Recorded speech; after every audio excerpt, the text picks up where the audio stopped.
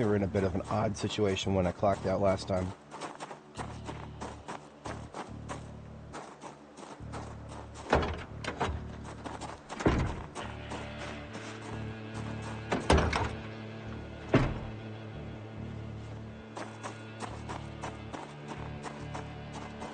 Not looted and trashed this time. Yes, I have been to this house many times. The conveniently located one. Come on. Good warm up for this morning.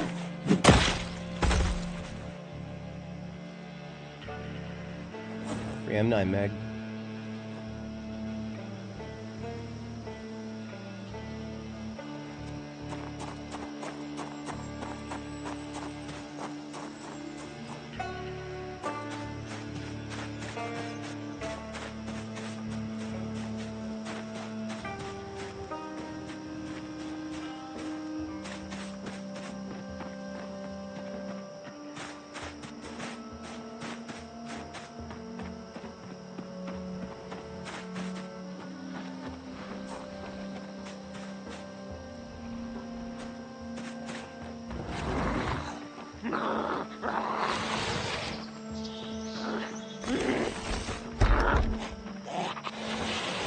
That's annoying. I'm not going to be able to get to her.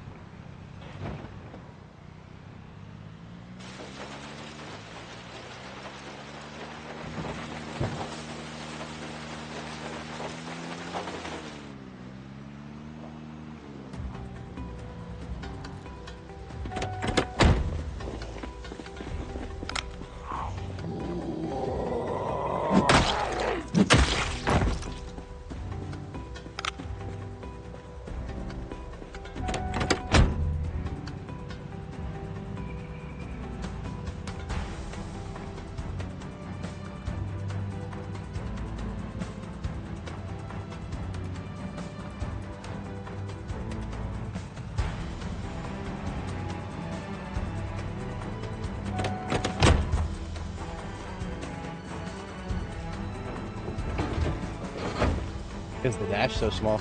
Oh, it scales with the UI. We don't use any UI scaling and we're playing at 4K, so it's going to be pretty small.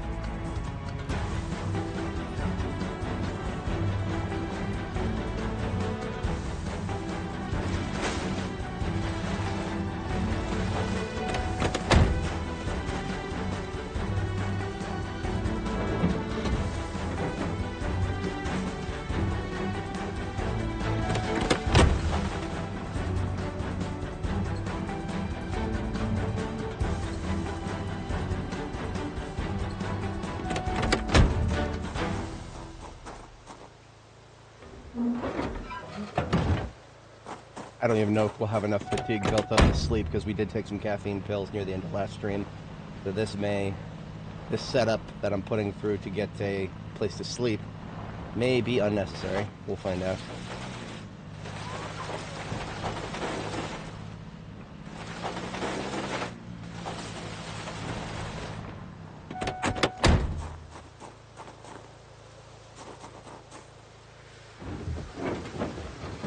We had a bit of a short drop and a sudden stop to last stream because we went to the 12-hour limits and I had to cut things off in the middle of a fight.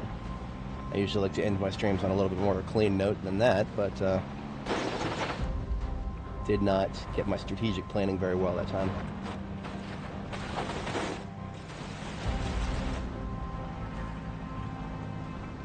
To make matters even better, I broke my sleep schedule in the process.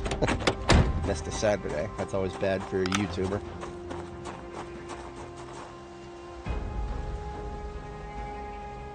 So there is a zombie in the shed up there. One zombie in that shed. And there's no way in or out but that one door. That's going to take that zombie forever to break that friggin' door. I hate trying to break a door that a zombie is on the other side of. So I'm not. I'm just going to board the window up here.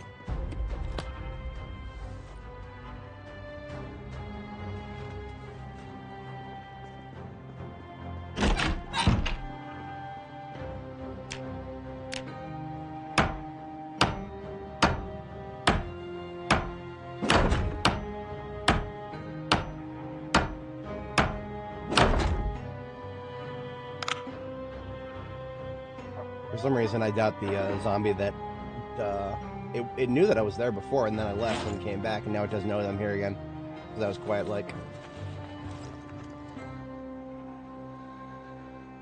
Very rarely would I accept sleeping next to a zombie, but yeah, we'll be all right. No mods. Only a we do have one texture replacement mod running. Not tired enough to sleep after all that bullshit. Okay. And there goes our flashlight battery. Perfect timing.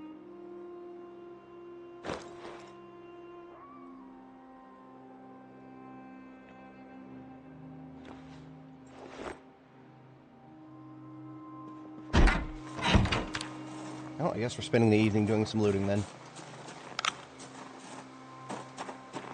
Yeah, the only mod that we're using is one that changes the color of the backpack from puke green to tactical black. We keep everything as light as possible to reduce the possibility of saves getting broken by an update. Not a surefire fix, but it helps.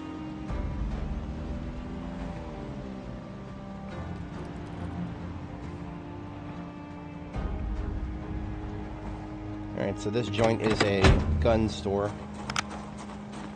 that was looted and trashed, so I don't have high expectations for it, but we've already got an aiming book on the floor. Oh, fishing book, never mind.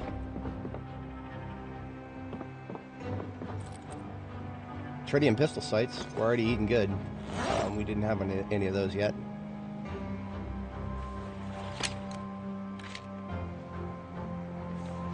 Basically, that means we found our new M9.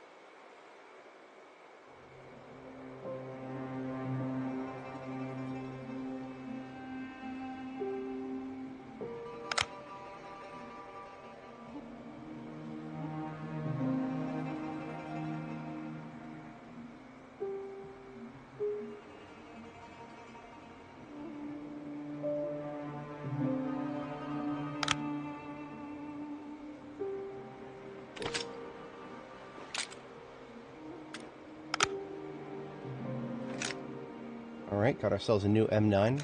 I'm down with it.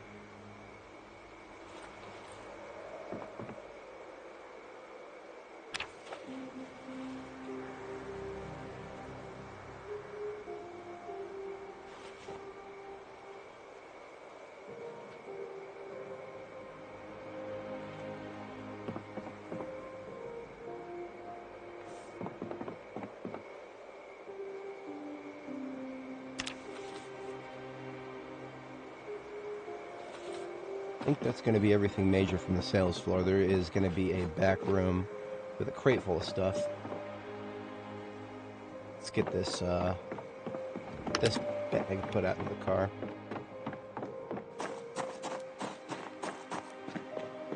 Or, no, we'll put it in the car for now, but eventually we're going to just leave it on the floor, because this is a throwaway car.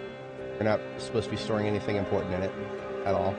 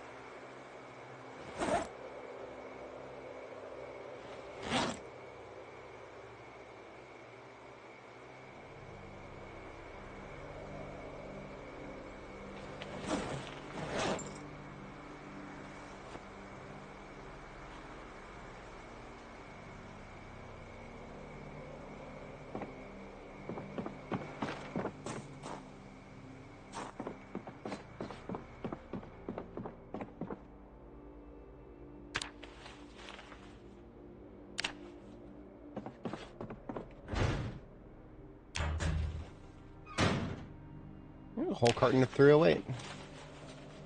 That has made this entire side venture worth it right there.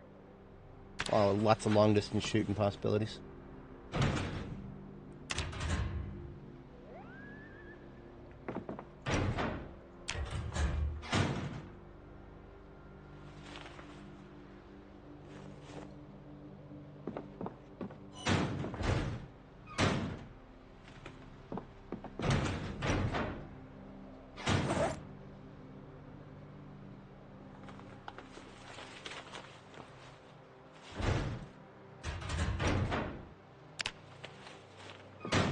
Alright, managed to get out of there with 2 garbage bags of loot. Better than I expected.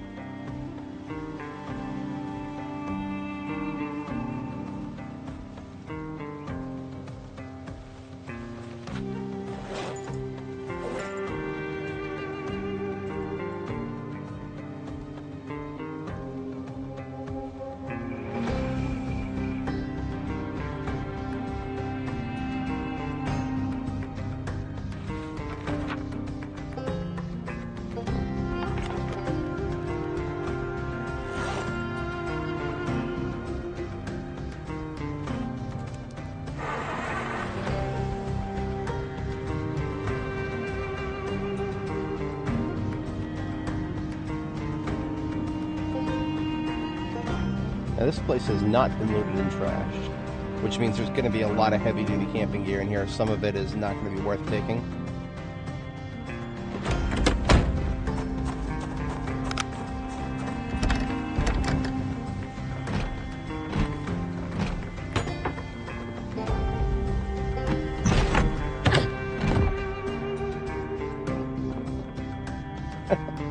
No, please close this. Thank you.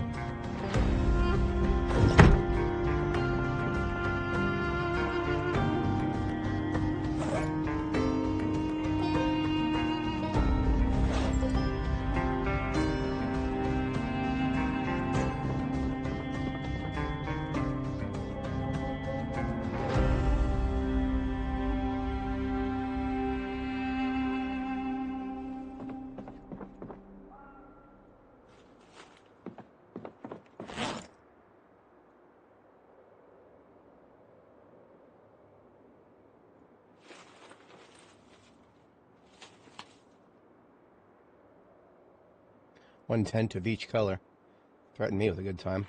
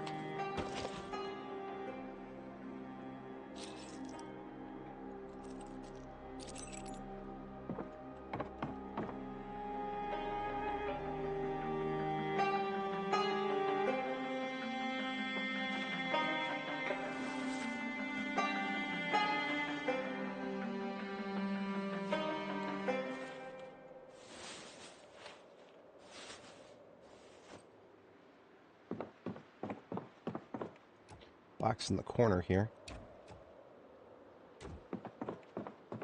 Propane lantern.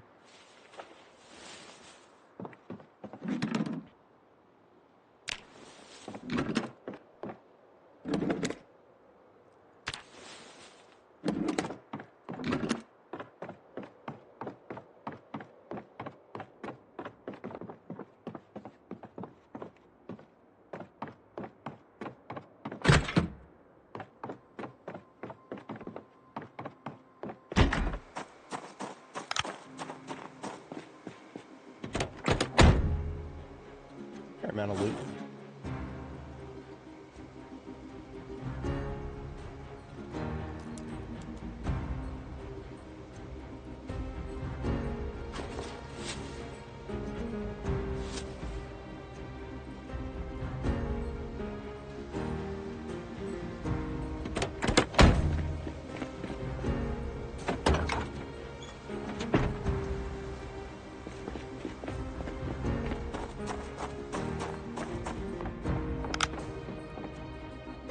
Capture the flag, as always.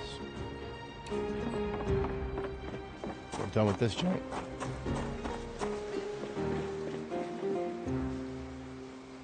Hitting this place wasn't quite necessary, but I needed something to do as an overnight activity tonight.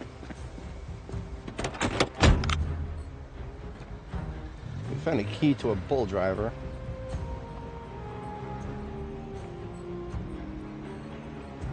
And I don't see one in the parking lot here.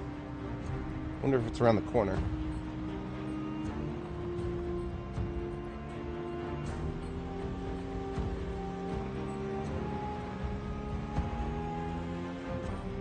No bull driver here. Huh.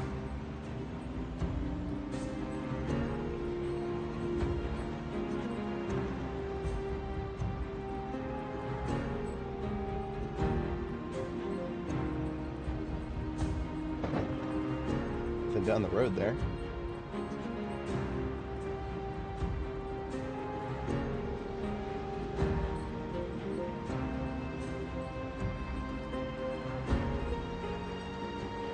Wonder if it's one of those.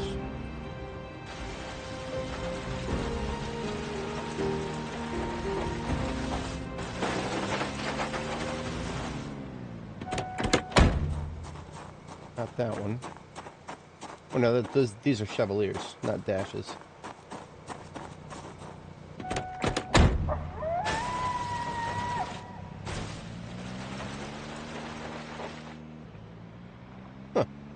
I always love it when you get a key to a car that is anywhere near where you found it, and that's what just happened apparently. I mean, I'm sure there's a Dash bull driver somewhere around here, but it's none of the obvious places, that's for sure.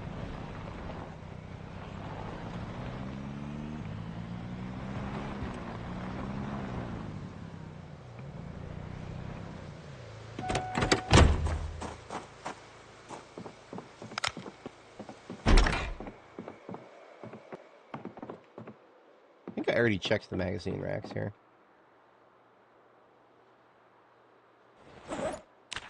If I had, there wouldn't be comic books.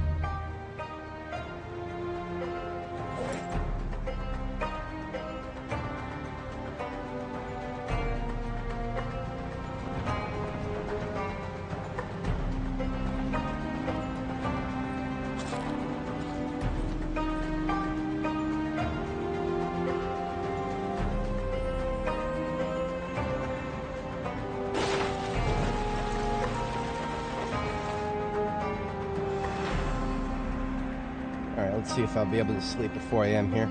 At least get one of my 2 bedtimes out.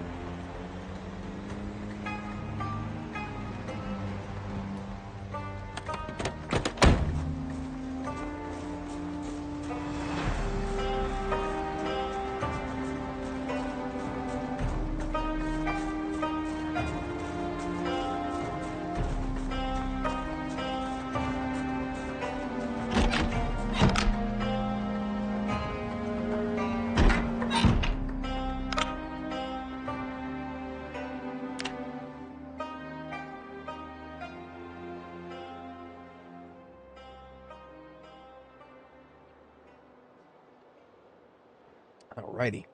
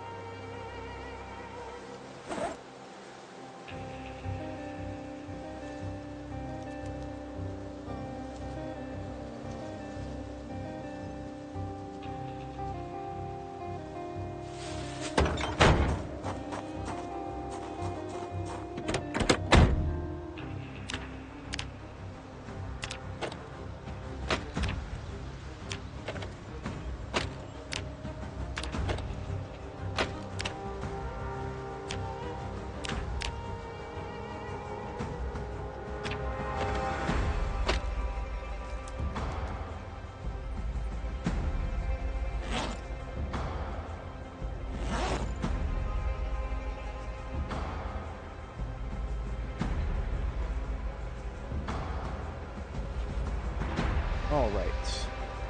We depart.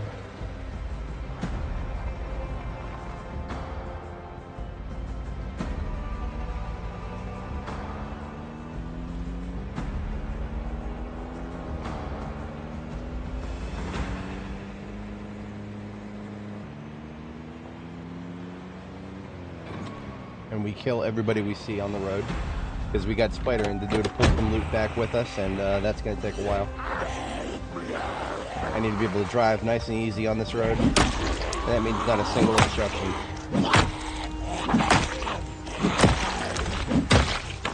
Within reason. 1 or 2 Zeds I can go around, but the amount that y'all saw in this area, yeah, we had to wipe them out with extreme prejudice. There's going to be a low-level, like, smattering on this road as we get closer to the turn to Ekron here. See, there's like some sort of mall joint right at the crossroad, and then before there's a residential area that always seems to spill out a few dozen.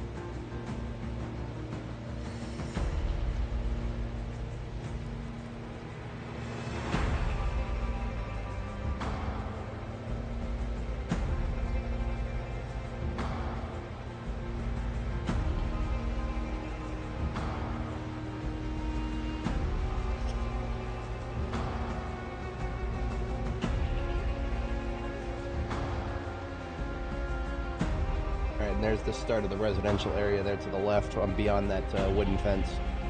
Now we got a bunch of Zeds that I'm going to have to take out.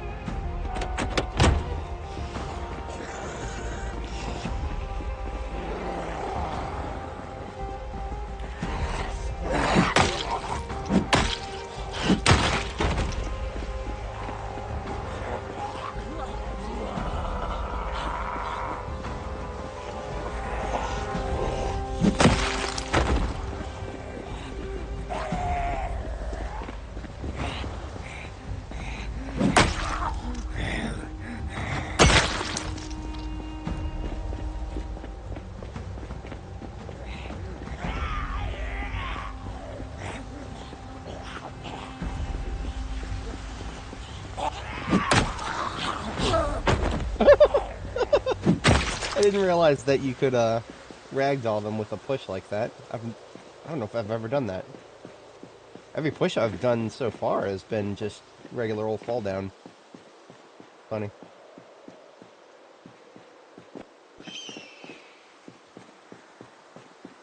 Now, if I were to discharge a firearm right here, I'd probably pull about a dozen of them out of this little forest here. Weighing it. We picked up several boxes of ammo, so we don't have ammo to worry about.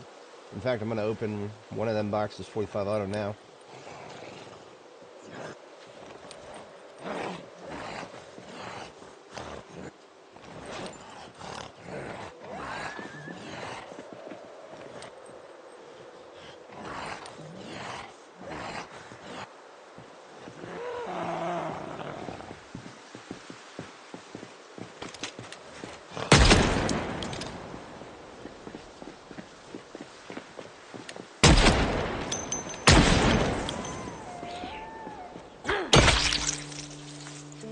We're just going to give them a moment to catch up to us here.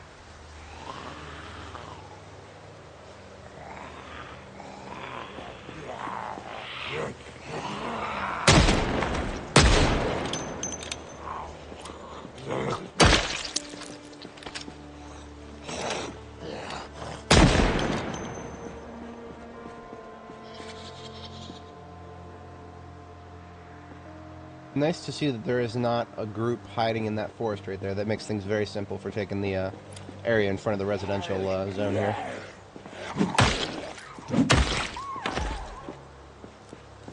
Now that I'm getting closer to the fence, I don't necessarily want to be... See this?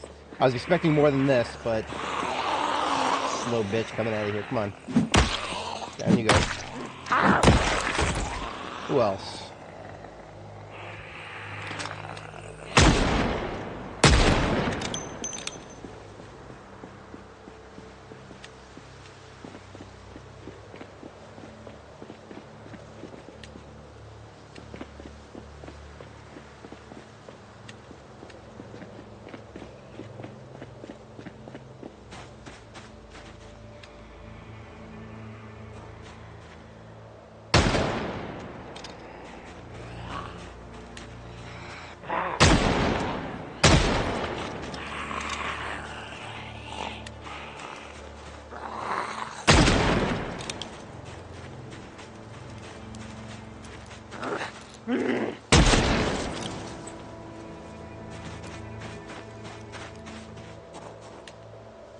We probably handled the bulk of them.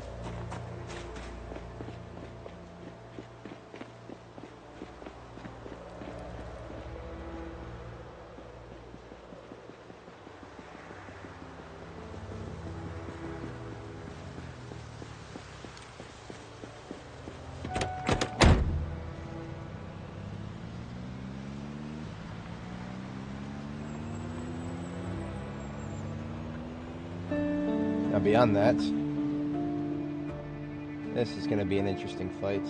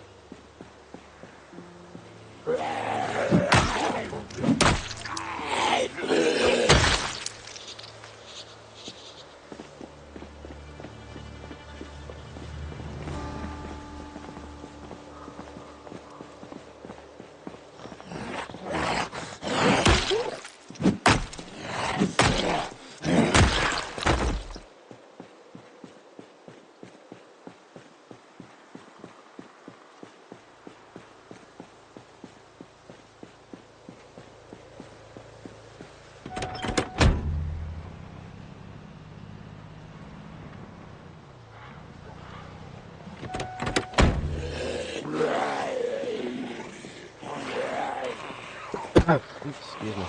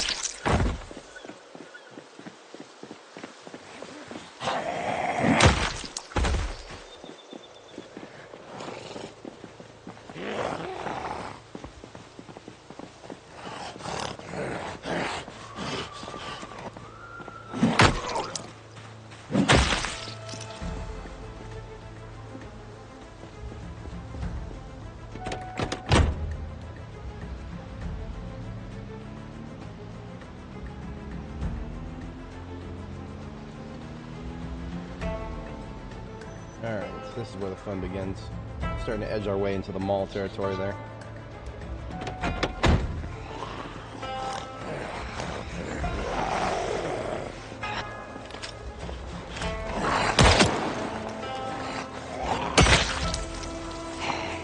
I believe I had 13 rounds in that. Check in a moment. Alright, ammo check. 12 rounds.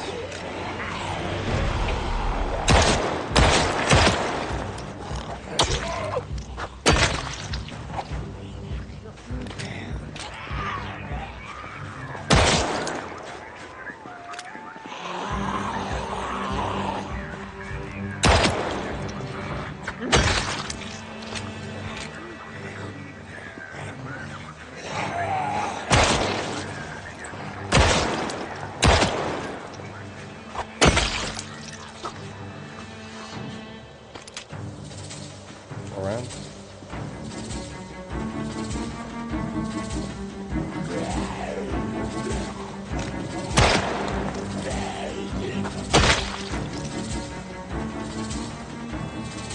We gotta keep our distance from that fence. I don't believe I currently have the tools to deal with those.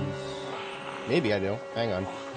We'll revisit that thought in a moment.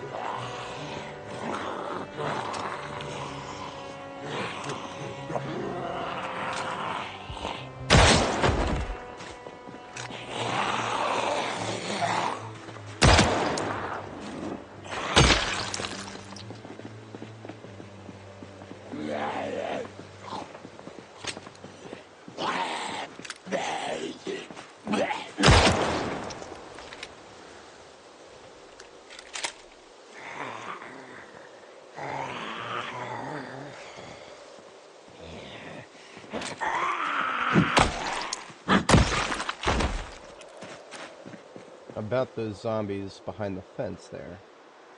I didn't bring a rifle with me, but we just looted one.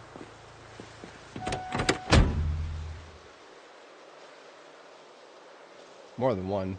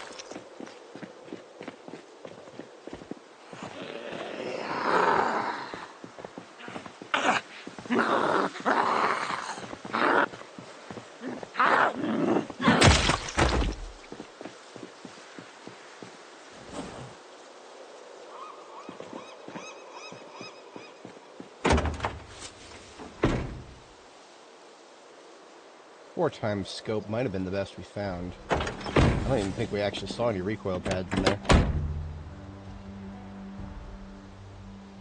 I can't tell you if I've ever actually shot a rifle in this game without a recoil pad. Usually I put together a good rifle with upgrades before I even bother shooting it. It's alright. See how this plays out.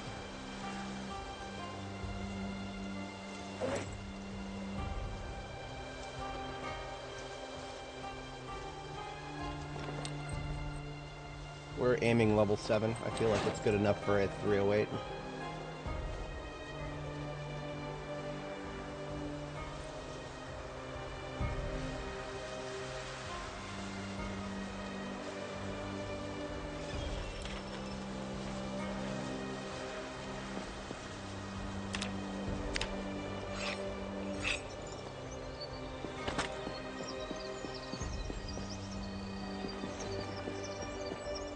Now with this rifle's got a 4x scope on it now, 40 rounds of ammunition to work with. I can shoot these guys through the fence from a distance, possibly wipe them out before they cause me too much stress, possibly.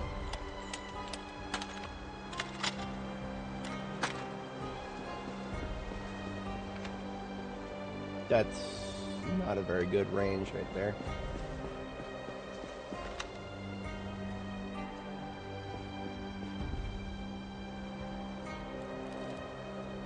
I don't know, I've seen a lot better than that.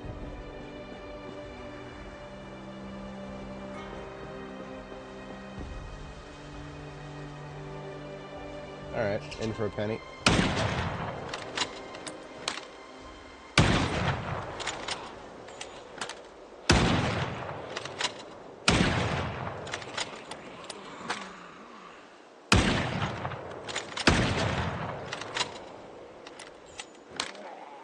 Looks like I should be getting a lot closer than that. And even if you have a scope on it, you can point blank them still. Wouldn't normally recommend doing that with a 308. 308 rounds are only 22 a box. I recommend spending them on something more long range if you're going to spend them. Whip out my Magnum for anything closer.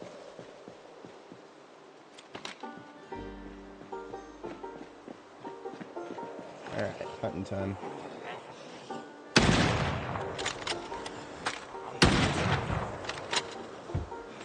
I'm going insane. Are these guys not actually attacking the fence? I mean, they don't have to attack the fence. I'd much prefer them to just go around it like they used to. But these days, most of the time, they attack the fucking fence and cause a big old shit show doing it.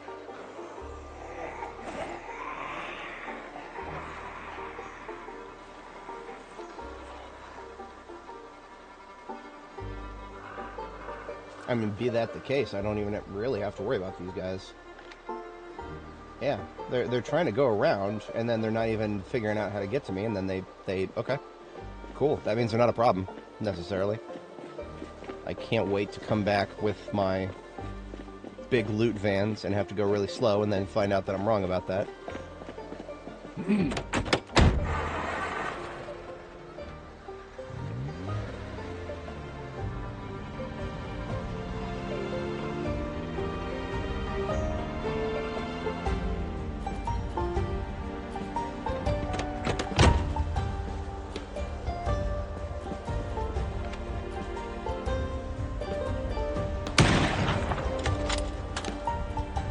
About 25 rounds at 308 to shoot.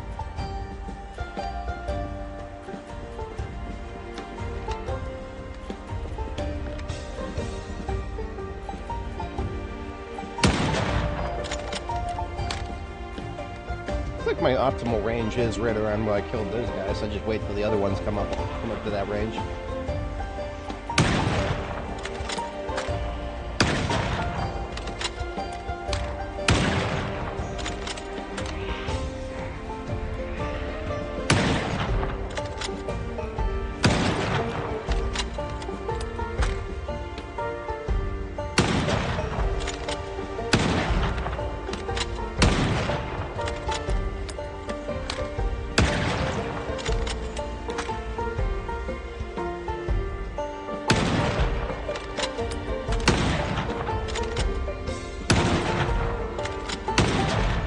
bag. I like it.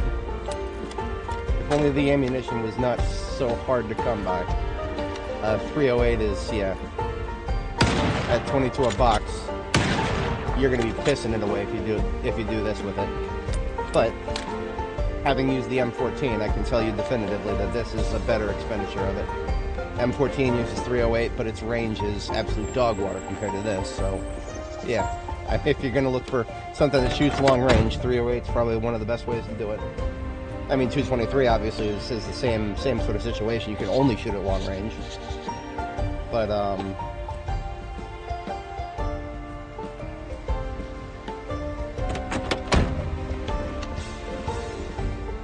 that guy treat himself.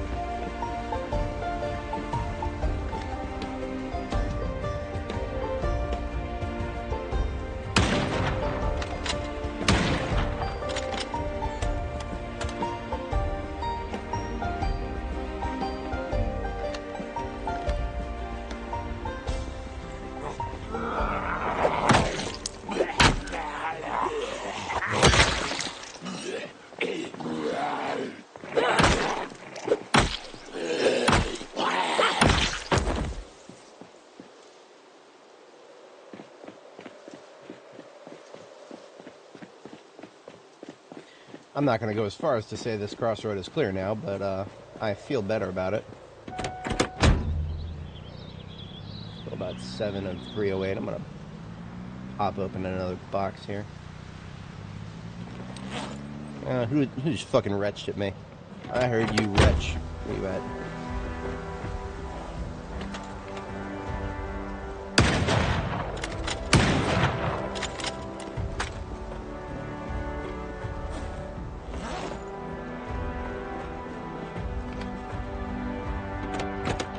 It's fitting that I'm wearing hunting camo as well.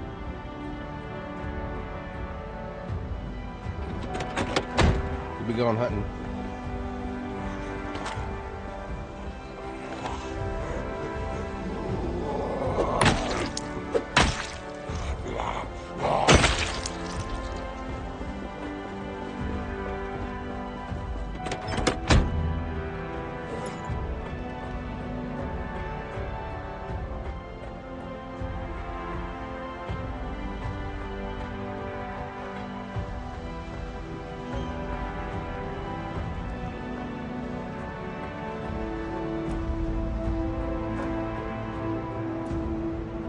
Alright, this road takes me straight to Ekron towards this direction.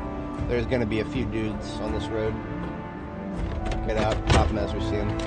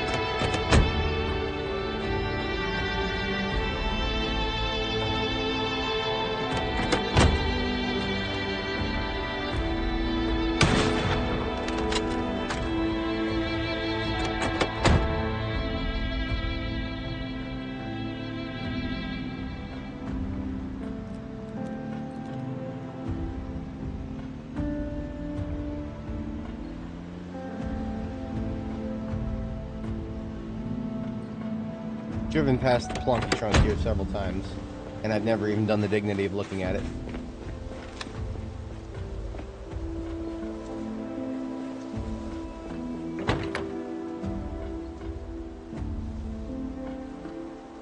Of course, the engine quality would be 97. Shit. Ah, shit. Here I go looting trucks again. Technically, that's the best step van I've found yet, in terms of engine quality. I wish I had never learned about engine quality.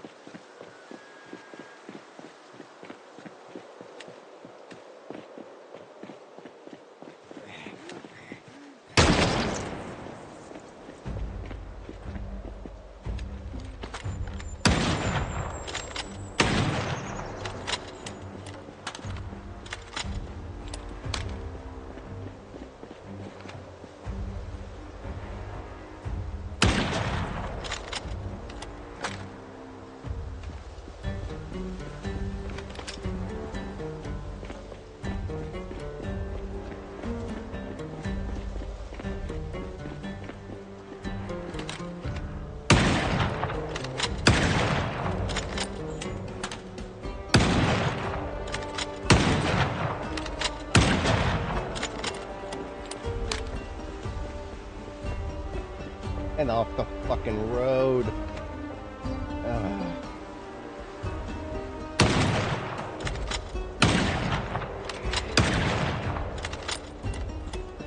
Hey, you should listen to me.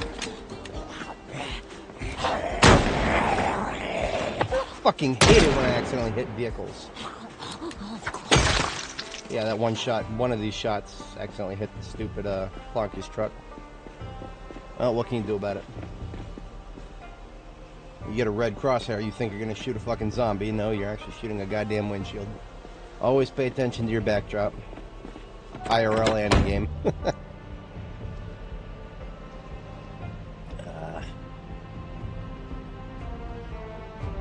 There's always an unusually high amount of zombies around the cabbage farm there. We have done a pretty good job wiping out everybody else before that. So we should have, well, I don't want to jinx it, but I feel like we're going to have an alright trip the rest of the way to Brandenburg. Ekron, sorry. I don't know what it is in my brain. I'm getting a lot of cross wires between Brandenburg and Ekron. They're both places that I hit early game, generally speaking.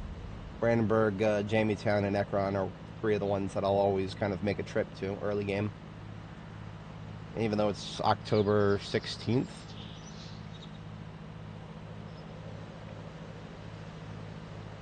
Yeah, October 16th. I still consider this early game.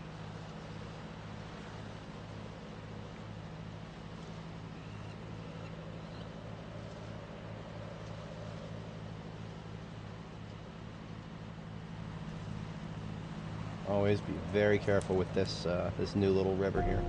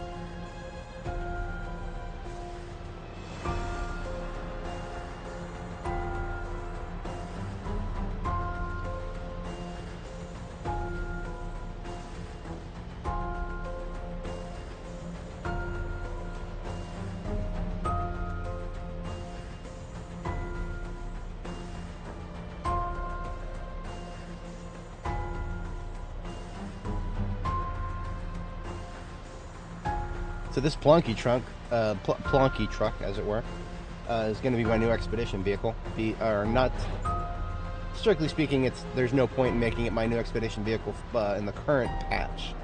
But assuming that they fix vehicles, which are currently broken, all vans for some godforsaken reason have an inventory size of 100 in their trunk, which is less than half of what it should be.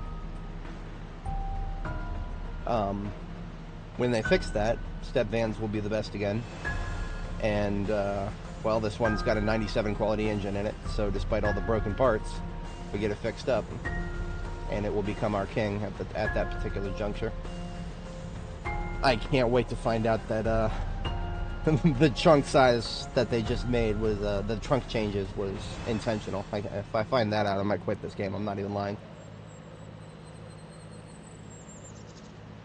The only reason I'm playing it right now is because I'm assuming that's a bug and not a feature.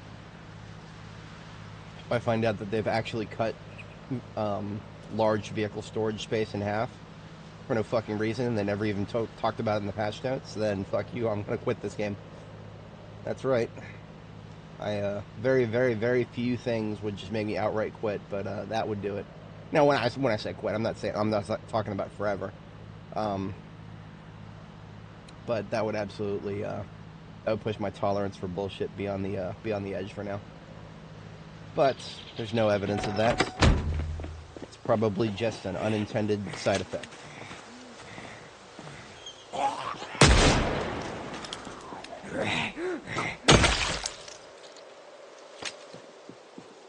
I've gone loud multiple times at this whatchamacallit, roadblock. And they always seem to reappear.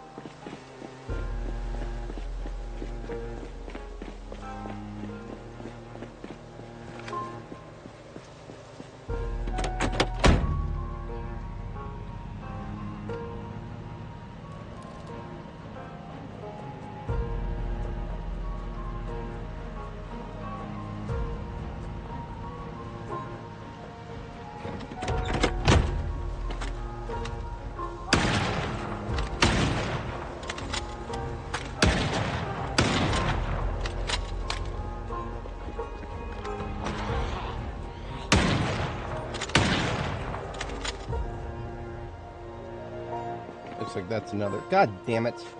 Fucking make some noise if you're gonna be coming up behind me like that.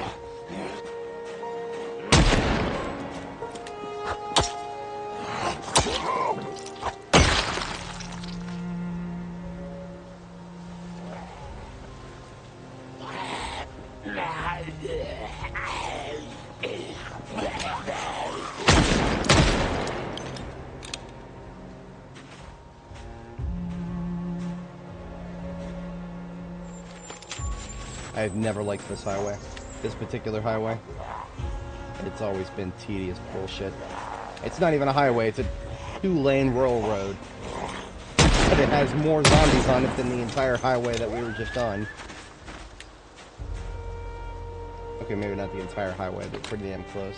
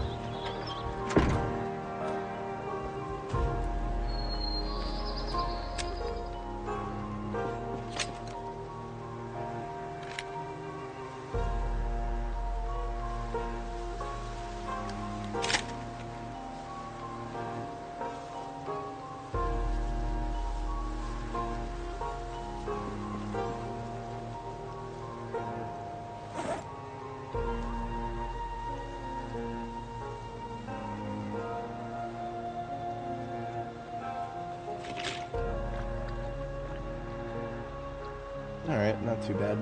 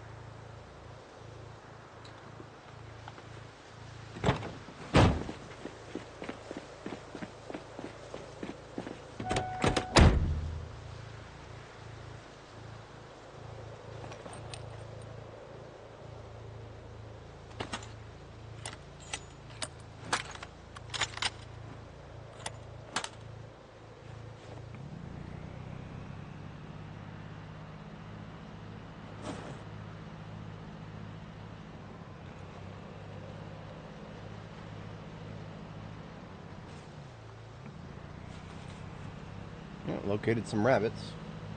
It's a bit late for that now. 0.0 chance that I'm coming home with an animal trailer at this point. We've got 4 vehicles in our destination. We weren't supposed to be coming to our destination with more vehicles, but, well, I can't help myself sometimes. On the flip side, we did manage to successfully loot the highway stop with the hunting store and the camping store there. So we did come out with a bit more ammo, which is always a nice thing. You'll never hear me not be happy about getting more ammo. That's the only reason we're still combat effective at the moment. We did not bring enough ammo with us to start to sustain this. I would have had to have avoided most of the zombies that we killed during the stream today.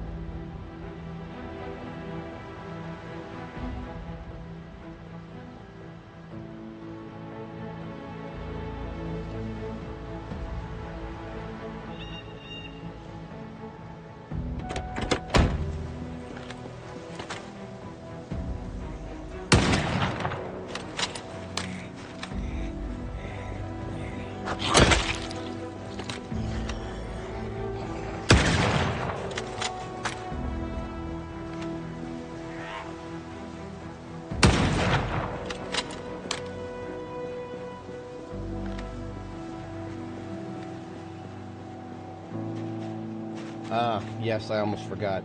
This fucking little cubby hole of a place.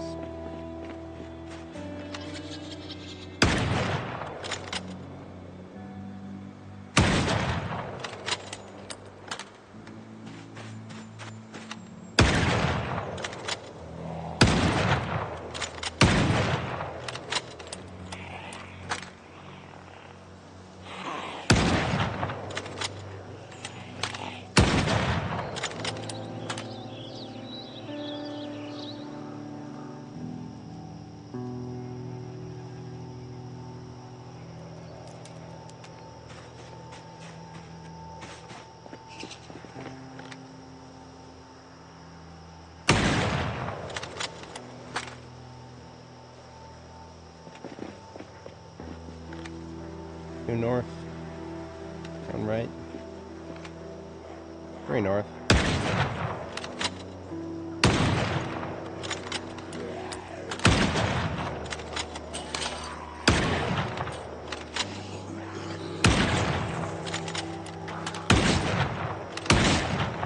Out of the way! Fucking red sweater there decided to stand in the way. Fucking out of bullets now. I didn't open enough. Oh, we're almost there, I thought. Almost there. It's gonna be 50 zombies at our field base when we get there. Barely gone for 2 days, and of course there's... yeah. Fucking rare at me, I'll rare at you, bitch. I'm not scared of you fuckers. Go on! Keep spawning! Keep spawning! Come on! We need 50 more zombies. Let's go. Impromptu combat sesh. Let's do it, bitches. Let's go, let's go. 20 more zombies, let's go.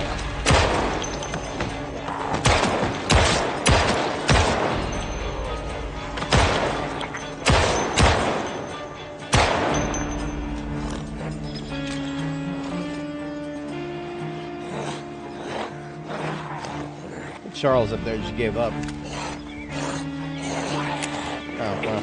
Go to my M9.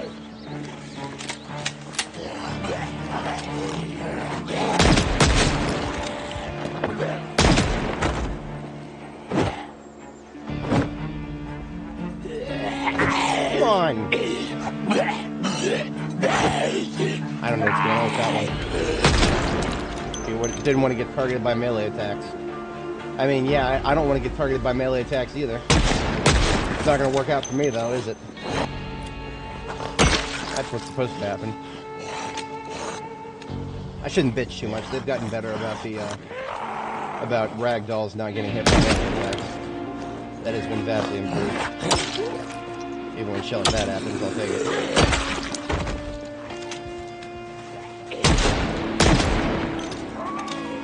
I noticed the fatigue meter. I'm not blind to it. Doesn't affect my aiming that much.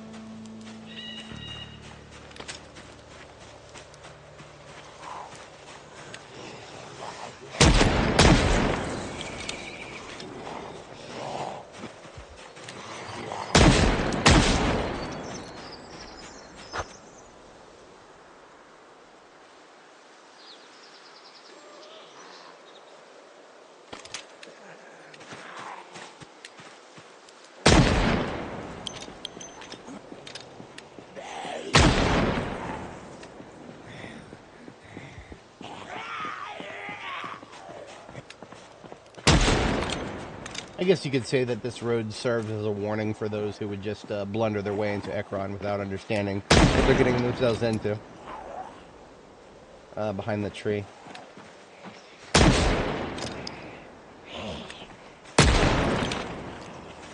Let's go. At least show you right over here. Still have a way through at least. Okay. I can't wait to come back here and find 20 more of them. This is one of those spots. It's next to, whenever I see this stupid little grungy side joint right here where that's this shed without a door. I always you always see a bunch here. Where they actually come from, who knows? Because usually by the time they've started showing up in the road, it's because I've driven back and forth once or twice.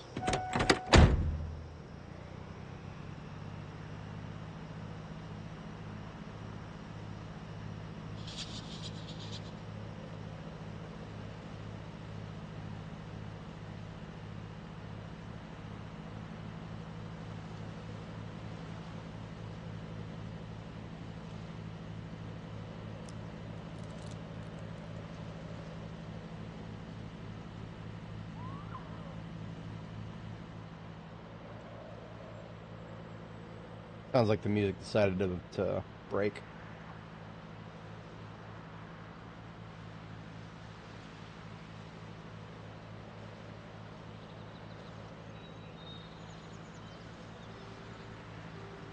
Ah, there it is.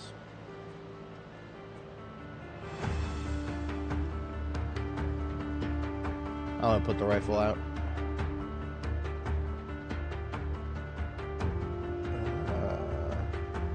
Not exactly a good place to put it right now. I have nowhere to put it. Okay, never mind.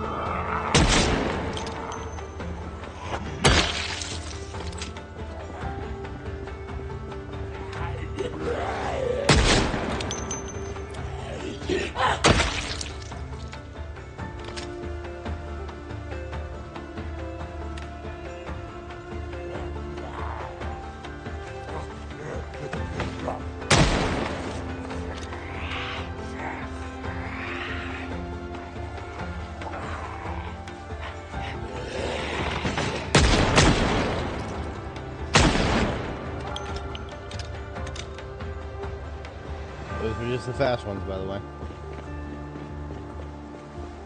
Slow ones are still on their way.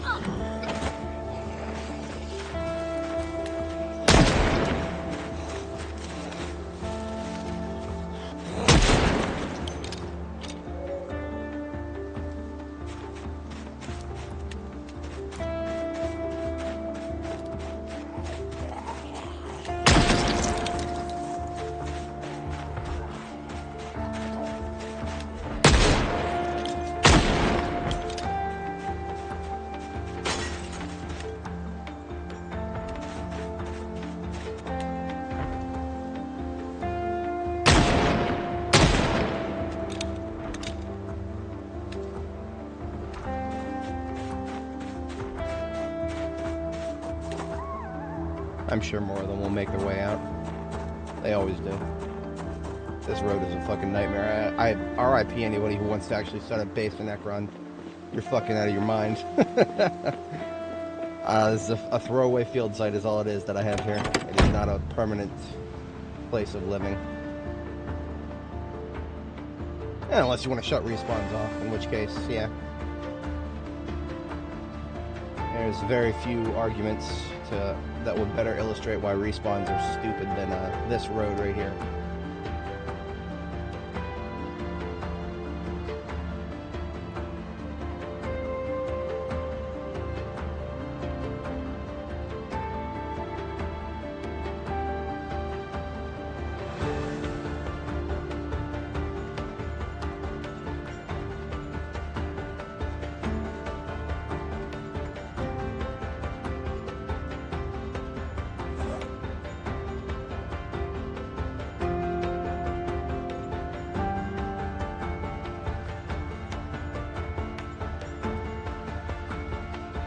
Nothing makes me happier than seeing that lake.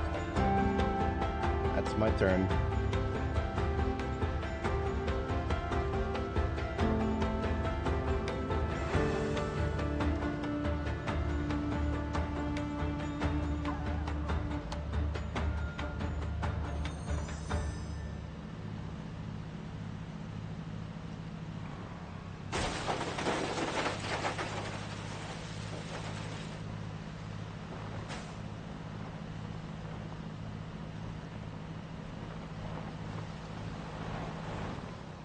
Alright, home sweet home for the field base, at least.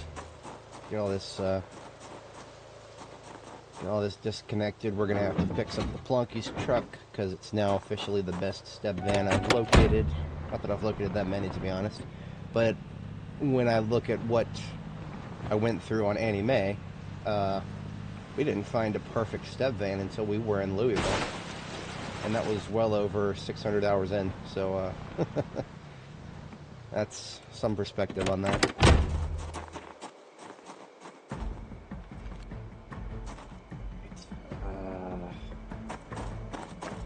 Get some of the heavy kit taken off.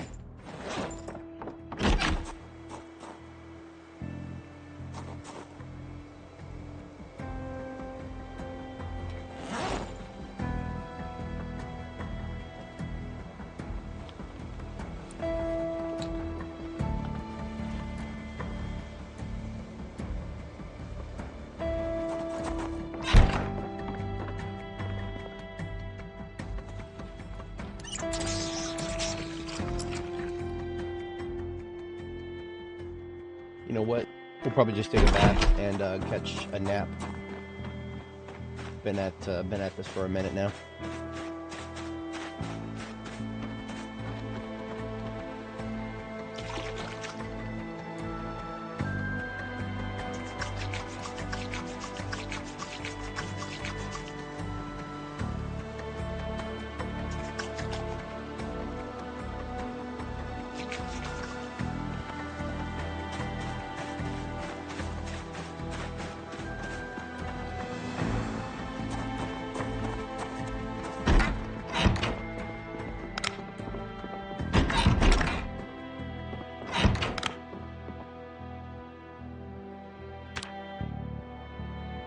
Alrighty.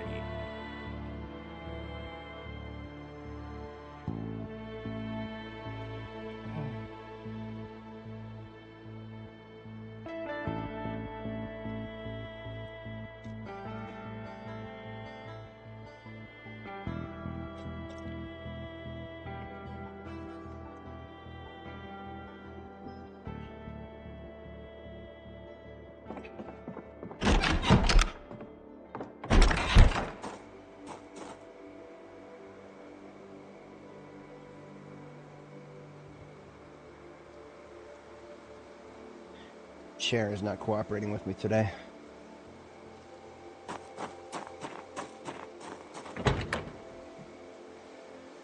One of the tires got busted out already. Two of them are actually in great condition. That's nice.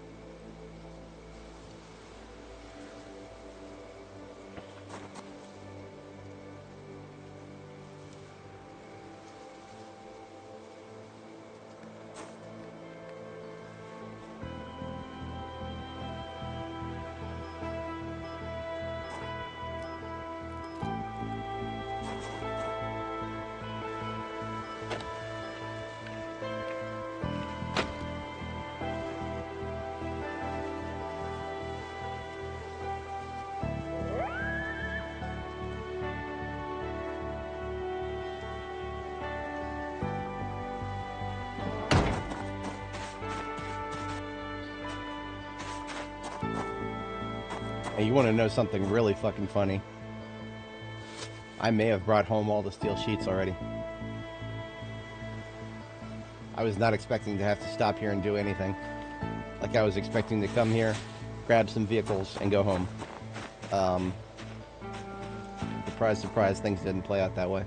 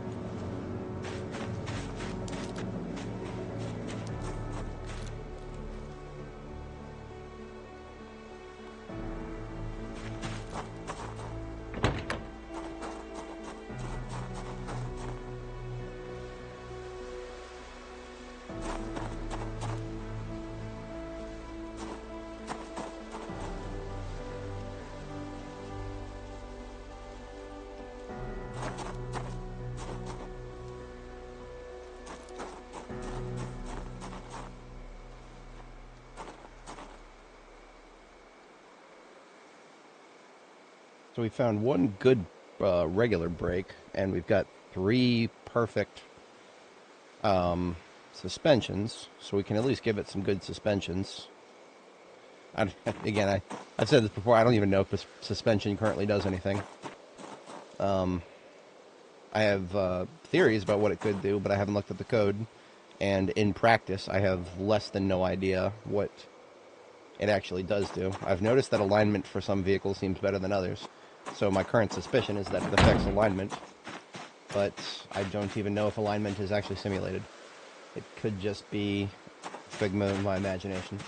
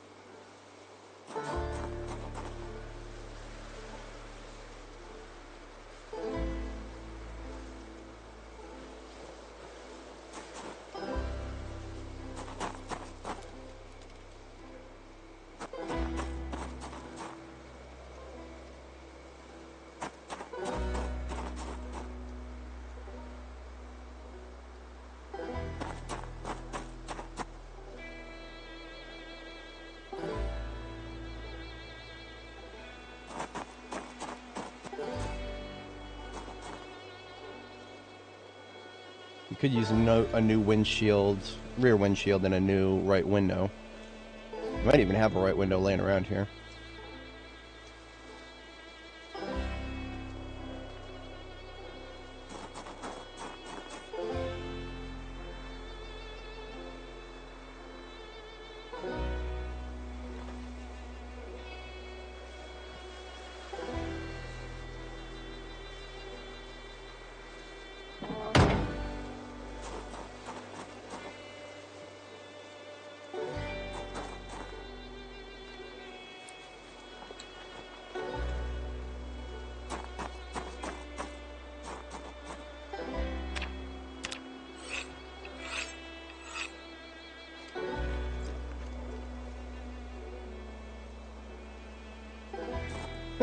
No, they definitely did. Yeah, we got multiplayer now.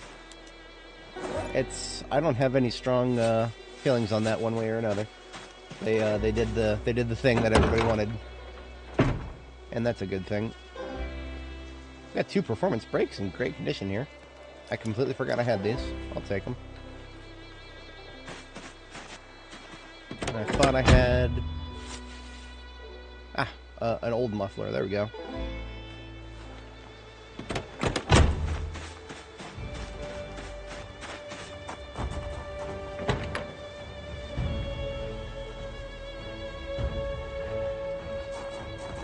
I don't want an old muffler on this long term, though. I want to replace that at some point.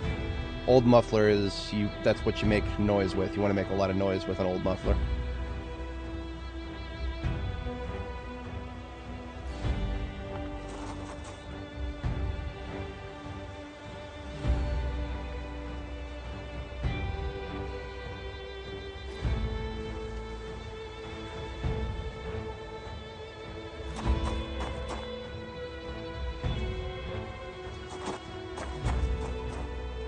Mix of regular and performance brakes, but total force is over 100, so that feels good.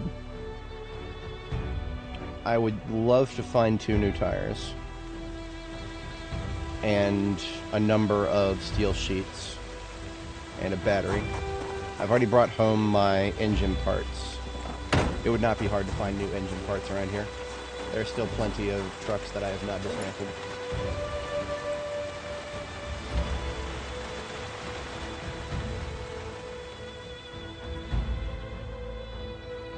Yeah, definitely has some hot fixes on the road.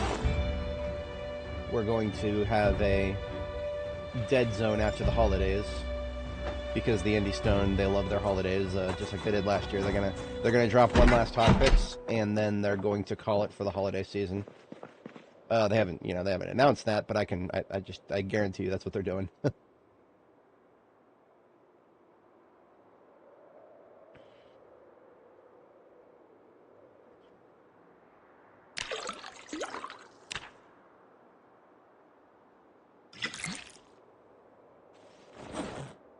We should have enough stuff in our system right now.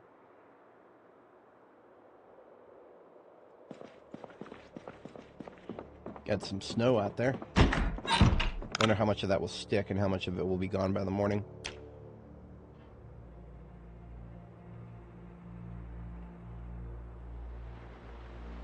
And there, it's already gone. Alright, gearing up for a fight here. No idea exactly how much resistance we're going to run into. Shouldn't be much in theory. But we don't do theory here, we do practice.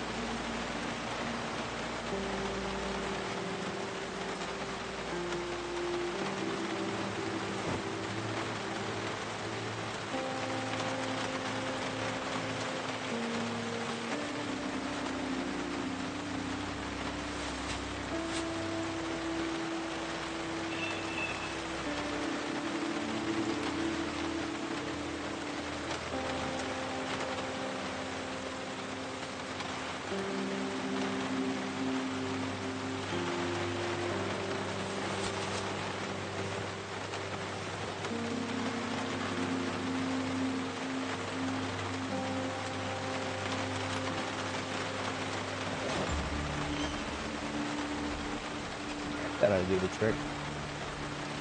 Let's see if we can find some steel sheet somewhere here.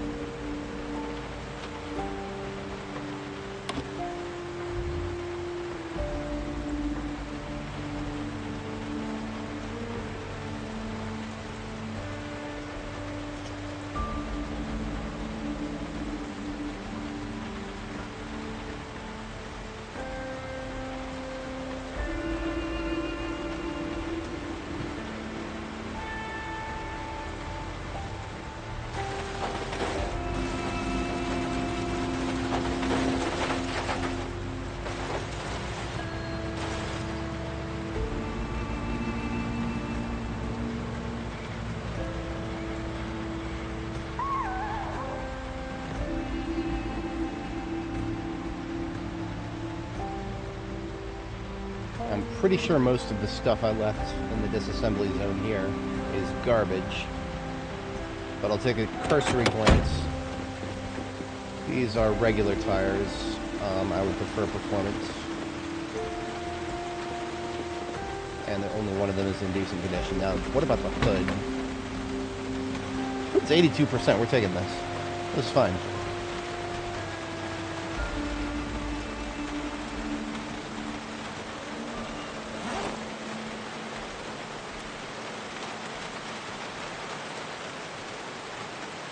That's performance sus, but we don't need that right now. Another old muffler. The rear windshield is garbage. Harvest engine parts from anything we haven't. That one. Are you fucking kidding me? I can't, no. No, don't do this to me. 100 quality engine. Fuck. No.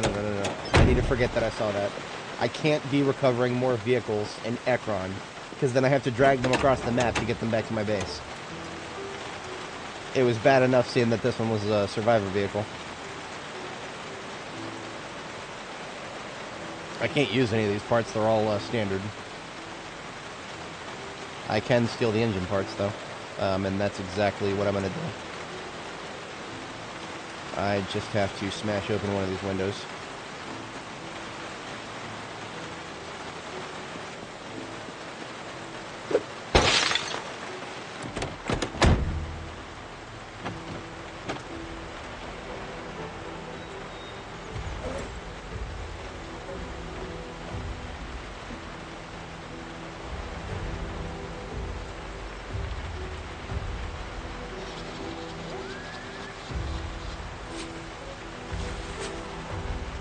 I have no idea what's up with this vehicle. It actually has firecrackers all over the seats.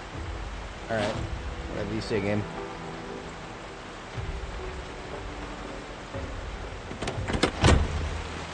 I'm just here to steal your engine parts.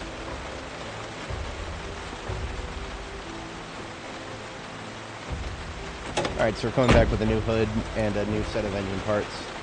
But I've confirmed that that is all I'm going to find that is useful here at this disassembly lot from the front of the parking lot here. We will have to find another heavy duty somewhere else to harvest a few parts off of.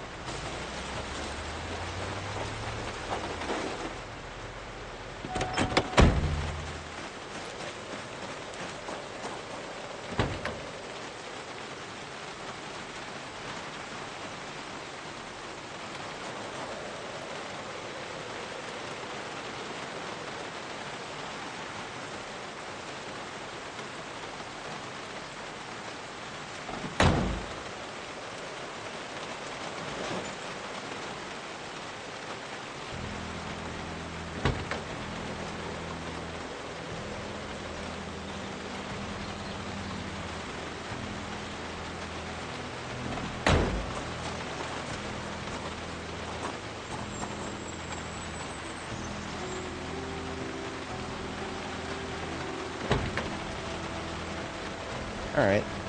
Still in the market for 2 more tires, a decent battery, and a rear windshield. Bonus would be a seat, and we definitely need at least 1 steel sheet so we can fix up the trunk.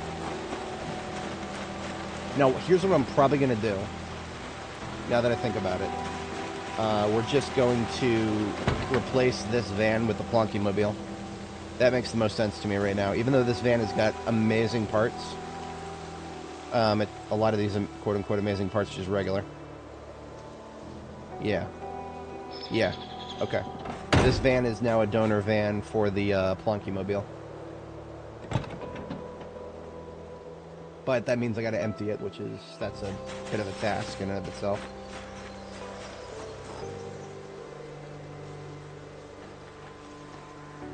Let's get my heavy weapons off so I can do that.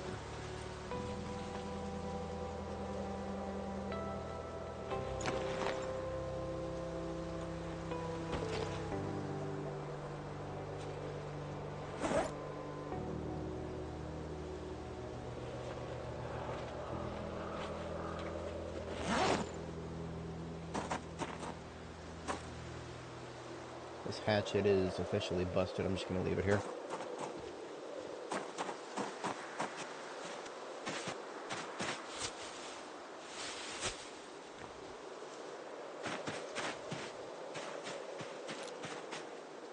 Now, in a sane world, the new van that I've recovered, once I fix up the trunk, would have more storage space in it than the van that's over here on the left, because step vans are bigger than vans. No, that's not how the game works right now. That's not how the game works, and I don't expect to see any fixes for that anytime soon. The devs have already rolled out one hotfix, and they still haven't even acknowledged it as a problem, so that does not bode well in my mind. In fact, it bodes very poorly as far as my understanding of these devs go. If they don't even acknowledge something as a problem, then that tells me that we're not going to be seeing a hotfix for it anytime soon. Maybe I'm wrong. I would love to be... Please, please let me be wrong. Please, for the love of God, I would love to be wrong. But what I've experienced so far with these folks, I don't think I'm wrong. Hey.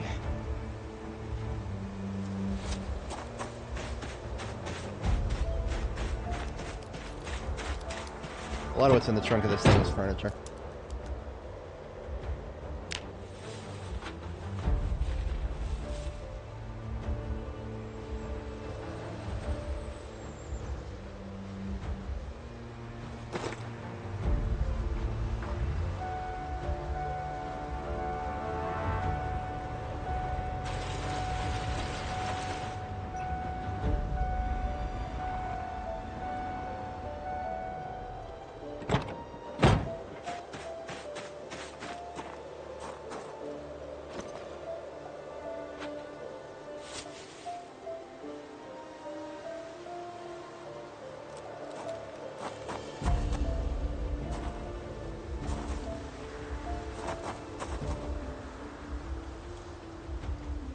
Alright,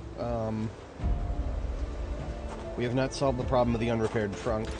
We do still need to go out and find a, we do still need to go out and find a steel sheet somewhere. I'm about 98% sure that there's not one in any of these hand carry bags. Because, like some kind of a doofus, I thought that it would be organized to take them all home at once. I was technically correct, or that's kind of correct. So I got a welding torch. I managed to fit a welding torch in there. But I don't suspect that we are going to find any more steel sheets in any of these other vehicles.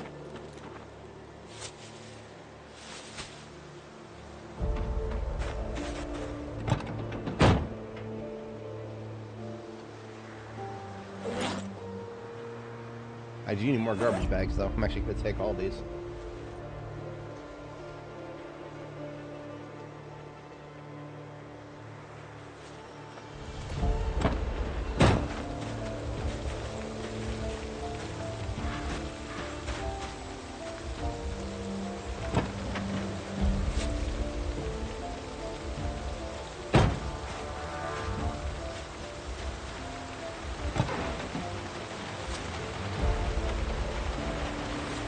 Okay.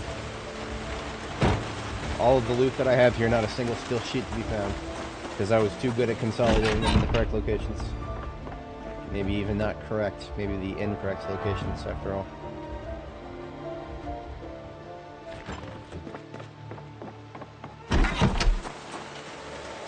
Off on an adventure we go.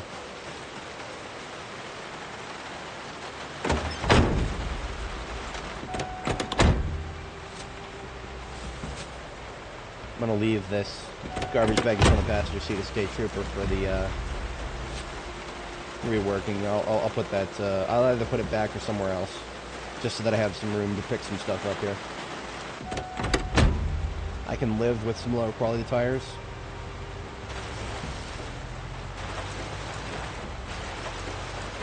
But I need to find a steel sheet. Now, steel sheets shouldn't be too hard to find.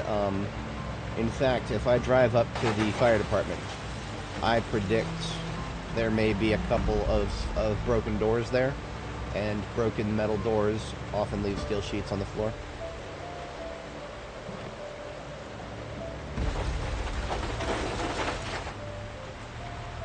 Oh great, we got respawns at the fire department. So I didn't bring my heavy weapons.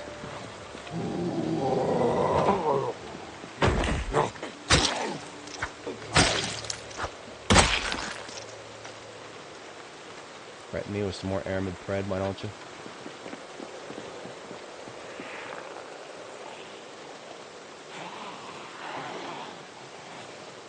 How much of that is... That's rather substantial.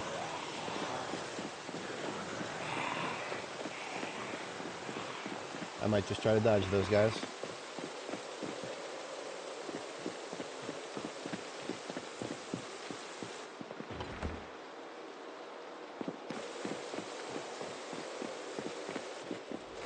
Well, the worst part of this is, if there were still sheets on the floor in here, I probably would have picked them up already. Emphasis on probably.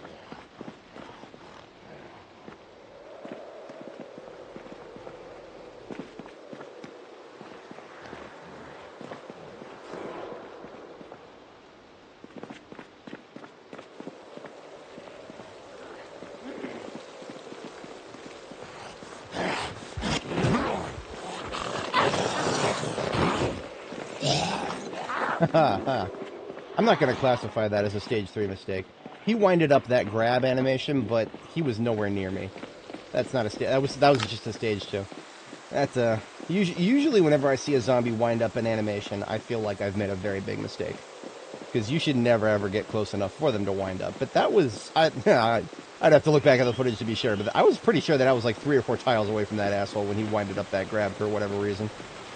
Anyway, we have successfully checked through all the potential doors on the first floor, not a single steel sheet to be found. This operation was a failure. We are checking another. I love it when they hide behind the fucking trees. Asshole. Get blood all over my fucking hood. Anyway. Looking for a steel sheet. I'm going to steal somebody's sheet.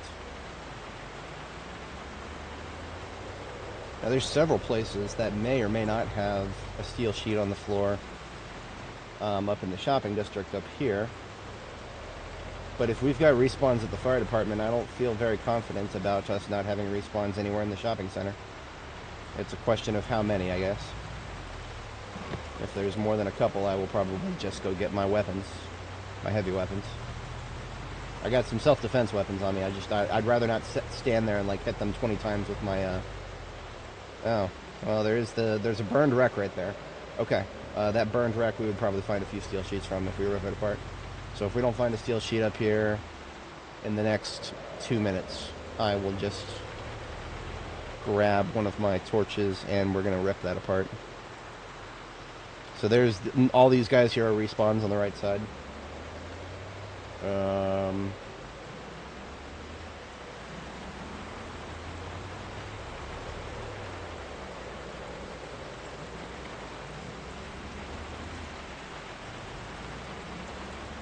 Dead end.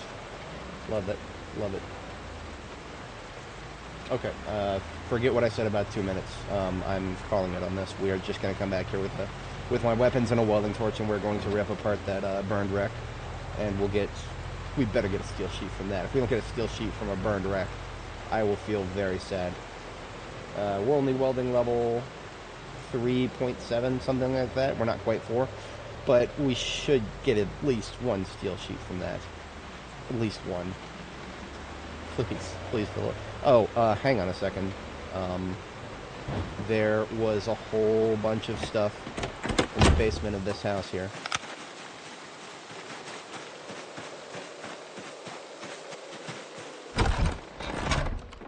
Did I get it all? No, there's a bunch of stuff left. I don't see any steel sheets, though. If there were any steel sheets, I probably would have taken them and brought them back already.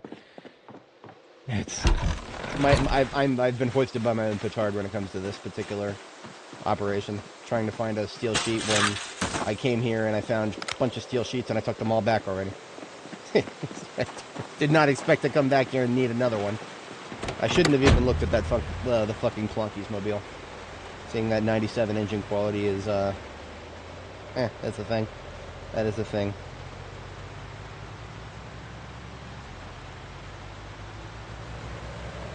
A little bit more self-control would probably behoove me.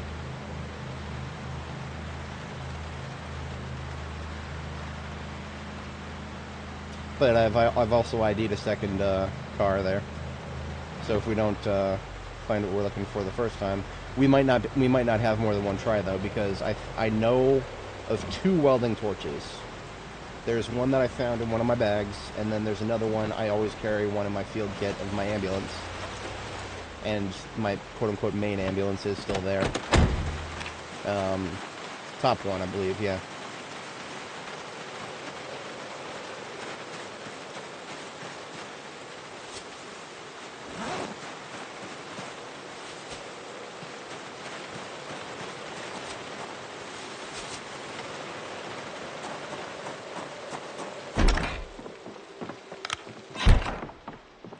Just get rid of these stupid firefighter pants while we can. Oh, I also found a bulletproof vest on a zombie on the way up here. I can rip the airman thread out of that as well. No need to have that weight taking up 5 encumbrance when it doesn't have to. I want the airman thread, but I don't need the bulletproof vest. It's already full of holes.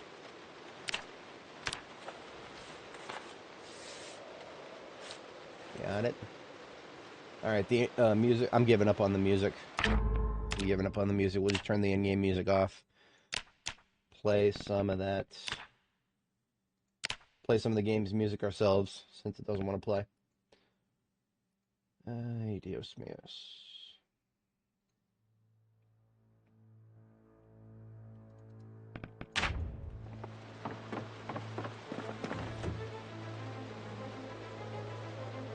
I left myself a number of things here, but none of them include actual steel to weld with.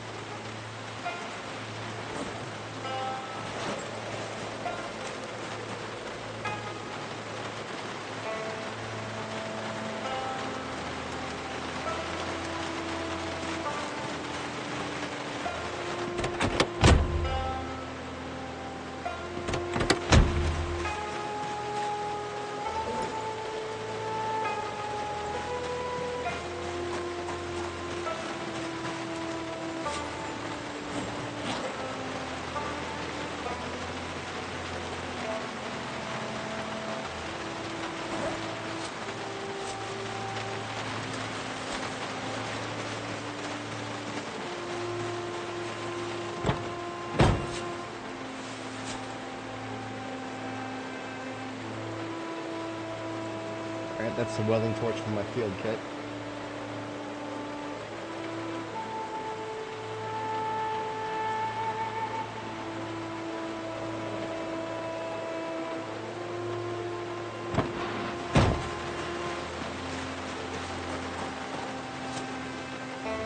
Yeah, see, look at this. 10 steel rods in one of these bags.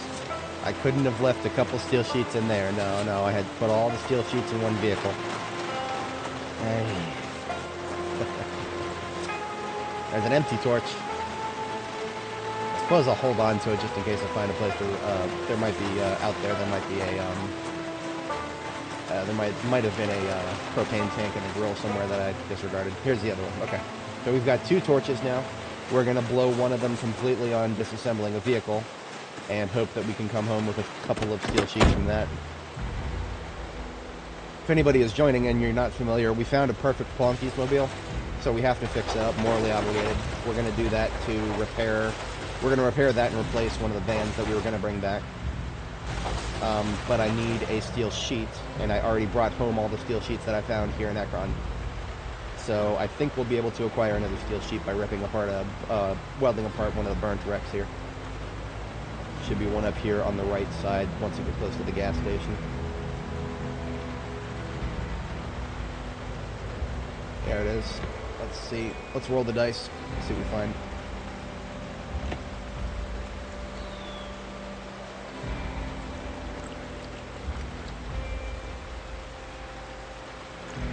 Drinking some ginger ale to shut the hunger up.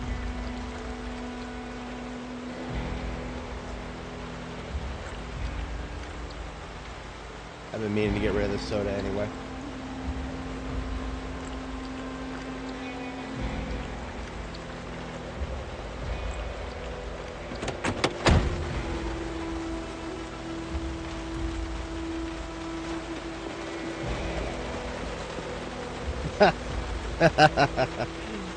That's right. I'm gonna go out and dismantle a car, and I'm gonna forget to bring the fucking welder's torch. Of course I am. Fuck my life. See, it's not... Okay, I can be blamed for this as a skill issue, but on the flip side, there's a lot of welding recipes that are currently in the game that don't actually require a welding torch. So I can... Yes, I can be blamed for this, but on the set at the same time, it's not my fault the Indie Stone decided to make it very inconsistent what requires a welding mask and what doesn't. I could probably find one in the basement of the school there. But we didn't take that turn. Too late now.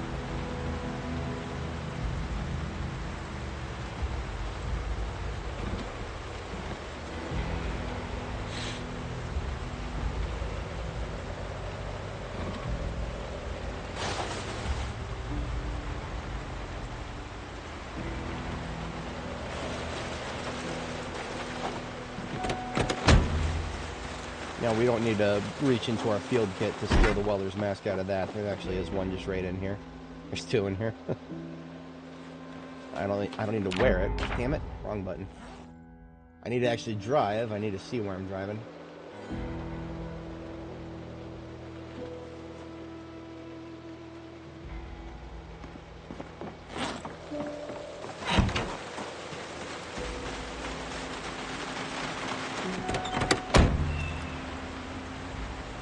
Anyway, I believe we were about to dismantle a car.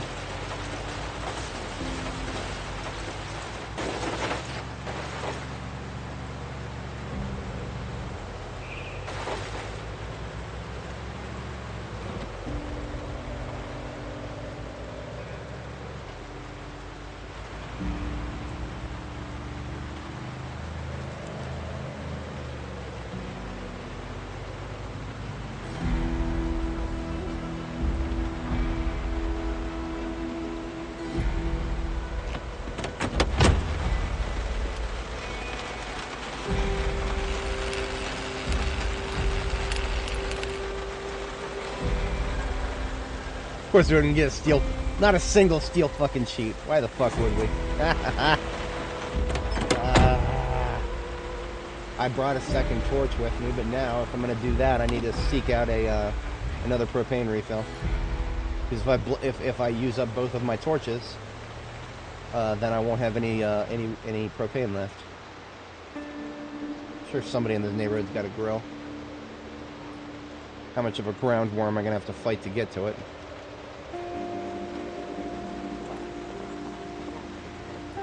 Fuck that road.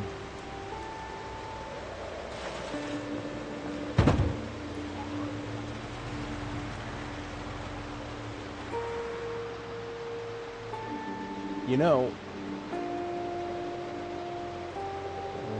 how committed am I going to get to this? I do have a hatchet, so it's not like I'm not combat effective. Just want to put away some of this extraneous stuff.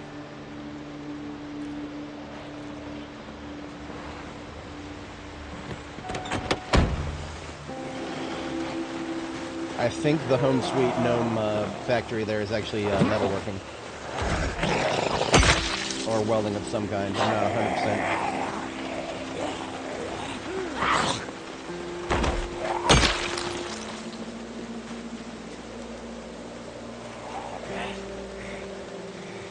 I do feel a little bit vulnerable right now because I decided not to bring my guns. It's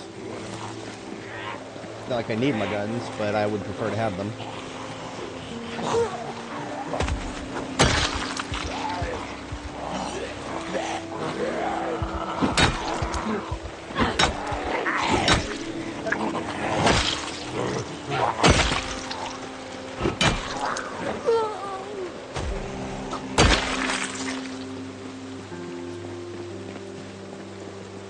So we're going to do just a little sneak and see if I can I just want to identify if this actually is, like a welding factory of some kind.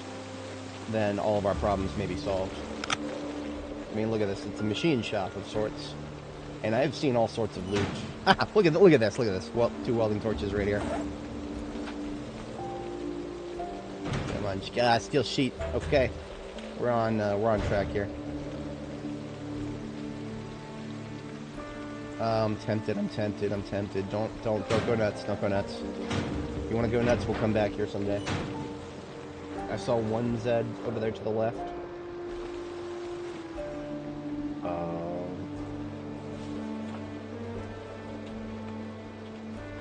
I'm sorry, future me. I know this is annoying. Future me is gonna hate me for doing this.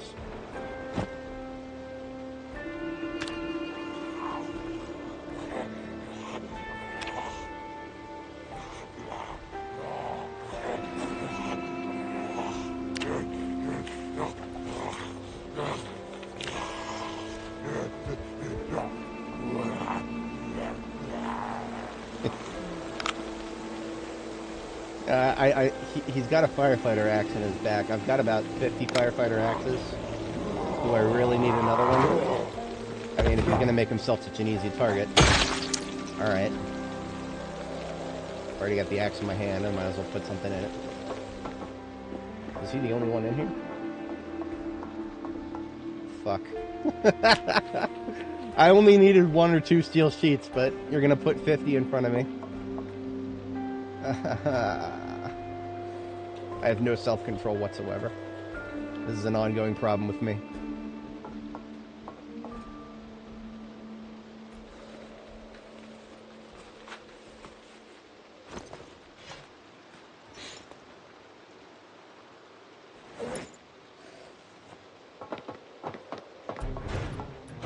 The last couple of times I've been here, it's already been looted and trashed. So I never really had a full understanding of what the loot tables were for this place. And now that I know, G.I. Joe. Something, I don't know. All I know is I see a shit ton of something I was just looking for, and therefore I feel morally obligated to take it all.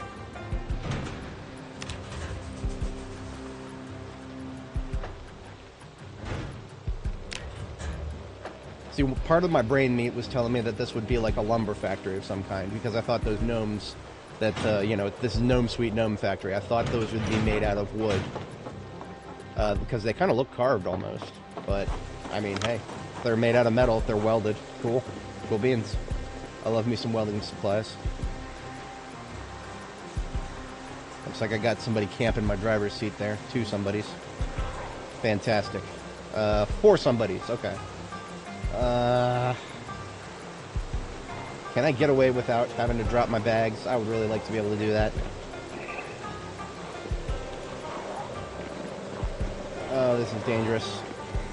This is really fucking dangerous. I shouldn't be doing this. Fuck you. I'm gonna drop the bags. God damn it. Wasting my fucking time. Alright, you made me do this.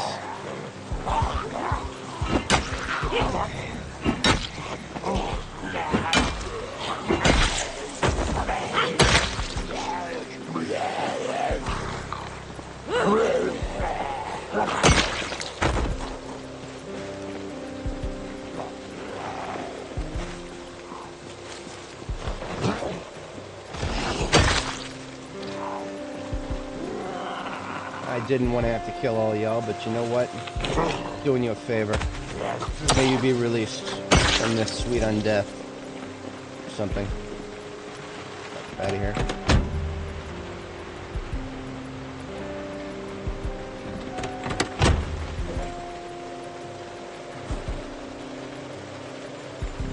See, I can't pick these back up again until I take some stuff out of them, because they're really, really heavy.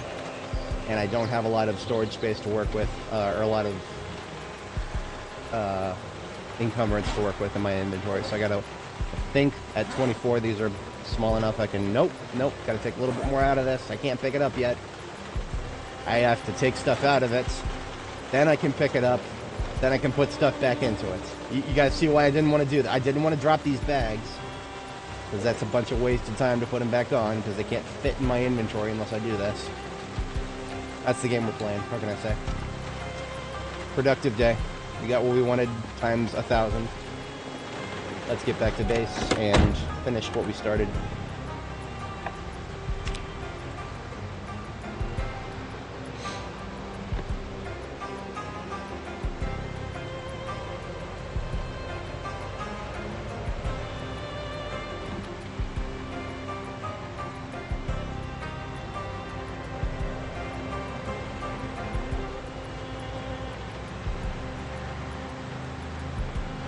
We still don't have a rear windshield. I'm gonna stop thinking about that for the immediate moment. It's hardly required. I mean, rear windshield is, what does it do? What does it prevent? Yeah, I got nothing. Maybe it helps the vehicle stay warm in the winter. Vehicles are already too warm for me.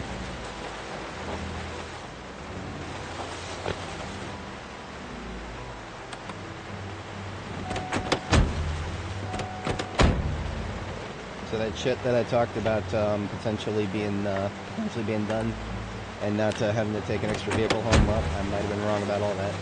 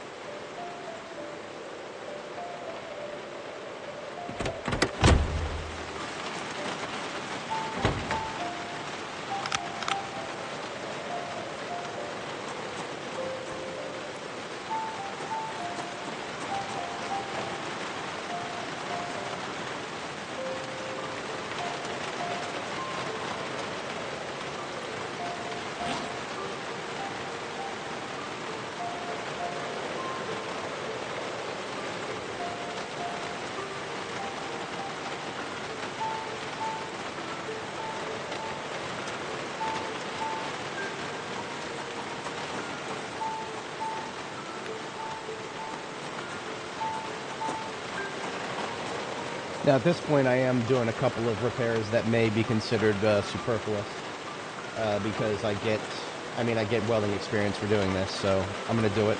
I need welding experience.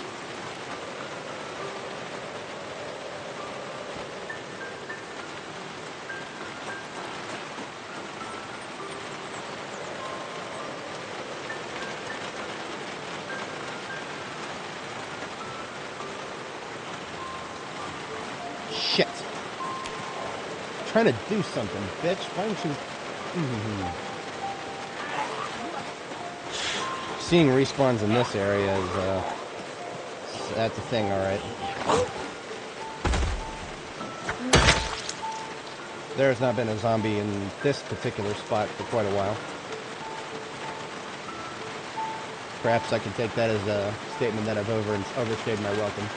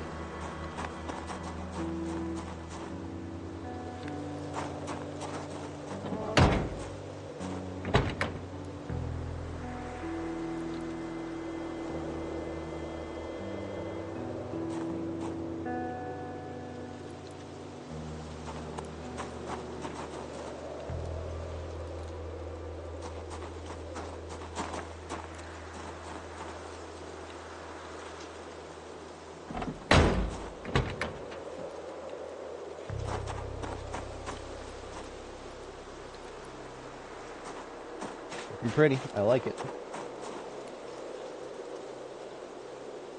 86, 76, 45, 45. So that's right. I was still in the market for two good performance tires. If I can find two. I have enough time because I have to sleep here anyway tonight. So I could go out and take a look around for that. I'll be taking my weapons this time.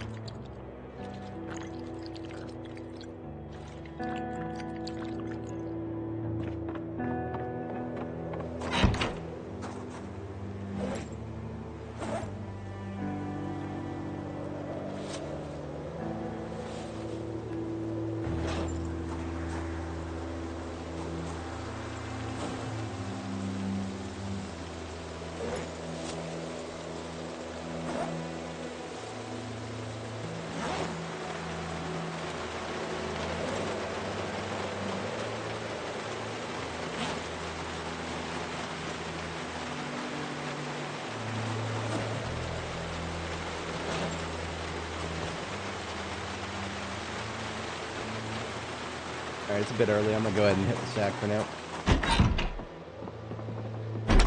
That way I don't run the risk of getting tired out in the field.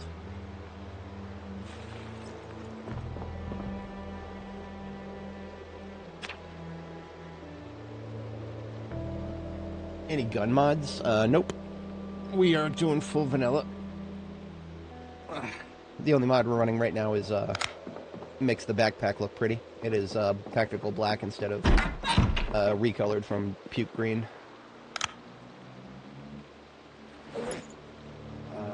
We've got to...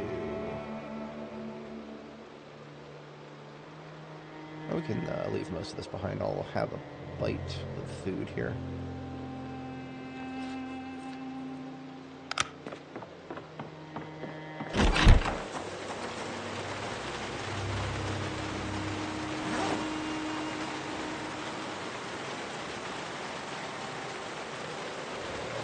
My mace is very close to breaking, so I'm probably just going to leave the mace here and take,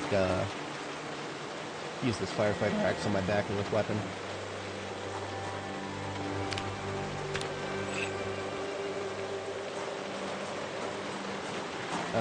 Water, that's what I need.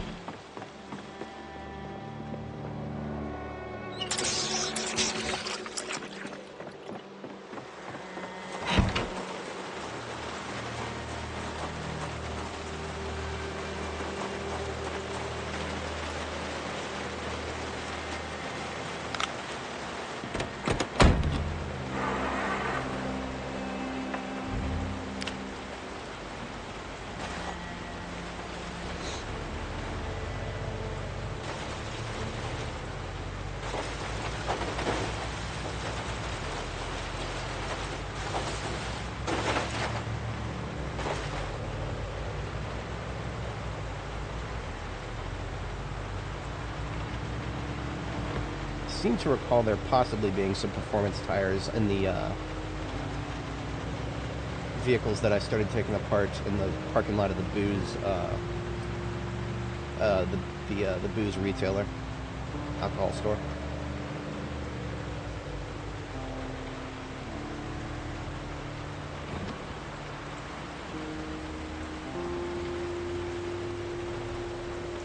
But I don't remember what these were. If anything, we can get a front window. One of these is old. I don't need old right now.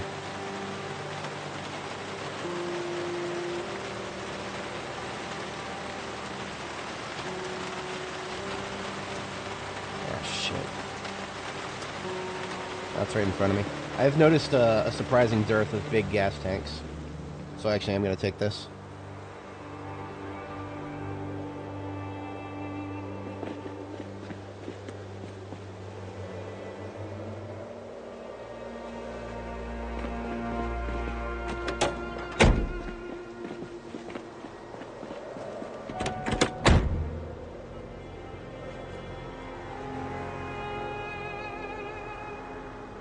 Wait a minute. Thought I picked up a window.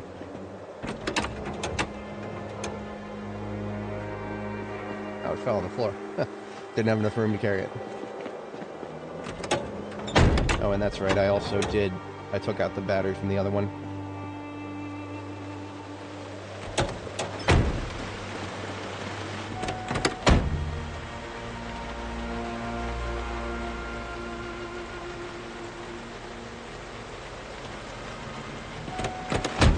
Alright, what kind of tires were these? Regulars. Shit.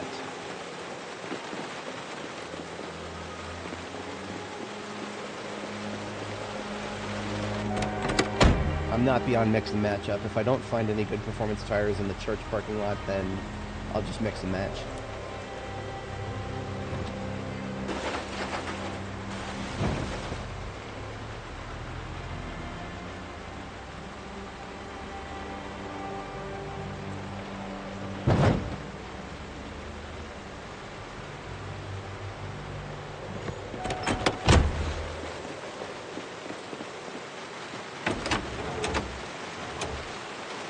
Regular, high quality.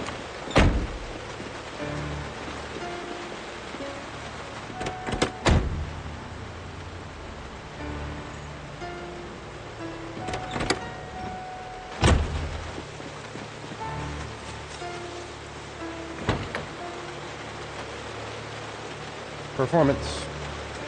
Decent quality. Okay.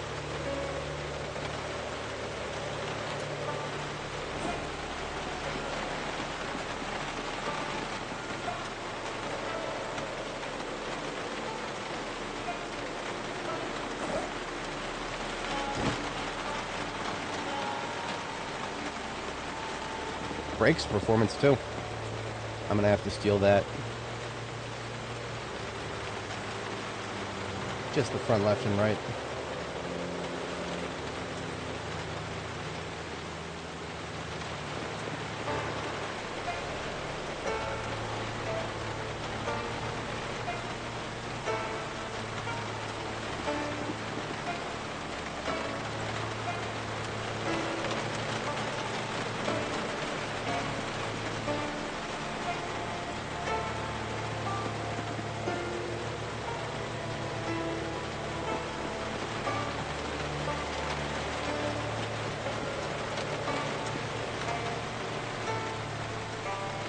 Hey, Hassan, how's it going today?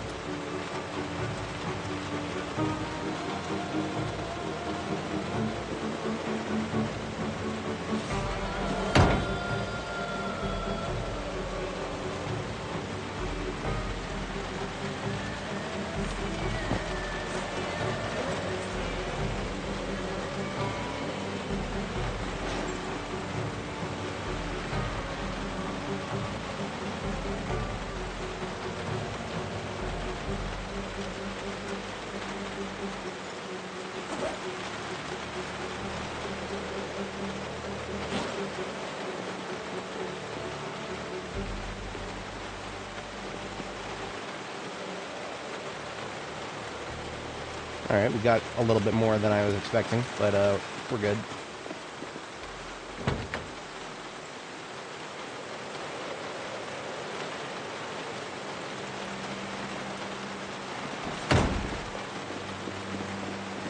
What is going on here? We are harvesting some vehicle parts. We are back in Ekron grabbing some more stuff to bring home with us, but I bit off a little bit more than I could chew on the way here, and ended up bringing more loot here. So stuff that was supposed to be returned has multiplied. That's alright. More stuff is always good. I like stuff. Basically, we've just got a lot of stuff to move, and we're not in a very good situation to move it all at once, so we've got to do many, many different trips here.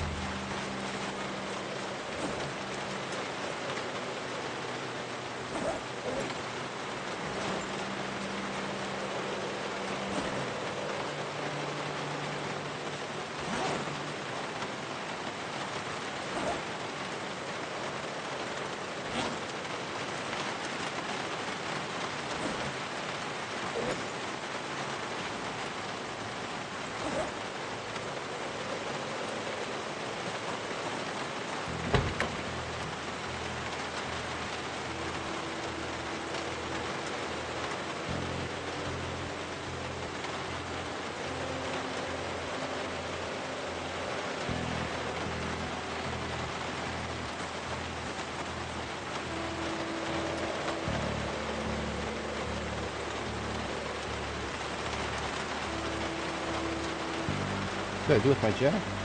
Oh, I put it in here, right. Oops. Wonder why I couldn't do that. Okay.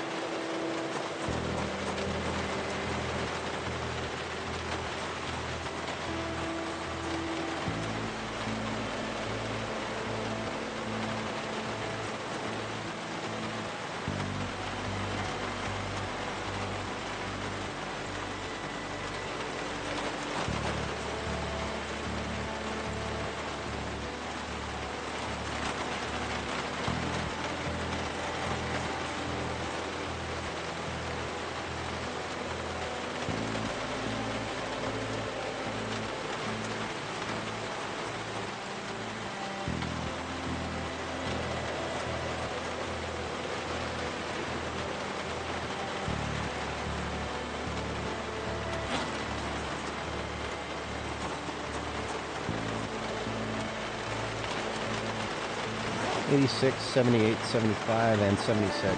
That's pretty good for tires, considering they're all performance. Beautiful. We got ourselves a good set of tires there.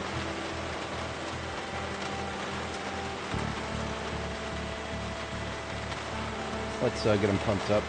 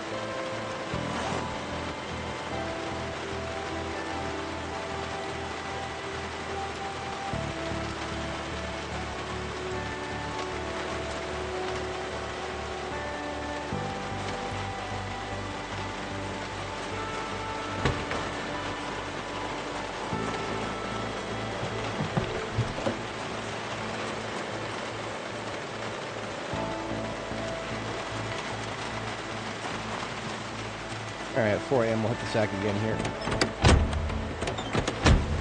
A couple things left to slap onto the white van there.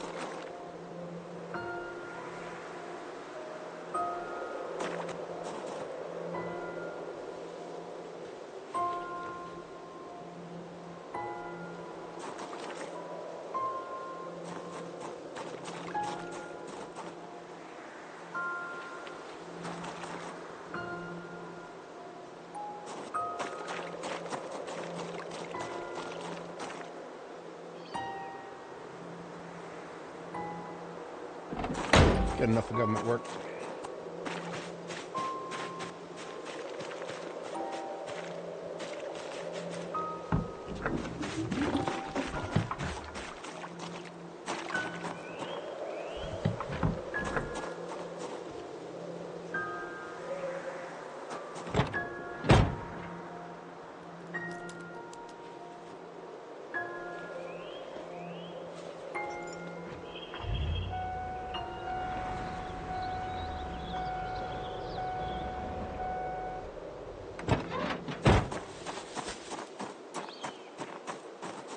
Now we bring the Plunky Mobile back to life. Never did get the keys for it, but that's no problem.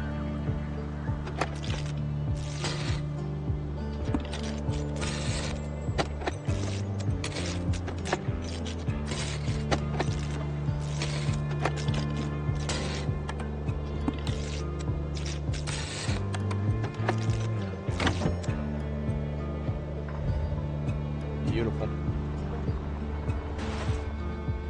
That right there, ladies and gentlemen, is a perfect condition Plunky's Mobile. Never had one in perfect condition before.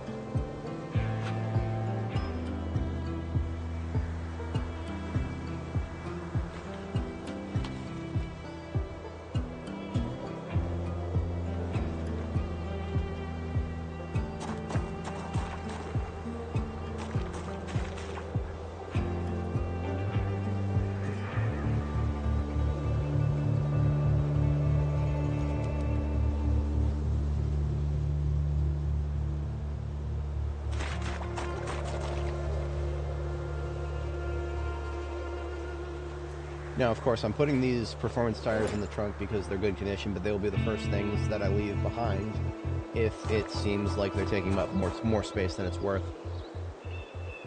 This regular gas tank is vestigial. I don't need it anymore. It's 2 regular brakes. Same situation as what I just mentioned. I'll hold on to them for now, but if I don't have any room, then absolutely not.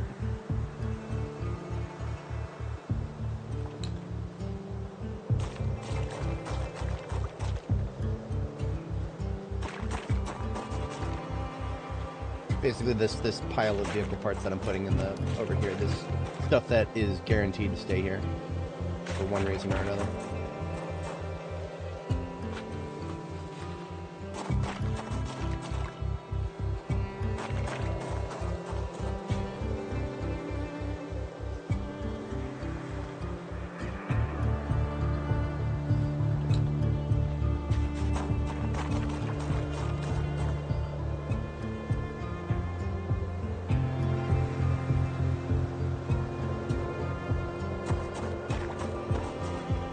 regular muffler I actually was probably going to put onto the Plunky's mobile, because I don't want... I prefer a performance, but I don't have one, so I'm going to put a regular instead of an old. An old is... and you don't use those unless you intentionally want to make noise. That belongs on one of the... That belongs in the ambulance, actually. Let me just do a quick rotation. I think I have performance on both of the ambulances. If I'm using an ambulance, I want to make noise. Therefore, performance mufflers don't belong on them, because they actually make the vehicle quieter. You put performance mufflers on vehicles that you don't want to attract attention.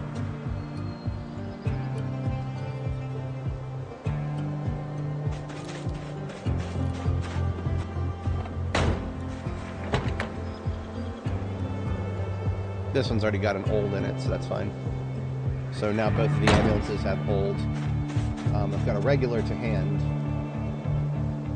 I'm going to put that in the ambulance. Or, I'm sorry, put that in this van. Because this van has an old in it.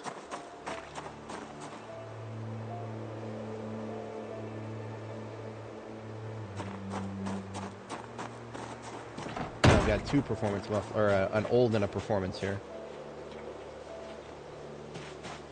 I'm going to assume the performance is going to go in the Plunky's mobile, but I don't remember what State Trooper mobile has. Regular. Okay. Let's swap that out for an old. The whatchamacallit, anything with a light bar on it deserves an old muffler, so it makes more noise. I mean, if it's got a light bar, it means it's making noise, right? That means we've got a performance and a regular. I'll put the regular in the trunk, but that's an even lower priority thing.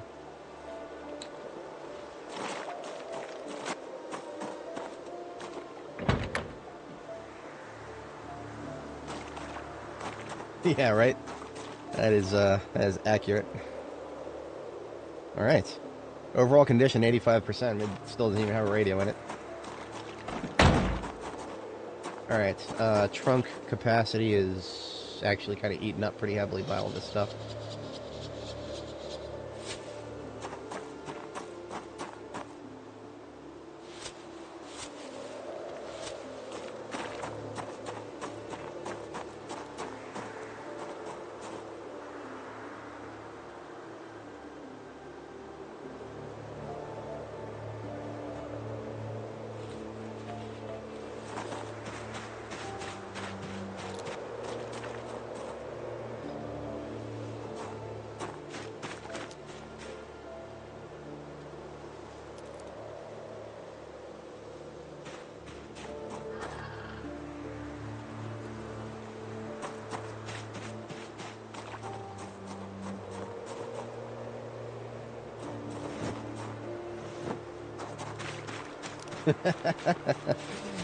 There's a lot of those. Quite a lot.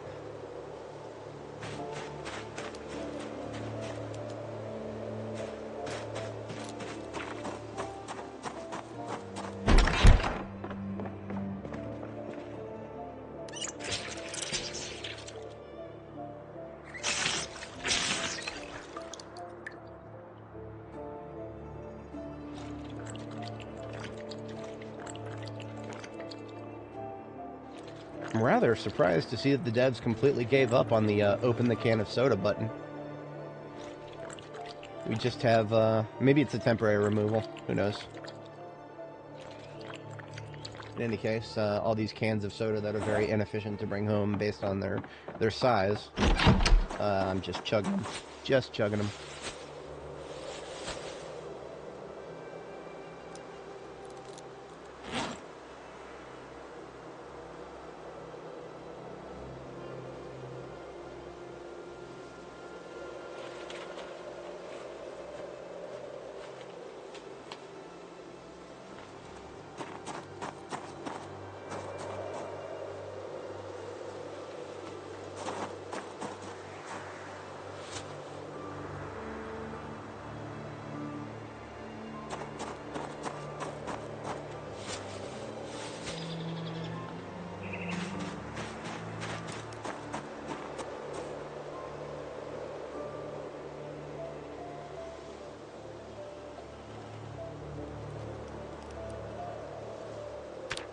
2 garbage bags completely filled with steel sheets. That will serve me very well when it comes to oh, memory. Oh, that is unfortunate. Of all the times for that to happen, I know I mentioned this last time you mentioned, but it bears repeating. RAM is the worst thing to have go bad on you right now. All the dumb shit going on with the RAM situation.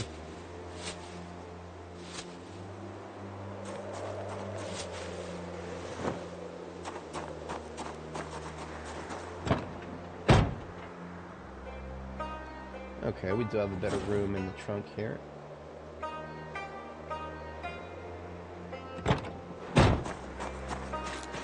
Ah, okay, that's good.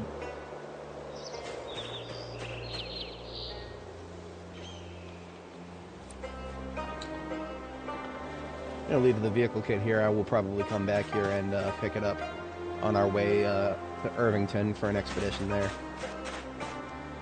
Oh, look at this. I have exactly 13 spare engine parts. That is a full glove compartment.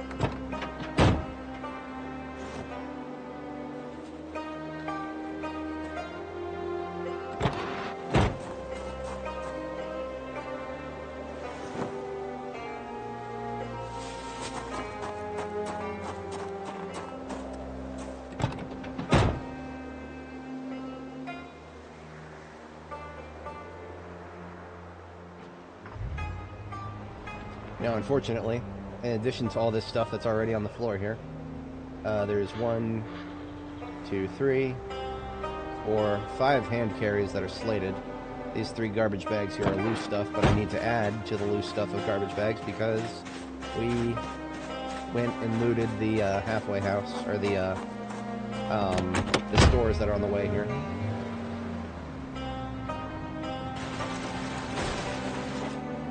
So I need to empty all the stuff out of this vehicle, and then I can toss it aside.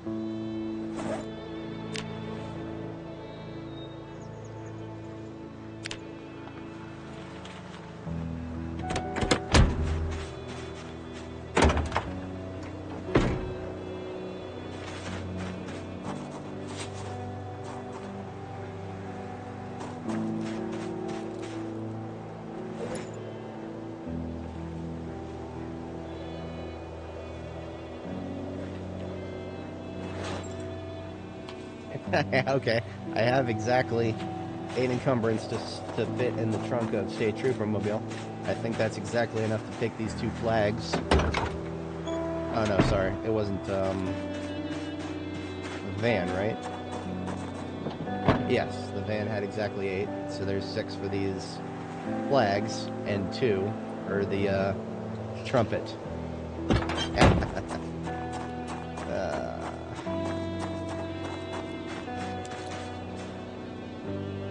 This extra spare shotgun that I found that's not perfect condition. Might just leave it here, honestly. Might just leave it. Yep. The Plunky van's been around for all of B42 so far.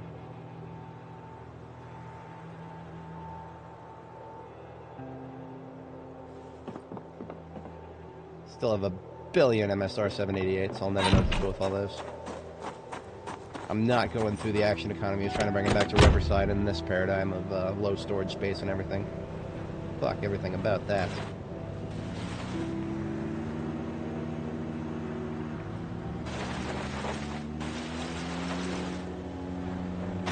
Certified nonsense.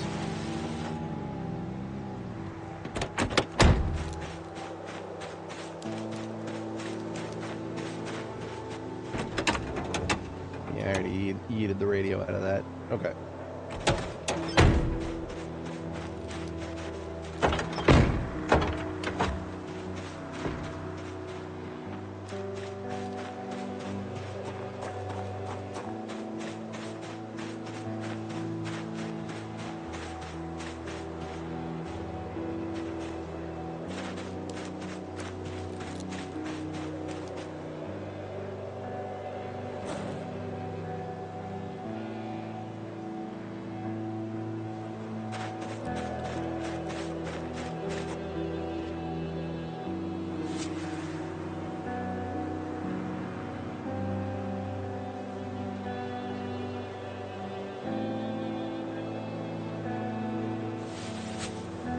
I was not very discerning when I started picking up loot from the camping store. I just wanted to grab it and get out.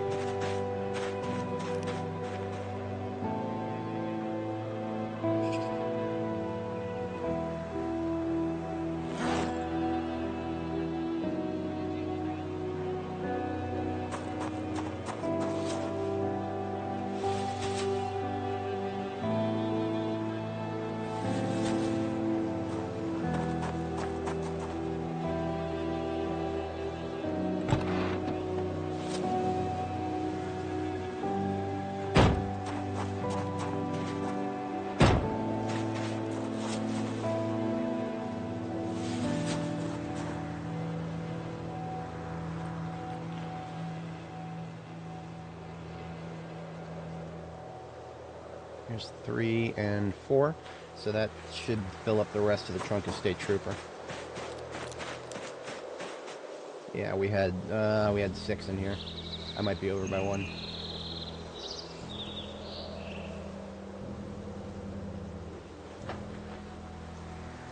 Yeah, I'm over by 1. The pistol is absolutely almost broken.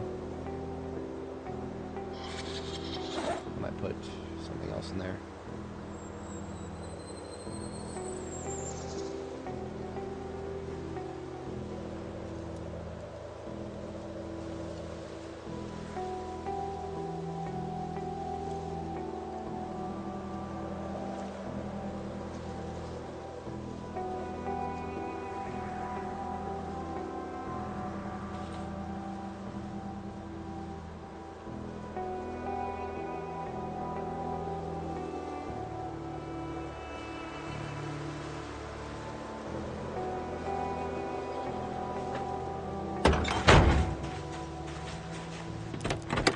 Alright, so we've got room for a passenger seat garbage bag here.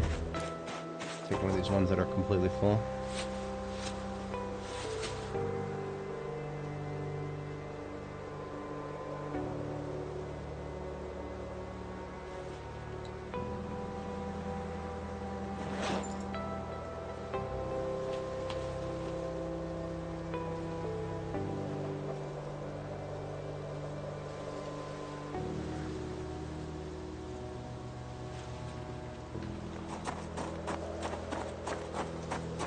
Real talk, I don't think I'm ever going to use a double barrel shotgun.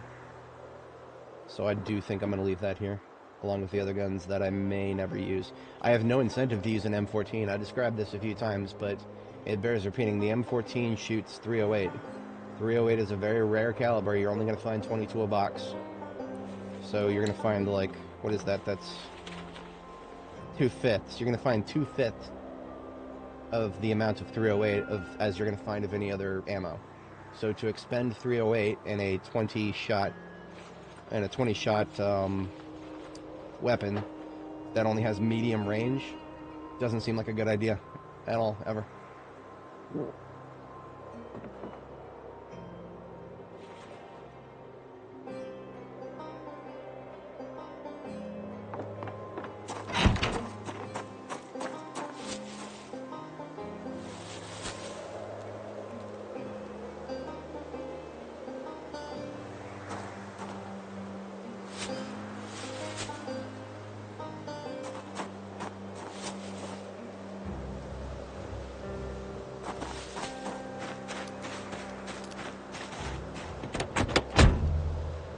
Alright, there's the passenger seat.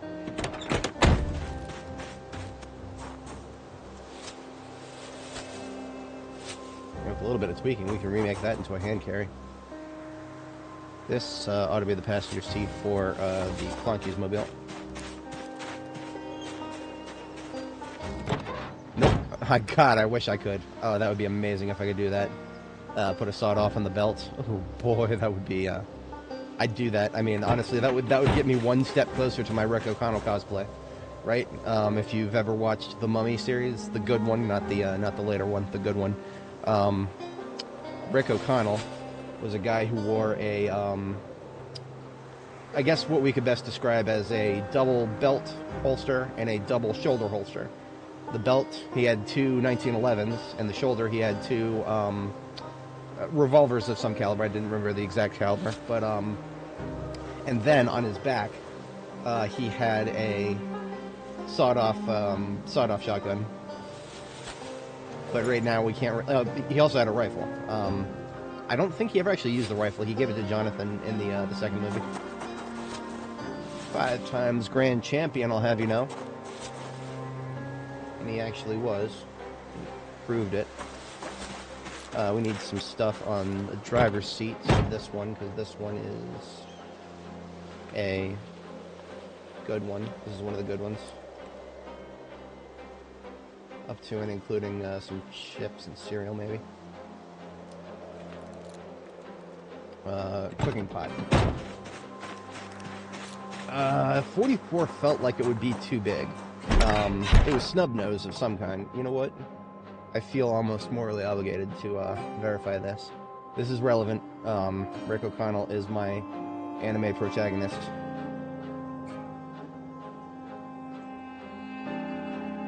I can't actually, like, you know, watch the whole movie, but I know exactly where we're looking.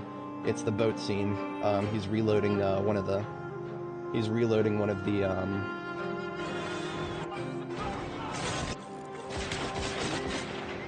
yeah, here it is. It's when Evie pulls him out of the way. We can see there it is. Okay, does that look like a 44? I don't. We get a shot of we get. You see the bullet for like a couple frames here. We can't see the whole thing. I don't know. That's pretty chunky. That might be bigger than 45 auto. In which case, that would be a 44. But I don't, you know, I'm not that well versed on magnums. I couldn't just, you know, look at it and be like. But yeah, so he's got the double holster there with the 44s on his chest. I don't think in this scene we can actually see him with the 1911s. That's in the opening scene. In the opening scene when he's fighting the Medjai. Here it is. Yeah, we can see him fighting the Medjai. He's got he's using his he was using a rifle. Then he did a couple of stock strikes, and now he's using his revolvers. And he's just falling back. He's okay. So he just had him in his belt. You can't do this in Project Zomboid. You can't just put a handgun in your belt. What kind of a game is that? You can't put a handgun. I love this guy though. He's my fucking hero. I want to be him someday. In a video game, not in real life. He had a pretty rough life. I wouldn't be like him in real life.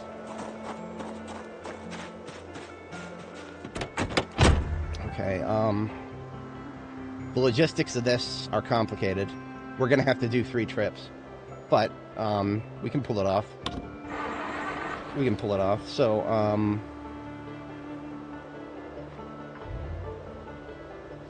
the question is which vehicle is gonna tow which. That's the question right now. And then how many of these are going to be hand carries? I think this right here is a hand carry. It's just we got to get like 1.5 encumbrance out of it. We'll just dismantle that. And there's 0.5. No. We still need to get about another encumbrance point out of there. How about we don't take the fillet knife because that's a waste. 34.85, that's easy done.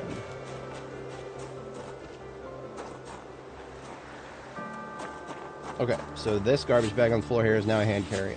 This one right here is gonna need to come with us, so that means we're gonna need to free a little bit of space in Delirio's. That means the regular muffler is going bye-byes. And maybe the brakes. One of these tires would be a little much.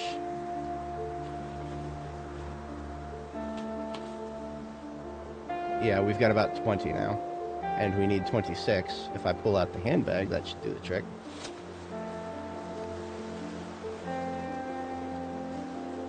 Yeah.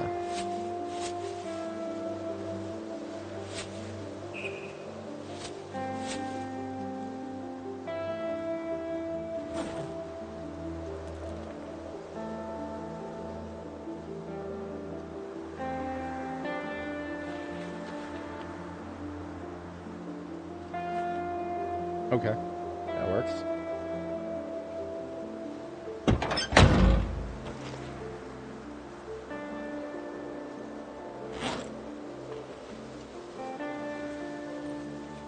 Yeah, just because I pulled it out doesn't actually mean I've given up on this muffler entirely. I'll just kind of set it aside over here as a backup item to grab. The handbag is basically just memorabilia. But I can probably just shove that in my main inventory. So, let me double check the hand carries. If we're going to do 3 trips, that means we got 2 hands each time for one right here. Wait a minute. Is this... Yes, this is a hand carry. Okay. One right here, and then one right here. So we actually do, if we're going to do 3 trips, then one of them we can afford to just do a offhand grab. Yeah, okay. In which case...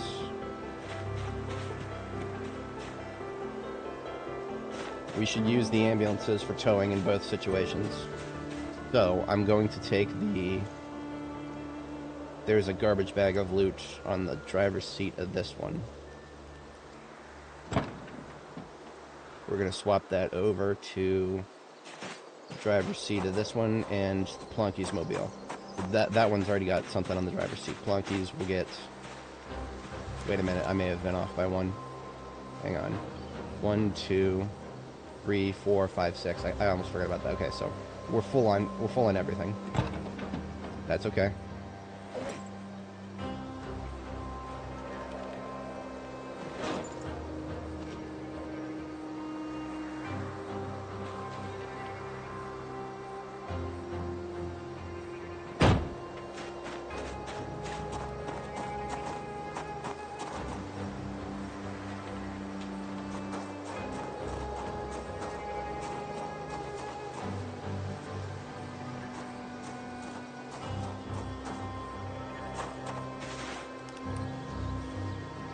Okay, I think I know how I'm going to do this. We'll take State Trooper Mobile by itself as the last jaunt of the trip.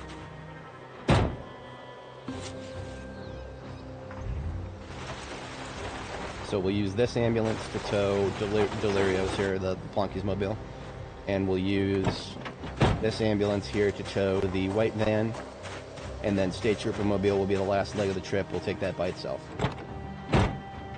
I just want to state for the record that I'm doing this, I mean, you know, obviously, I feel like most people who are viewing right now are kind of understand the situation. We've got a lot of loot that we want to bring back to our main base in Riverside, and we're all the way over here in Ekron. Now, why do I need to do this in 3 trips with all of this? It's because we can only fit effectively half as much into our trunks right now because of the latest version of the game has just completely broken trunks for some reason.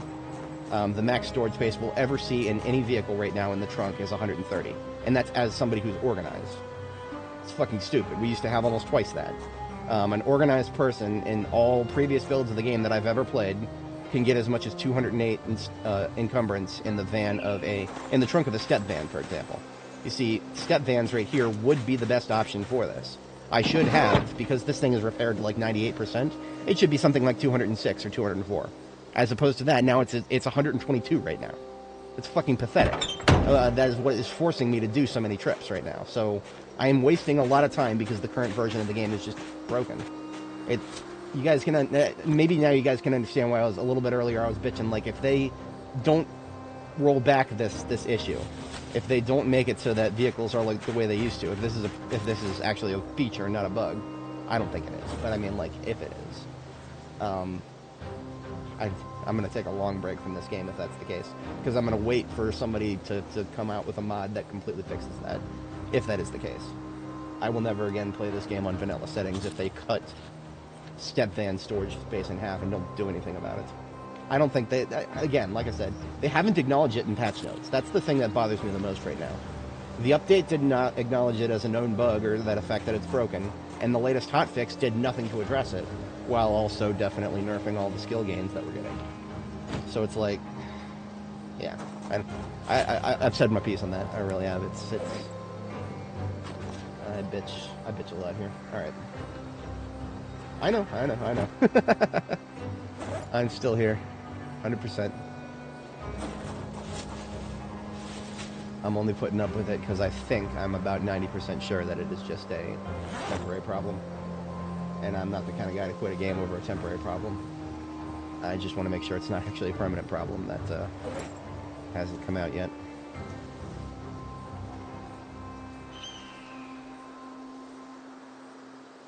I think, yeah, so we've got this one here, and that side. We did come away with no, like, that's 1.5, it's nothing. Okay. It has been 1 day. Are you talking about since the hot fix?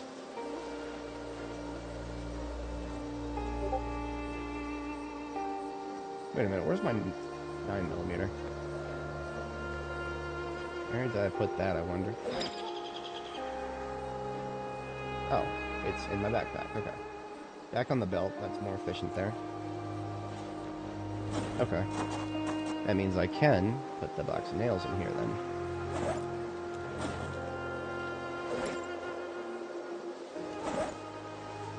And I think we'll take back the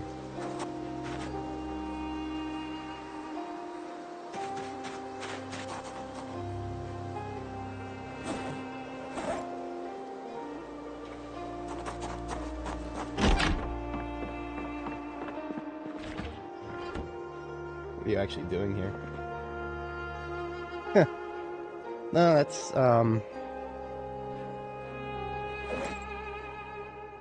I don't really have a response to that. I've committed myself to this operation. I'm going to see it through to its conclusion. I'm actually not opposed to bumping up my visit to the military base a lot. I'd probably do that sooner than I would go back to Louisville in this run. Because, well, we've already experienced the vast majority of Louisville. We just recently experienced on Annie. It was my plan, if Annie was still in good condition after we finished Louisville, we would go to the military base at that point. But now that we've gotten ourselves a pretty good leg up on our leveling of the aiming skill, we could probably step that up, most likely.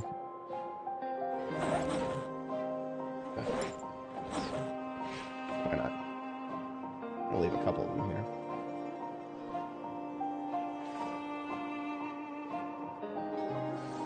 Okay, that ought to do the trick. So we are full on the hand carry for all 3 bags, and a little bit of room in the main inventory. We'll grab this stuff on the floor right here. And then for this trip, we will take the step van and the Delirios. I'm sorry, we will take this ambulance and Delirios. Right? Yeah. Yeah, that makes sense to me. This is quote-unquote my primary van here. Sort of, kind of. It's a bit of a gray area. Which one is my primary? Gun mod. Do you mean gun as in like gun mod as in like the mod for the game? Because I don't have any. There's no functional mods for the game right now. Everything you're looking at is vanilla, except for the color of these backpacks. The only mod that I'm using right now is something that recolors the backpacks from puke green to tactical black.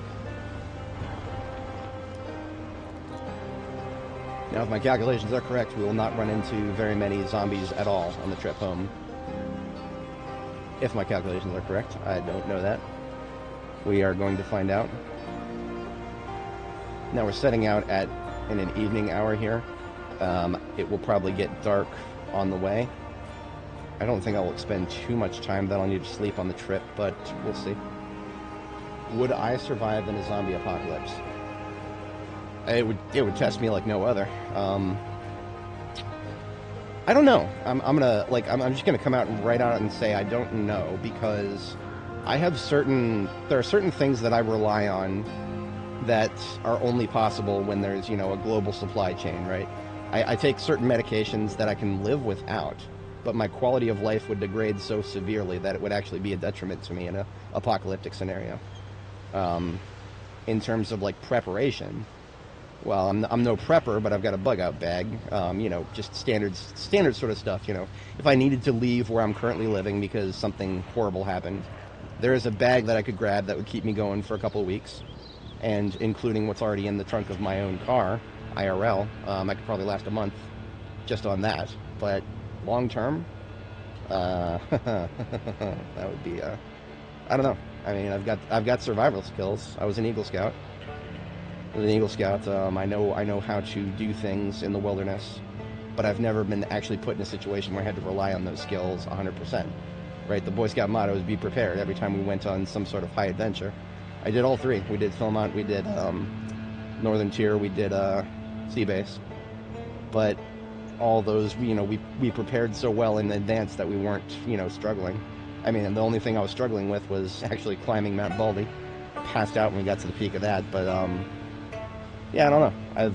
I got the theoretical knowledge, but the practical knowledge eludes me, and that puts my chances above average, I guess, slightly above average. There's a lot of people who have absolutely 0.0 preparation for the apocalypse, and therefore, I guess you could put me above that, but yeah, I don't know.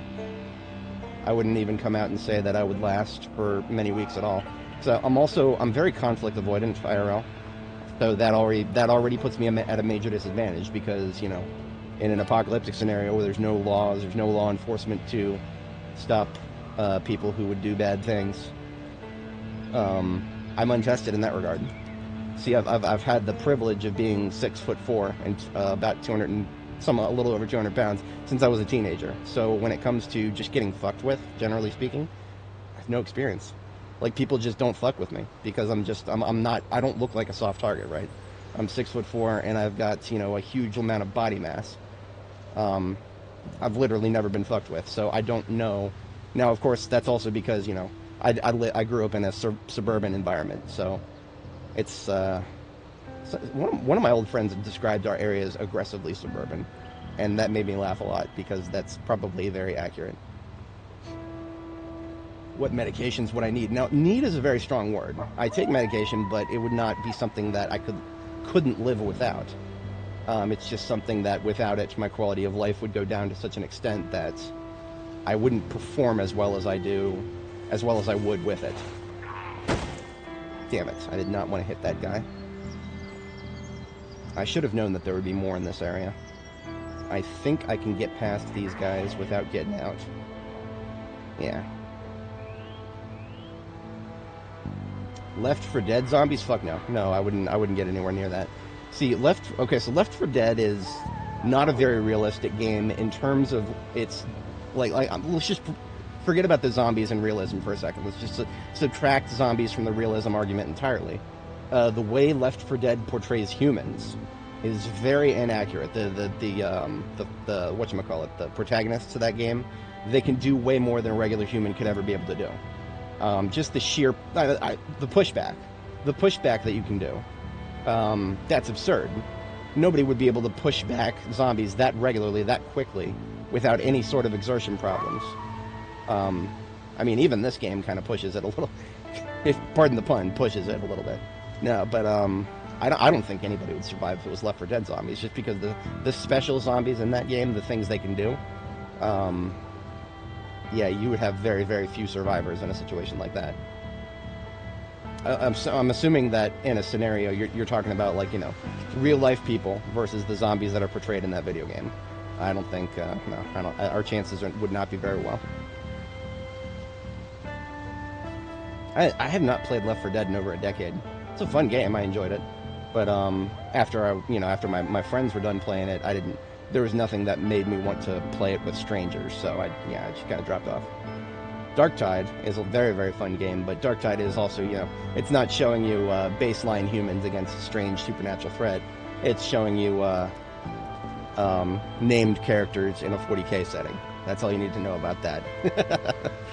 Named characters in a 40K setting can do many, many things that regular humans can't.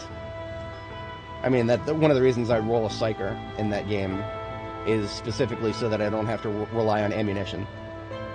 So if we're playing Darktide, which is 40K except or Left 4 Dead except in a 40K setting, I would choose that over Left 4 Dead any day, because at least in that setting I can be a psyker, as opposed to just a baseline human. What if it wasn't scratches or anything, only bites? Same. It would be the same problem, because you see, really, if you think about it, whenever in this game, whenever you take damage from a zombie, taking damage from a zombie at all represents a very serious mistake that you would be very lucky to get away with something that isn't a bite. See, on this character right here, on Nora the Explorer, in this version of the game, we've taken one hit from a zombie. It was a hit from the front. We pushed them back. They got a laceration on our torso. I think a laceration is a 7% chance of infection. But that was basically random numbers that made that a laceration as opposed to a bite. The mistake that we made, which is, I guess, I'm still questioning that. It was auditory related. We did not know the zombie was there, and the zombie did not telegraph its location by making the aggro sound.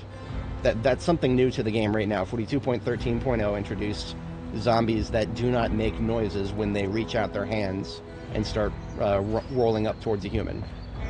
Some zombies who aggro or get into the lunge range. That's what I like to think of it as, lunge range.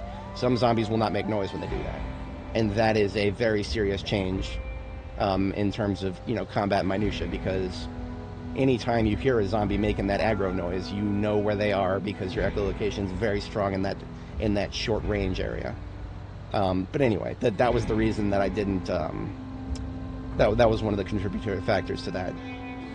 And because she got damage onto us, it was just RNG that saved us at that point. It could have been a bite. So I mean, the difference between a bite versus a scratch versus a laceration, it isn't all that much. I mean, it's really just getting lucky as opposed to, of course, obviously you've got armor, right? You've got your armor that is certainly, it's got like a protection level at bite versus a protection level at scratch. Like if we look at my protection right here, I've got, if a zombie were to grab my foot, for example, I've got 100 on my feet, because we can wear military boots and that covers our protection levels to 100% for both. So obviously a zombie that I just step on and they get their jaws around my toes, for example, I am okay for that regard. But everything else, it's all just a numbers game, which is why in this game you want to make sure that you never give them an opportunity to cause any damage whatsoever. I would say that changing it from blood to saliva, or saliva to blood rather, not that overall significant of a change in my humble opinion. You'll still, even if you turn infection off completely, enough mistakes and you'll still get yourself into a situation where your character is dead no matter what. Like Barb the Builder, for example, the second character that I live streamed, probably one of the ones I went longest on before Annie Mae. We did about 104 hours on her. That was 42.8. The way I lost Barb, I don't think it would have mattered, even if bite infection was off. I think she was done because she had. There were 2 zombies on her when I finally gave up. When I finally gave up, I was like, no. I just alt F4'd. Like I did not sit there and watch her die. I'm a coward in that regard. I won't just sit here and watch my characters die. If I know they're gone, then that's it. But no, I think she had 2 zombies on her directly, and then a third had just swiped her feet and was in the process of standing up. I don't think we would have gotten out of that. Because I mean, if you think about it, when there's 2 zombies grabbing you, they have nothing that stops them from grabbing you. Actually, no, I think there was a third. There was a third. We got swiped by one. One came out of a tree, and then 2 were coming at us from the south that I was aware of, that I thought I was going to have the extra economy to deal with, but because of those 2 unexpected ones. I've been trying to think about a post-mortem that I could do on that, to go over all the things that went wrong that caused that situation. There are so many that it's a little difficult. I really wish I could set cruise control in reverse, because then I could pull up the footage and I wouldn't have to stand here and continually tow backwards. This is not the most compelling content, I understand, and I'd rather be doing anything but this. But this is the most efficient way to get my loot back from Ekron. I don't think I've timed it. Maybe next trip I'll time it, because next trip I'm going to be whatchamacallit, I'll do the next trip, and then the trip following that is going to be a regular drive. So I'll be able to actually time it and figure out exactly how much time I'm saving by doing this. I call it spidering when I'm towing something backwards, or when I'm hand carrying stuff. I use the phrase for both. It was a term I learned when I was in Northern Tier. We called it spidering when you would carry a backpack both on your back and your front. silly as it sounded. But yeah, this was why on our way down at the beginning of this stream, we got out and just killed everybody in this crossroads here. It wasn't just for that loot. That loot that we picked up was a bonus. It was mostly just so that we could drive through here, going backwards, and not have to worry about the stupid zombies all over the place.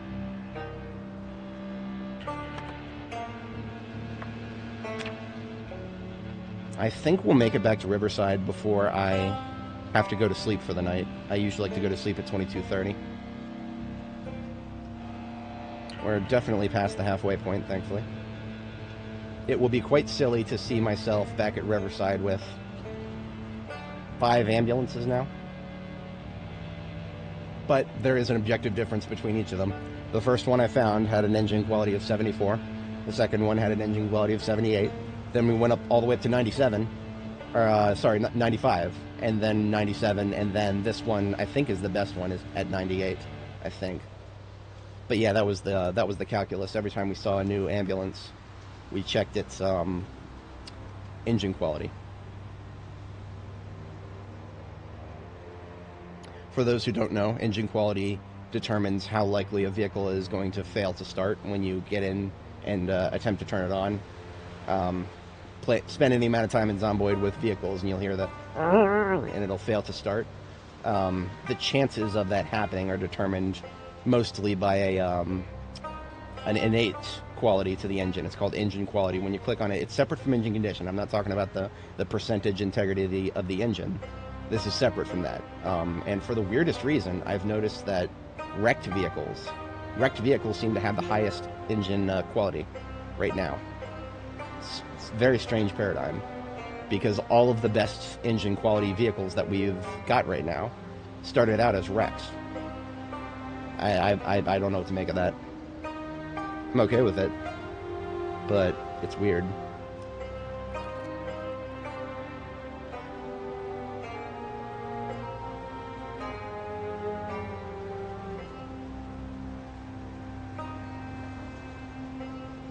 Ooh, rabbits. Neat. There's nothing I can do about that, but neat.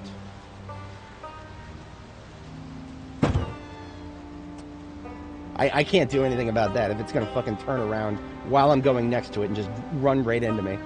R.I.P., bro. R.I.P. Maybe I'll butcher it on the way back down. So the goal right now is I go back to Riverside with these 2 vehicles, which are full of loot. I leave these vehicles at Riverside, and then I have a throwaway vehicle at Riverside that I'm used to drive back to Ekron and do this again with 2 more vehicles.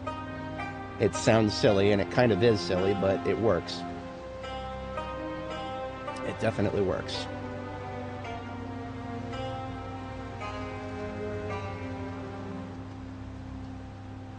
I never put some stuff on the driver's seat of this vehicle. I suppose I could give it a pillow and a box of nails. Whenever it comes to stuff that I like to leave on my driver's seat, it's usually stuff that, if it's a vehicle that I'm going to use a lot, it'll be stuff that'll help me turn wherever I'm at into a longer-term survival place. So something like a cooking pot, box of nails, pillow, and then some small form food like that. Cereal and chips.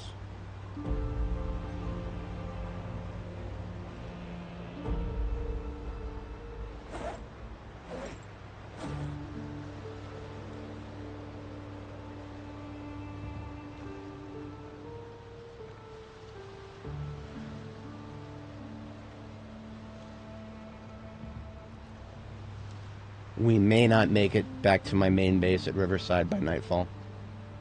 Yeah, we're definitely not going fast enough for that. Admittedly, I've not tried towing forward. I don't think it would be possible. But if we stop somewhere to sleep on the way and I have the opportunity, I might test that.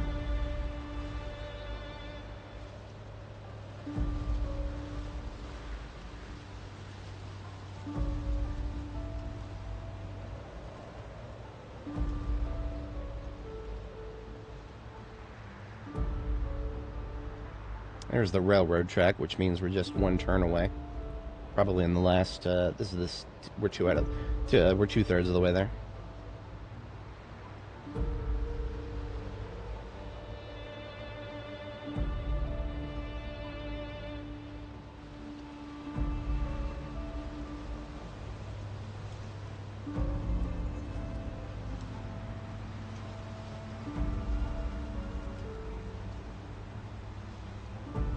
So when did we depart? It was 1700 hours. If I just continue on and get straight back, then I can actually use the in-game time ratio to figure out how long that's been. We have not had to stop. There were a couple of zombies that disturbed us, but we were able to get around them.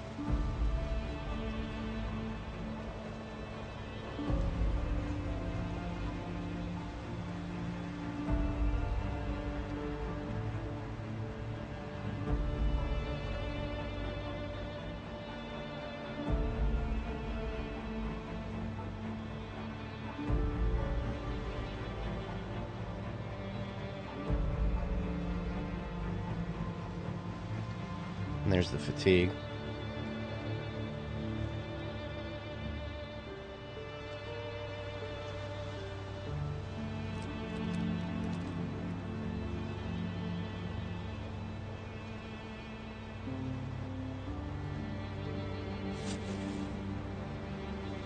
It's an open question whether I would want to just take this straight to the river where I'm going to build my base versus just take it with me.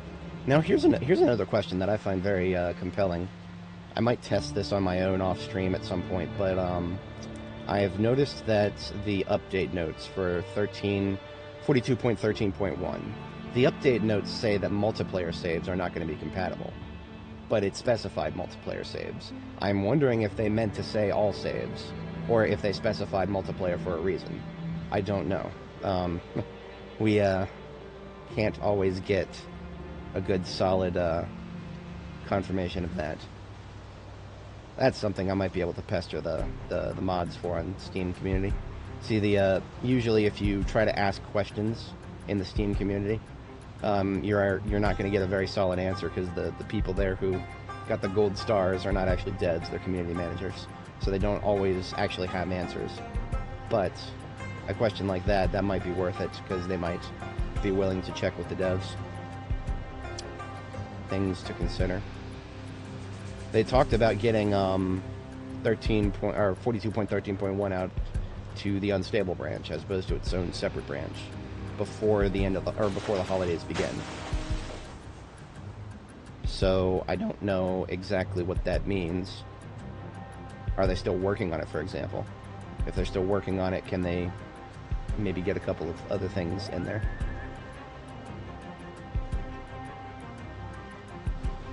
I should probably also note that regardless of how that plays out, I'm going to be taking a couple-day break during the holidays, probably either tomorrow or the next day, probably the next day after tomorrow. So I will most likely stream tomorrow, but on the 23rd, I will probably be headed down to my brother's house. My parents are they'll be arriving there today, so we'll all be staying together for the holidays there. But it'll probably just be for Christmas. I don't think they're going to stay there all the way through New Year's. I wouldn't be able to stay down there anyway because I do have to work between Christmas and New Year's.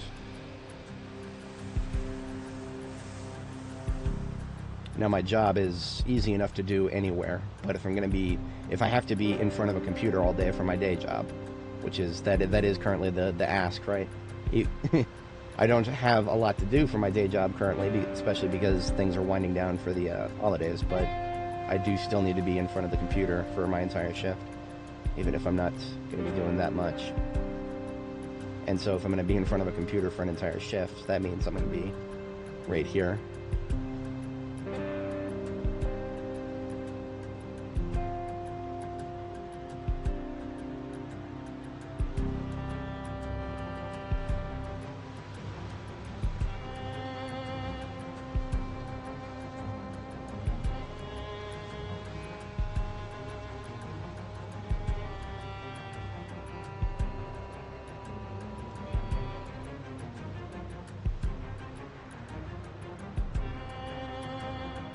Alright, we're close enough to Riverside now.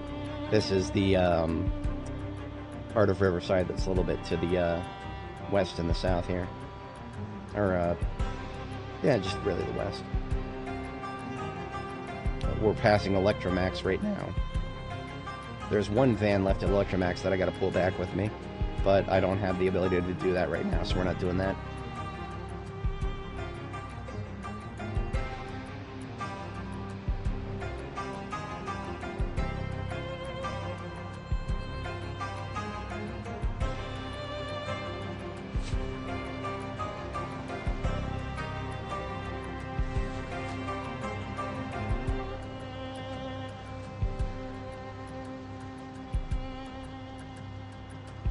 Now, if I was super dedicated to my bedtime, which is supposed to be 22:30, I could just drive up to the farmhouse up there, which does have a bed and a secure place to sleep. But no, I'm just gonna finish this route because I do want to try to time that. We did depart at almost at exactly 1700, and now it is almost exactly 2300. So I could say on average that is 1, 2, 3. That's about 6 in-game hours. And it may be about, I don't know, another 30 minutes to finish this journey. Depends also on the respawns that we're going to see. I might be able to shorten it slightly by taking a shortcut.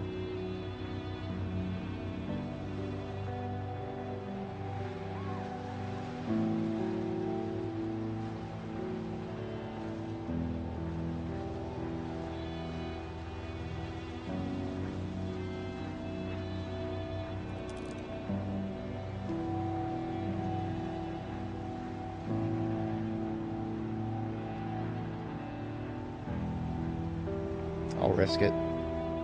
This is quote-unquote a shortcut. We're hardly saving that much time, but a little bit.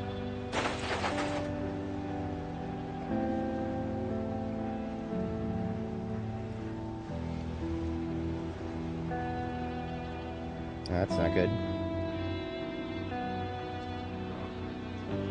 Yeah, this quote-unquote shortcut is still laced with zombies all over the place, so we didn't actually save much time. We have to go around these. And we avoided 1 or 2 zombies on the road to the north. That's okay. But yeah, this is where I'm currently basing up. Riverside gas station across from the police department on the north side of the main town for Riverside. The gas station base here is a stepping stone to my main base. My main base doesn't quite exist yet. The gas station is a staging ground for putting it together. Alright, so it is 23:30. So it took us exactly 6.5 in-game hours to do the tow in reverse. All the way back to our main base from Ekron.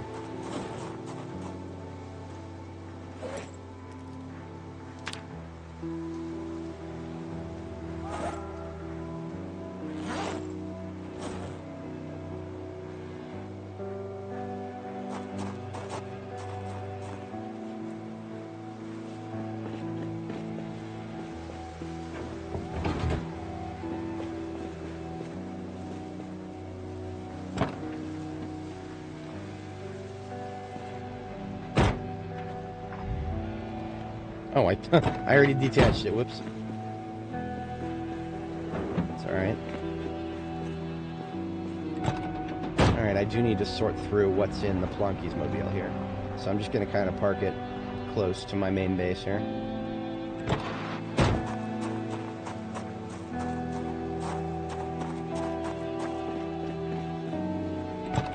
More or less the same deal with the ambulance.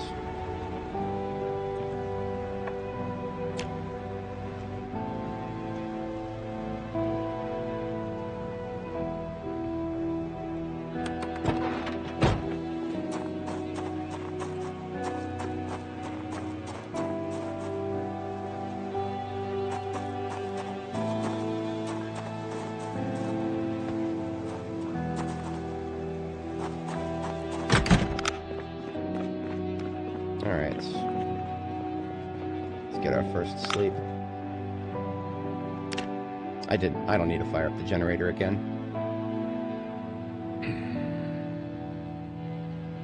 1 hour to screw around for a minute. Should be out of... Oh no, we do have some milk left. Okay. 2.2 liters. That's a good... 9... 18. That should be at least this many fountain cups of milk. Let's try filling all those up.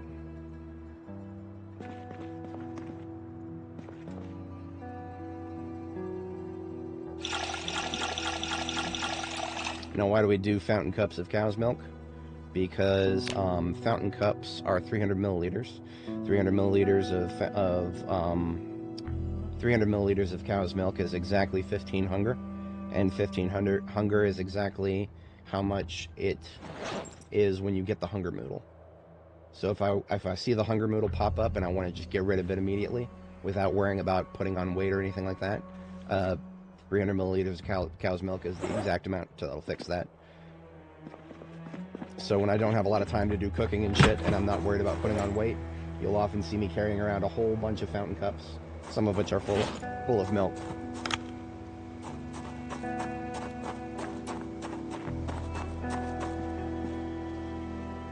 Okay, so we've got in this trunk a garbage bag full of books that I'm just going to immediately toss into my library. The first ambulance that I picked up has become my designated library. So all of these books that I picked up in the fields should be minimal duplicates. Beautiful. Okay, so we did end up with 2 duplicates, I think. 3 duplicates. Yeah, that's right. We picked up a spare copy of Tailoring 2. So that's fine. I didn't remember which ones were spares, so... Out of an entire garbage bag full of books to only come back with a couple duplicates, that's great. We could pack tracking into a box. We're missing Tailoring 3? Shit. I could have swore I had a copy of Tailoring 3 somewhere. Okay. That's not good. I want to figure that out at some point. There was a little bit of furniture in this garbage bag that I can leave in here with the other. And these books that are duplicates don't need to go in the library. I can just leave them over here with the other duplicates.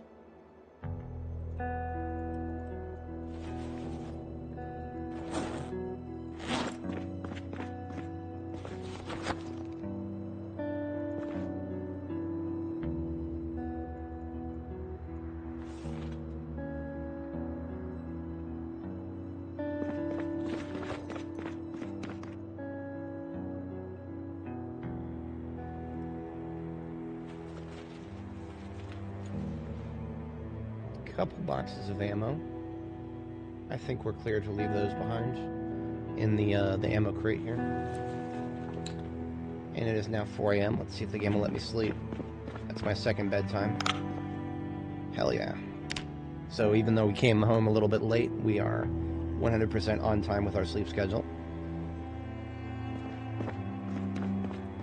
So let's do a little bit of quick math here.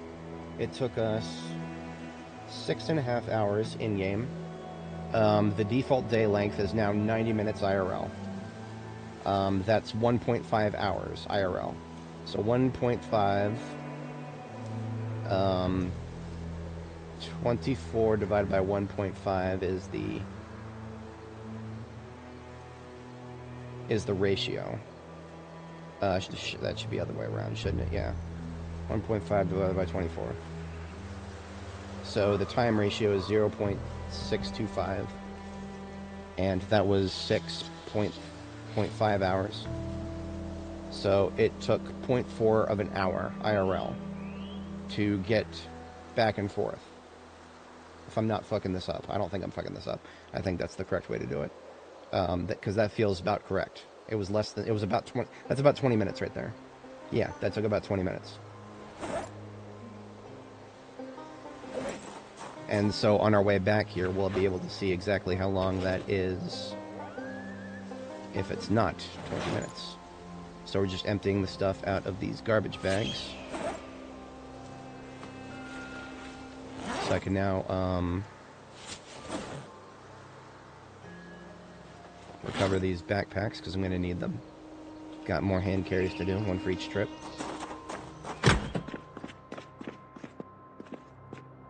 Picked up some glass that goes into glass making / pottery over here. We picked up some small form food. We've got an entire crate for that over here.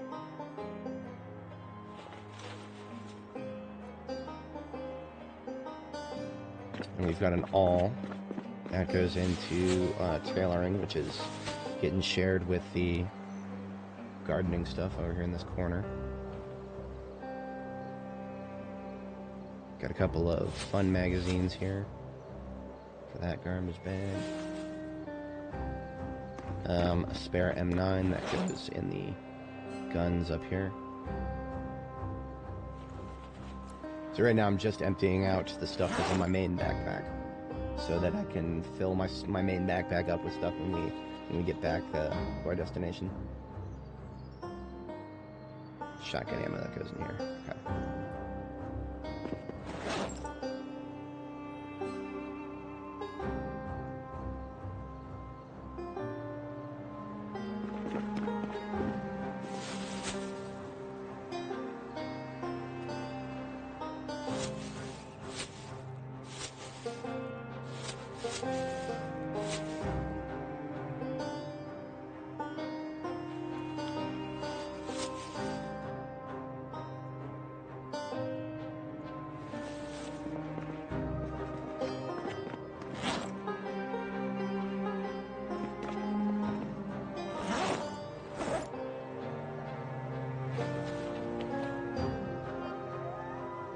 A little bit of spare nails. I don't need those right now.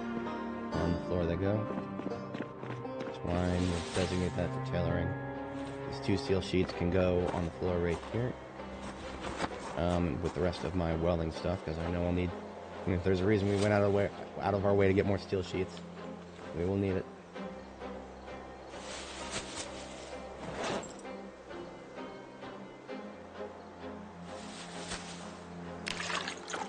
Now in my backpack I am carrying around a couple of extra 2 liters of water. That is an essential thing to have while I'm going to be in an unknown situation, which is, that's how going back is going to feel.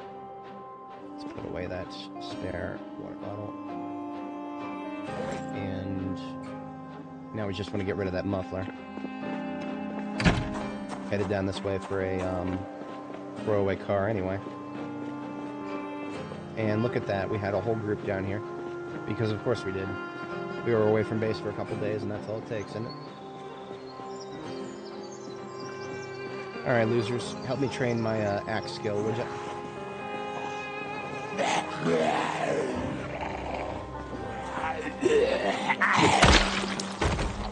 Haven't used a firefighter axe to kill a zombie yet. We've been using hatchets a lot.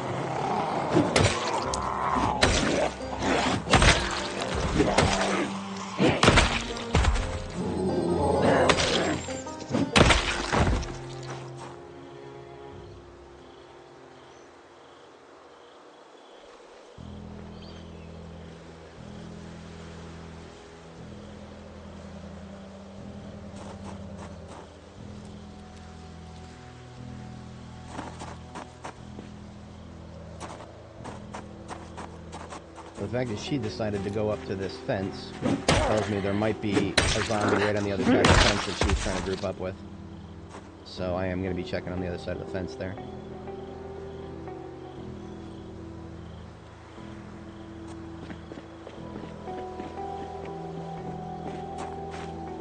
No? Okay. That's perfectly fine. There does not have to be zombies over there. They really do seem to like coming over here to the parking lot of the gas station. My generator here has not been running for a very long time, and yet they still mosey on over in this direction. I think somebody in chat mentioned at one point that there is a imperative for zombies to move towards empty cells, which I would certainly believe at this point.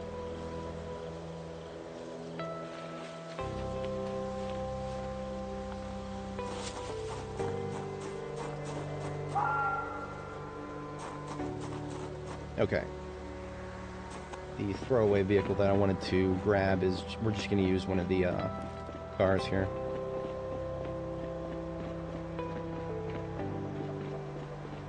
Standard cars, these got pretty good kits in them, or pretty good parts rather.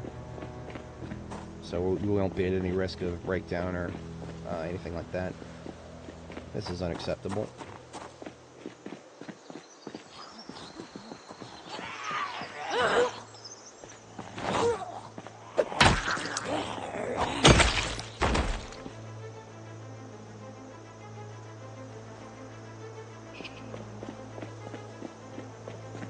These were all the ones I killed last time I commuted back here. Didn't pull the stuff off of them, so we'll do that now.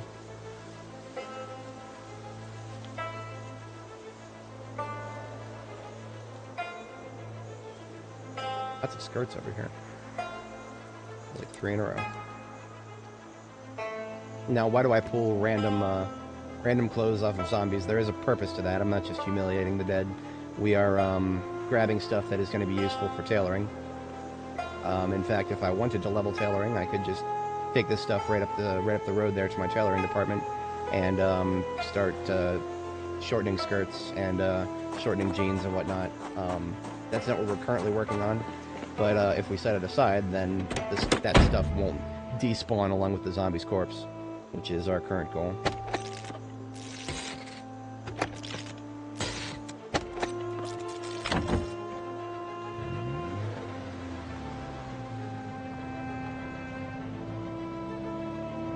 Alright, so we are now starting the clock. It is 9:20 a.m. We're going to see how long it takes to get back with just a regular vehicle driving at regular speeds.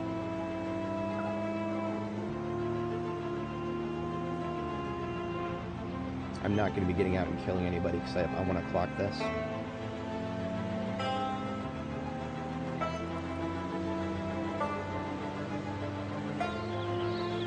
I don't know what this thing's brakes are like. I know that the vehicle's overall condition is great, but depending on what kind of brakes we're looking at, this might be... I could probably test my braking capabilities here at this crossroads, or the T intersection here. That's not bad. That's not bad at all. We can deal with that. So I'm gonna set my top speed to 80. I think I can handle that.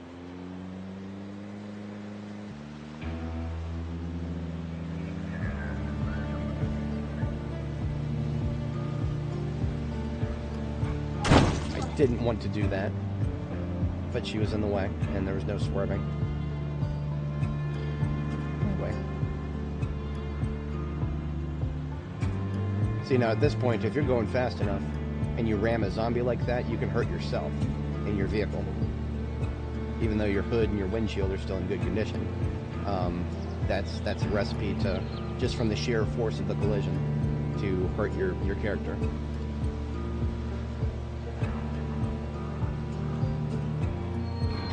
This is why you always want to make sure you know what your brakes are capable of, and you know, keep an eye on things.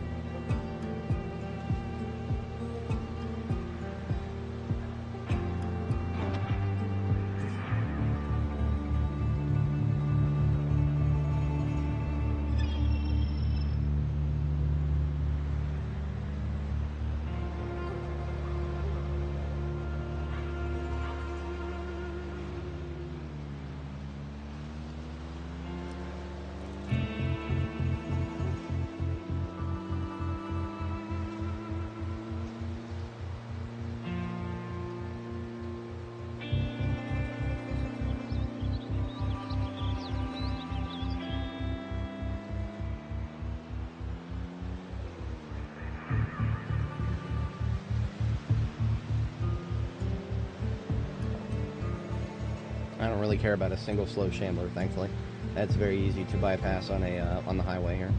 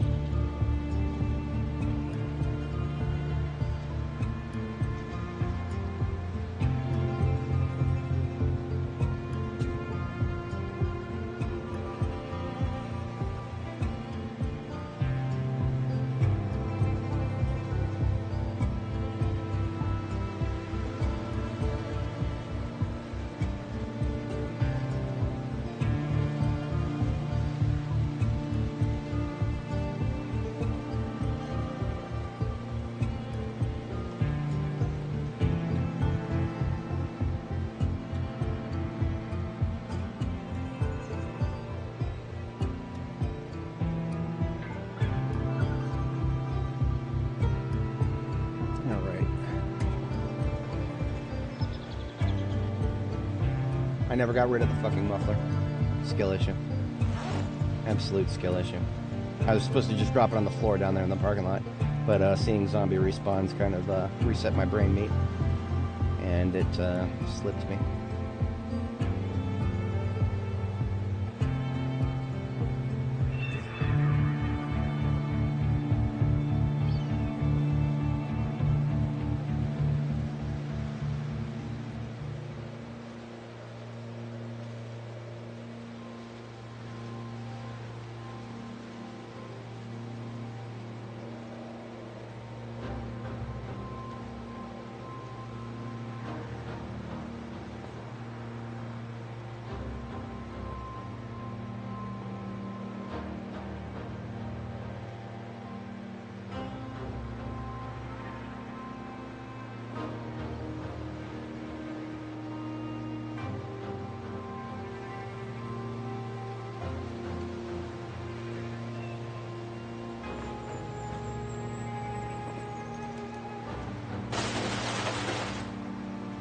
Good.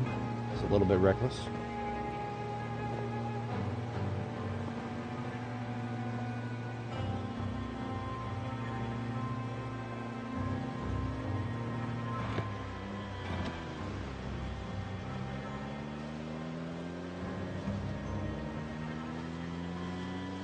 I have a feeling that there's going to be a fair number of them on this road. Yep. See, we were able to get past them on the way down, but that was because they were still coming off. Or coming into the road from off-road.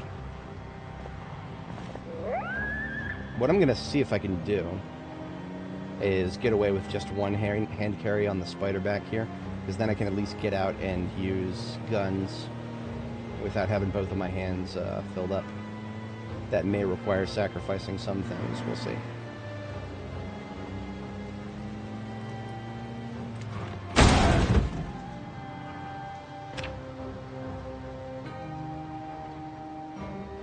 Every time I have been to this intersection, I have espoused the danger of it.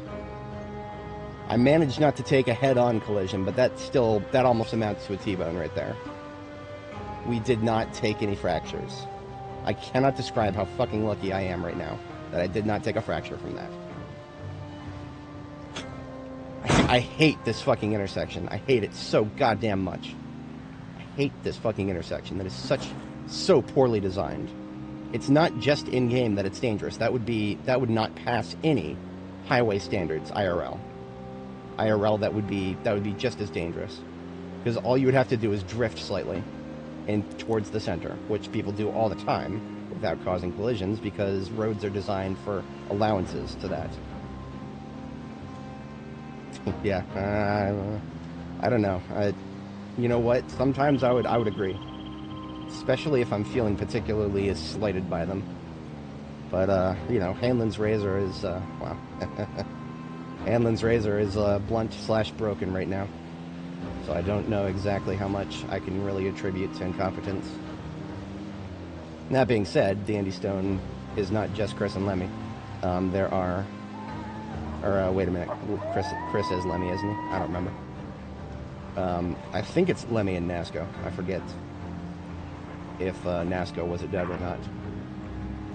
Yes, I'm going to have to get out and kill these guys by hand on the way back. So we do need to redo one of our hand carries, possibly eliminate one.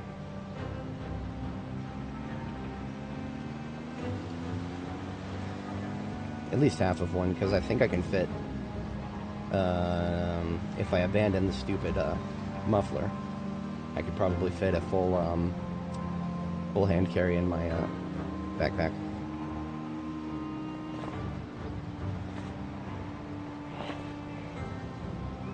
I hate this road so much. Not just because of the stupid trap, but because of the zombie count. It's not what you should see on a road this small, but this road is leading to Ekron. Therefore, there must be zombies all over it. Basically required.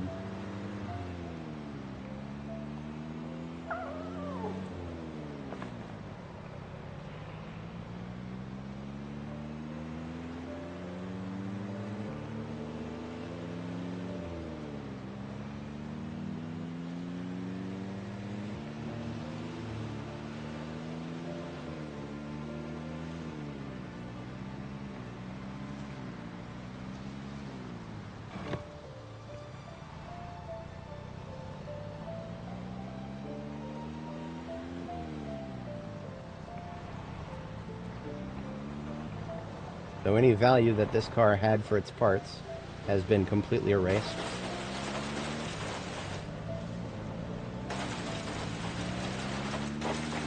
You can leave it over here with the other throwaways.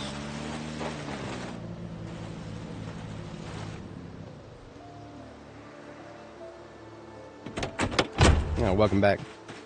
We have completed one delivery, and it is currently 12 o'clock. So it took us, we departed at 9 hours and 20 minutes. It is now 12 hours and 0 minutes. So 20 minutes, that's 1/5 of an hour. So that means if we want to calculate how much time that was, it was 2.2.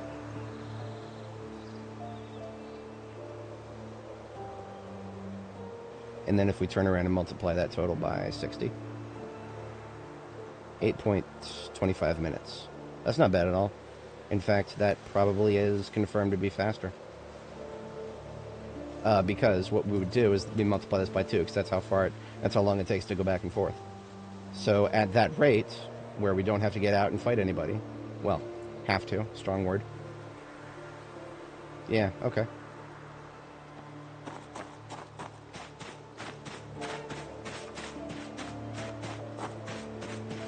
That being said, I may be fucking up my math. I may be fucking up my math.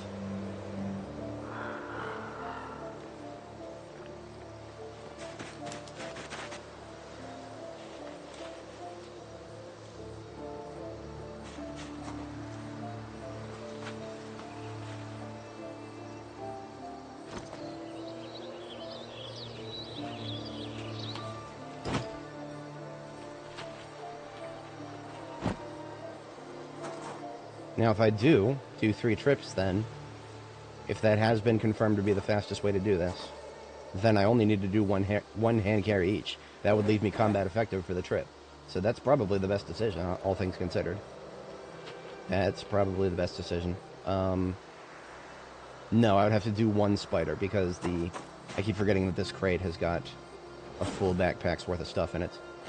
I need to drop a little bit of stuff so that I can put that on. There we go.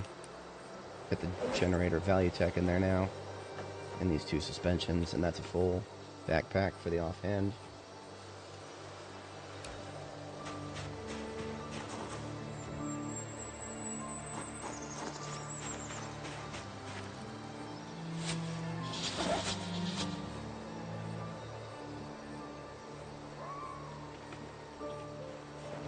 I think I am going to triage this a little bit.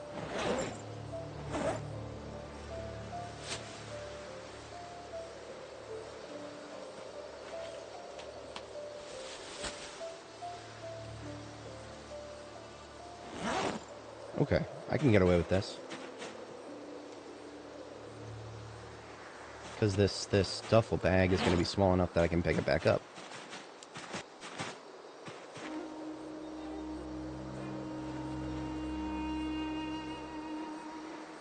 That being said, I am going to sleep once, because we took some damage from that. And if you take damage in this game, you can get your health back by sleeping. So even though it's, middle of the day, we're still going to go ahead and sleep. Shit. I put that in the wrong hand.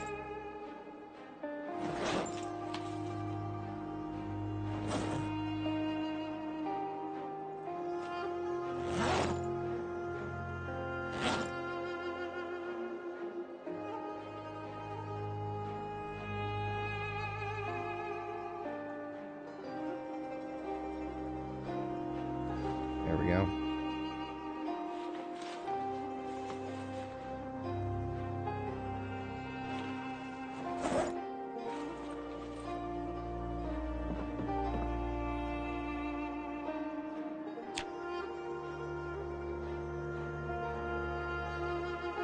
Oh, you mean the witch? The witch was I don't even remember exactly what she looks like, because now whenever I think of witch, all my brain can dredge up is the ugly one from 7 Days to Die.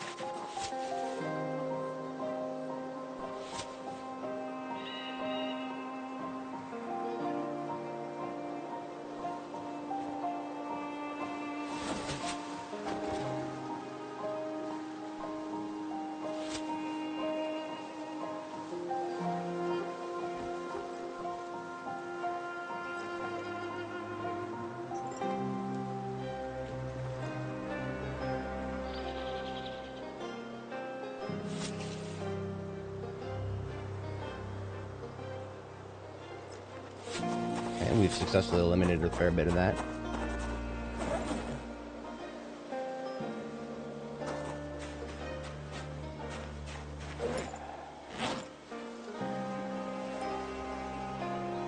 Okay, now, I am combat effective. However, I will still have to drop stuff in order to fight. I'll have to drop what's in my primary hand. Oh, I didn't realize that I had taken stuff out of the trunk here. Did I take enough out to fit the... Holy shit. I didn't realize I... Okay. Okay.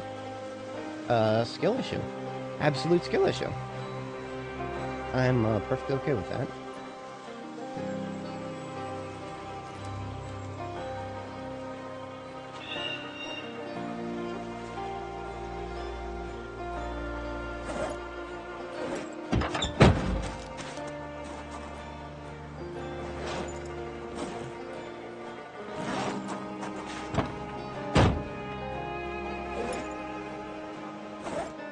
That means I can fit another 3 encumbrance on the passenger seat.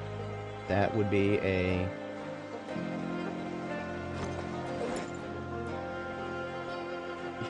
Yeah, I'm sorry. I've tried to explain it a couple times. We're trying to optimize so that we don't have to do as many trips back and forth. And in order to do that, we've got to make sure that we're making the most use possible out of each place where we can store things here. We'll just put the firefighter axe there. And then I think we can fit these ammo boxes there. Hell yeah, okay. That means I've got a free backpack for another hand carry. One of these bags, most likely. Or both of them, rather.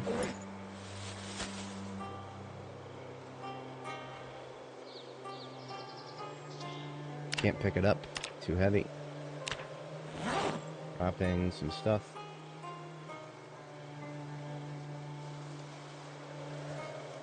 Should now be able to pick both those up. There we go. And I am capable of getting out and fighting. Just as God intended. Okay.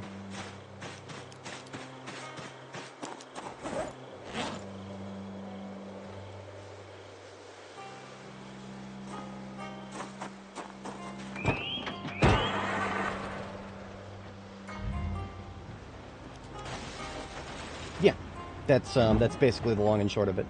We would be able to do this in so many fewer trips if vehicles were not broken. But alas, that's alright.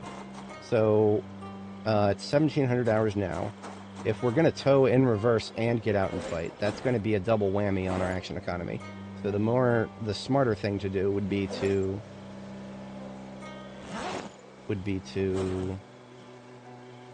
would the smarter thing to do?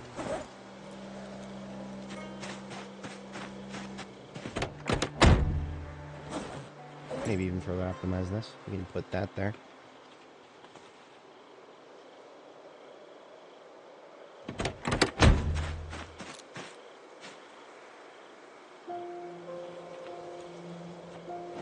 Now can I drop this and pick it back up? That's the question. Nope. Okay. That's not good, because I need to be able to drop this and pick it back up if I'm going to be combat effective on the road. Ooh, I can store a few things in my Alice kit.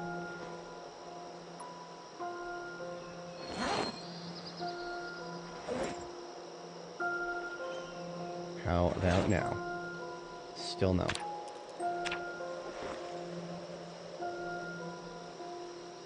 Tiresome, very tiresome.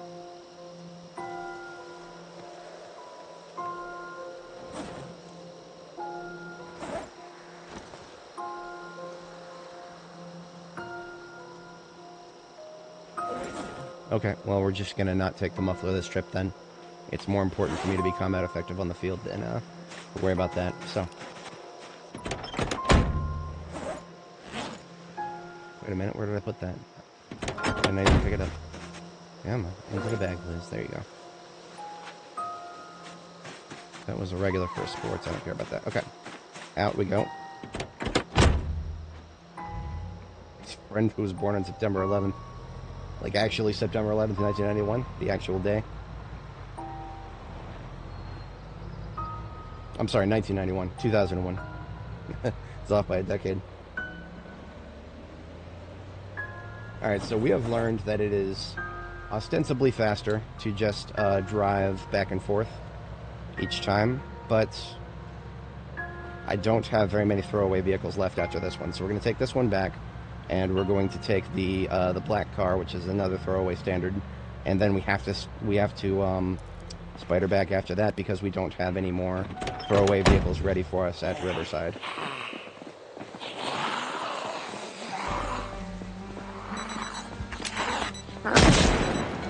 Yeah, so that's, I can get out, I can smoke a zombie, and then why can't I pick up the trauma bag?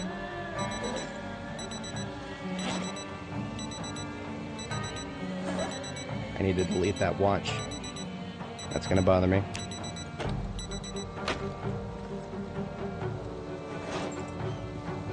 Fixed. Okay.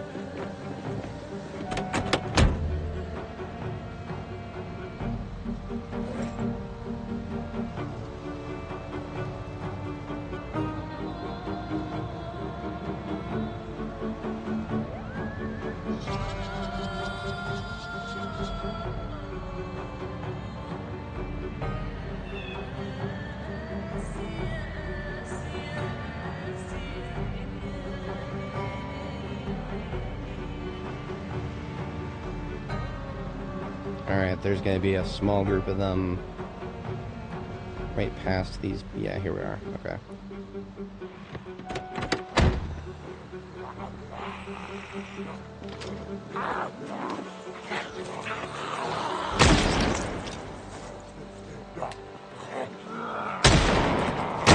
Damn it!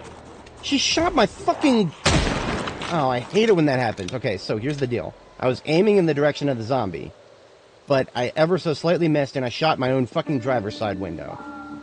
God damn it. This game is so stupid sometimes.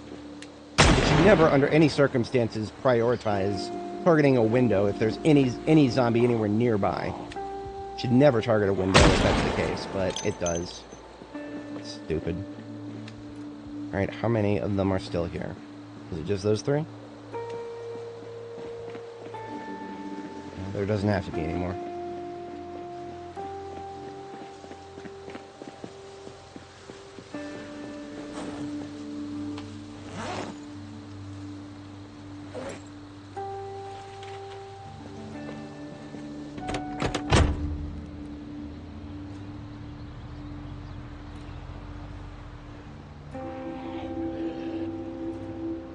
It was just those three. It was just those three, wasn't it?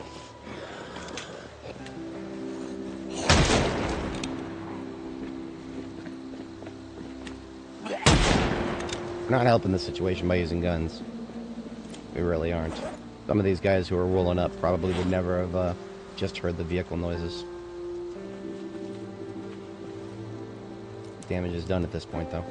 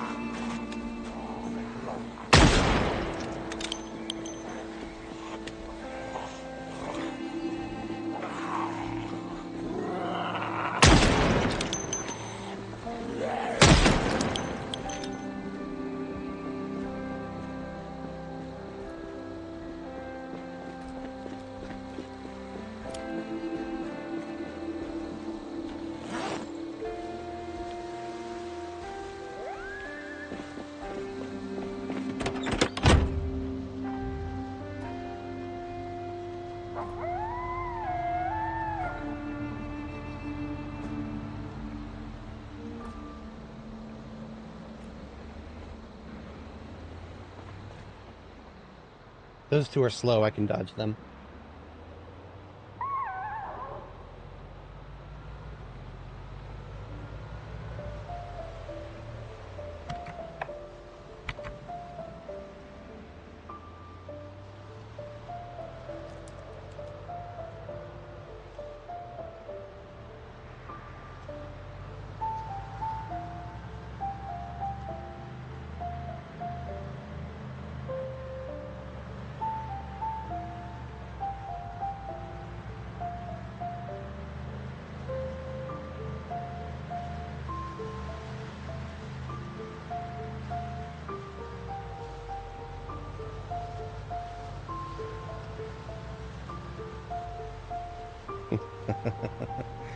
The alignment is imperfect, and therefore I was edging ever so slightly towards the left there. That could have brought my... Okay, we're good, we're good. No collisions, we're good. No collisions equals dub.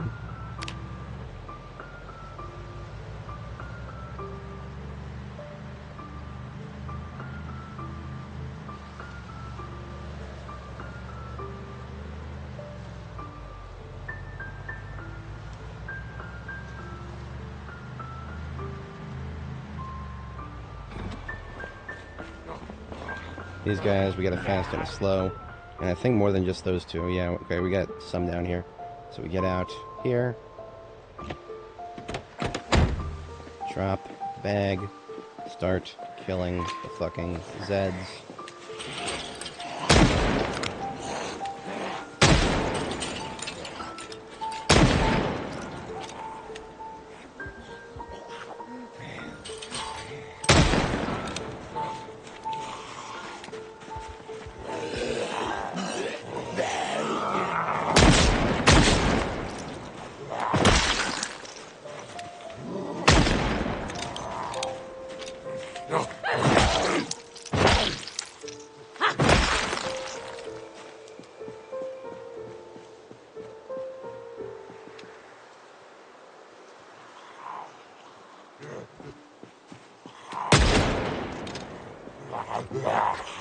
Almost forgot I got still have the axe on me.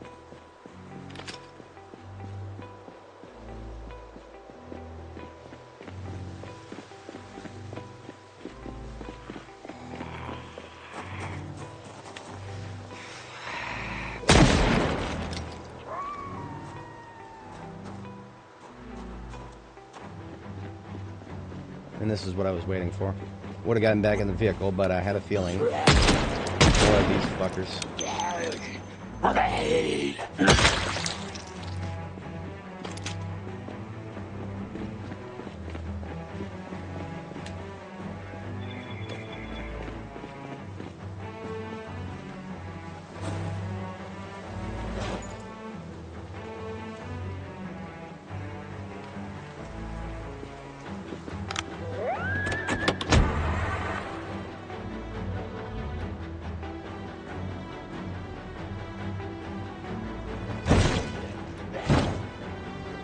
I was able to nail him before he got into the road. How about this guy? Can I get him? Very rarely do I actually consider running into them, but if I can get them before they get in the road, so be it.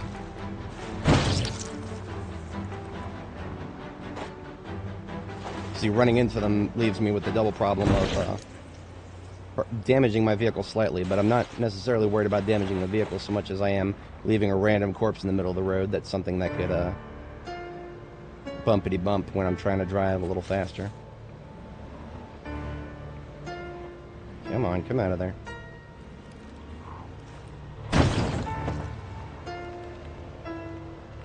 Also, I know that I have a pretty good condition hood and windshield on this. I'm not afraid of a few intentional hits. But at this point, yeah, I'm getting out to deal with these guys.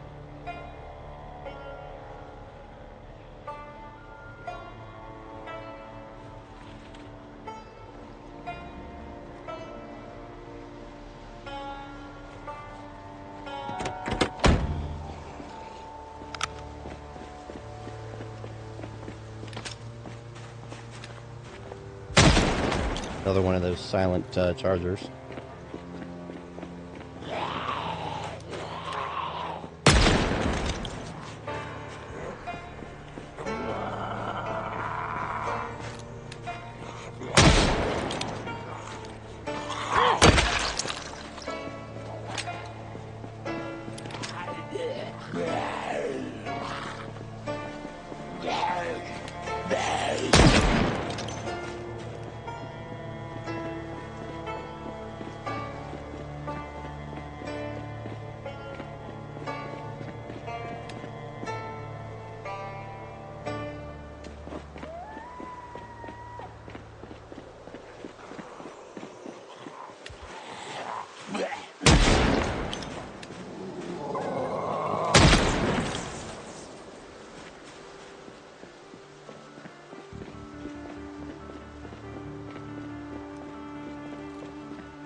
If I wanted to, I could harvest some of these cabbages.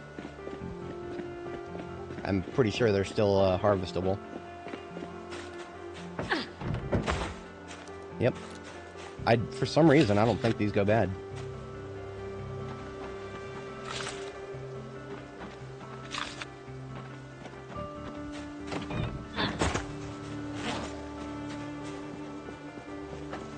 We only got a couple anyway, because my agriculture skill is 0. And it can't possibly go up unless I get lucky and find one of the VHS tapes for the survival show that I missed. Or until I get the first crop things that I planted are garlic. My garlic is still seedling, I think. I don't think it'll be harvestable until like, well, it's probably one of those January crops.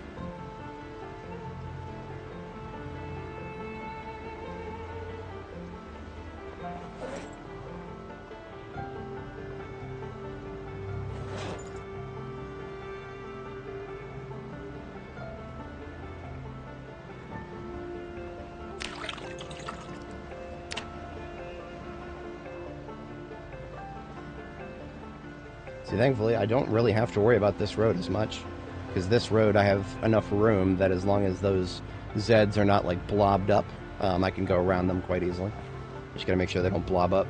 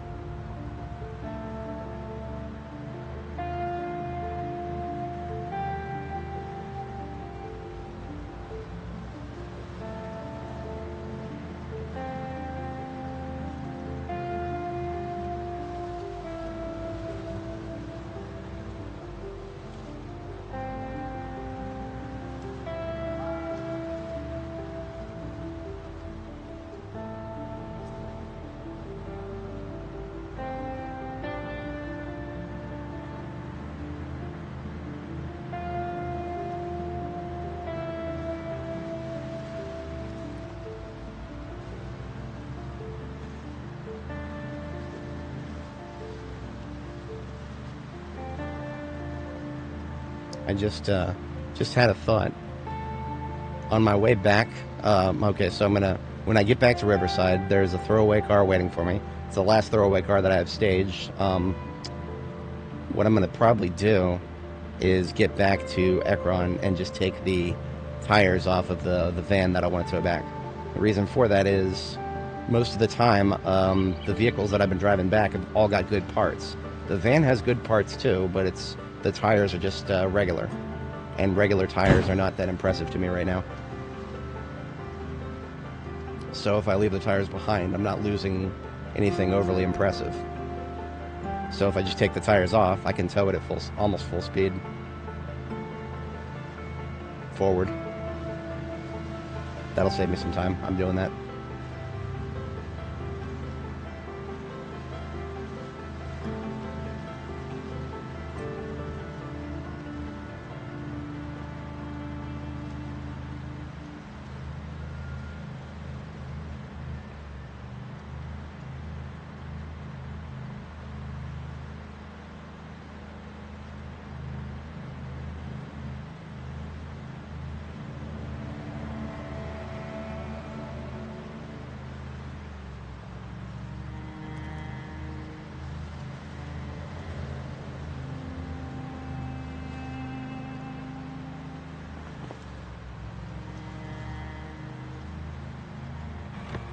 Almost missed our turn.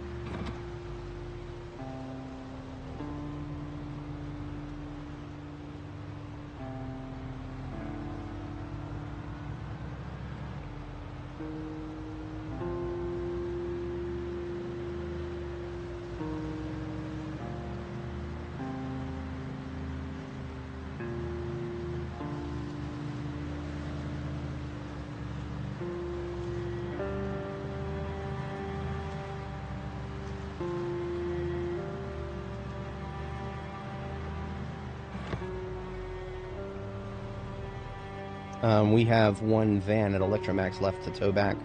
Might as well handle that now while we're at a decent position to do so.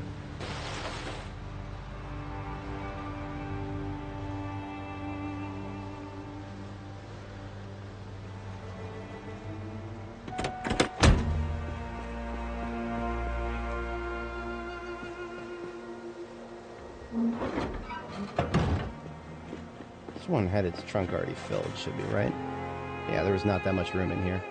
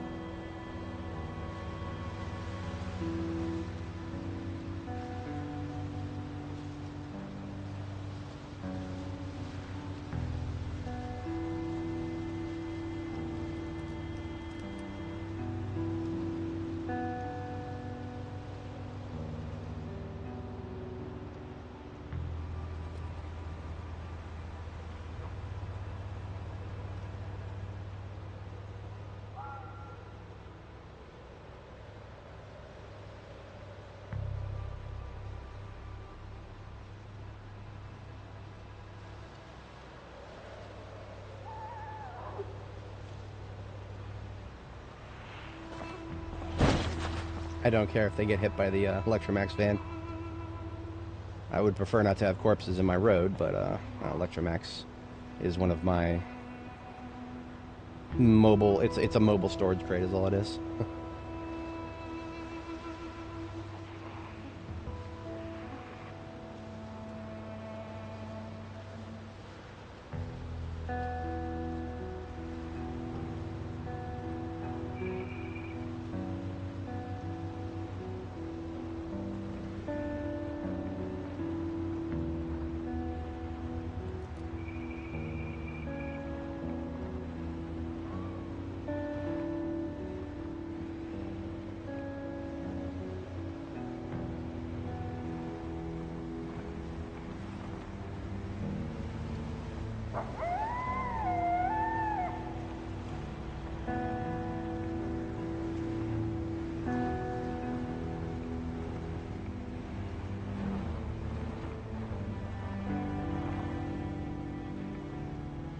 No, there's no fixing that.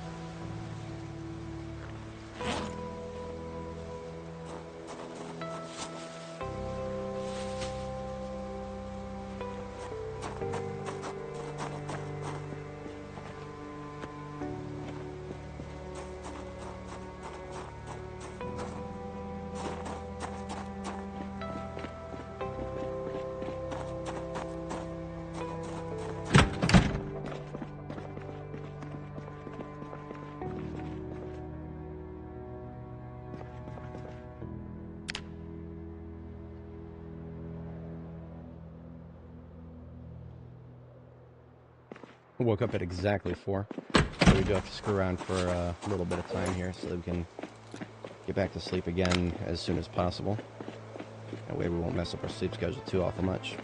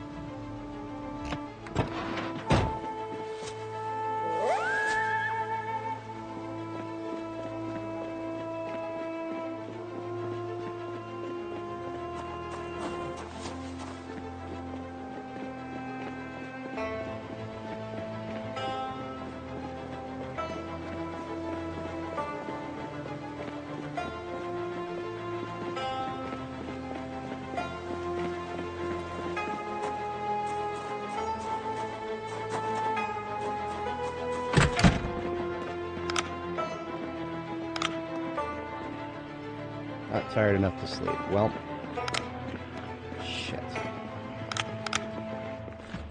That confirms my sleep schedule is probably very screwed right now.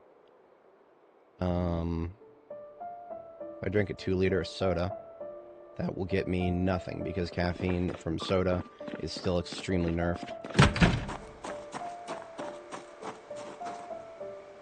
I don't see any immediate threats, so I am going to go ahead and fire up the generator here. That way I can put away the cabbages I picked up and get some lights and get some power for the cooking apparatus. Maybe I'll make a cup of tea.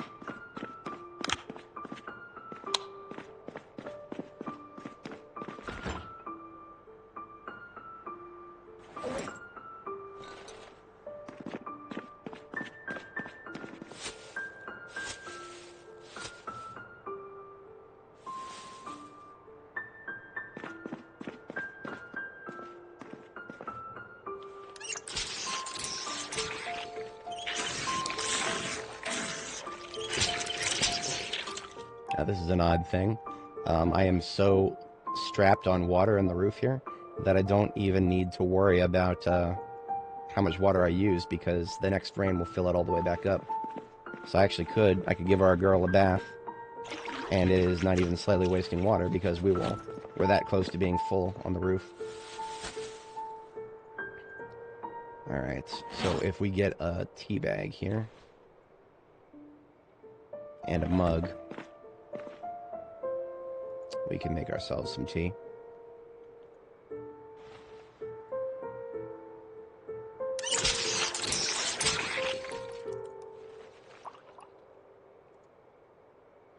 Now, what you really want to do is cook the tea first and then add sugar. That's what you'd want to do IRL. But in this game, you can't add stuff to tea after you cook it.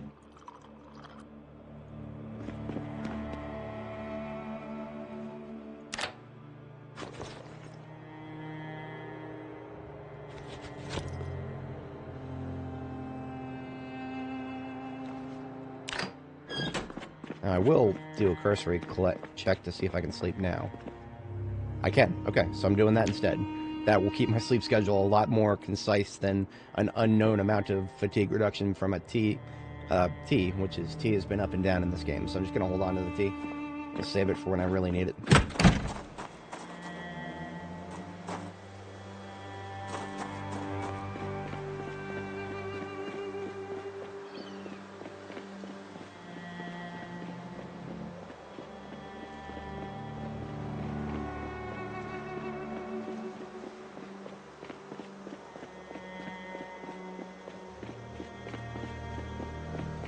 I still feel really bad throwing this one away. This one's got a really good set of parts in it as well. I swear there was a dart nearby that I could use. I'm going to try to do that. There's got to be a dart somewhere nearby here. I swear I remember seeing one.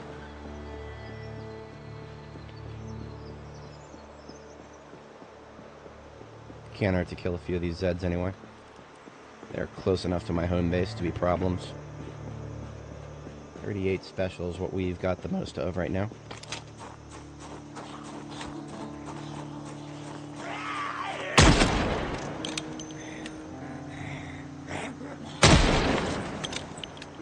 Come on, I know there are more of you. There you are.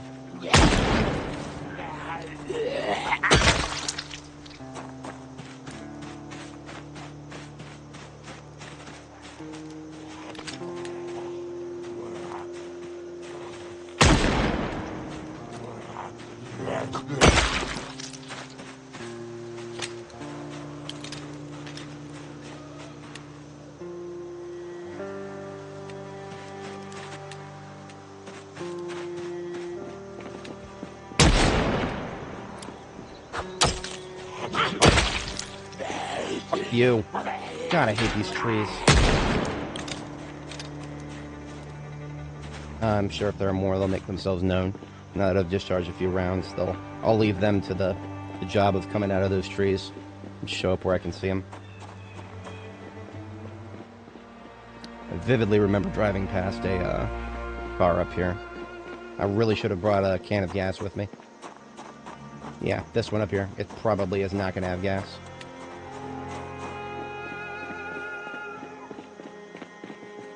Yeah, no gas. So, I think this Nyala does have gas, though.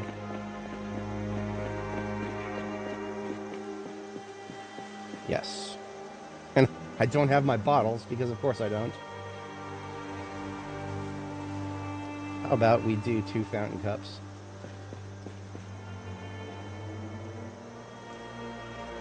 It's about a liter of gas, or 3. We'll do 3 fountain cups. Stupid as this is.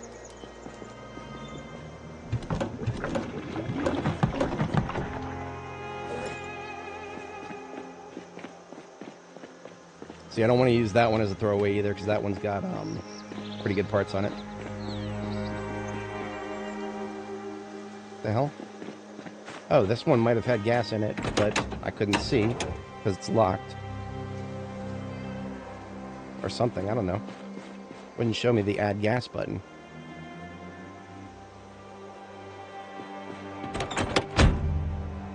What's going on with that?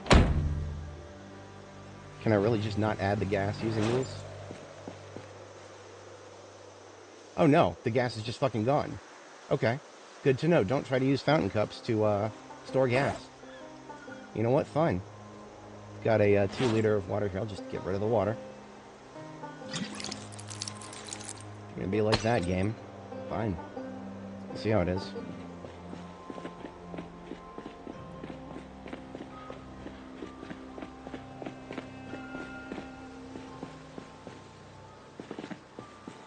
See, there's a mechanic that makes open containers evaporate gasoline. I'm guessing that mechanic goes a little bit hard when it's just a fountain cup, which doesn't have any storage capacity compared to anything else. Pretty small.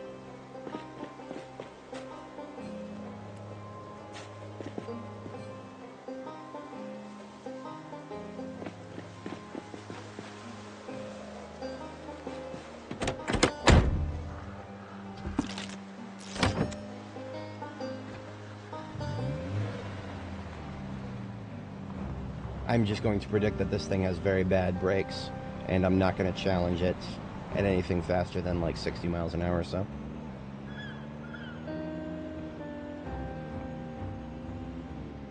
There's one left over there.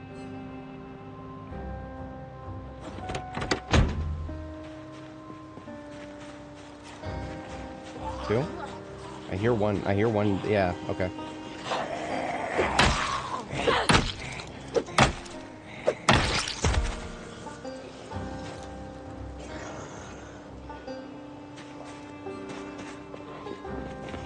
Shit, that's a lot more than 2. Alright, so be it.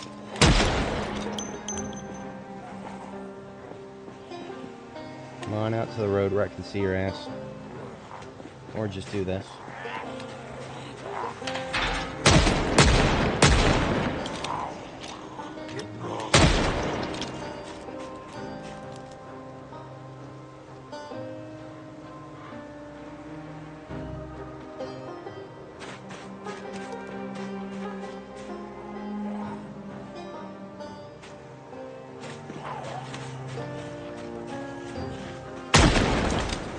I'm waiting for her to go all the way over there. Alright, same deal as before. If there's more, they'll make themselves known. I ain't worried about those trees right now.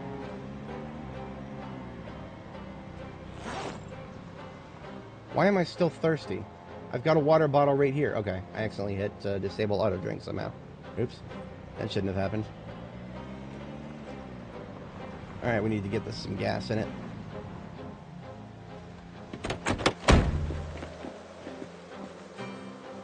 And we need to do a perimeter check before we start filling it up. Because we don't want nobody rolling up on us.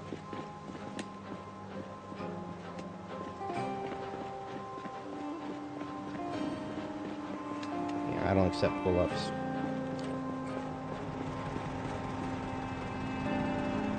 Oh, fuck off. There's another one that's being dishonest about which side the gas tank is on.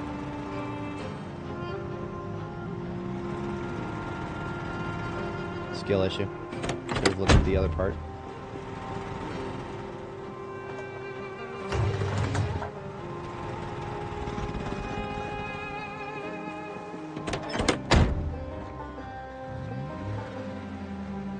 I have no idea what kind of stupid situations might arise, so even though this is a throwaway vehicle, I am going to put a field kit in it, just a very small one. Just a cooking utensil here. If for no other reason than the fact that this container is actually overflowing right now.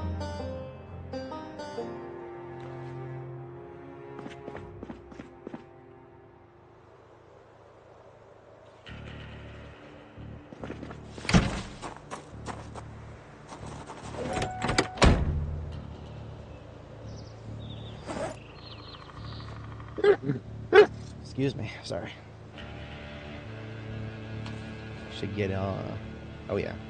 Got some duct tape in this car. Definitely removing that first.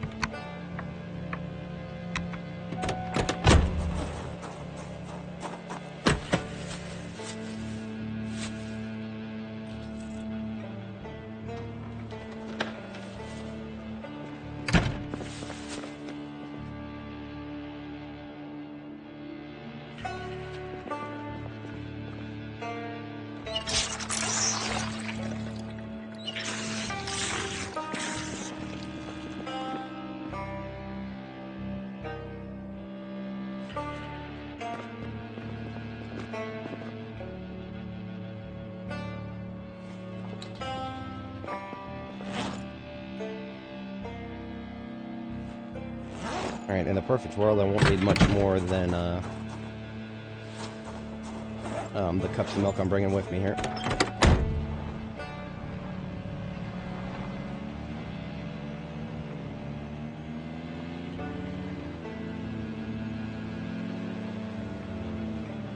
These guys are close enough to base that I'm going to erase them here.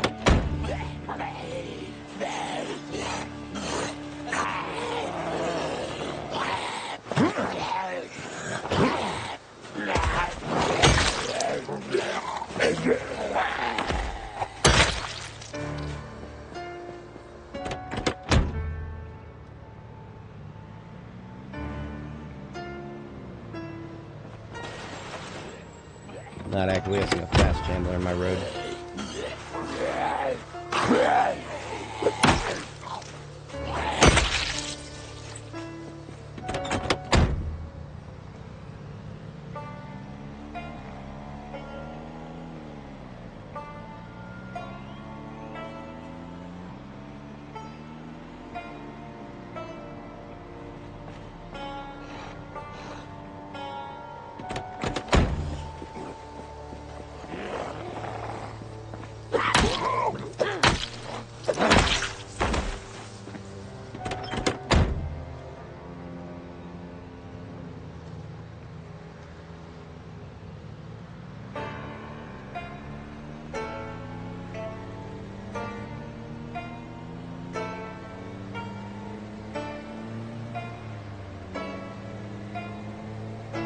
So we're testing speed 70 miles an hour.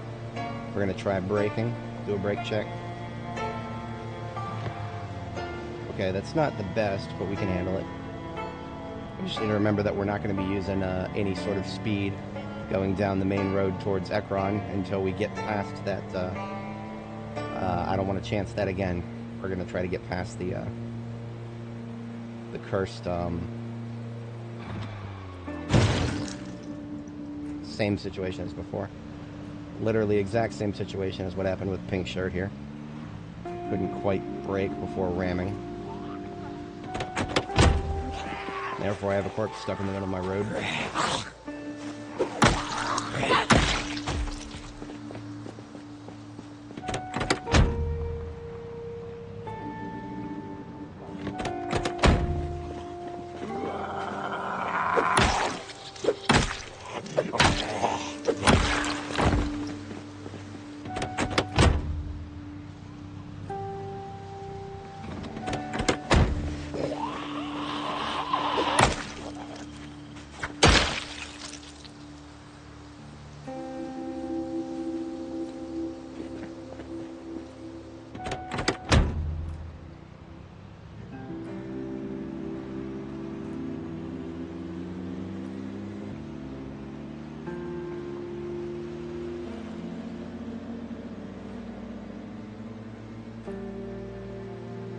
get such a sinking, dreadful feeling about this car.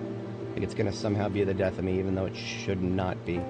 It would be a skill issue if it was, but it's always when I'm driving a throwaway vehicle that that's usually when I have the worst of my driving issues. Or when I'm playing without a lot of real-life energy. I'm alright today. I would call myself 60% of what I could be, which is enough to play Zomboid. I probably couldn't play Darktide in this state. I might be ingesting a little too much caffeine. Especially now. Okay, now that I think about it, I have tea over here, and I need to make sure I drink all this now. If I keep drinking it slowly over the rest of the day, then that's caffeine being drip-fed. Not good.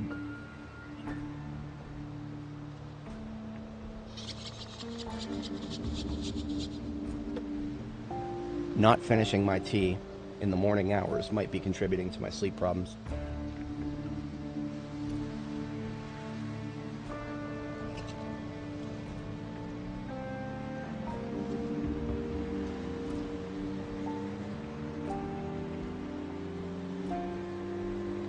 For anybody just joining, welcome. Not the most compelling content at the moment, but, well, logistics. This is the reality of trying to move large amounts of things between cities in the current patch, because the current patch has destroyed our ability to store large amounts of stuff in trunks of vehicles. Our vans are cut down by about 30 or 40%, and our step vans are cut almost in half. Step vans have gotten the worst of it.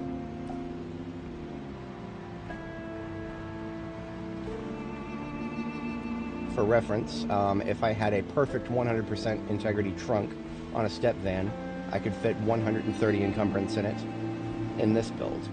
Every previous build of the game that I've played, going back through all B42 patches and all of B41, a perfect step van has had 208 encumbrance in the trunk. For me as a somebody with the organized trait.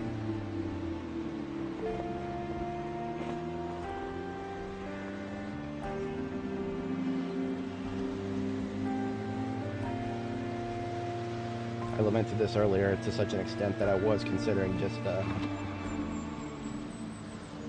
gonna get out and start shooting them. I'm gonna get out and start shooting them. Get out of the road. I'm gonna get out and start shooting you if you don't fucking get out of the road. Every time you hit one of these, it's minus integrity to your hood and windshield. Prefer not to hit them. Might as well be hippity-hoppity, destroy my property. That's what those things are.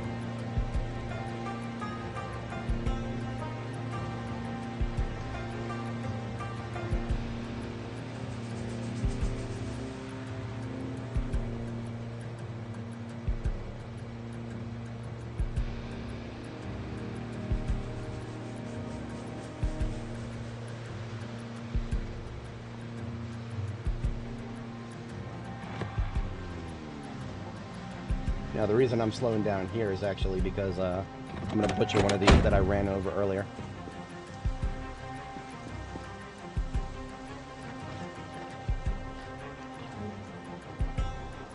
Free butchering experience, which I'll gladly take.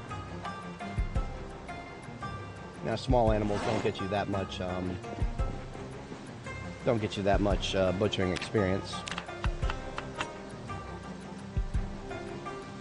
I'll take the brain and the hide and that bone, I suppose. The rest of it, I shall leave its meat and its skull on the side of the road as a warning to its kin. Perhaps, with enough corpses of rabbits in the road, the rest of the rabbits will learn to avoid the road. Who knows? There's another one right here.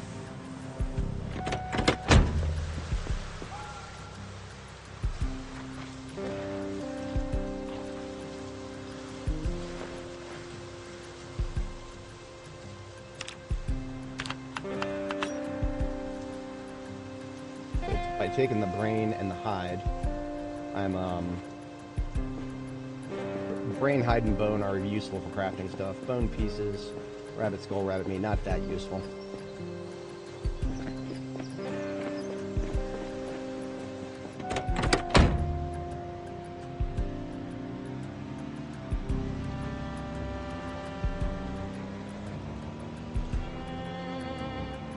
butchering level 5 3/4 here. So another large animal or two, we will get the next level of butchering, which results in more meat being recovered when we butcher.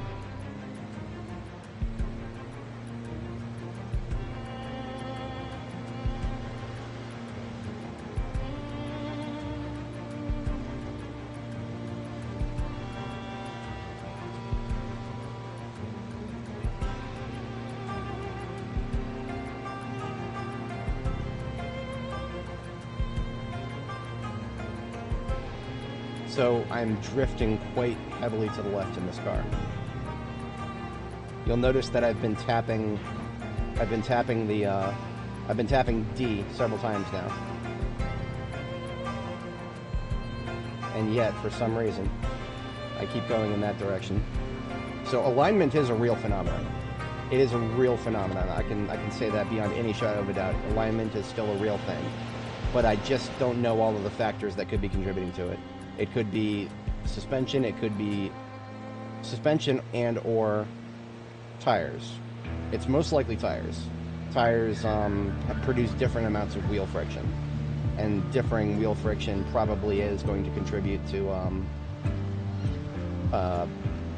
things like alignment. At least that's my current prediction.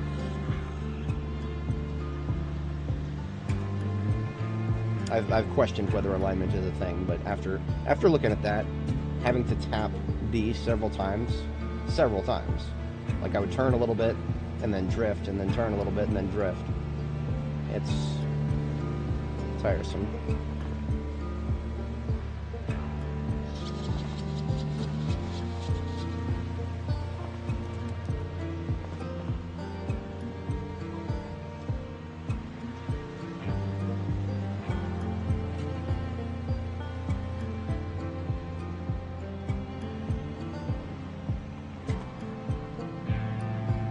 So here's the road where we're not going to exceed like 45 miles an hour here for now. Until we get past that fucking bridge.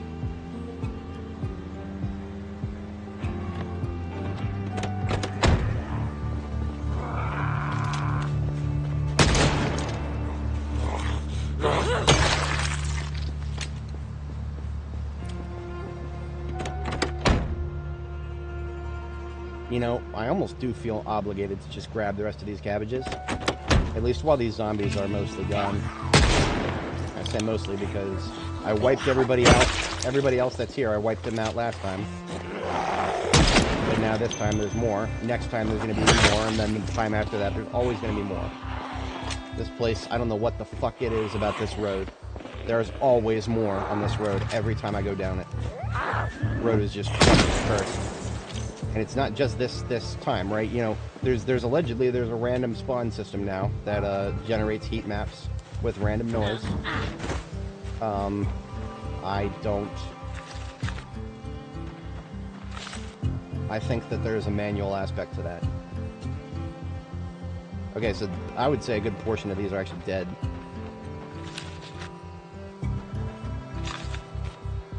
See, it keeps saying not a plant.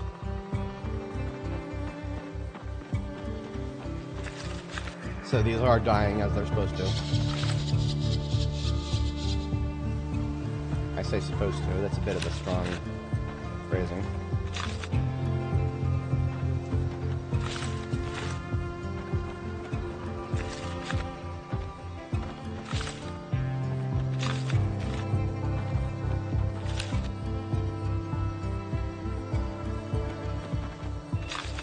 We're getting on average between 1 and 2 per plant.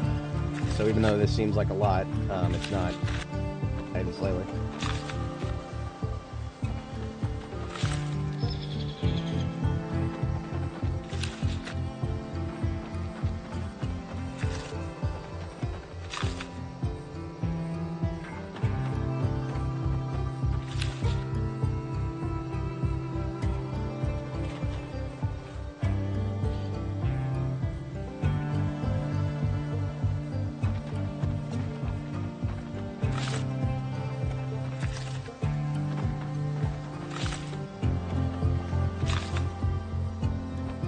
It'd be really funny if once these cabbages are all gone, the zombies stop spawning here. That would prove that zombies are attracted to cabbages even if they don't eat them. I would find that very amusing.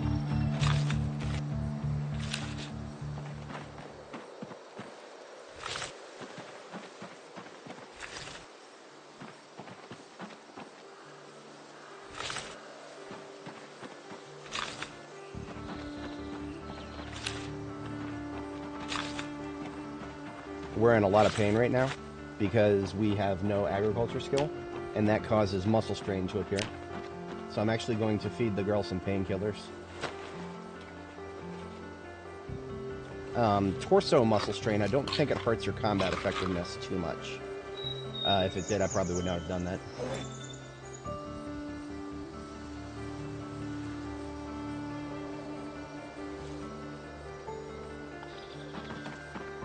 Alright, all the cabbages are gone. Good riddance.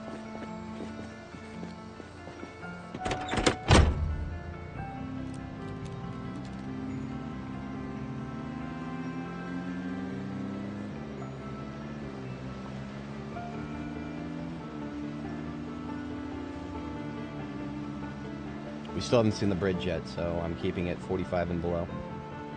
Because fuck that bridge.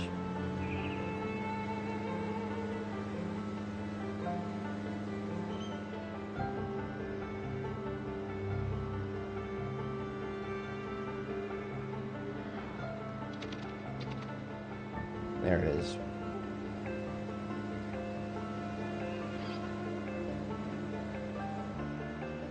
I'll brave 60 now.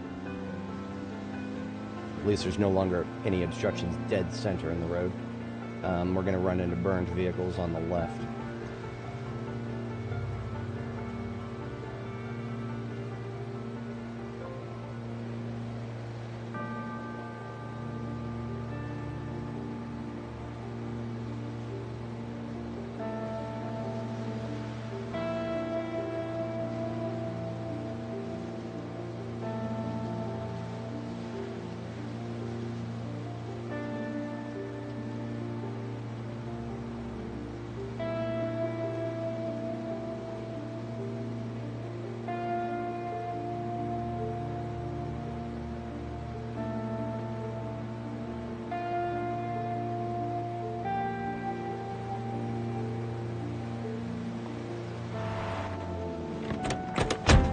Zombies on this road. Based on his location, he could have been hiding behind a tree, in which case I would not have seen him. I got lucky that I didn't run into him.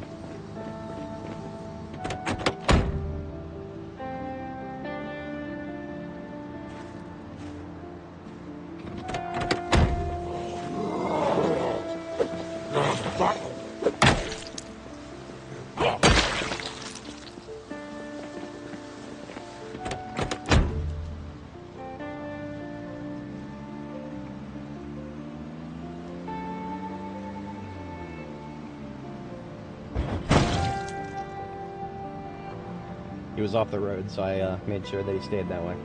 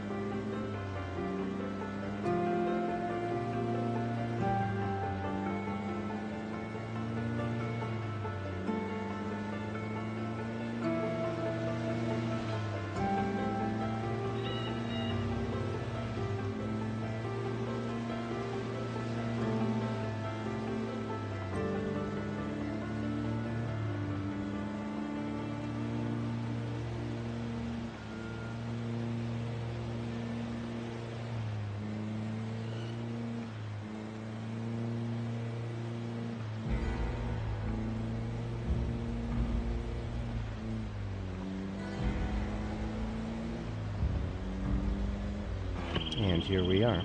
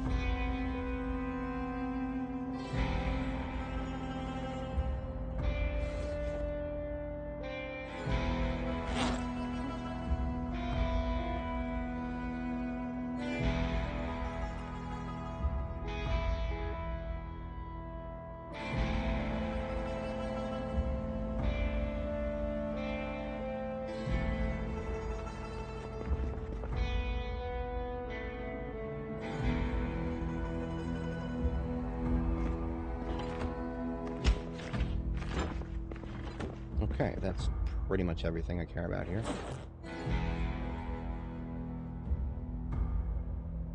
This ham radio is a bit superfluous.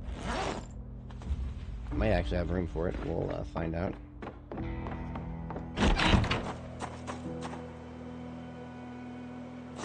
Should have both seats occupied in the van. And the trunk should be full. As it is. Similar situation should be for the ambulance. Yep.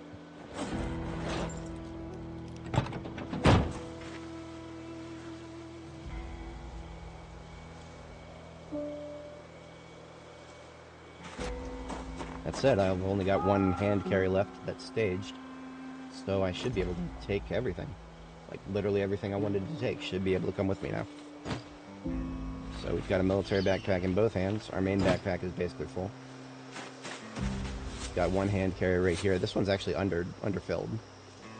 So these two bags put together is 25 encumbrance.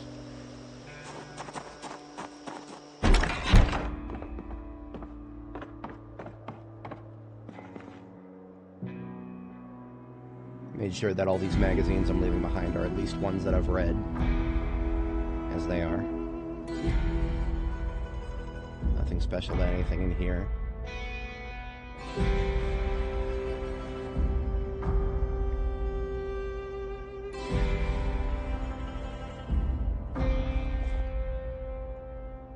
Taking stuff that I find to be rare.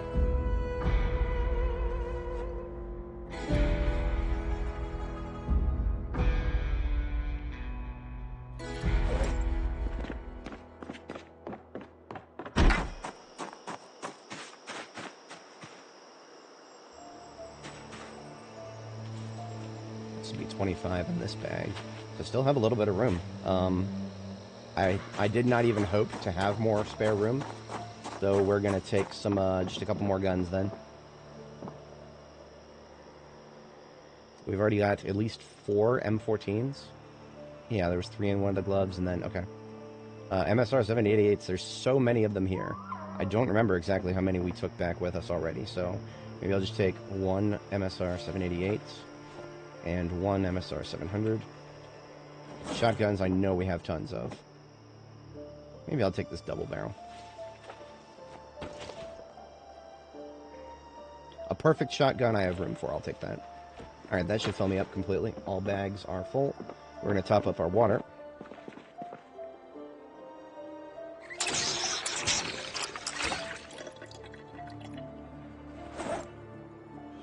I can leave that pot behind, because I have many, many, many bag of base. Okay, off we go.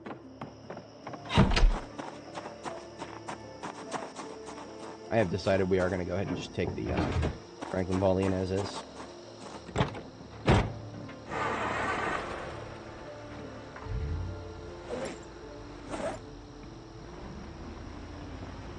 We've gone through the effort of clearing the road. Now this is the last trip that we have to do from Ekron, and then I never have to come back here again if I don't want to. If and when I come back here, it will be as a like a stopover on my way to Irvington. So if I do come back here, I'll be like stopping by here and maybe picking up the vehicle kit that I left up there. I'll like pick up the vehicle kit and maybe a couple of dried food supplies, maybe. But otherwise, yeah, maybe a couple dried food, maybe a couple of medical supplies. Otherwise, everything else can stay there permanently.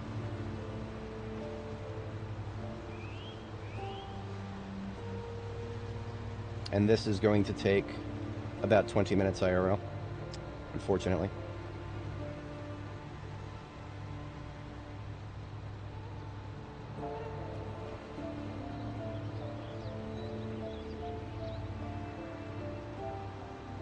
I can take most of the blame for this, for me, for wanting to bring everything from one town to another. But there's a little bit of RNG that's messing with us here, and there's a little bit of... Okay, so here's the thing with RNG. I have not found a single trailer, hauling trailer. I've found several animal trailers, but hauling trailers are where it's at. Right now, with the nerfs, a hauling trailer is basically equal to the trunk of a van right now. And like I said before, I'm pretty sure those nerfs are unintentional. But intentional or not, assuming they haven't fucked with the trunks of trailers, then I could have used a trailer and just gone back and forth several times. That would have definitely been faster. However, the storage would have almost been the same. We would be losing out. Okay, so the trunk, a perfect trunk of a van right now would get me 130, which is equal to the perfect trunk of a trailer. Except I can tow a trailer much easier than this.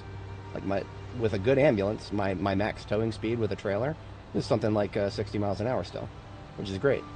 And it doesn't affect my handling that much. I could even dodge zombies in it. So a lot of time has been blown simply because we haven't found a trailer. Because all the stupid problems of not having very much storage space because of the current build, we could have dealt with that much easier if we had just gotten lucky enough to find a trailer. But that's a part of the equation there.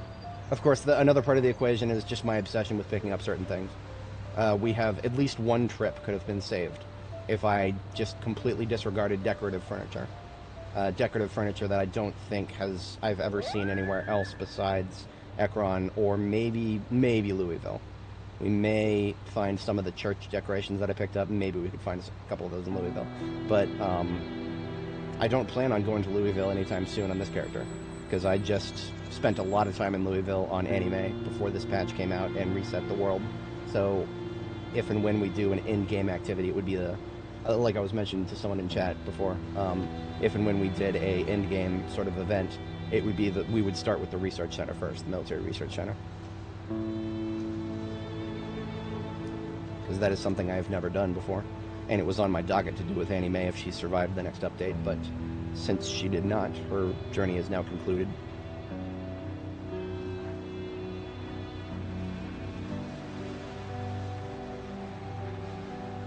I think I remember there being one or two left here.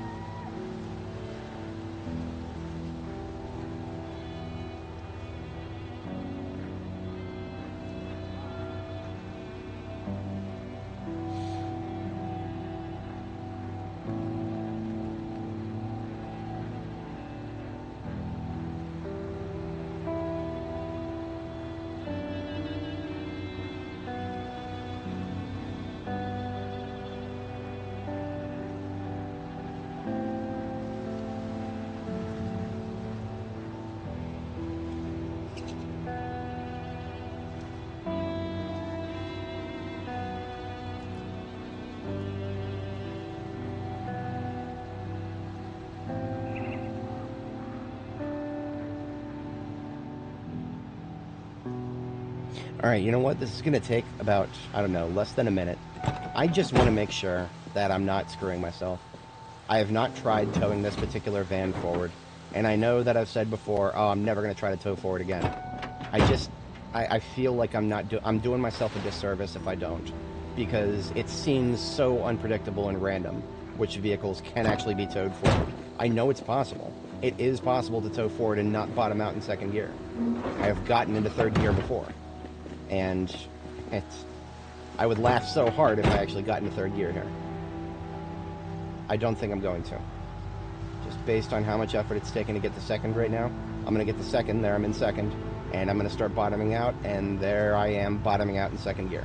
We're going like 10 miles an hour. So I did my due diligence. I did my due diligence. I cannot tow forward even if I want to.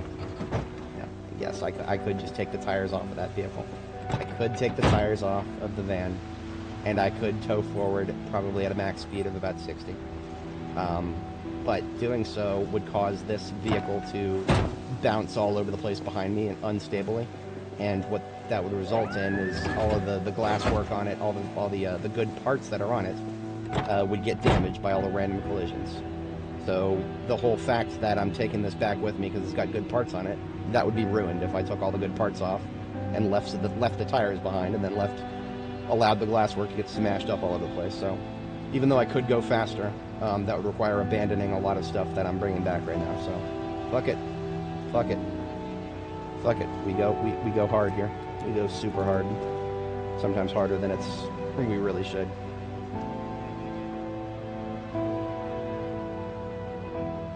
The cruelest thing that fate could do to me right now is that the 42.13.1 could drop to the unstable branch and also break single-player saves, in which case this save would get broken, and the hot fix that it would be broken to put in would fix nothing, and in fact make the game slightly worse because it would take away our skill bonuses without fixing vehicle trunks.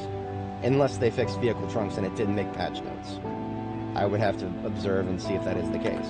But right now, 42.13.1, which is currently on its own separate branch, and the notes say that it breaks multiplayer saves.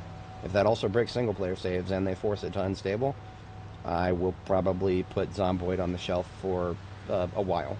Several builds, maybe. Several major patches, at least. What would I turn around and play? I would probably go to start playing 7 Days to Die. Even though I would probably play it with some mods. Because 7 Days to Die, as annoying as I find the vanilla settings right now with the fun pimps being extremely vindictive over their fucking glass jars and all that bullshit. As annoying as I find that, at least that can be patched up with some mods really easily. And just altered sandbox settings so that the glass jars don't get fucking eaten when you use them. I still can't believe how fucking stupid that is. Oh, we went ahead and put glass jars back in. We just made it so they disappear when you use them because fuck you. Fuck you, how dare you tell us how to change our game. And every time I think about the Indie Stone having a hostile relationship with their players, it's nothing compared to what the fun pimps have. Those guys are very bitter old men. They made a pretty decent game, and then they turned around and didn't like the way the players had things to say about it, and then they decided to make their pretty decent game much worse out of spite. But it's okay, we've got sandbox settings, right? We got sandbox settings, so we can take a really pathetic default baseline and make it a little better.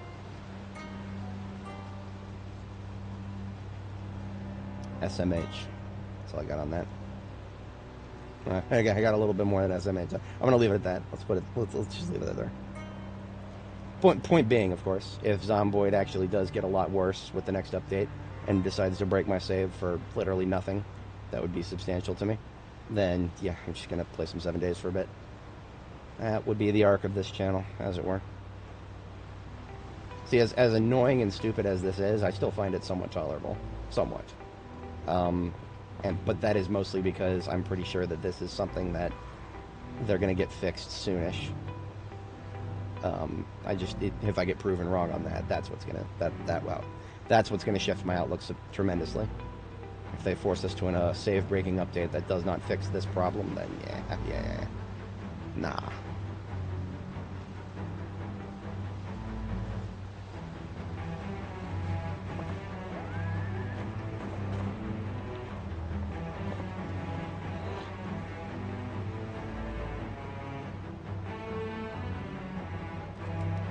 For anybody joining, welcome.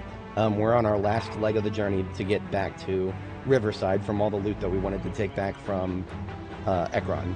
So our Ekron operation has been completed. And we are on our way back to Riverside now. Now, once we get back to Riverside, we'll have a little bit of loot sorting to do. But basically, that's all going to be in the spirit of finding which one of my ambulances is the best and then taking it out into the field. We're going to go to Jamietown next. And we'll have some fun killing zombies out there. And we'll loot the Jamietown military surplus store. Come home with some more ammo. And at that point, that is when we will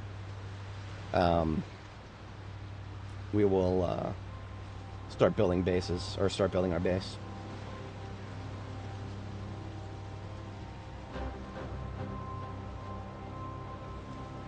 So we definitely have a lot on the schedule.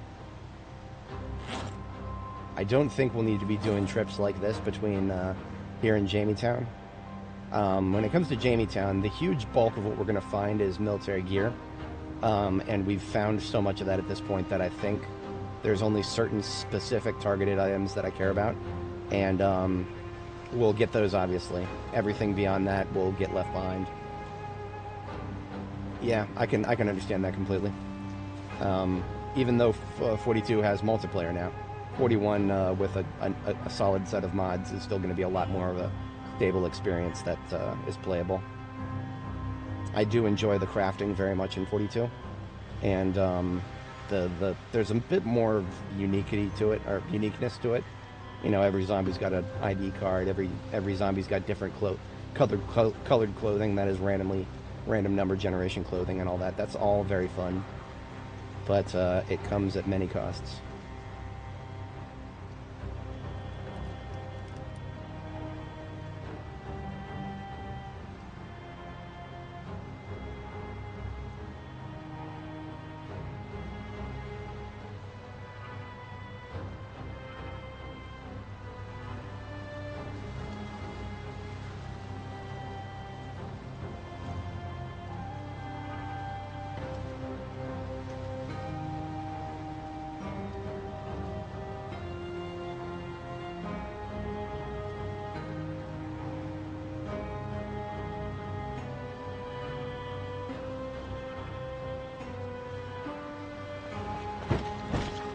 Oops.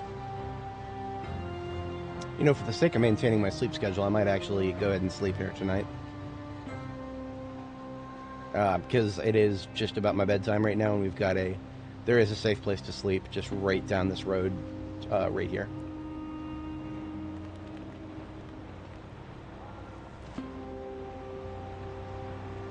When I say safe, it is safe, but there's also a zombie in the shed.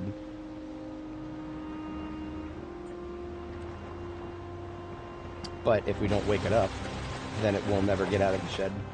Because there's no window in the shed, there's only a door. If there was a window, I just would have flanked it.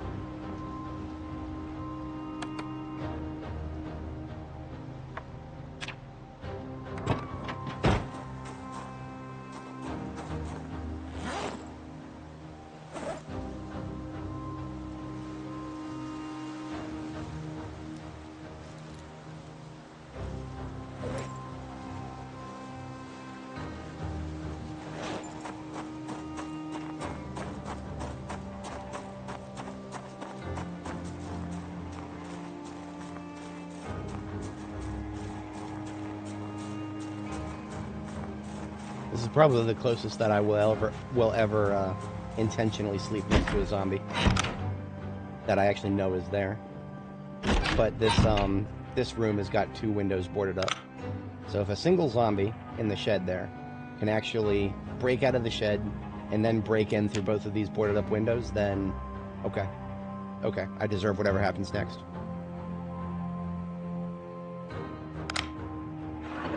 If I had a book to read, I would read it, but unfortunately all we have here is welding. So really that was just for the sake of maintaining my sleep schedule.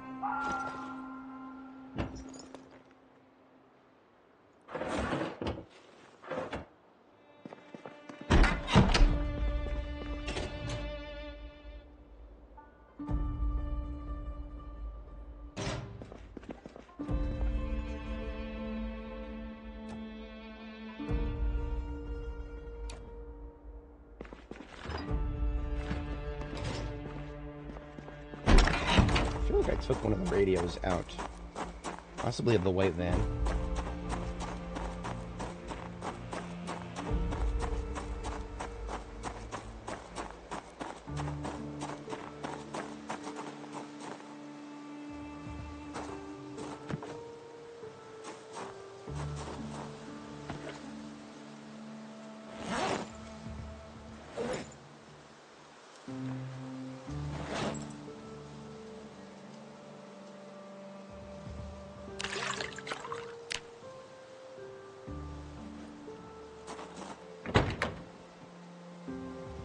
Oh no, this one still had a radio in it. Okay. No problem.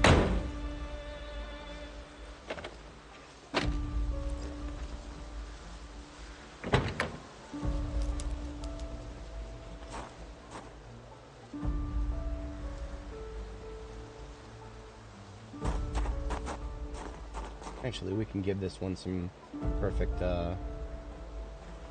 light bulbs, because there's some lights we can harvest from the house here. So we've got room for 2 new tail lights. We'll just go back in here and steal the exterior lights.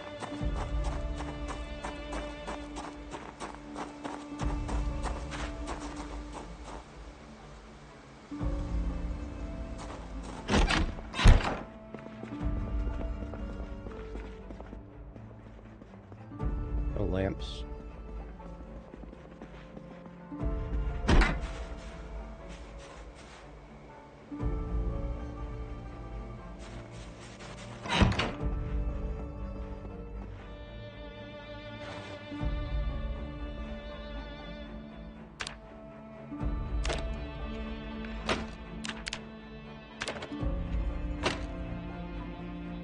I could try to sleep, but I don't think I'll be able to. It might be too early. It would be definitely too early if I try to sleep and then call it a successful night. But if the game will let me, hey, it will. Okay. So what this will do is this will leave me, because I'm a restless sleeper. Sleeping now is not going to get me a full night's sleep because, as you can see, I woke up at 5 a.m. But now, if I supplement what I just did, if I supplement that sleep with a little bit of caffeine, then I'll be fine. Which is perfect because I have some tea with me right now. So I'm just going to drink the lot. That should give me a full day to work with right there.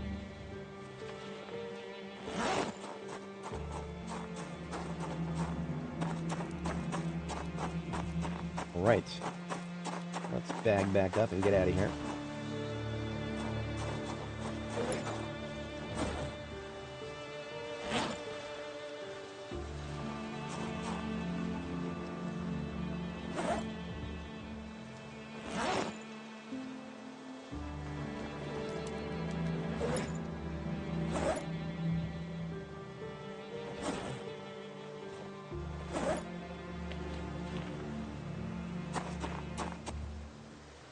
I was going to put those new light bulbs in, but it's too late now.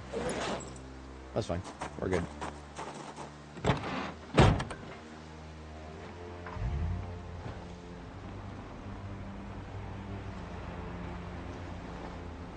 So there's a gun store and a camping store over there, but I have already successfully looted those. That's one of the things that added to my my dead weight that I have to carry with me. The thing that I should have done is after I looted those the camping store and the hunting store there. After I looted those, I should have just left the garbage bags of loot on the floor, just out in the middle of the road, as opposed to bringing it all the way back to Ekron with me. Not the best decision that I've made, but that's all right. We do silly things here sometimes. Silly things that result in us taking a little bit longer to get back. It's all about the journey. I just wish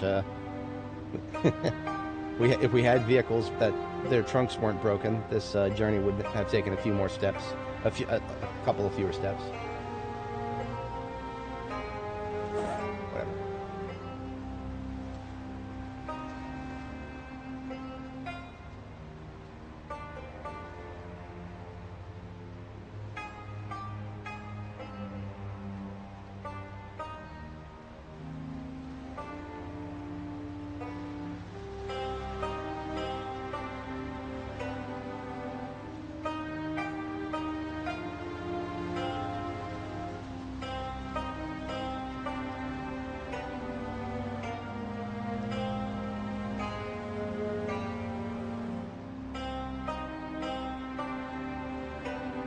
This route, we'll probably be back at Riverside by 8 a.m. at the latest. And that will leave us with a bit of time to get things sorted out. I'll probably do a full clearing of any zombies that are in the north side of Riverside as soon as we get our stuff situated.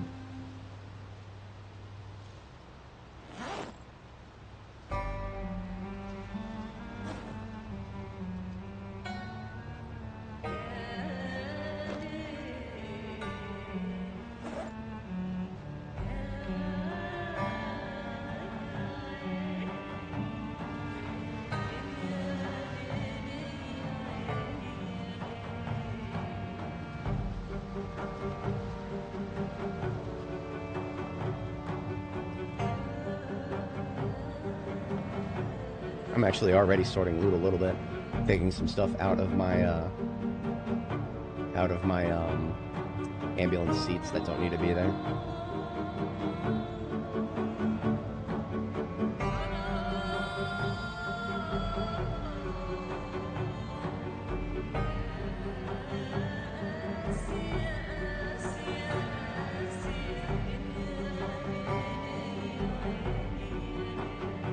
do like this field kit a lot.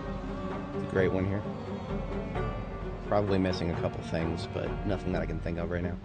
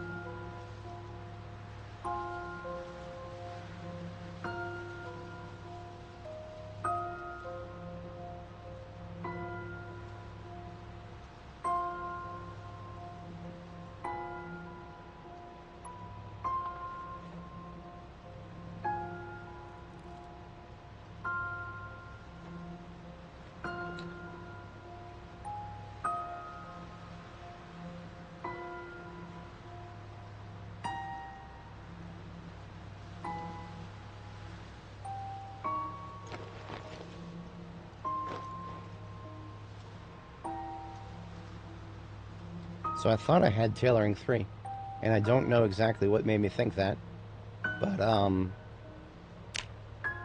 am an idiot, because we probably overlooked a copy of tailoring 3 at the community college. I'm an actual literal idiot.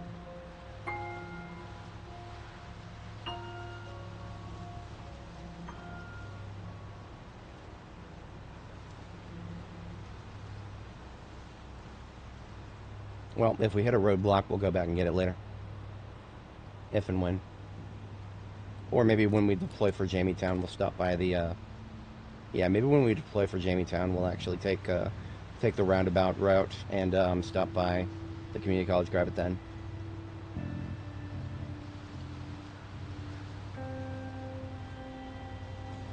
I should have grabbed it when we got there just now. Tunnel vision's a little too hard.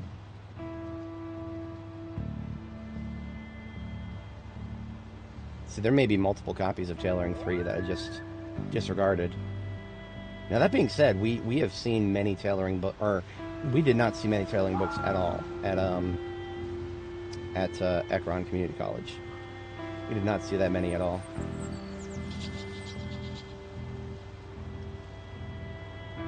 So the chances of there happening to be a copy of 3 are actually pretty low. I swear I had a copy of 3 somewhere.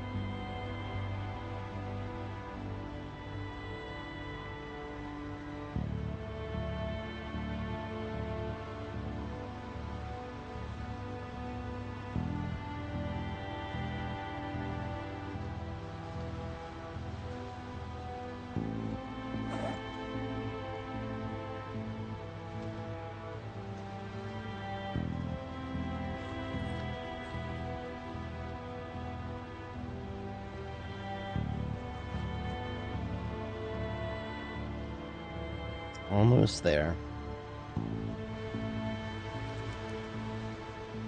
I need to keep in mind that there is a rabbit family by the transformer here. I think that's actually the closest grouping of rabbits that I'm aware of in this area. And there's at least 3 bunnies. Whenever you see a group of rabbits and you're thinking about taking some, you can capture the baby ones very, very easily because they don't move fast enough to get away from you. And it's not like the parents don't stick around and fight for their babies, which is why they don't deserve them. I have no sympathy for mammals that abandon their young. Therefore, if we want to capture a breeding pair, we have a pretty decent shot at finding one amongst those.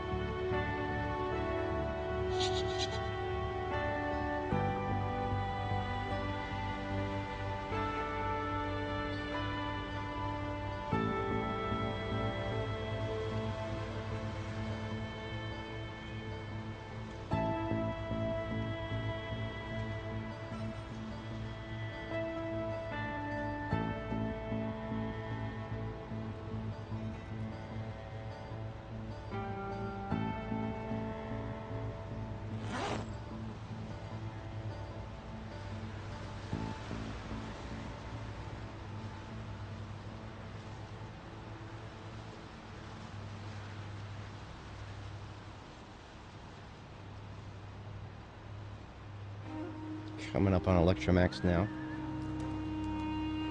Appreciate everybody sticking around. This is, like I've said before, some of the least compelling content you'll see on this channel is the transport part of loot in Zomboid. I had a stupid idea. I would just fire up multiplayer and play with myself. Use a controller to pilot one of the vehicles on another character while I use my main on this. Don't know exactly how that would play out. Probably wouldn't work very well. The risk of collision would be immense.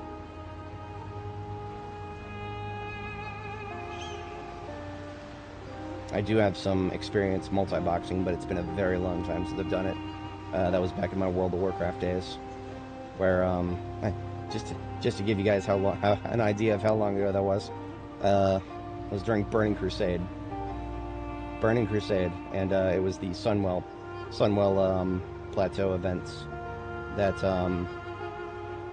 I had a bit of an arrangement with my friends where I would log in on their characters and do all the events, get them the reputation, but I would keep all the gold that I made from doing the events, and so I got myself paid rather handsomely, and they got to avoid the tedium of grinding their Shattered Sun reputation. It was a lot of fun. And what I would do is I would just I would set one of or I'd set them to follow me around for the most part. But when we had to do PvP activities, because it was back when PvP wasn't a choice. There was no opt-in. If you were on a PvP server and you were doing Sunwell activities, get ready to get ganked.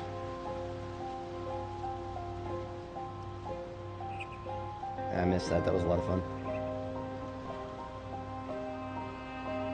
Yeah, we've got our classic servers now, but that the experience of it is gone.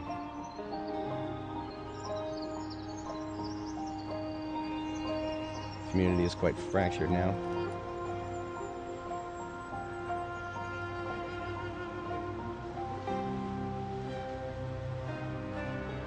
Almost there.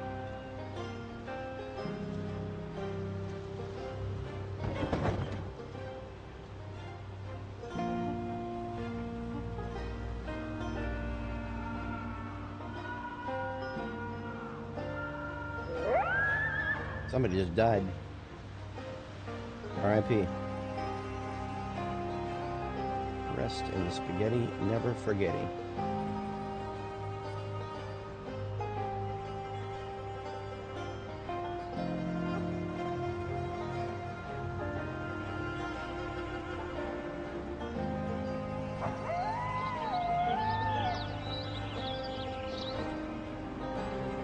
I think this white van is filled with mostly furniture for the base, the new base.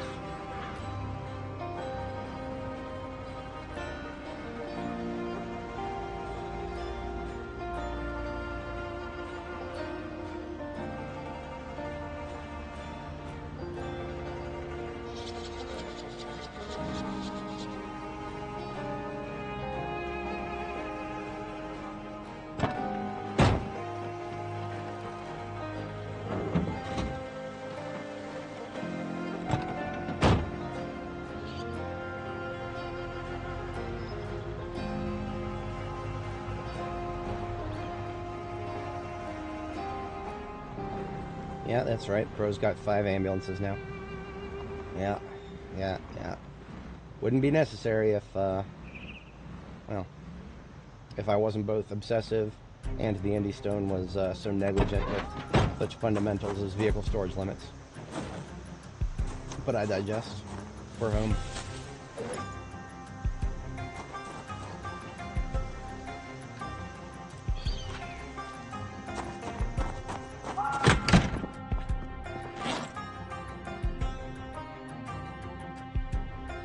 Not going to be able to fit this unless we take a couple things out.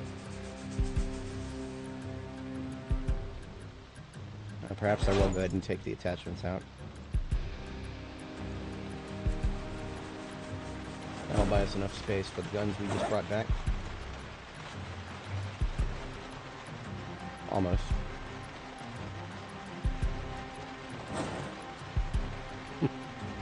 Should have known. Well.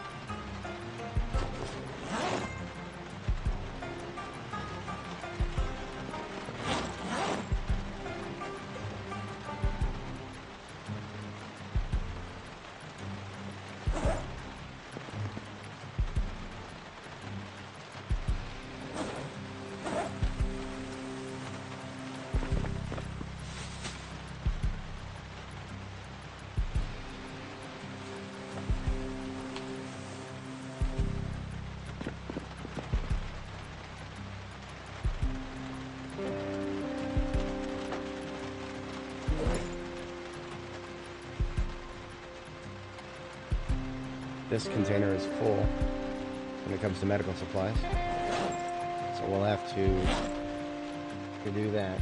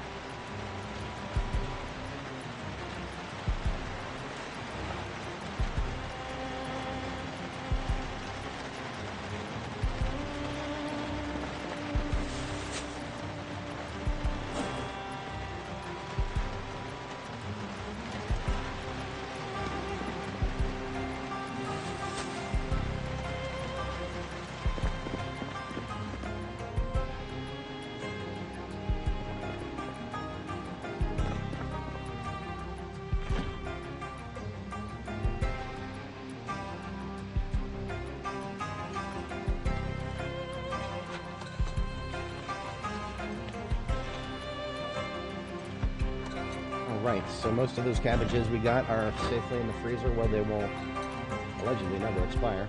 Allegedly.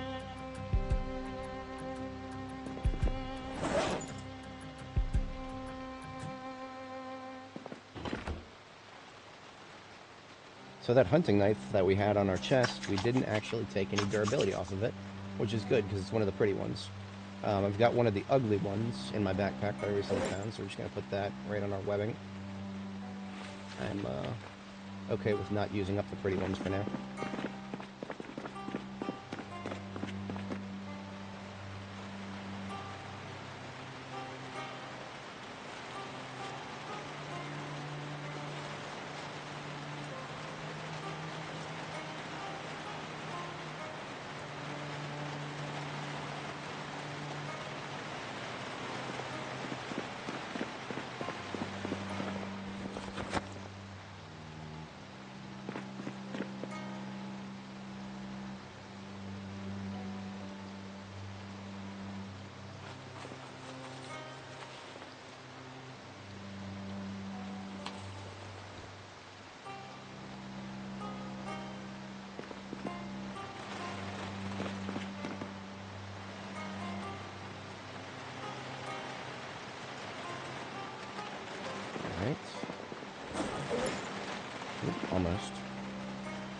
There we go.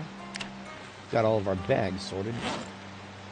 Now we just need to identify which one of the ambulances is actually the best. That kind of got lost in transit here.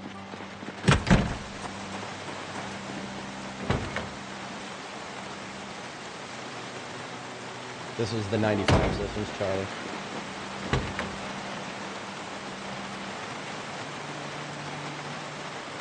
This is the 98, so this is Alpha, which that means this one here is Bravo. Yeah, so we've got a good, a better, and a best here. And the best one is, of course, the one that I stuck in the middle. It's a Medoofus.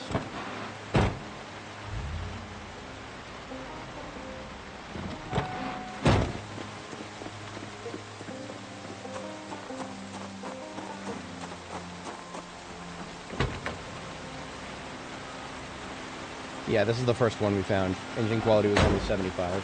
That's why it's been designated as our storage vehicle. This one's 84. This is the best pretty ambulance I have. The 3 other ones are shitty fixer-uppers. Why did I leave the Electromax down here? Oh, it's a welding truck. Okay. I need welding in multiple locations.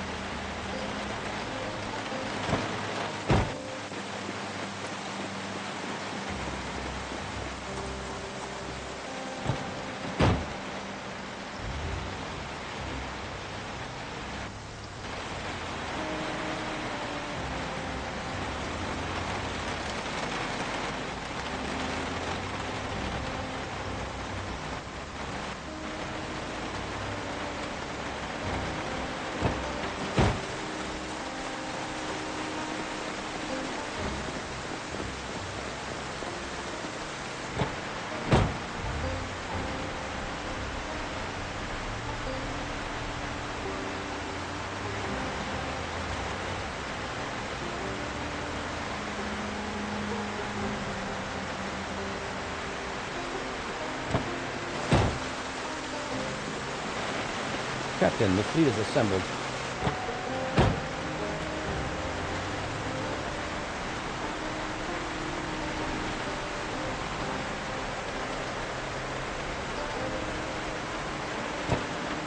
Alright, the aminals are in the police department here. Just gonna do a quick perimeter check, make sure there's no Zeds out here. Because if there are, they're pissing the animals off. Looking good. Again, pissing them off. Tons of poo on the ground. That's no good.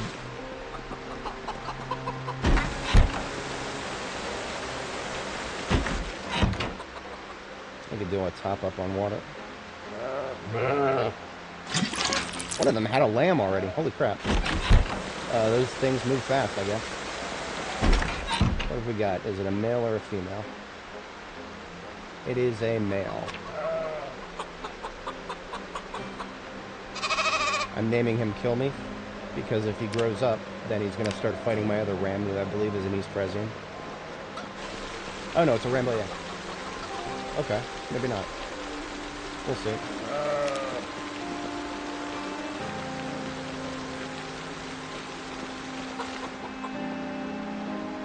I probably should get a, whatchamacallit, I should get a, compost bin put together. I wasn't expecting there to be this much poo. But I can pull all this poo into a compost bin and it'll turn into compost for me. And it'll actually be useful.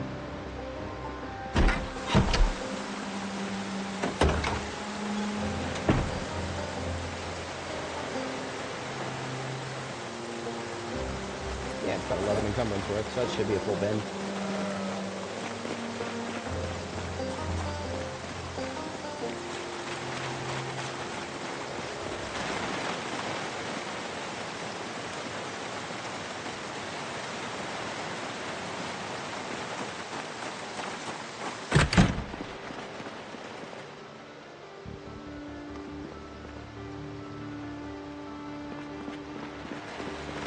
We were carrying around these bulbs because the white van needed new bulbs.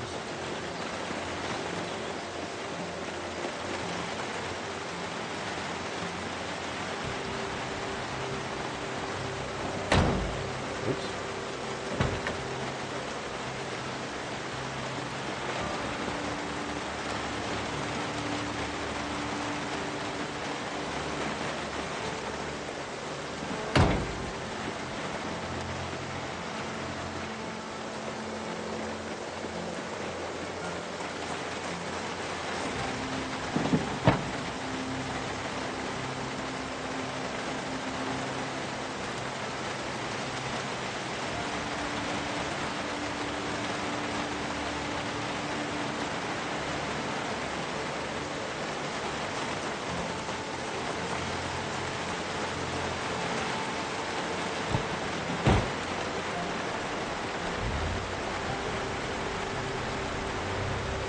If I establish the other state trooper mobile as a welding vehicle, then I can actually get most of this stuff out of the trunk.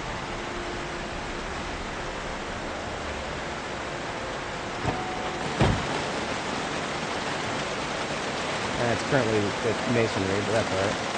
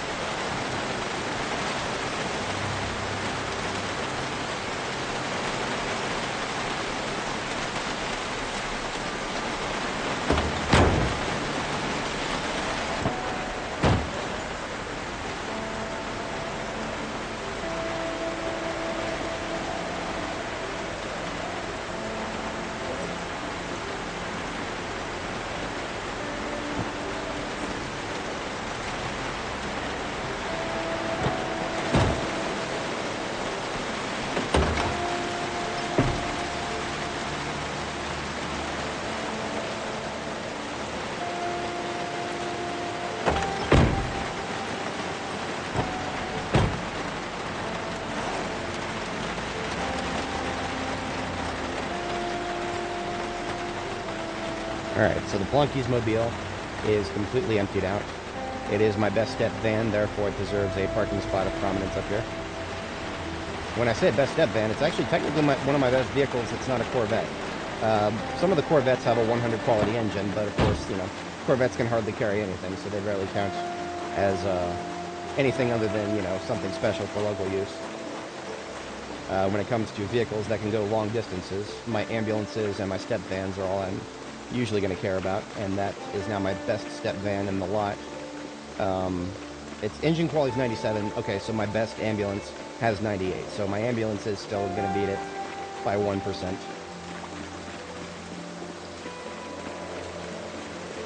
Is this performance right here? Yes. So the two performance tires that I brought home with me both have a home right here.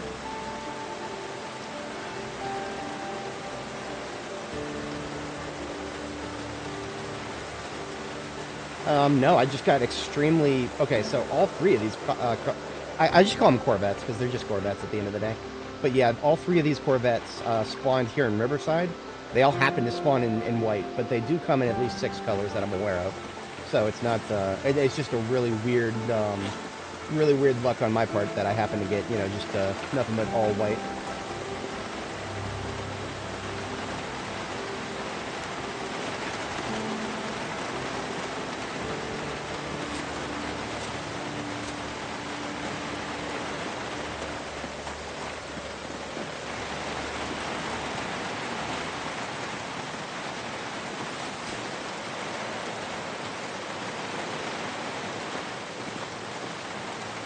Right now, the trunk of the art supplies vehicle is actually all just military gear.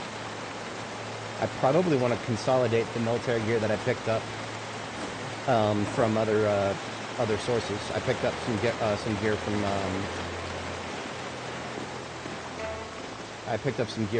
one of my sorry, brain fart.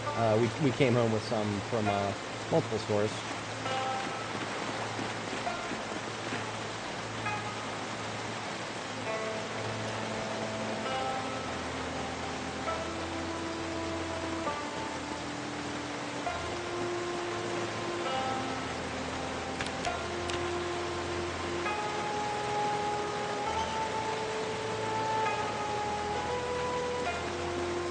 I refill a couple more of these torches,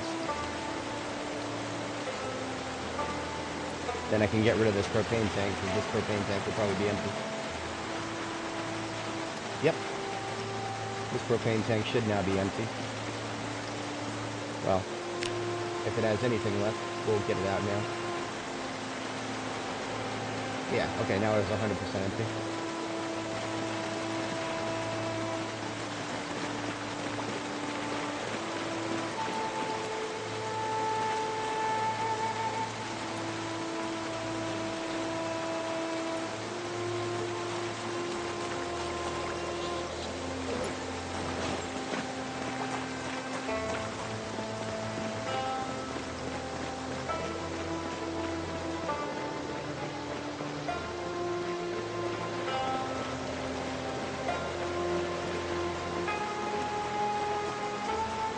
Gnats.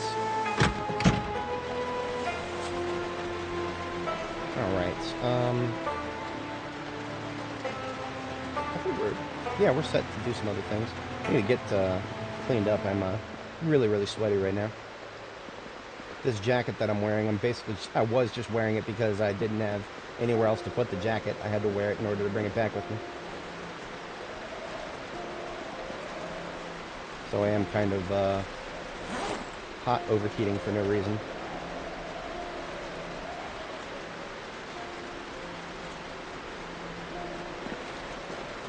Where did I put all of my towels?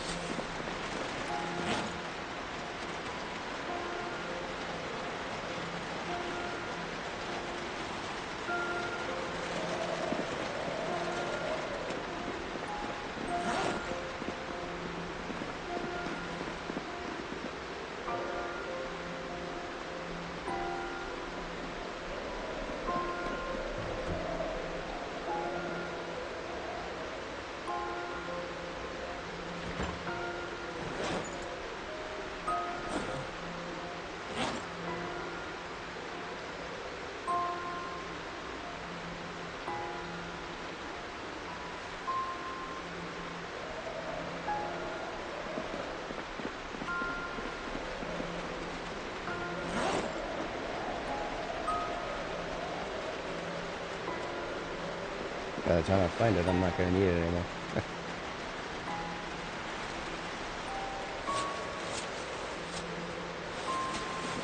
Probably made its way to one of my vehicles.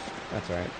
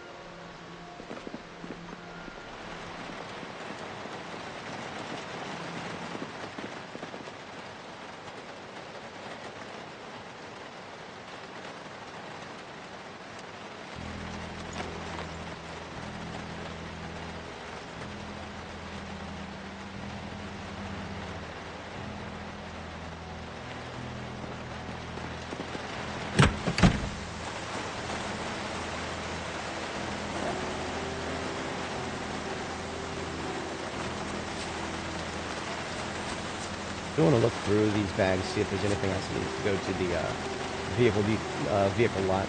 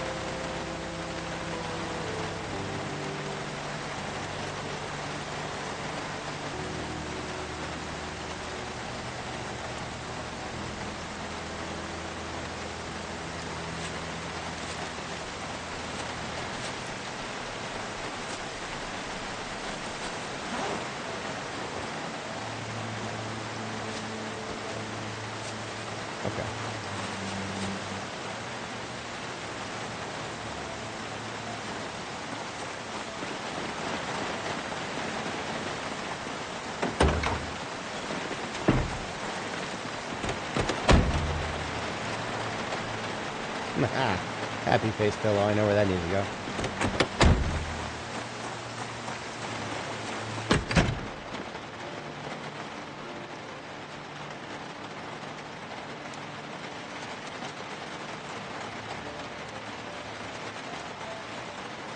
Right there on my main bed for now.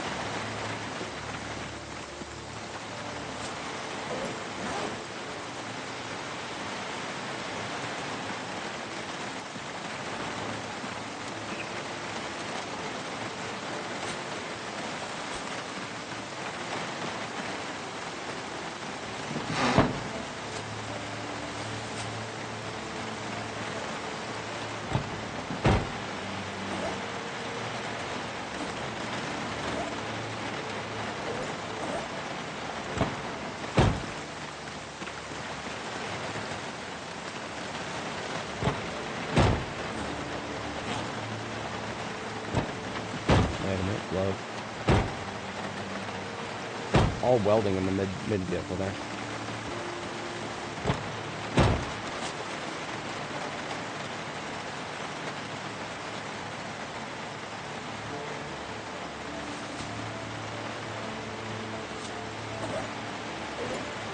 Okay. I've checked most of the incoming vehicles then, and we've identified all the military gear that needs to go consolidate with that. We've made a very small dent in the stuff that we need to organize.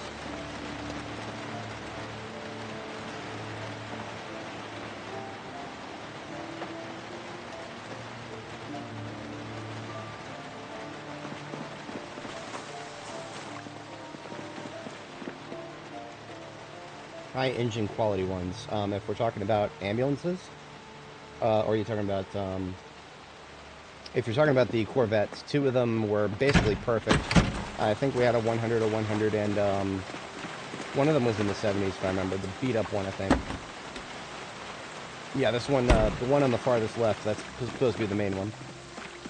This one with the busted window, I think is going to be 70 something. Oh no, it's also 100. And then this one, 93. Okay, so 100, 100, 93. Yeah. I mean, it's great, but I mean, at the end of the day, I really just care about having one. These other 2 are just kind of, if I could have traded the luck that I got to find those with something else, I could hardly list all the things. A regular-ass trailer would be amazing right now.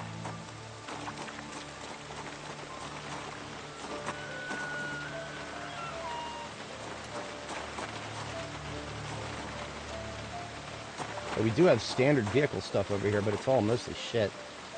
At least I can put the brake there next to these good tires. And we don't have a spot to put sports vehicle parts, because we found 3 sports vehicles full of good parts. I'll just leave that over here for now.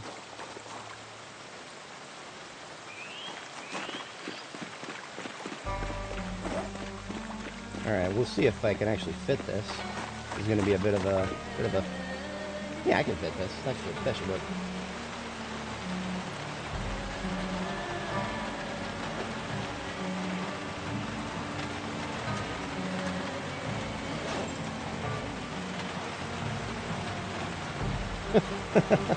As if I would ever use a good vehicle for something like that. That is, sheer insanity. But, hey, whatever floats your boat. That sinks my ship, personally.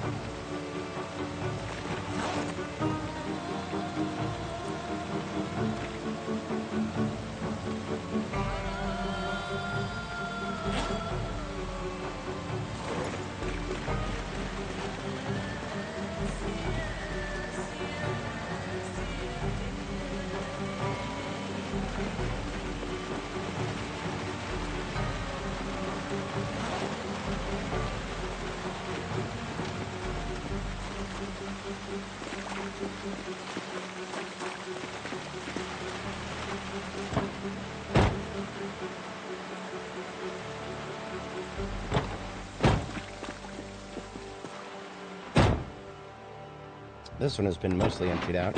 It's just tailoring now. This one is mostly full of construction materials. It actually should pretty much, yeah. This should be down by the river. So we're headed down to the river with this.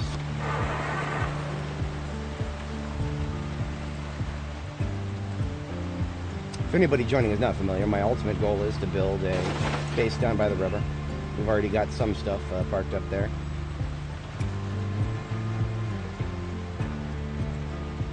We have room in the trunk. Yeah, we got a little bit of room, so I'm just going to take some more. I'm just going to shove some stuff in there that's construction related.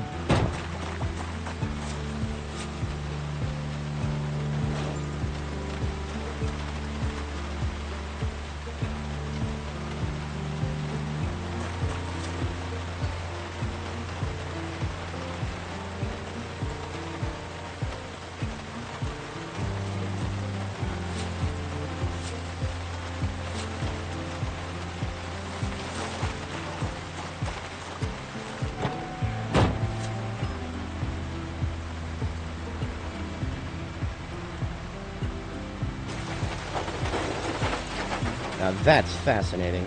This tree right here. We wiped out almost every tree that could have possibly spawned in between these lines of gravel road. It's basically an outline. So the fact that there's a tree that just appeared there, well, that's the game saying, fuck you. You're not allowed to have clean roads. Absolutely not.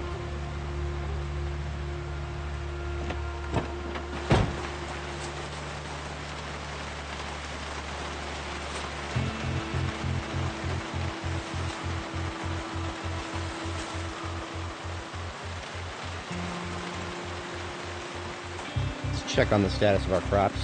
See how many of them died for no fucking reason. Because that is a thing.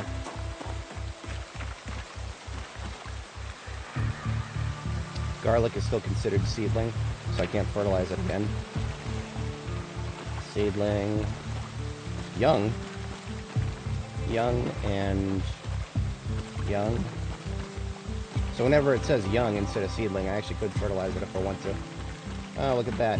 Dude, this is why I build the crops out in the middle of the fucking river. Because these fucking assholes would spawn right on top of them and start walking all over them.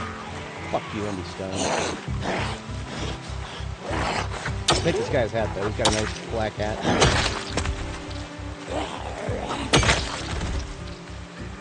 Do a color test. I think it's about the exact same. Yeah, it is almost the exact same. So I got myself a spare. I'm gonna need it. We've already lost one due to some accidental bullshit.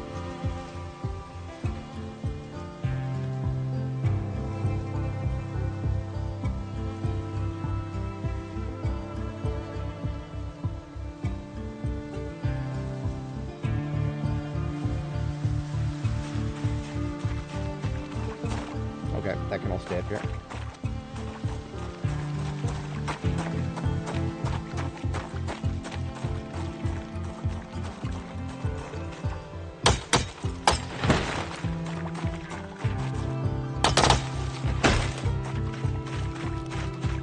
Anything that's in between these two lines? Absolutely not. Bush or tree. I don't actually have a full-on road yet, but I can at least have an area full of removed of all obstructions. The wilderness overgrowth system, and at least in previous builds, it stops at December. It's currently October 21st. So we'll see how that plays out. Alright, I have to step away briefly IRL here. Probably about a minute and a half tops. We are going to read some book of some sort, if I can find one. Oh yeah, we can read Carpentry 5. This is going to be a little redundant, but that's okay. Provide me with a good time.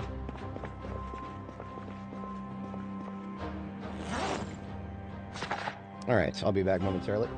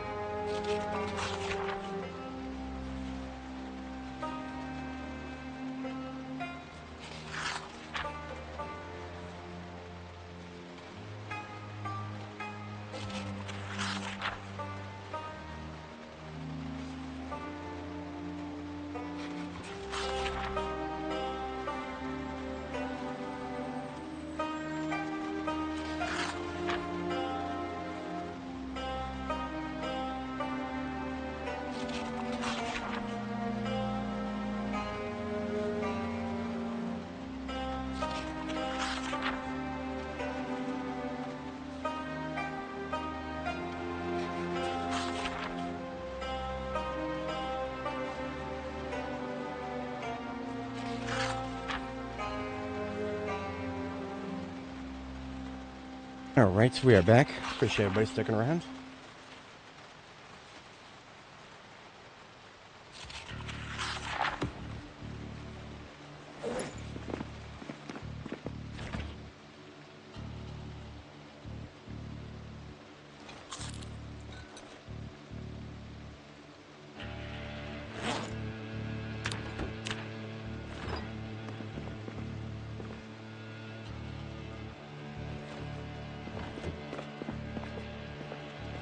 We're going to go ahead and finish reading carpentry.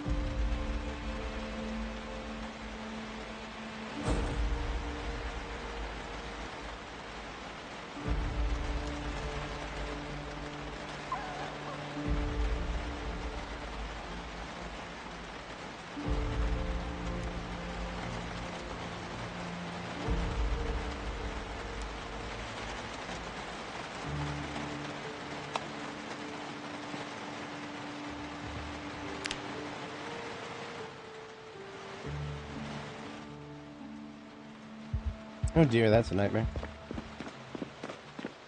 Oh, I just saw a Zed. I wonder if that's why I had a nightmare.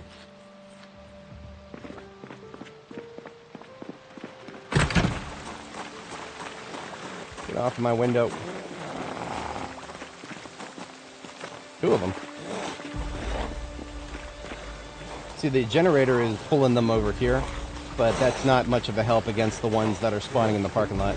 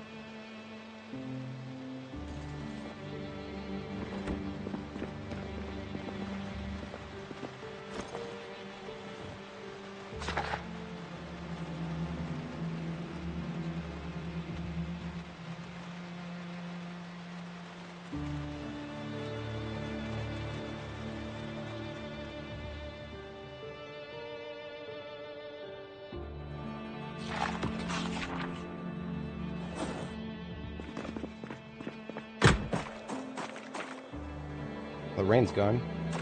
Let's see if it stays that way, though.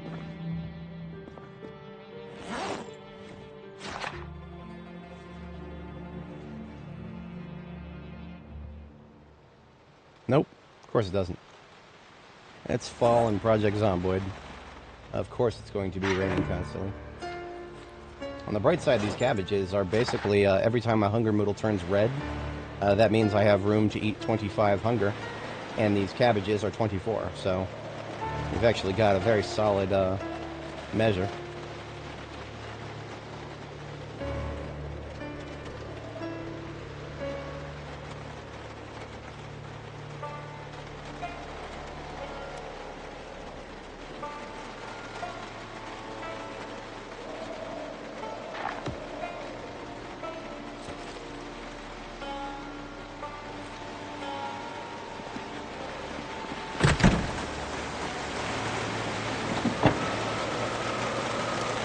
I can put away all 5 carpentry books now.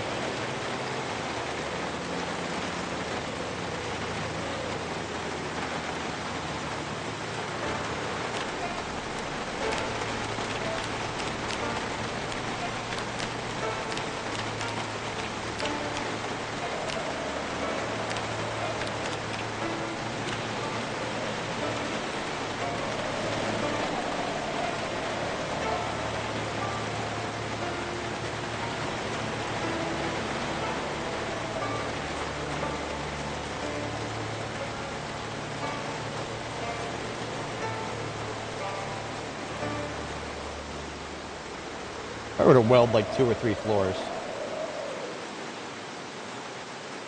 What about barricades? I could do some barricades.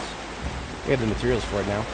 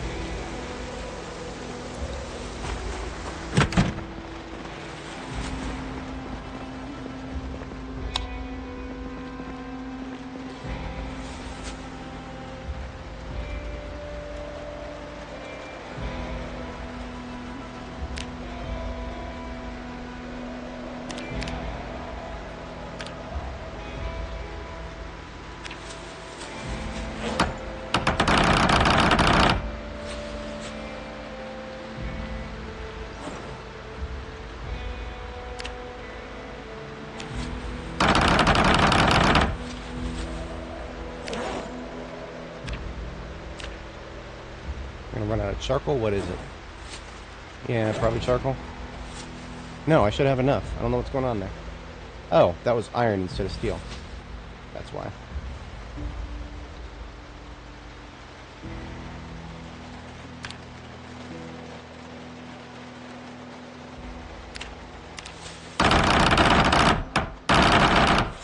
Now, why is it making a fucking hammer pounding noise as if it's carpentry when I'm doing blacksmithing?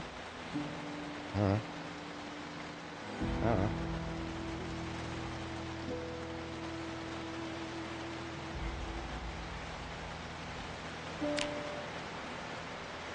Oh, okay. We're getting iron bars instead of steel bars from the bar half recipe. So that's why that's broken. It was working fine previous build. How could something fuck up so hard? Whatever.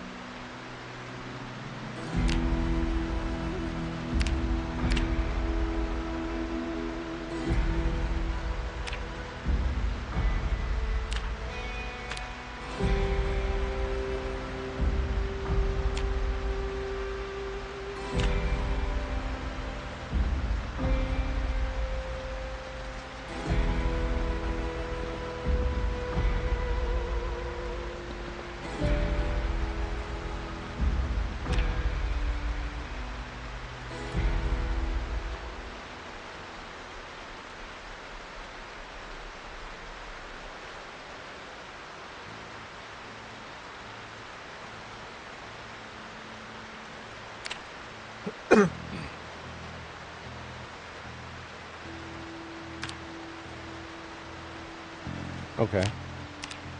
Suppose I could do that. Add the charcoal for that. I believe I do. Yeah, it's only 4 charcoal each.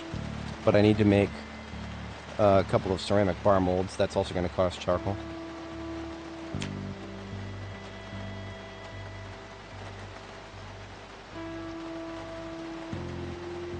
I need to make a make one out of wood first.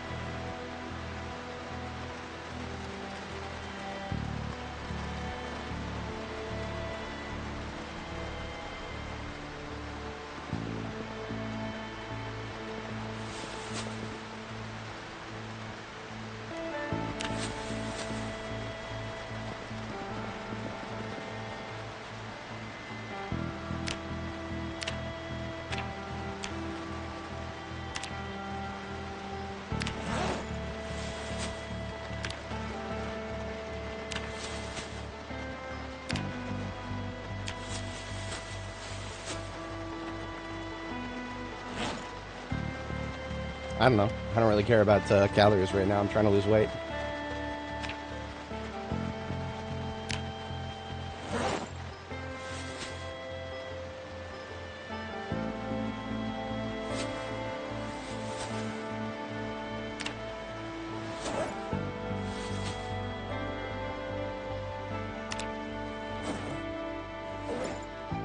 So at least we're making use of some of those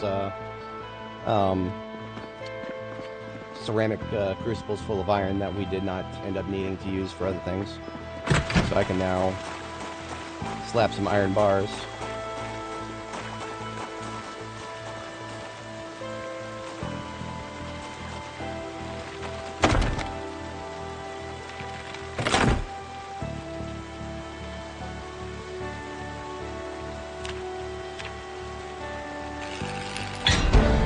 That's what I wanted.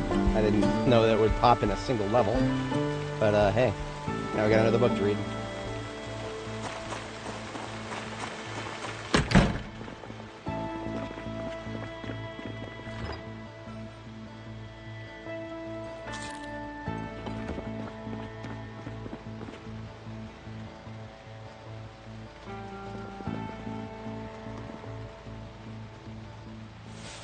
I probably should just go ahead and use up the, use up those ceramic crucibles full of iron, because I'm not going to be able to use them on much else. a lot of everything I want to smelt in the future is, or blacksmith in the future. It's all going to be steel related in the future. But I can't even do steel here, so these 2 ceramic crucibles full of steel are still useless to me. They were supposed to get used up when I made the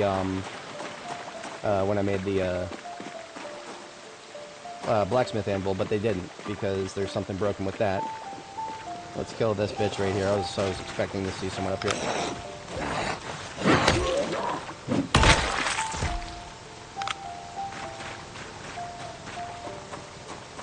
We are going to need more charcoal, though. I'm going to go ahead and chop a couple of these trees up.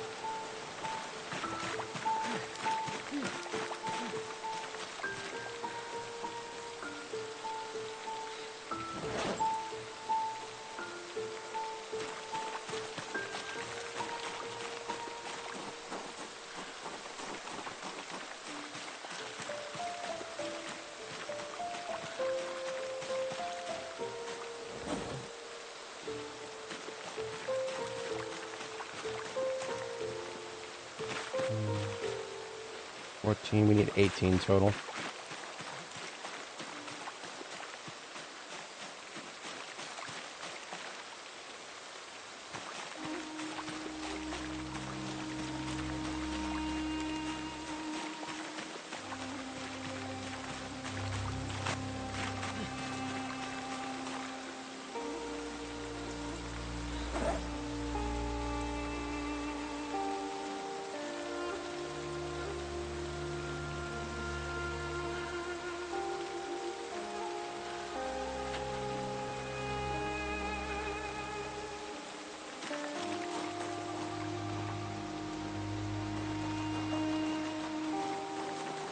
Why is there lights on in the police station right now?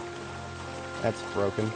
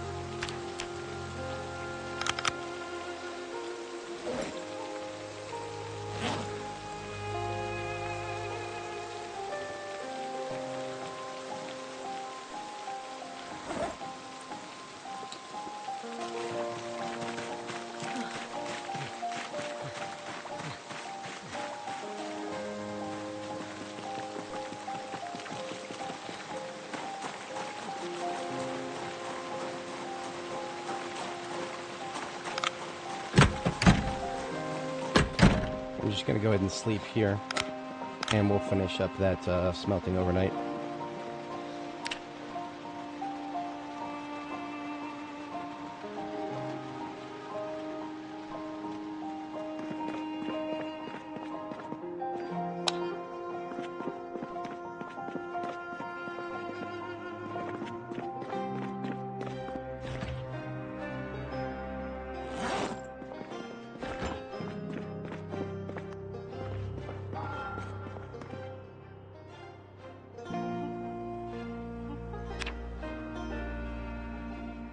Oh, now I can smelt a steel bar from 2 steel bar halves.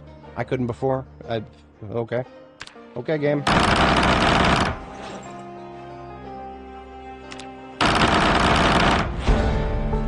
Blacksmithing 3.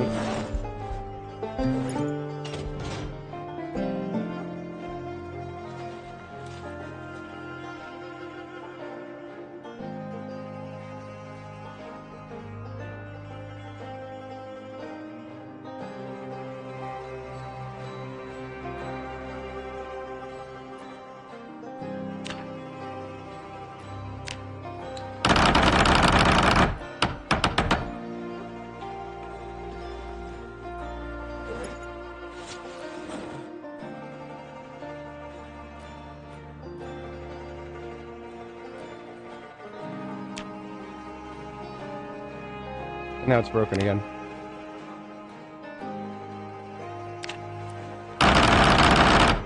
Or at least bar halves to bar, the full bar is broken. It's alright.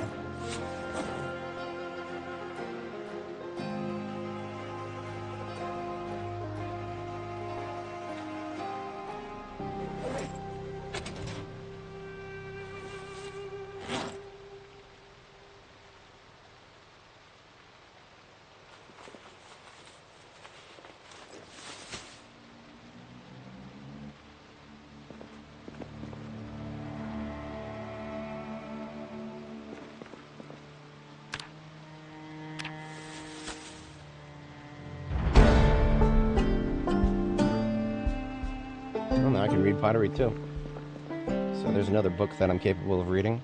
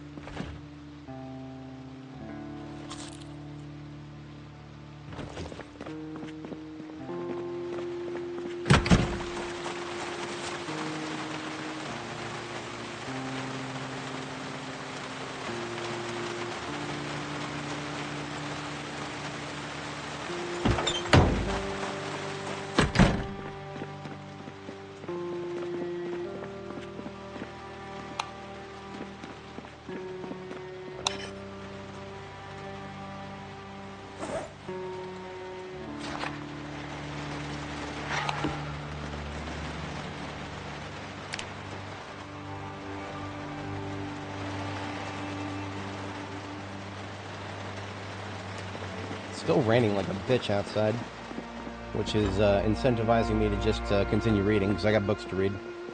Might as well.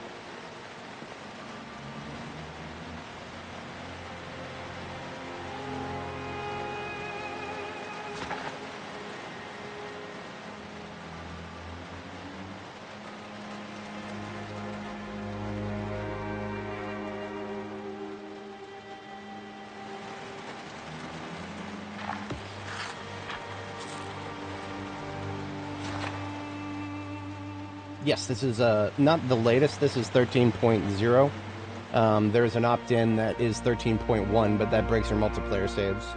while also removing some experience bonuses that were added by accident, so there's literally no incentive to do the latest version. But it's close to the latest version.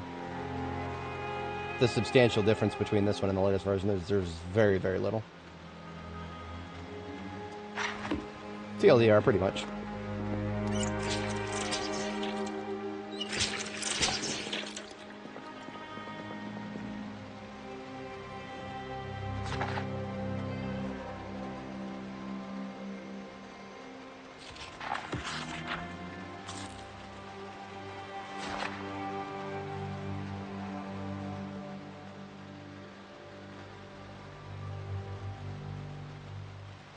As soon as I finish this, I can weld the rest of those windows, and then I'm probably just going to do a pass and updoot all of the trunks of all my vehicles, because there's no reason not to. I think I get 100% now, or at least close to. Yeah, hang on a second. What I'm going to do is I'm just going to post in the chat. I'm going to post a link to the one of the patch notes for one of the recent versions, and at the top of this link is some instructions on how to opt in. Here it is.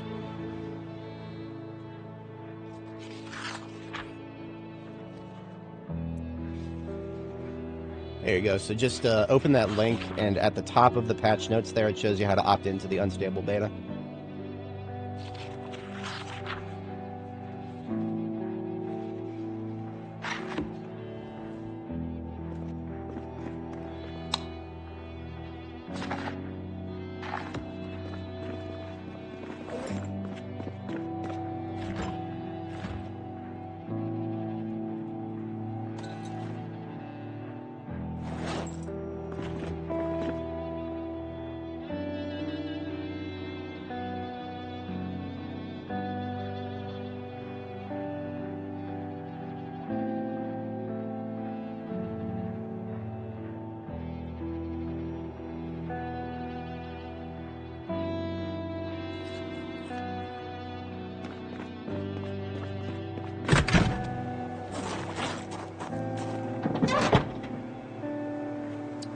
The only mod you guys can see here is my backpack. My backpack is, by default, it would be an ugly puke green.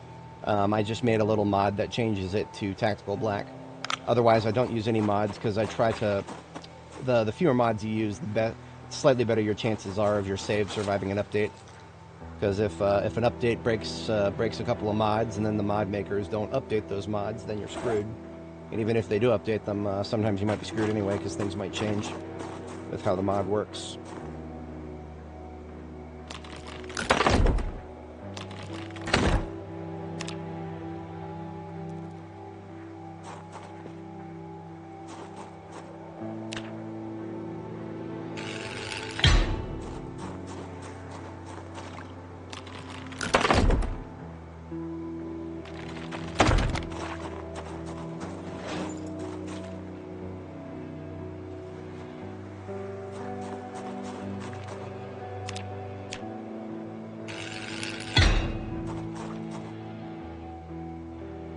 Just gotta make...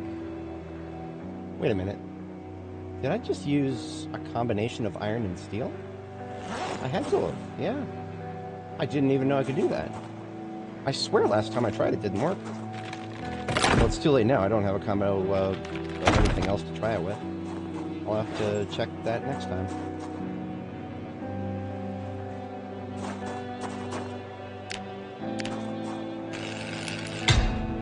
Well, that has left me with 2 loose steel rods. I can just leave out here, I guess, or just leave something back here. I've only got steel rod halves here.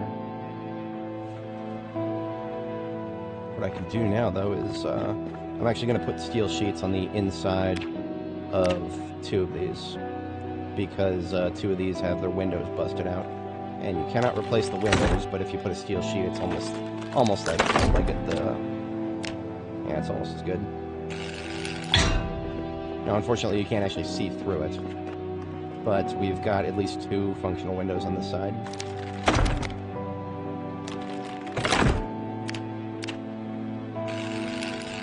We're after welding experience, after all.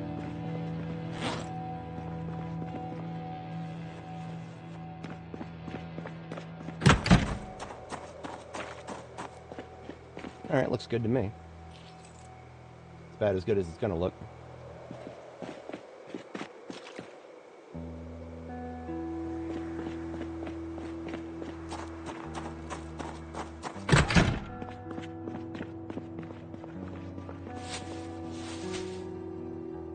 Still do have plenty of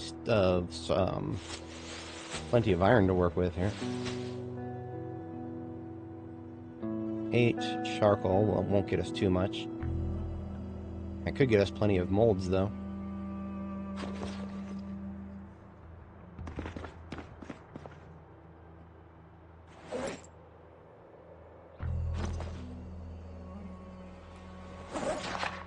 I don't think I'm going to finish the pottery book. I'm just going to read until it's bedtime here.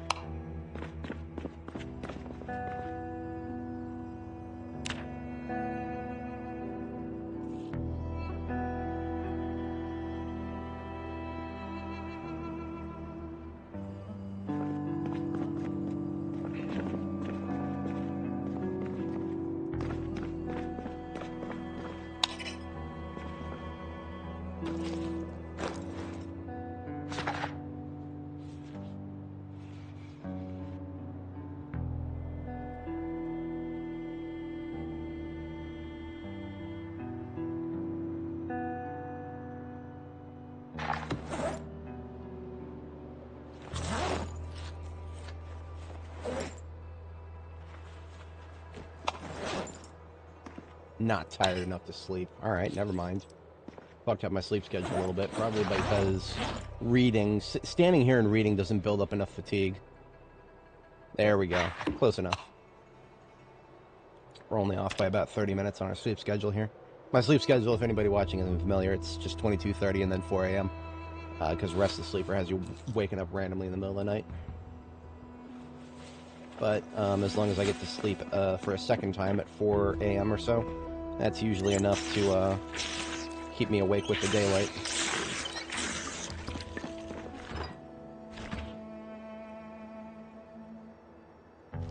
Five cabbages out of the freezer into the fridge. And I've got one on me for breakfast this morning. You know what? I'm going to take one of those to unfreeze in my inventory. And that should do for today's food.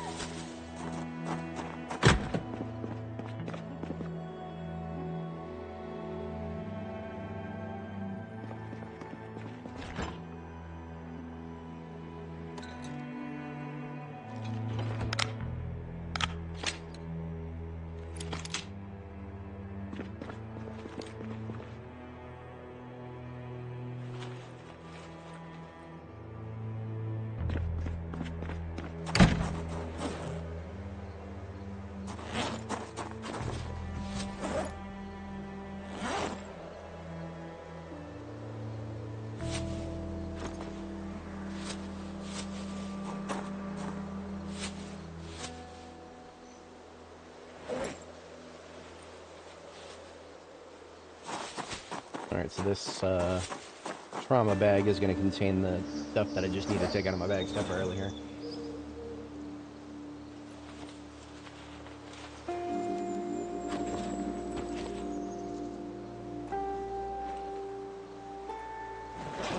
Now that I have a completely open backpack, I can carry some more stuff that is of import.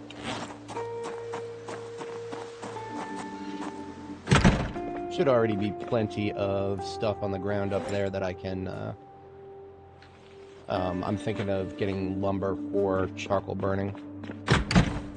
or just bundling up lumber and leaving it there. Maybe I'll take 4 bundles of logs back with me.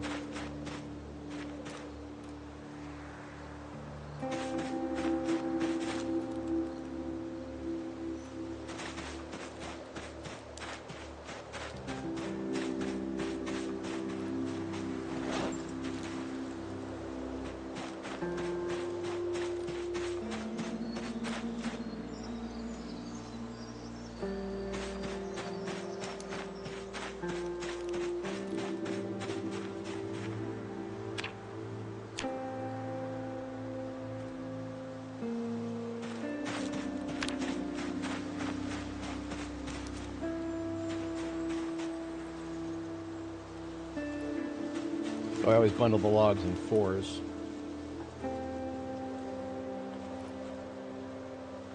So right now I've got 3 on me, and there's going to be a 4th right up here.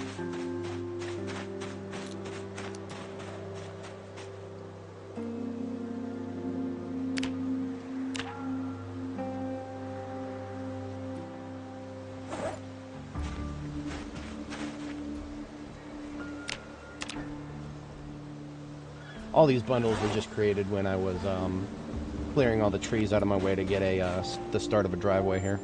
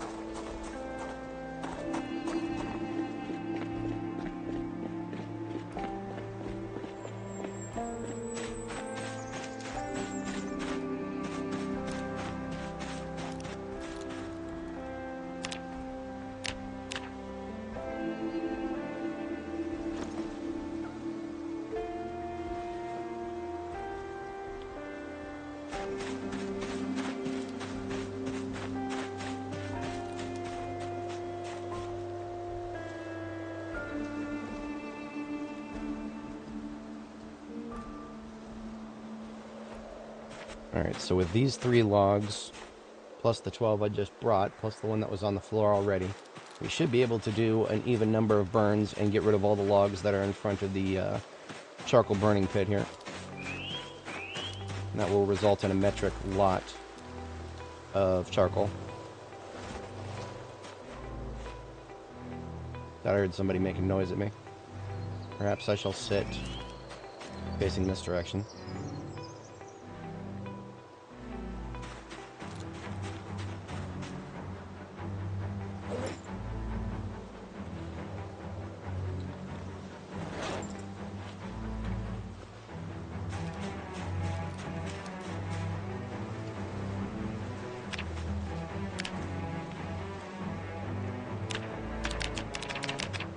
Hate it when it does this.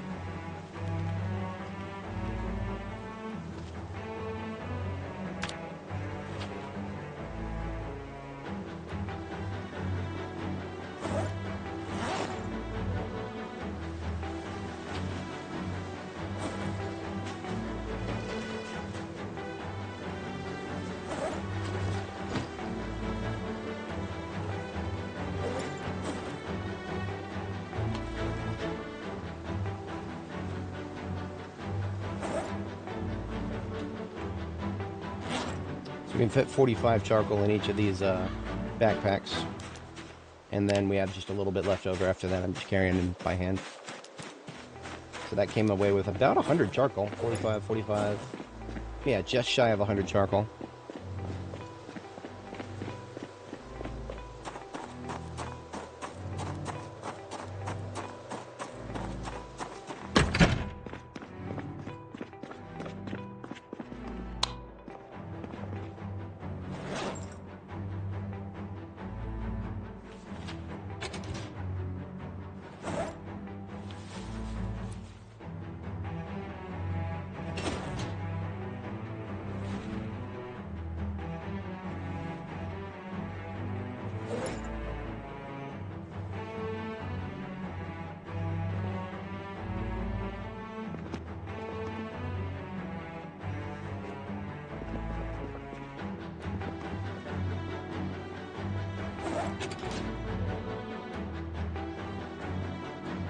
Should have plenty of iron left.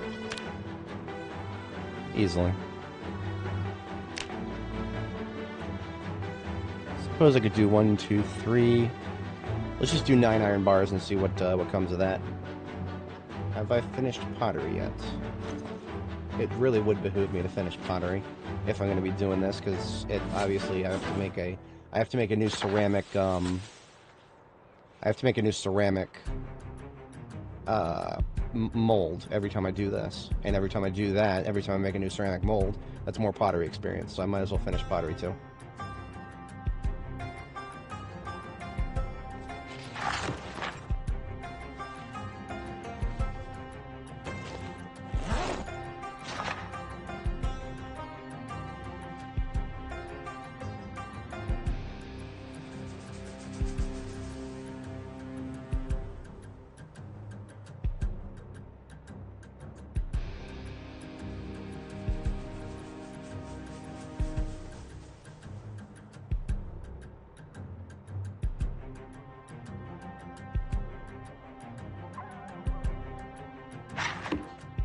Alright, I can put pottery 2 away.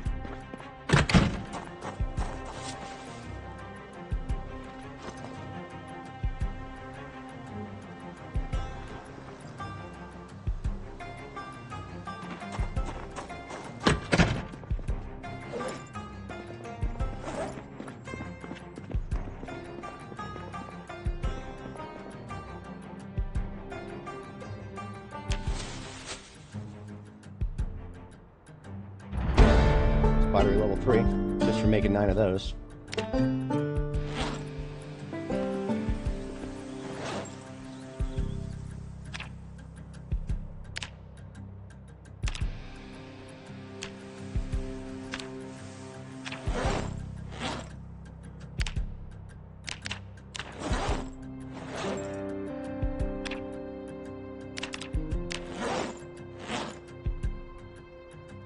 Alright, there's 9 ceramic bar molds.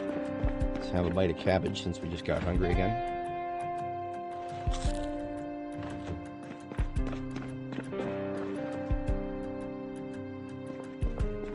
Cast iron bar times 3? And then we're going to run out of what? Oh, that'll be the end of this crucible. I hate that I'm not getting blacksmithing experience for that. That's actually kind of really stupid. Whatever.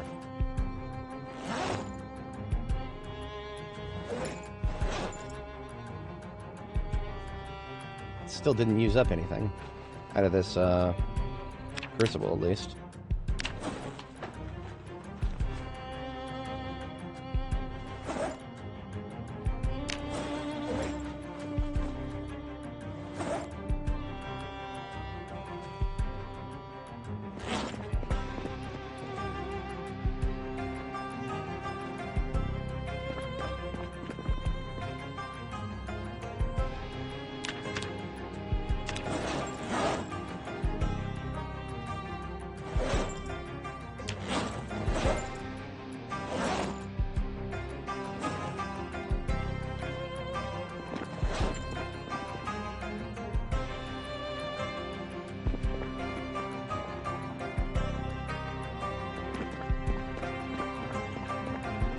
Alright, so that's 3 windows worth. I mean, are we even using up any of this iron? I feel like we're not even... Oh, okay, so the ceramic crucible full of iron is getting us a lot of iron bars. Way more than I was expecting. So there's no reason not to do... We would want to do another 12 of these, I think. Hang on, 1, 2, 3, 4. That's 4 times 3. That's 12, yeah. I've got the clay for it. We're not running a clay shortage like we used to. Clay used to be a lot harder to find.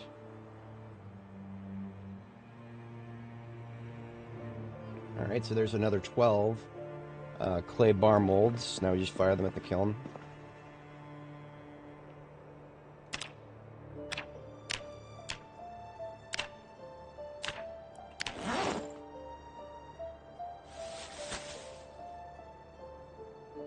And I'm just going to leave those in the something. I'm just going to put them on the floor, maybe. Yeah, because I've really close to sleep time here.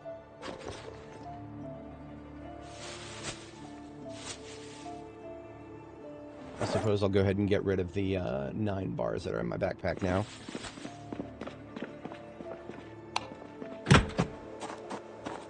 This, all we're doing is putting together redundancies right now. For the most part, the goal is to get more welding experience by doing this.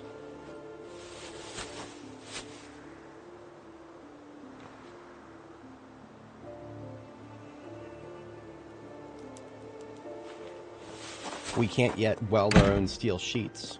Or, I'm sorry, we can't yet put together steel sheets from blacksmithing. But these iron bars look great on my windows, and they keep them safe. And they get a 78 experience each, so it's worth the expenditure time for now.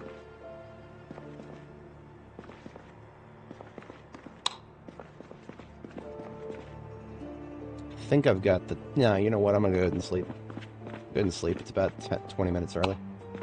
Sleep now, keep myself on schedule. And we'll finish out the night by doing the rest of those windows from barring from the inside.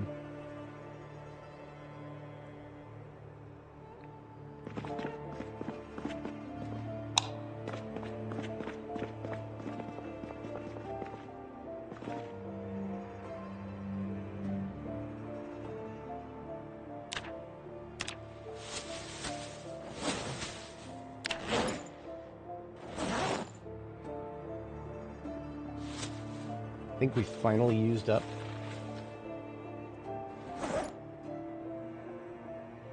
Did it delete it? Oh no, it's still there. I guess we just don't have enough iron.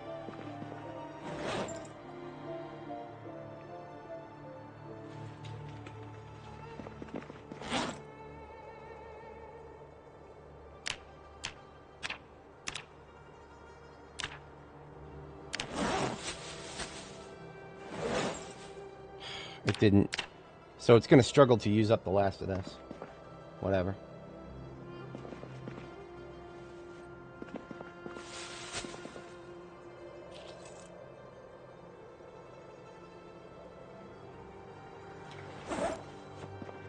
Let's do 3 more, and then we'll get those 2 windows over there.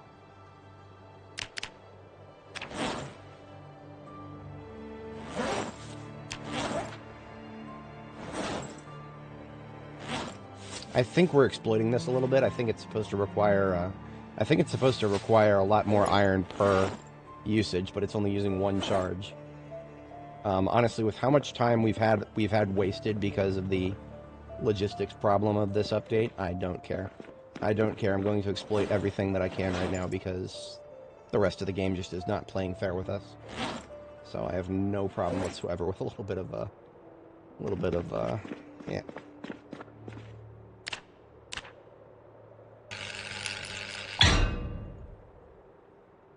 And that does it for the welding torches I have on me.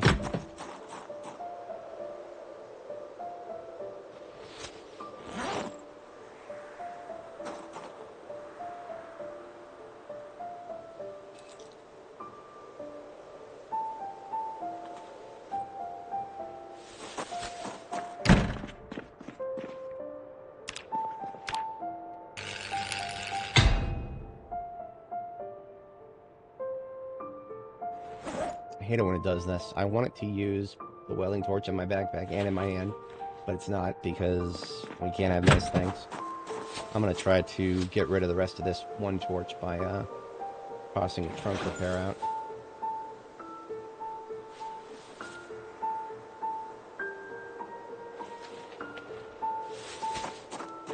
I think one of these bad boys is due for a trunk repair.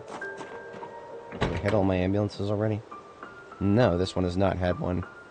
Should go straight to 99. So this is now one of my bad trunks right there. And I used up that torch. Good riddance.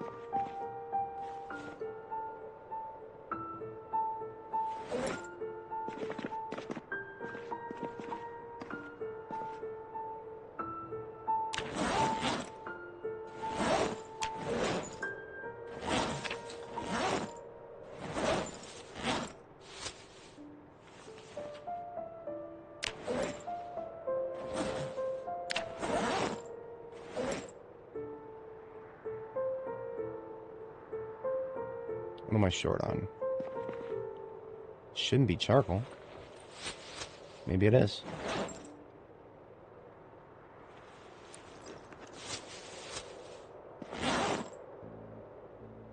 Yeah, I think we're short on charcoal. Oops. We only need a very small amount to finish what we've started here. Suppose we can do that tomorrow.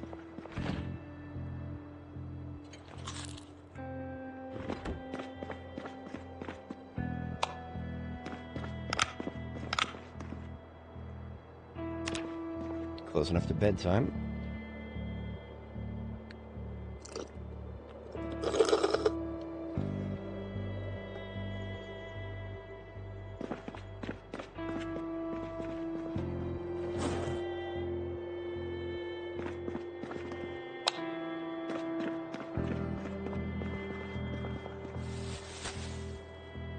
I need at least 8 charcoal, so that's 1 large burn. Got a fire axe on my back. I can cut a tree. Cut a couple trees here.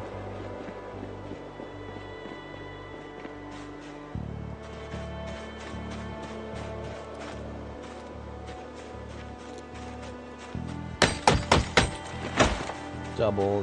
These two should be singles. Yeah, that's 1 large burn. Easy peasy.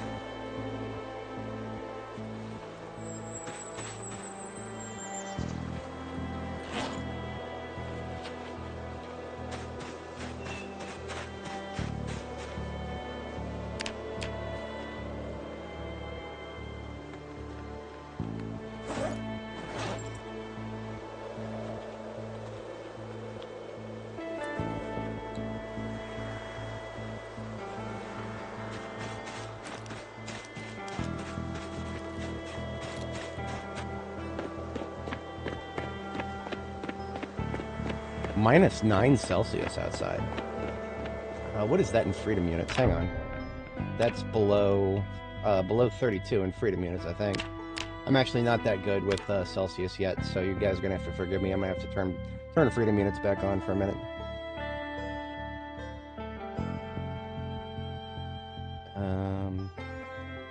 Oh, user interface.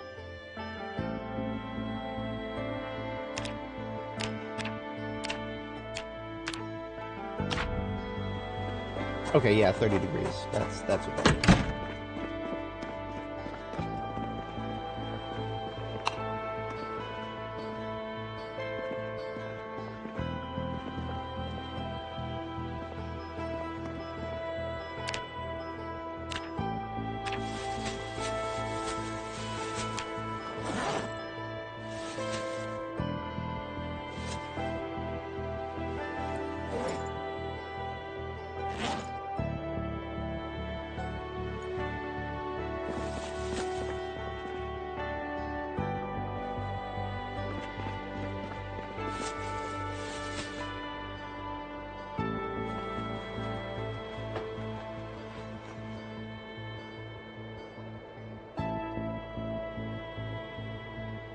Finally, we have an empty crucible again. We never should have not had one, but that's the game we're playing right now. So because of an odd usage, we've got 5. If we make 2 more...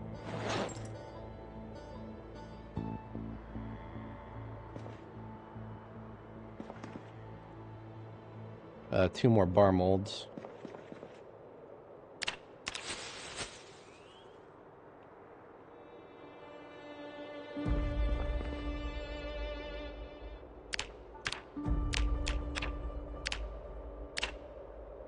I think this is actually using charges from the lighter.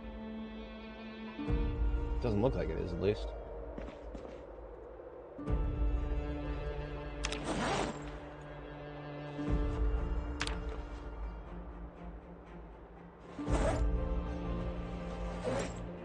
Oh, I have no idea how to count.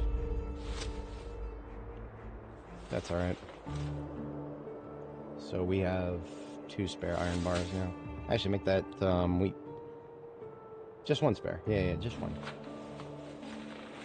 Yeah, now we can do 3 and 3. Just need another 7 set of welding rods.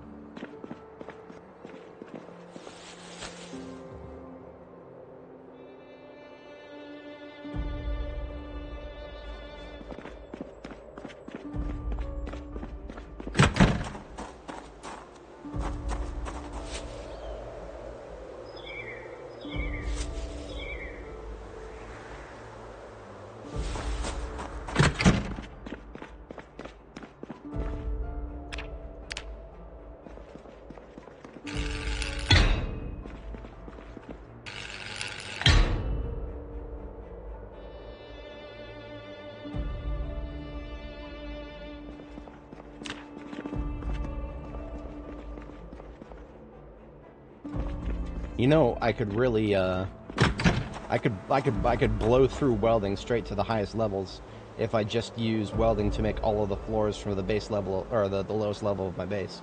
I could do that. I could do that. Decisions.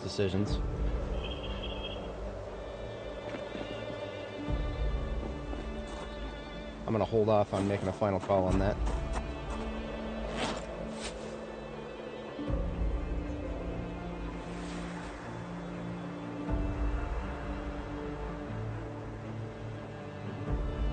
I don't know if there's anything else I can do with this welding torch without having to refill it, because it is 1 out of 10. Right, but I don't have too much other things that I want to use propane for, really. I mean, there's always more propane on the map. I've lost count of how many tanks I have. I have literal tons of tanks. You're not wrong. You're definitely not wrong. I just, in terms of what else would I spend propane on, I never got anywhere close to using up all the propane that I had on Annie. Not even remotely close.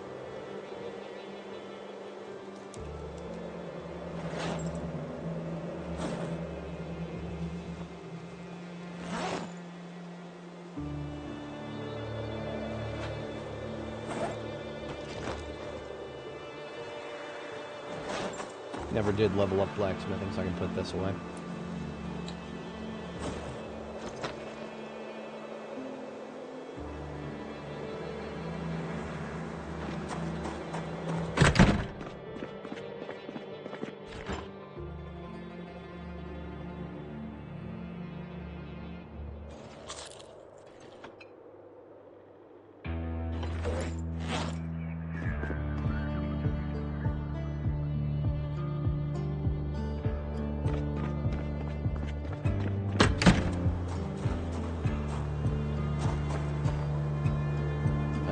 If I get one more level of welding, I think that will enable me to bring trunks straight to 100%.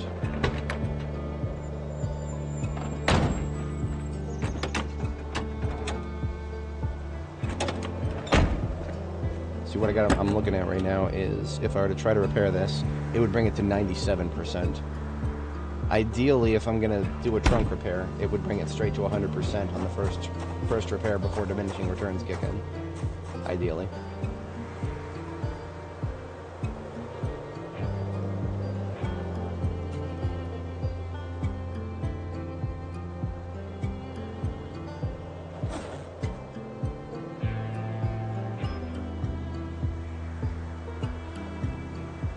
I can build low fences with welding now.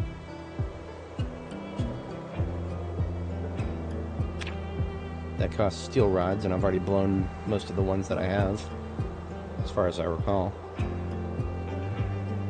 Not that I would use steel rods for too much else. I mean, once I have the ability to make my own with an advanced forge, then that will be super-duper easy.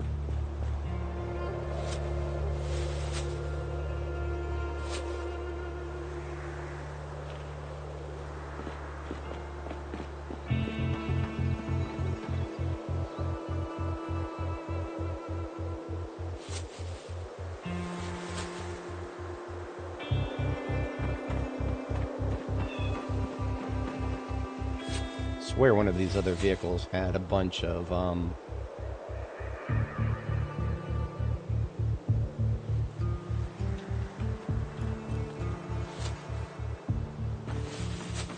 welding stuff in it.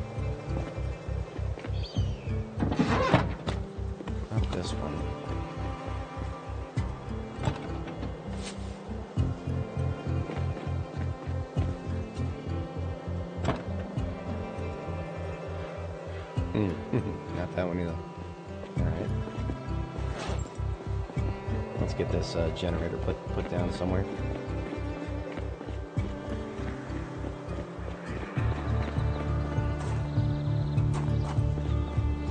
What about this one? This one was building, wasn't it? Oh no, oh, okay, here we go. But those are steel bars. We need rods. So despite all the stuff I have in here, it's actually wanted to do fences. No good.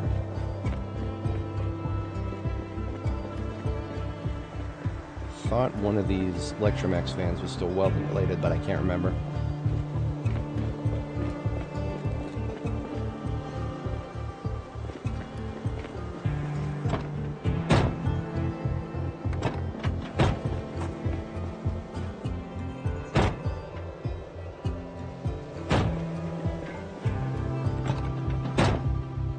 No, okay.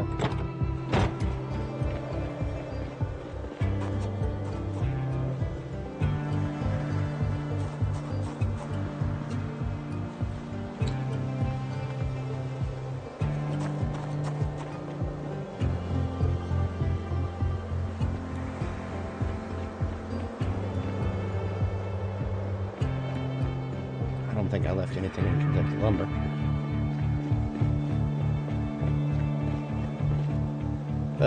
All masonry related stuff.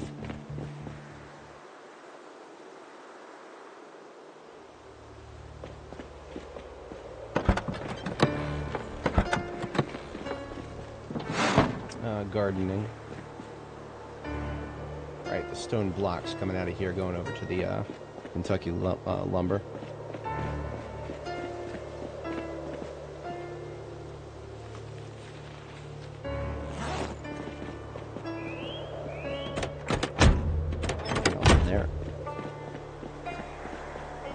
Oh, I shouldn't have gotten in there. I accidentally dropped the generator. If I did drop it, where did I put it?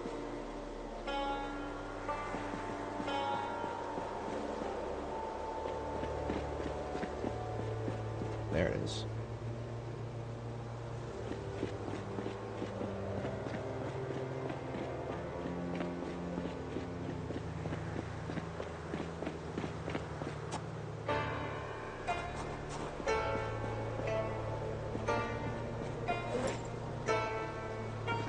We actually blew pretty much all the steel rods we had kicking around the place. That sucks.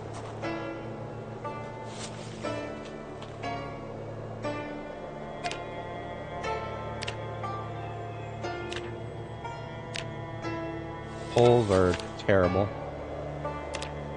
Every single one of these are terrible.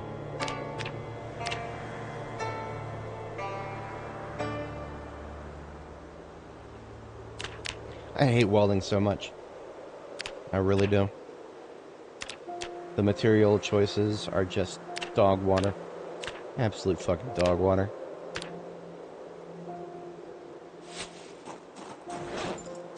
Iron pipes for everything.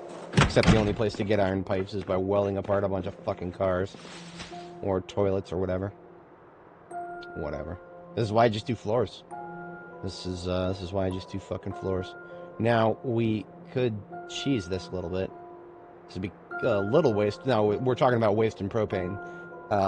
Something that would be almost completely a waste of propane would be just cutting steel sheets apart and then putting them back together using welding. That would be pretty wasteful, but it would get us experience. And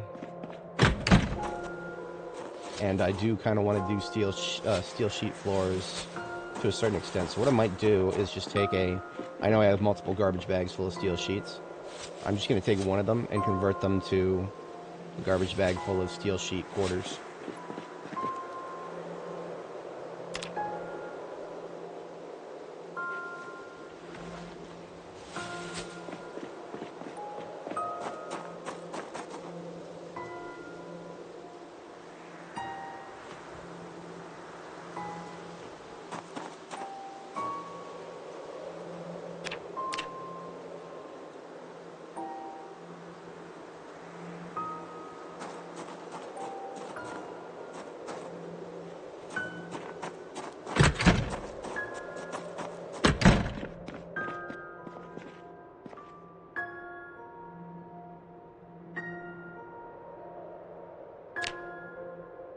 I need a mask. It's so random what things require a mask and what don't. So very random.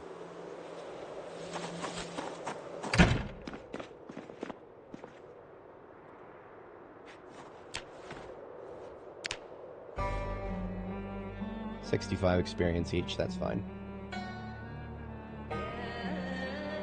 Do this till we level.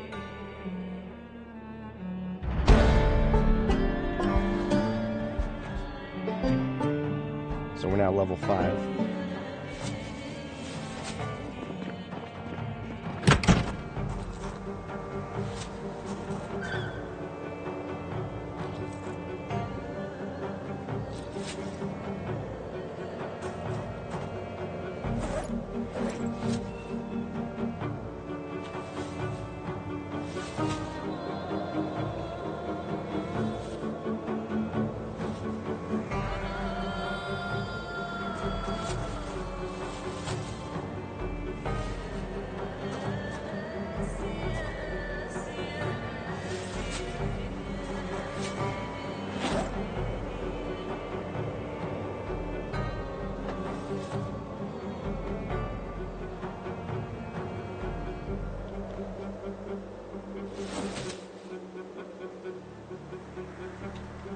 See, now I can use steel sheets to repair trunks. I should be able to do them straight to 100 now.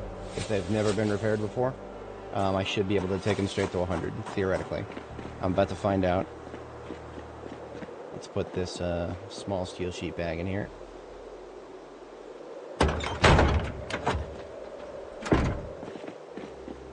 And I don't think I've ever repaired the trunk of Kentucky lumber, so this will be our chest bed. Yes, I can now take a trunk straight to 100% with the first repair. In a perfect world, I would have waited until this was the case long before I ever touched any of these trunks. But better late than never. And this also, of course, gets me about 15 experience or so. So it's not that substantial, but it does something.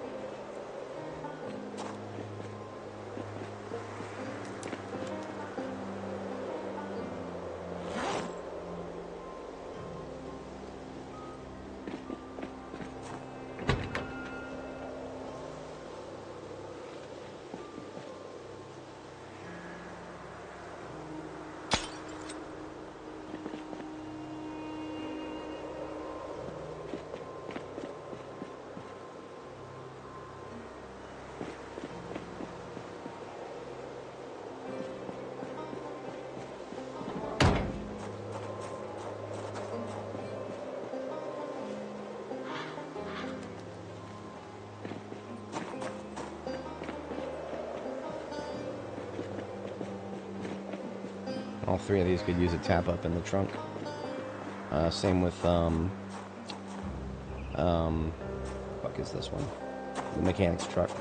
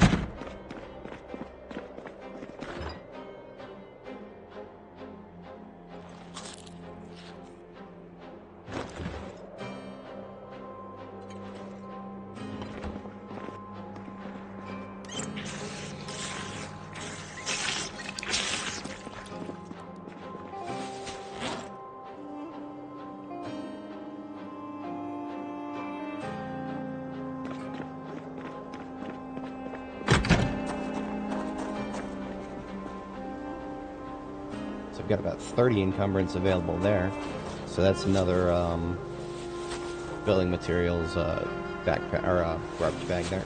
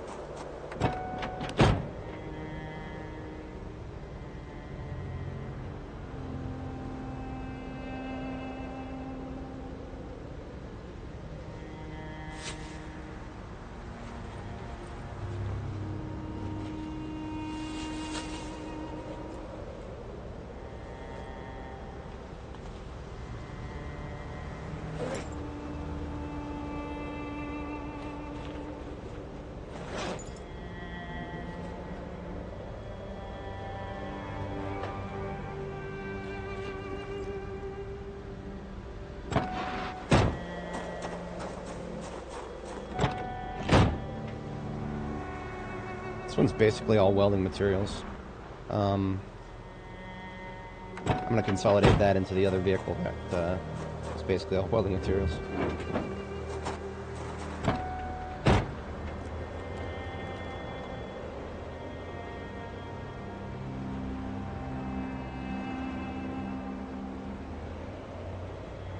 Should be able to fit most of it.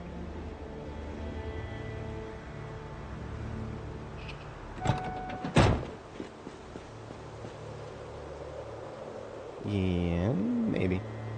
Maybe everything but the propane tanks.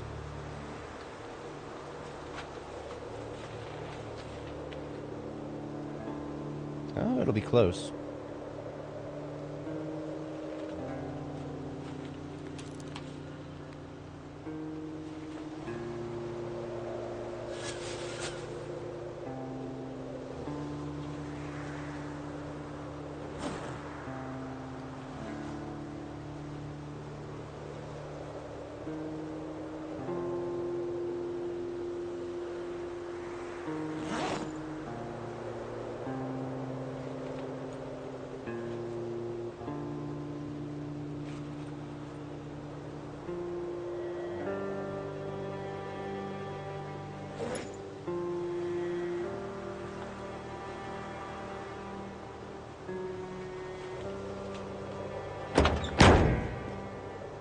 Okay, so here's a completely open and empty trunk in this vehicle that I can put whatever I want into, which is great because I'm going to need a lot of that going up to the river.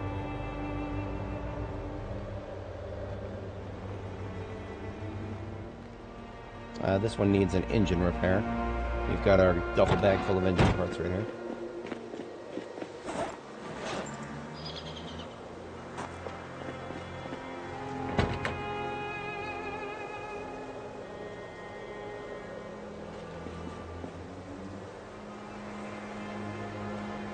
I love doing this while the vehicle is still running. I'm leaving the vehicle running so that I can charge the battery, which has taken a bit of a hit.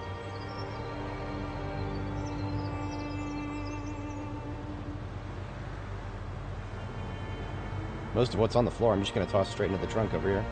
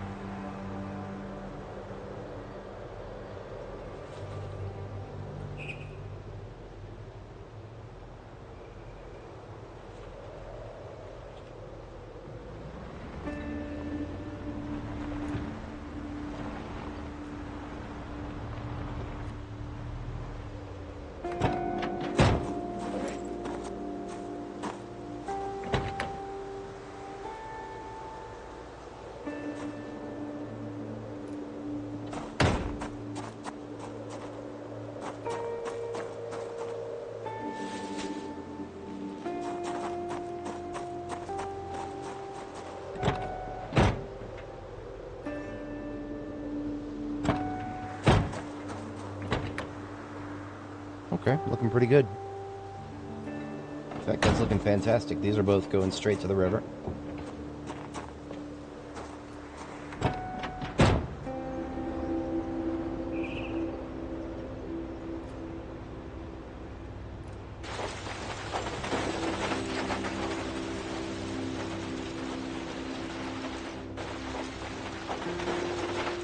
Oh, look at that. We got a zombie up there waiting for us.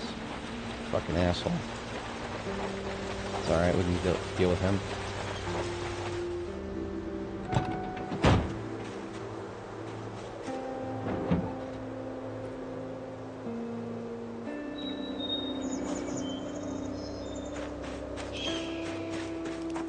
Hey! Slow ass up here, bitch.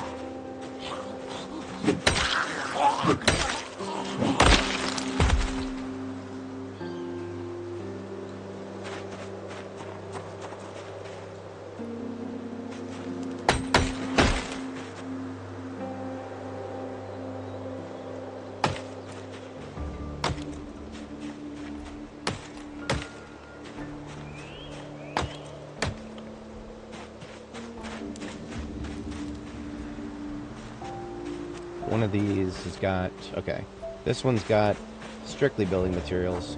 This one's got literally a little bit of everything in it. And that's okay, because almost everything that's in here is stuff that I would not have had a lot of room for inside the gas station. So organization is kind of hitting a bit of a brick wall in there. So I just want to separate this one as one that is a little bit less well-equipped. Perhaps I'll park it on this side versus the opposite side, which is mostly building materials, so I can separate the two rows of vehicles.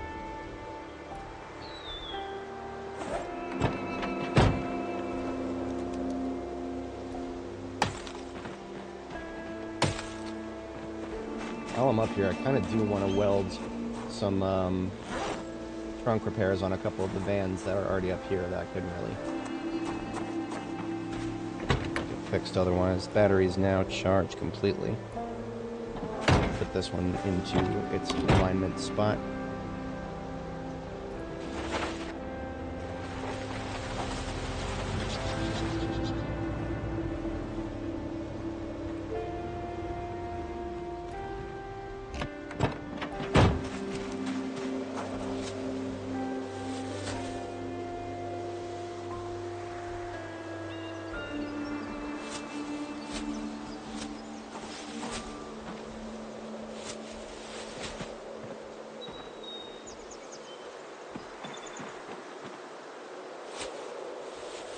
If any of these had another couple of steel sheets, I would use them now, but it doesn't look like they do. To get lucky, maybe there's one in the driver's seat somewhere.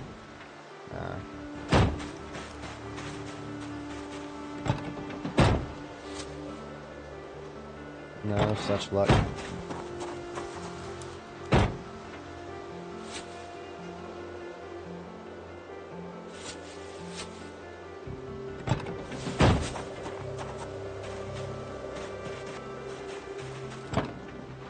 Okay. That's fine. We will go ahead and just repair these two trunks. These two need it the most. I have to refill the torch that I have on me.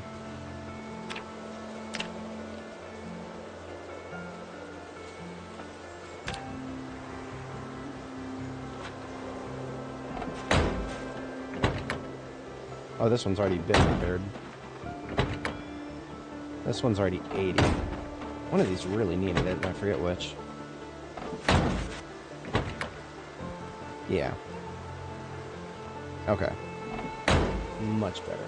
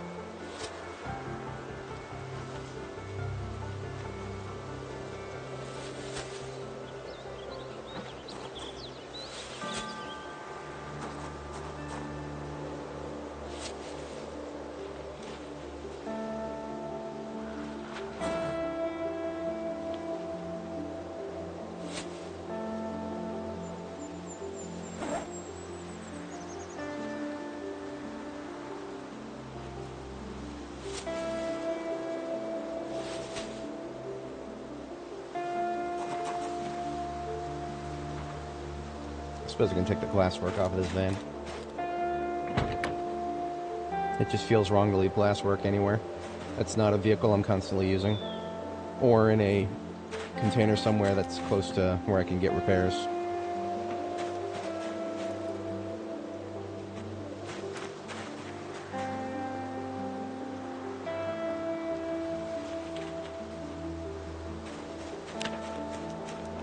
Perfect.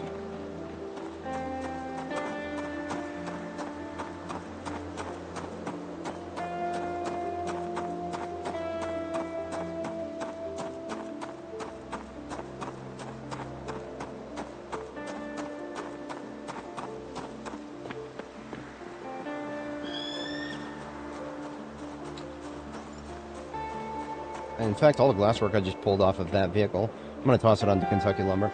Now that I've finally given Kentucky Lumber a repair.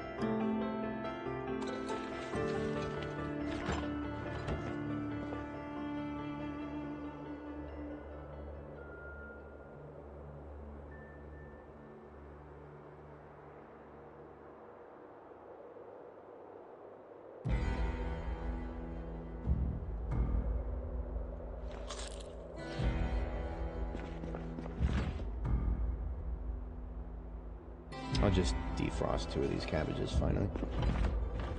It'll be like that.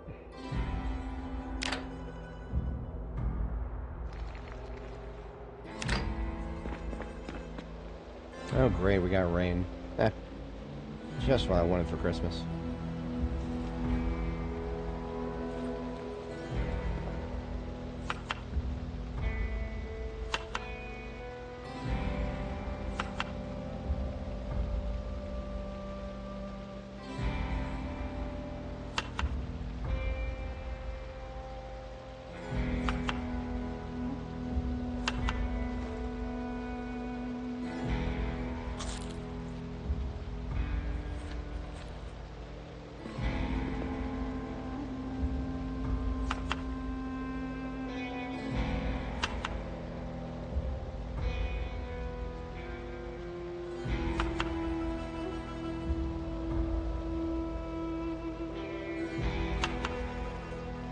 Alright, firing up a couple of roasts here.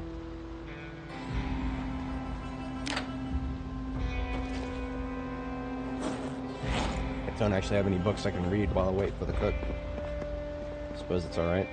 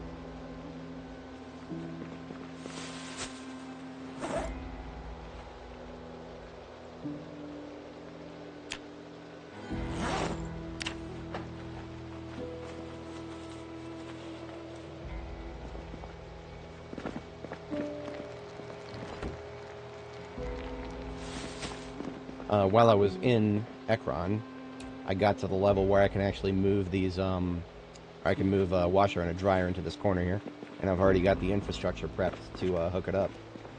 So that is in the not too distant future here.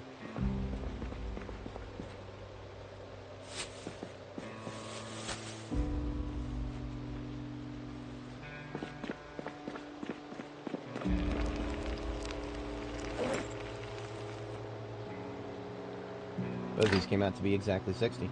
That's great.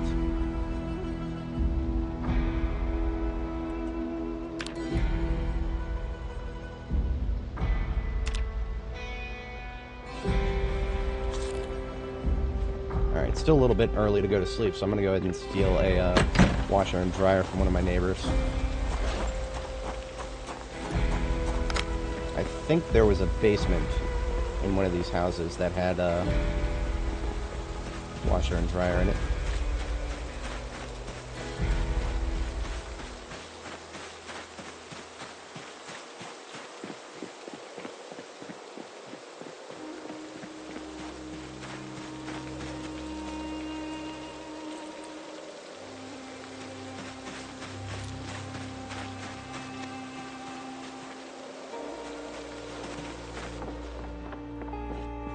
No.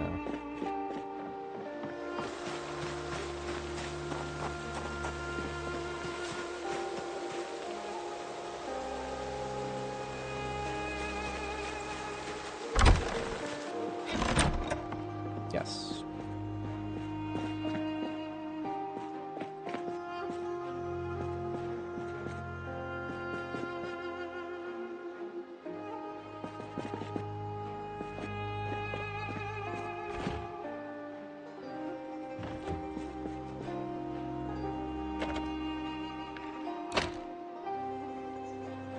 Oh, hey there. Welcome back.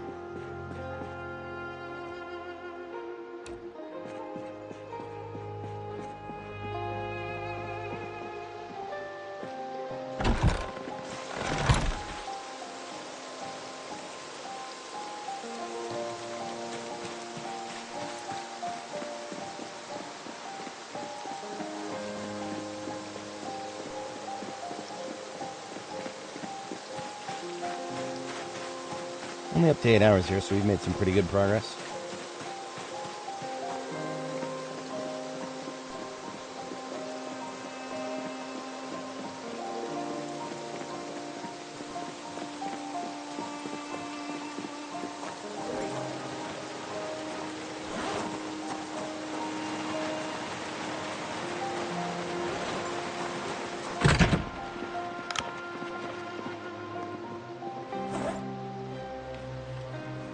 Washing machine goes on this tile.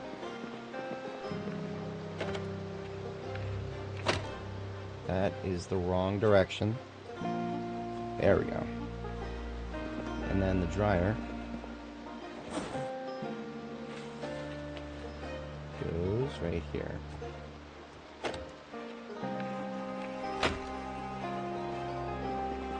And we've already got 9 completely filled up rain barrels waiting to be plumbed into the washing machine.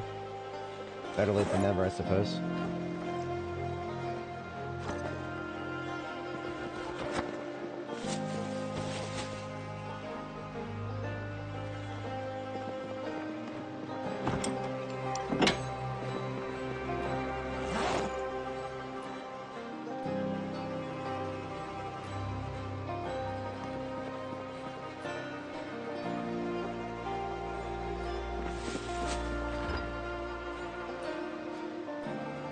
And we're right on time for bed here.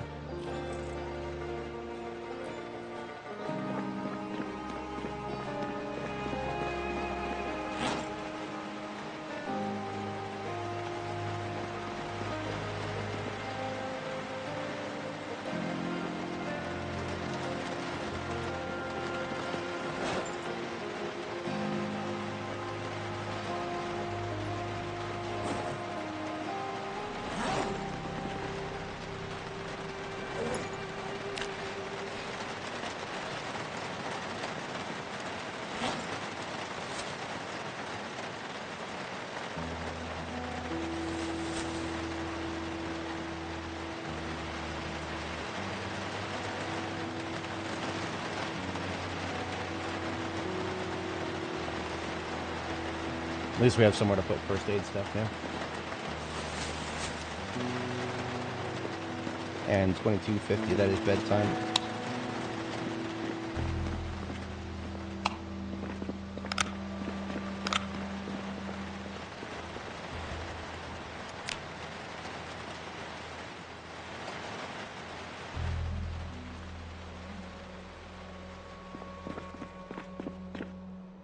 I hate it when rain turns to snow. Might as well be slush outside right now.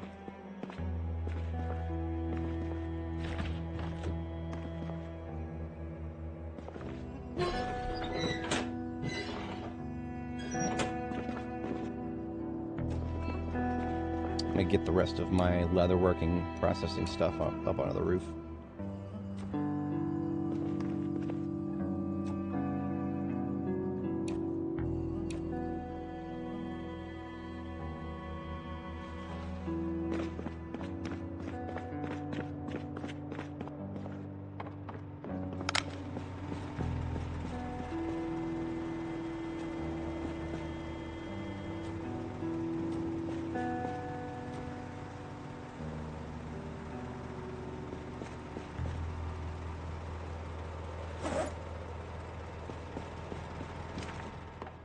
Out of sight, out of mind for now.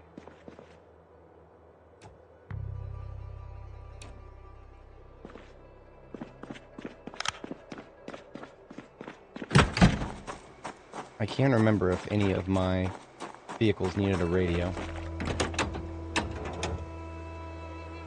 That one's got the Army radio, but it's at lower percentage. This one should have a civilian radio. No, it's got an Army radio. Did one of my ambulances need a new one? That's a premium. And that's a premium. Those are the two secondary ambulances. The primary one up here is the one that needs the best stuff.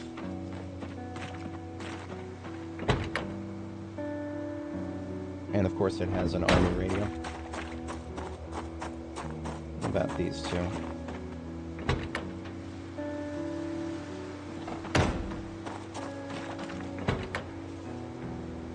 Alright, I see how it is.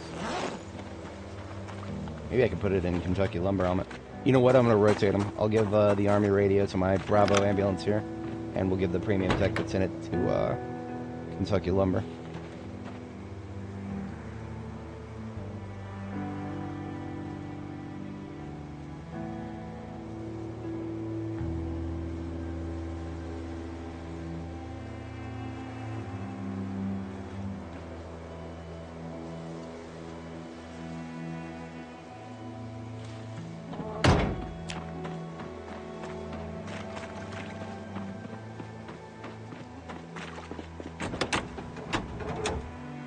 This one's already got a premium tech. Okay.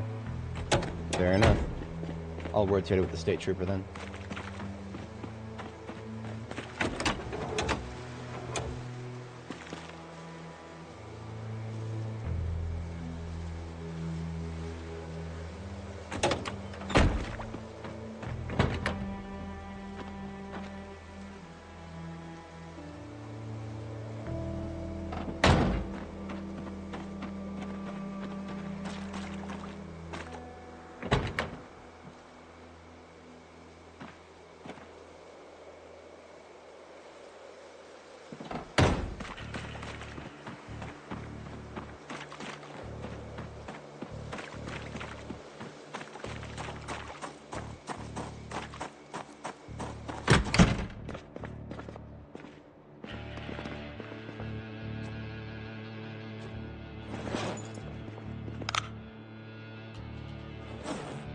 Okay, find something to do to screw around for 1 hour here. There's no books I can read, but there is plenty of electrical I can dismantle.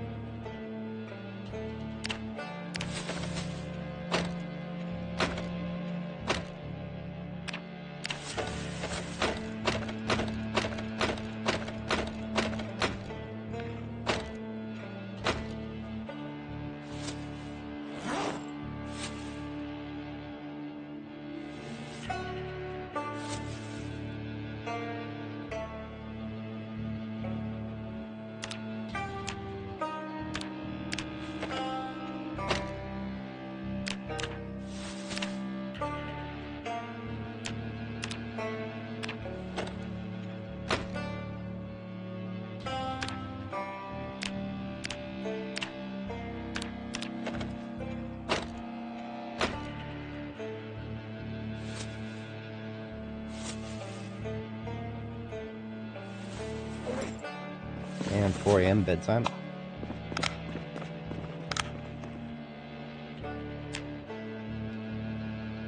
I need to refill my water really quick. I'll be like 30 seconds here. One moment.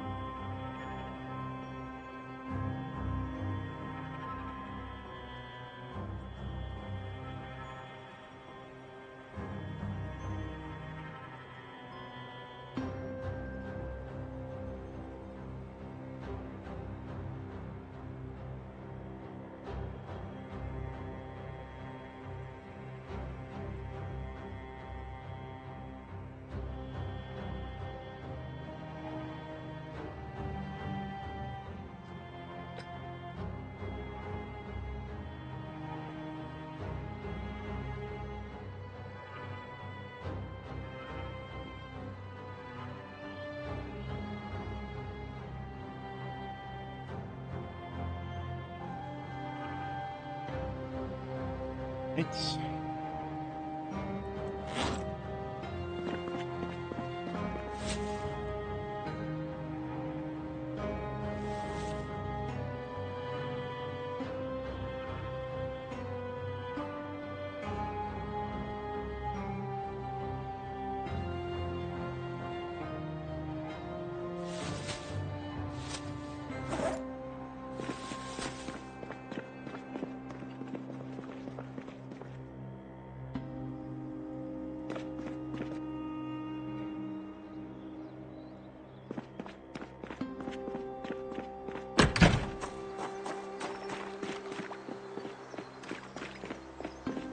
What does the white van look like here? Still got something in the driver's seat, and it's mostly construction related.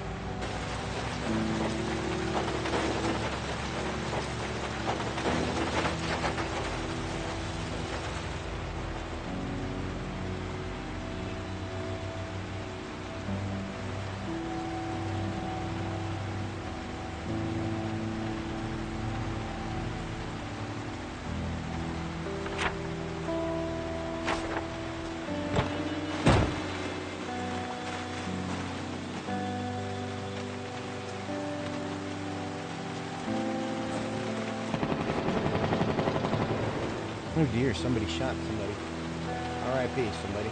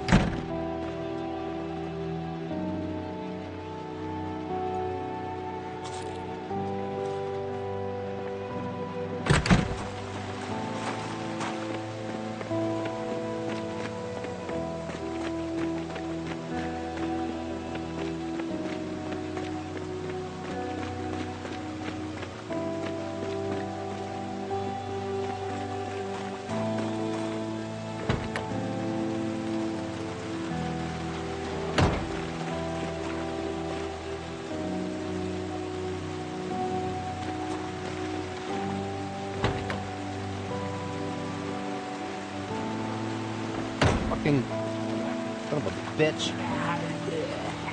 Come on, come die over here. In the middle of my fucking parking lot. Whatever. I'm almost done over here anyway.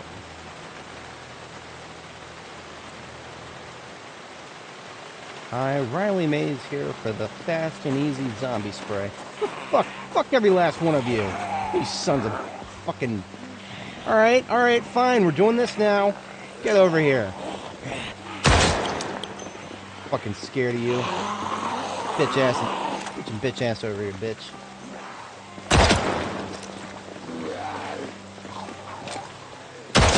That's right. Over here to the pile. My grating ass.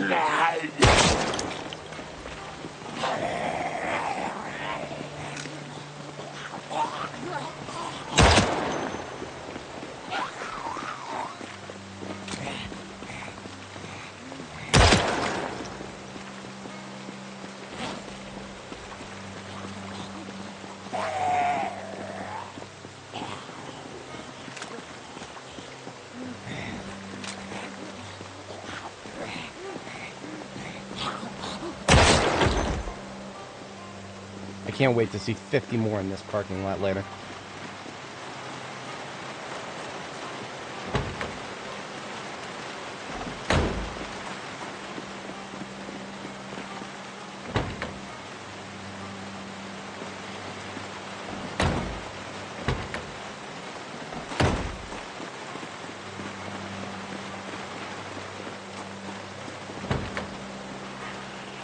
Fuck you.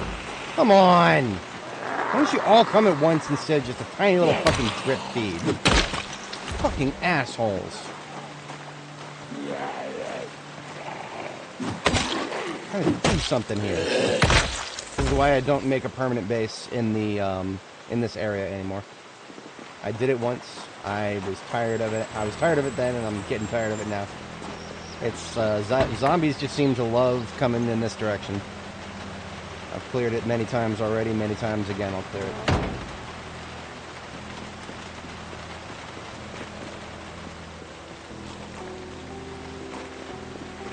Yeah, that's right. That's right. Keep showing up. Keep showing up.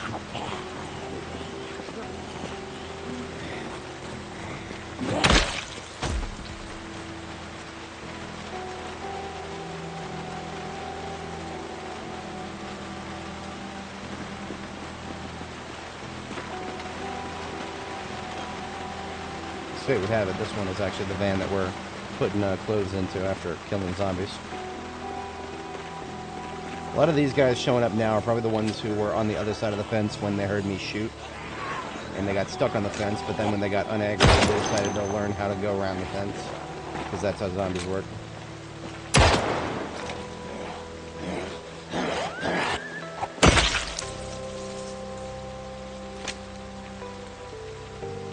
Interrupted that, so we still got 5 rounds left.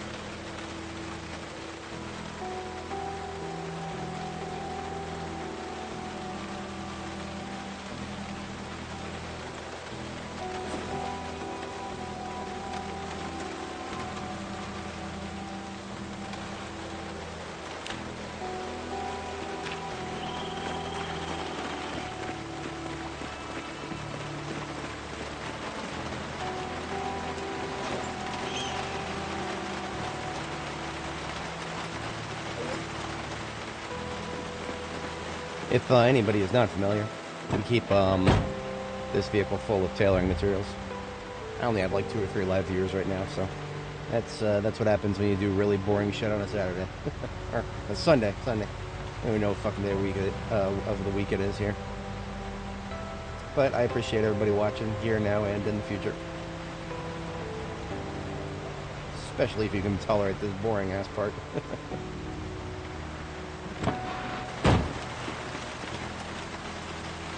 Basically what I'm going to do is just stop by my nearby piles of clothes that I left on the floor from zombies and toss everything into the trunk here. Until the trunk is full, then we leave this one up by the river like everybody else.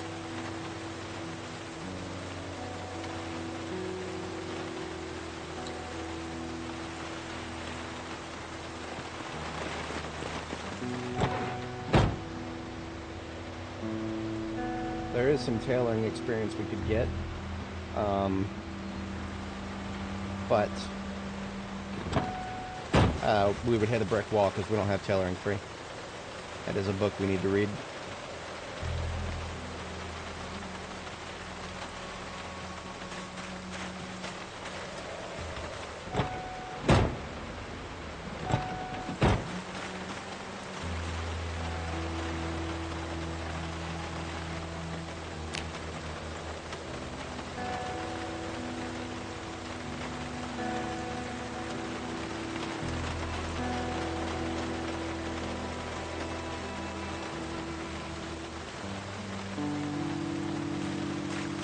bed's about full.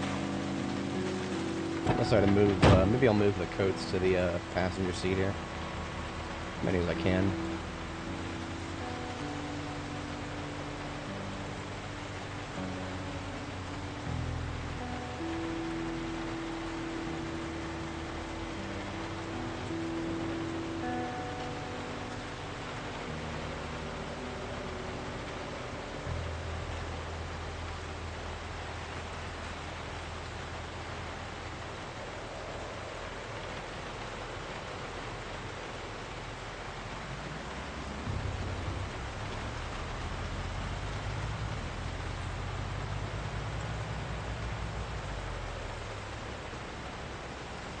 I think this duffel on the floor here is actually closed for tailing purposes. Yep, for the most part.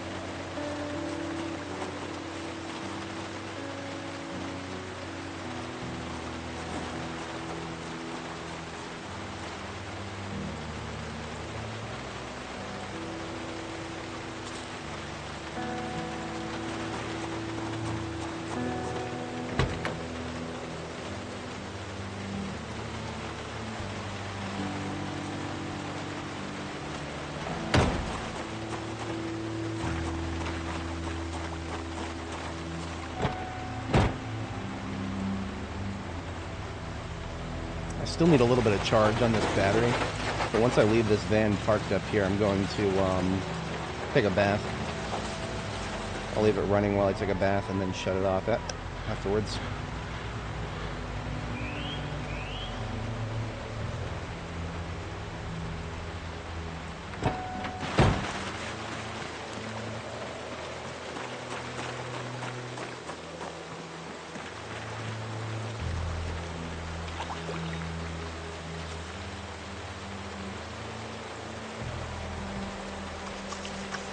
Fuck you.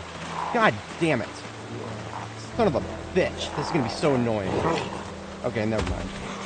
Thankfully he fell on the first try. Now I just gotta wait for his dumb ass to come this way. I ain't killing him on my brand new road here. Fuck that. Get your blood stain over here, bitch. Come on. I ain't cleaning your shit up. Disgusting motherfucker.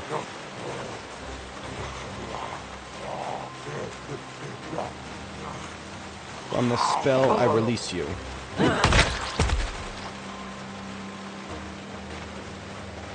Anyway, I was washing myself. That's why I went all the way around here and started washing myself, facing this direction so I'd see anybody wandering on up.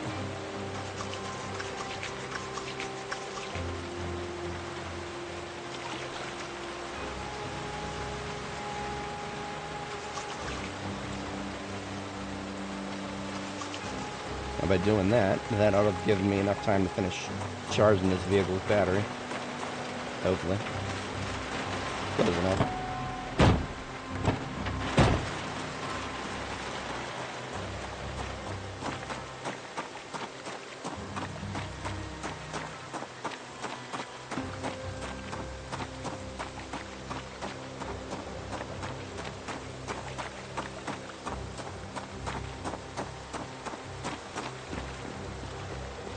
I need to stop procrastinating and get a compost bin up and running.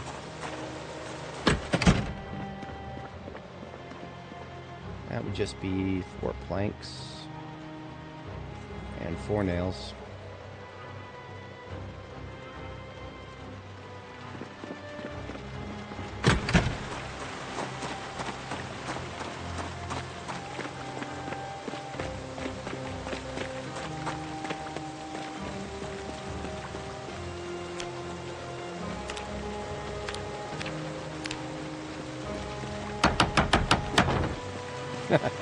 1200 carpentry experience for that.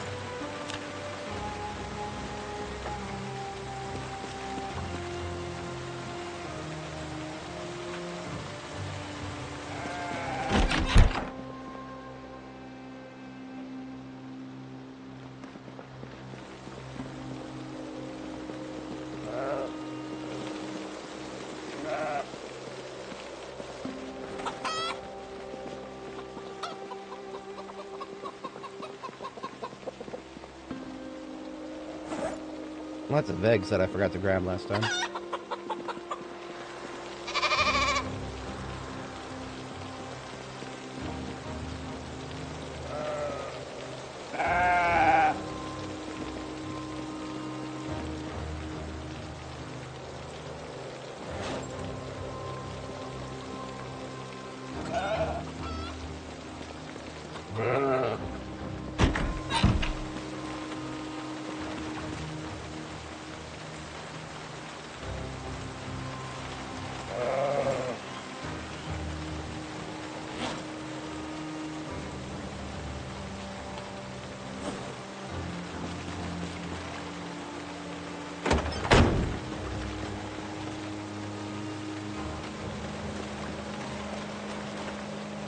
It must be impossible to watch this trailer.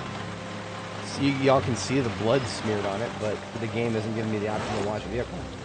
10 liters of fresh water right there, but I guess that doesn't work.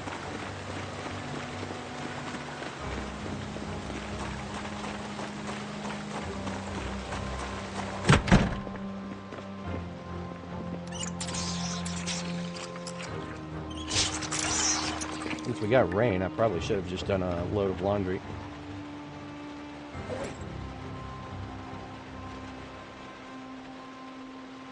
This bottom container is full of stuff that I have allocated for potentially wearing in the future. I don't know if I actually would wear it, but it would go in a it would go on one of my clothing racks as opposed to getting scrapped.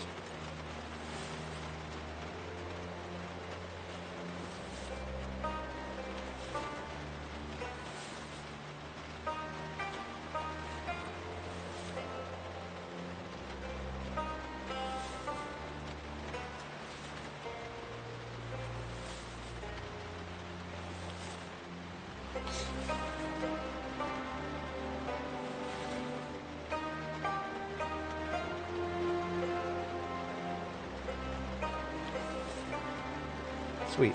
Mostly a full load of laundry.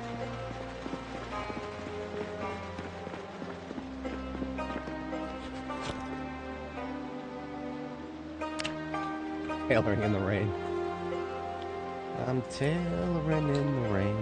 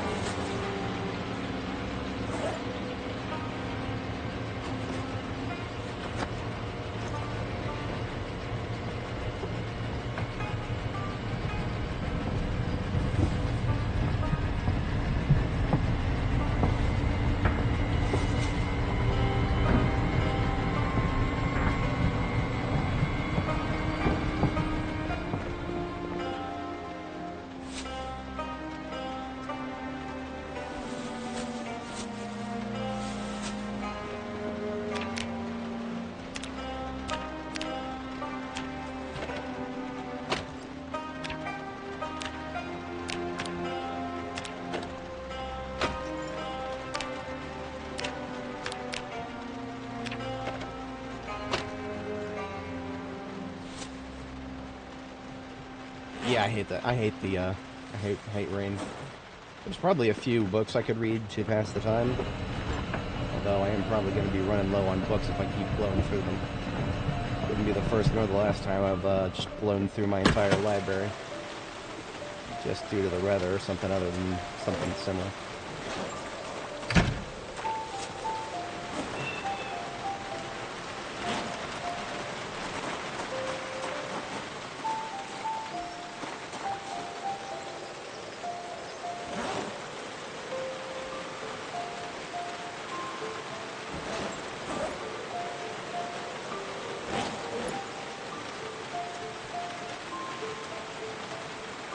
So kind of had a cabbage laying around in my backpack here.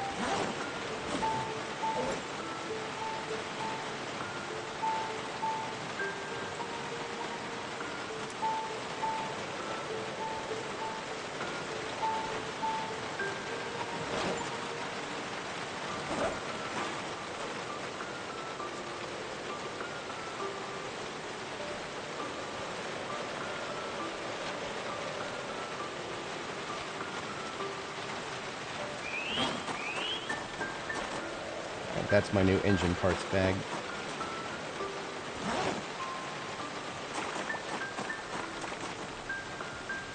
These two are now furniture. For now, at least. I'll find something else for them later.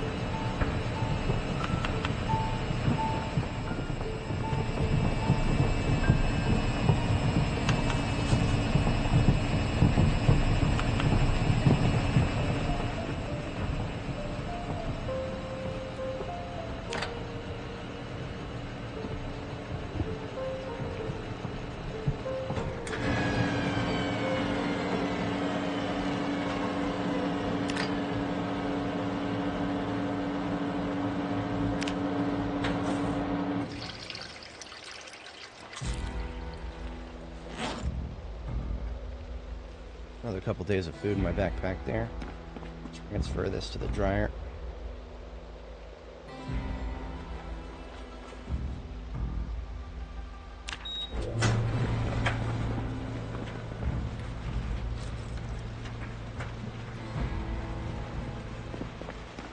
Those are much better of a time than now to start on some of my gathering of construction materials.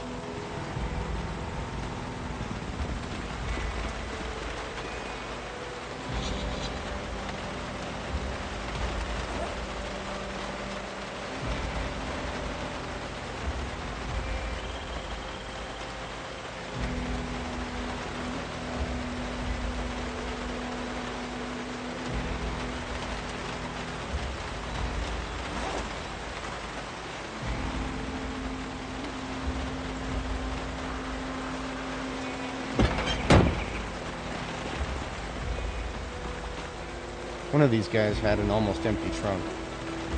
That's not it. I think it was this, well, the Plunky's mobile actually should have an almost empty trunk. A completely empty trunk.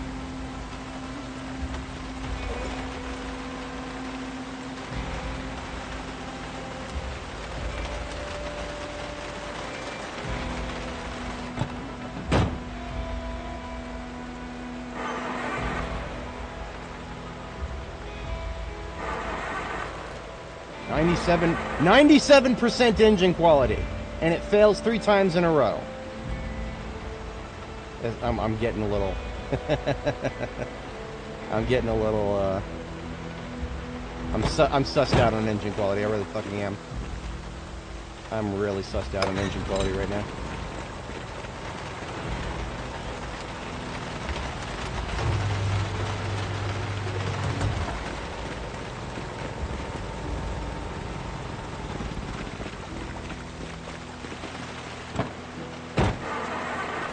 $97.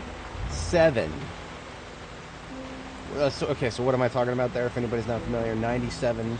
That should be a 97% chance for my vehicle to start without any problems. And yet, I just failed 3 times in a row, and then once yet again. I don't know what's fucking going on there.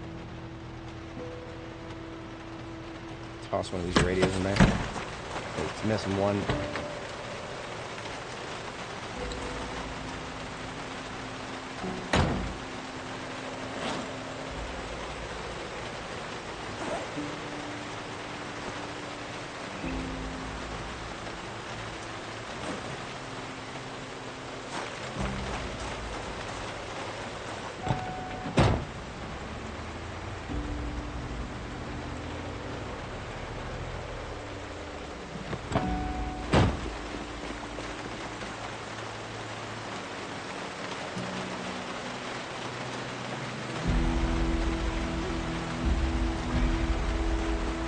Should have probably waited to repair this one's trunk, but I'll do it again.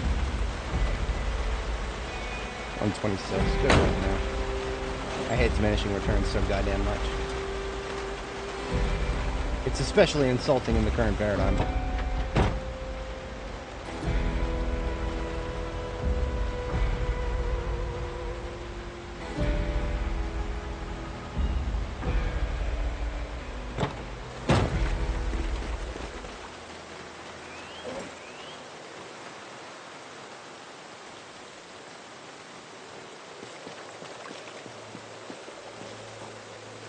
Come on, come on! I hate it when she does this. Take some fucking gravel. It's because the sacks are in a container, I think. That ought to do the trick. Let's try that again. More shit that was never broken before, but is now currently broken.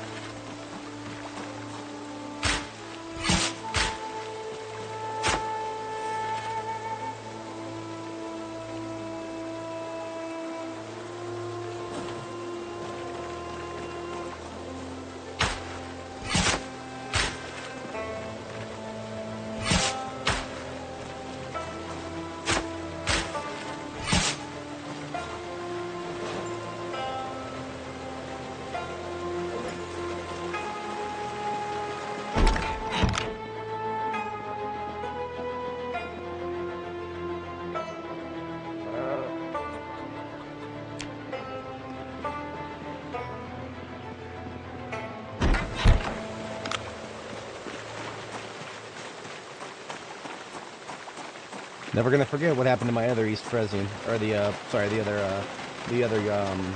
lamb. The stupid thing died because the mother stopped producing milk. So I'm gonna be constantly checking this one to make sure that the mother is still actually producing milk.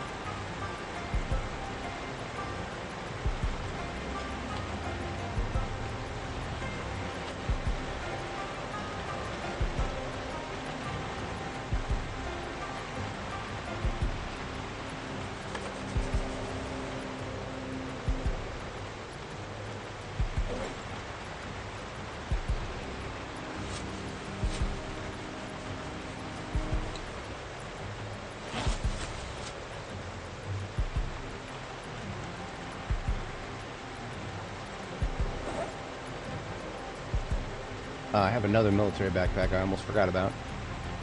It is a forest camo, and I was using it as bag storage, but now I have an objective use for it.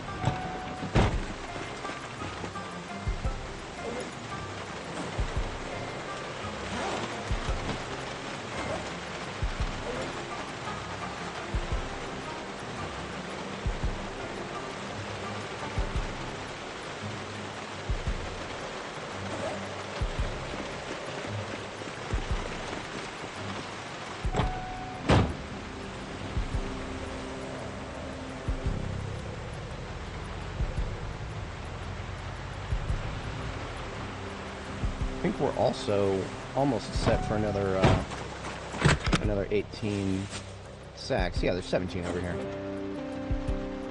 So we just need to make one more.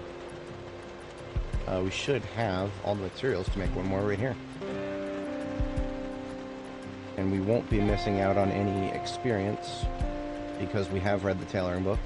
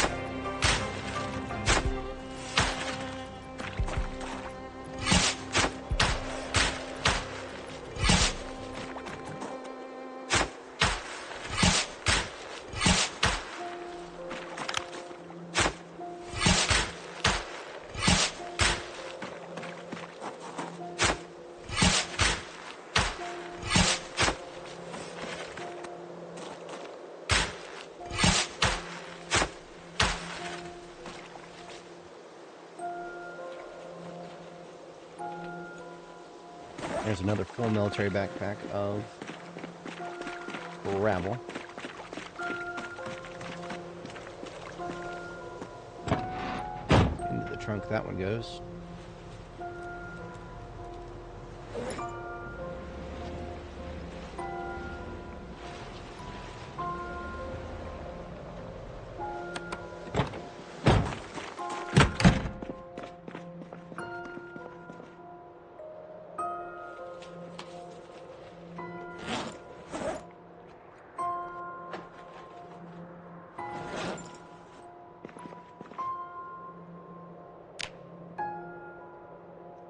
What's the gravel for? We're building a base, a very large base. And we've barely gotten started on the driveway for it. That's what the gravel is for.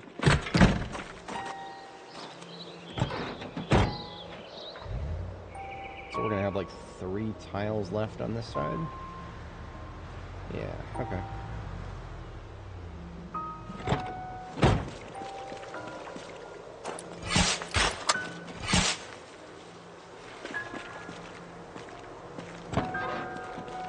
Come on, get in. Get in! God damn it. Why is she doing this to me now? Oh, this is so tedious.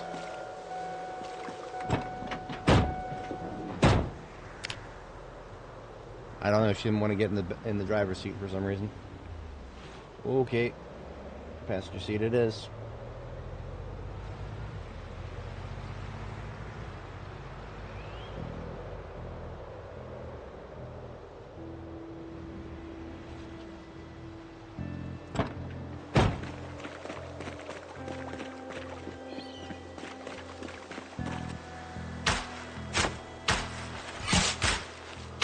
You may notice that despite the fact I'm fast forwarding, the rain or the water on the floor is not drying up. That may necessitate a closing and reopening of the game to actually get rid of the shit. God damn it, fucking stupid fucking son of a bitch. I hate these fucking spawns. Come on! Go, you motherfucker. Bring all your friends to the yard.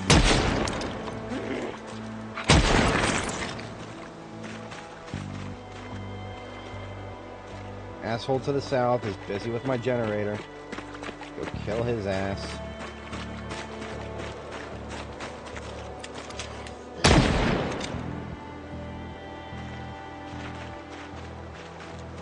See, I have no clue whatsoever how many are lurking behind these stupid-ass trees that are blocking my line of sight.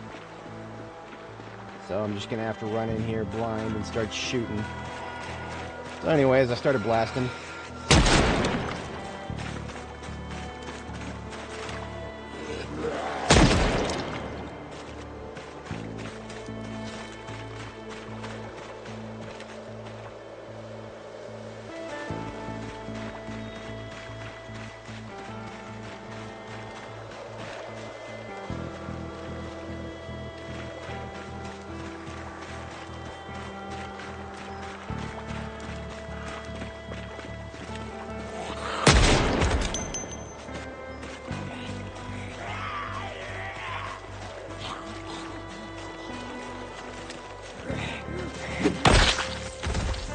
Hockey stick stuck in her.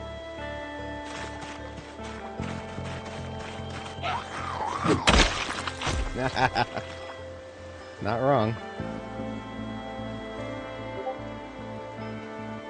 Oh my god, I told you!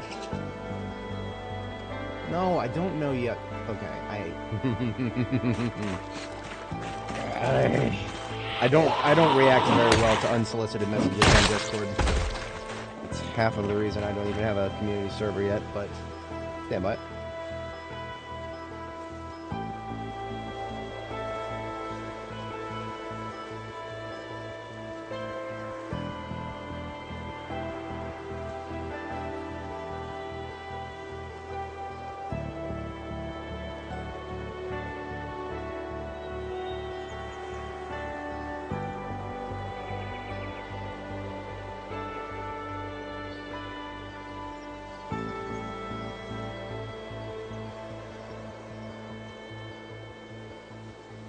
Anyone else? Yeah, of course we got Karen down here. Taking her sweet ass time. Someday, for sure. See, it's no problem opening a server that I can just, you know, disable the notifications for so I don't have to hear the stupid ass noise. You could almost call me antisocial. It's not necessarily antisocial full on, it's just that, I want social interaction to happen on my terms, or not at all. And, I get really fucking pissed off when it happens not on my terms. So, in a way, I guess that can be interpreted as antisocial. But, what can I say? I dropped... Did I? No, I didn't drop the backpack. It's right here. Okay. Yeah, no, 100%.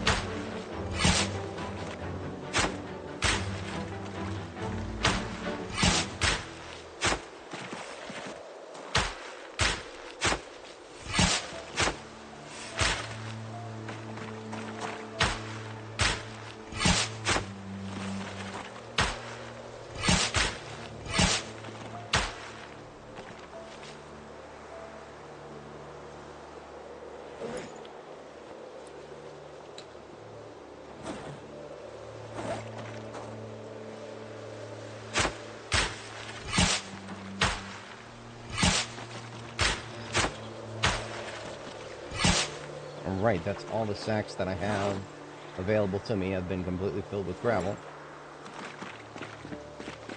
And what I've got here is 3 military backpacks in the trunk here are completely filled up with gravel bags. And now the one in my offhand is filled up. So what I do is I just go out there and start dumping gravel as needed. And then when I run out, I just swap in for a new backpack.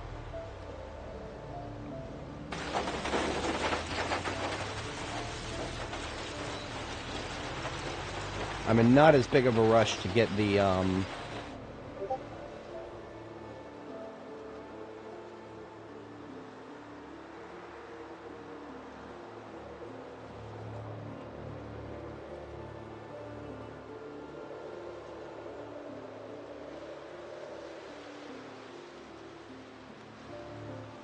oops, wrong button.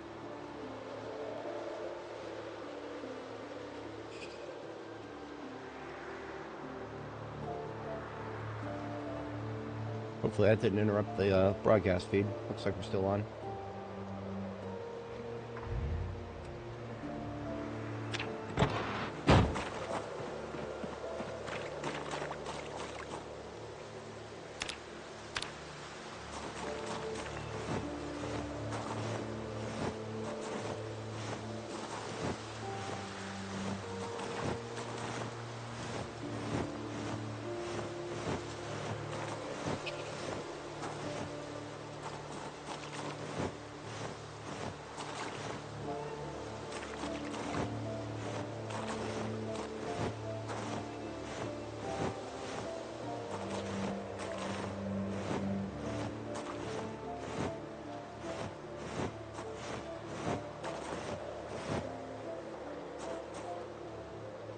Probably flush with the edge of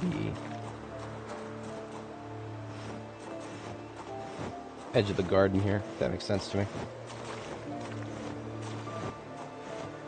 At least as a starter.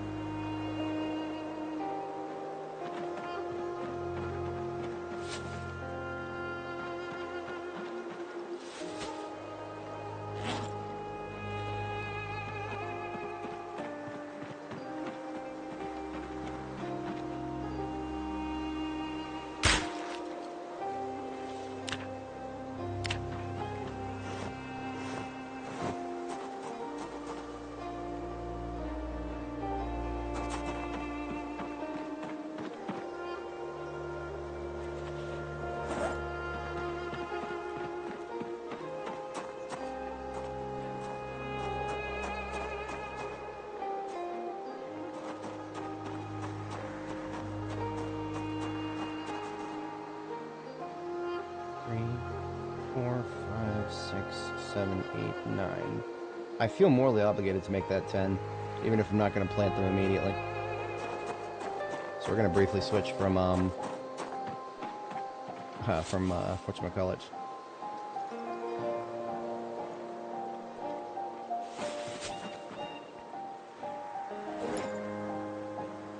Briefly switch from gravel to sand here, and do another lot of...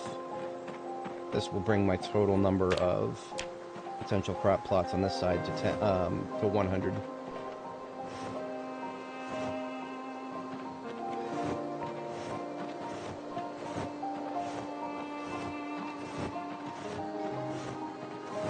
And I say on this side because I do kind of want to allocate to build one on the other side too. But that's TBA for later.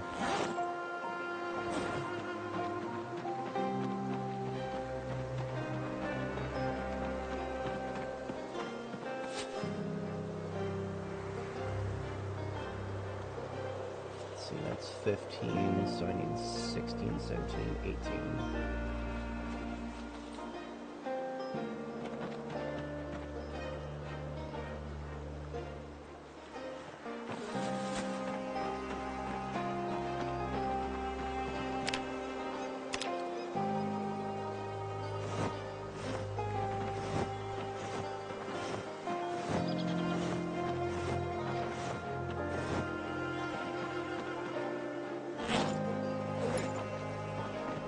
Basically left us with just 2 units of dirt left, so I can just get rid of that.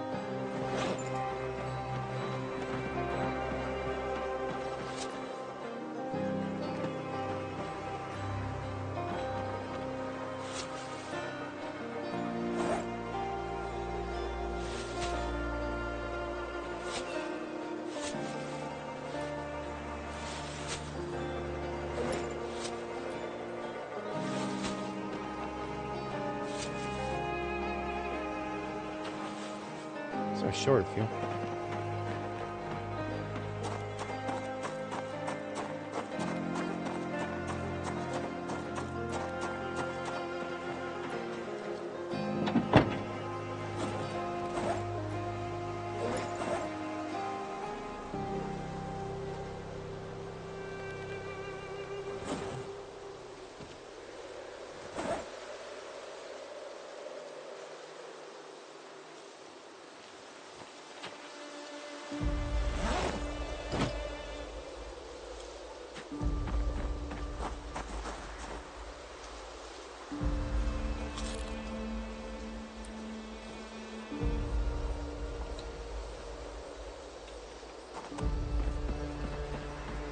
Didn't quite bring enough water, so we're gonna be thirsty for a minute. We'll survive.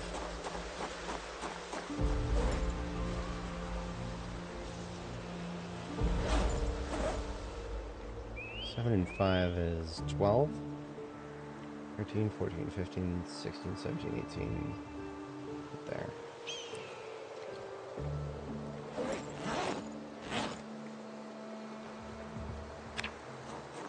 Alright, so the new outer edge is now 1 tile further? 2.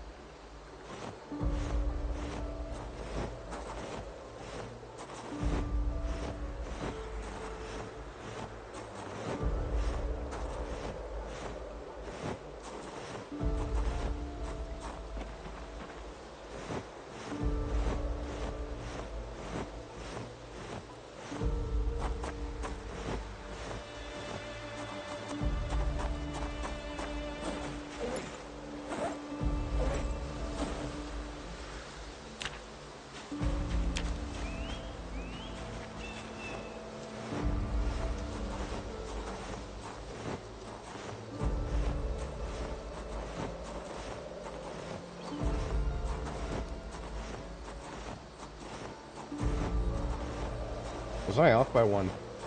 I might have been off by 1. Oh, that would be embarrassing. Was I off by 2? thought I had measured the parking lot better. Well, so be it.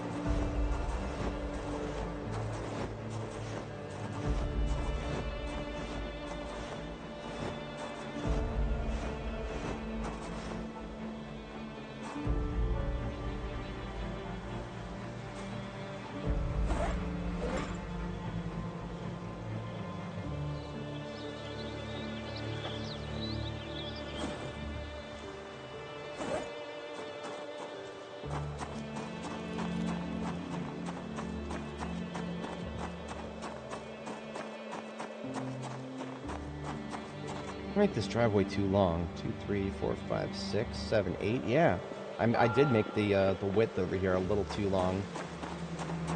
Maybe it will be fine if I collapse inwards a little bit on the way in there.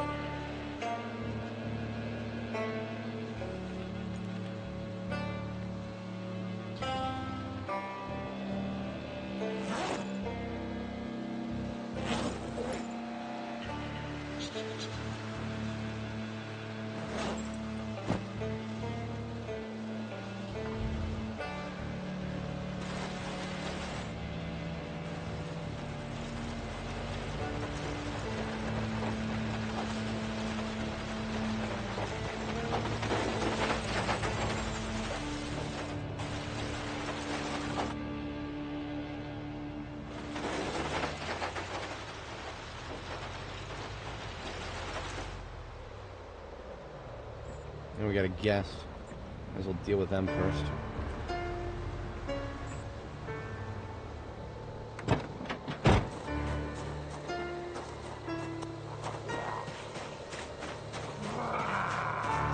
Look this way, fuckface.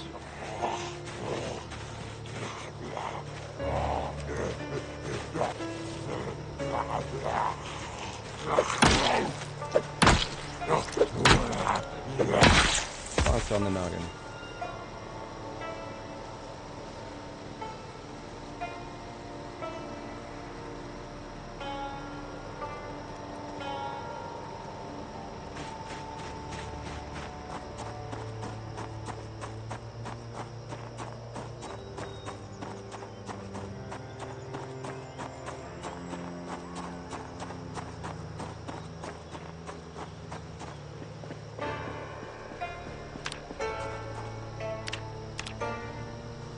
Okay, we can do this in rows of 9 times 2.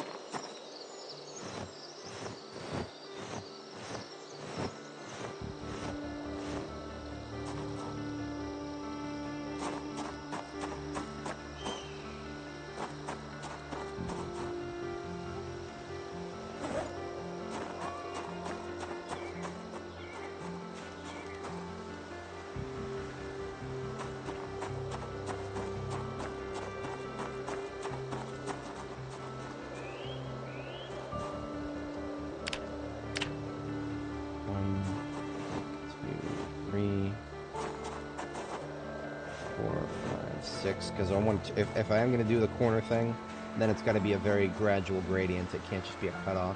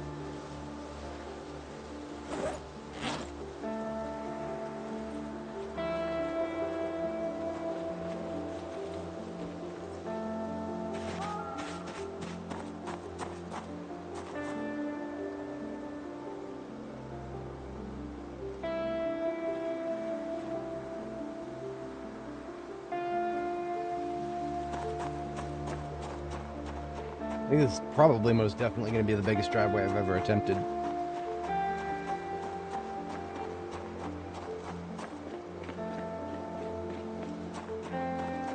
By an order of magnitude.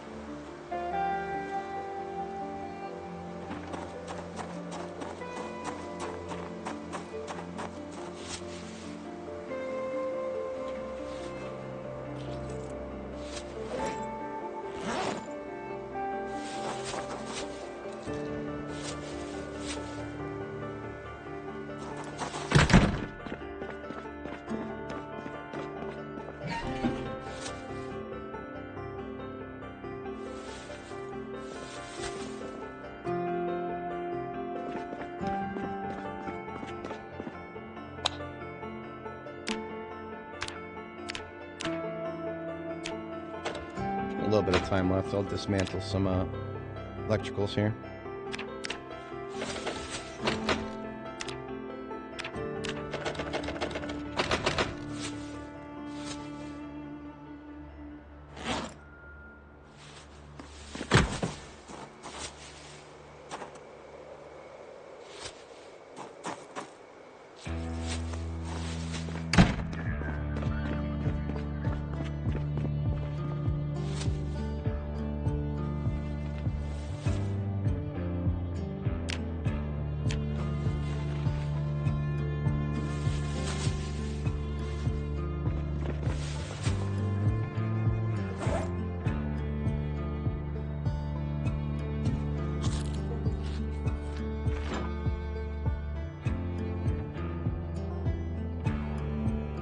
Make a couple more of them roasts.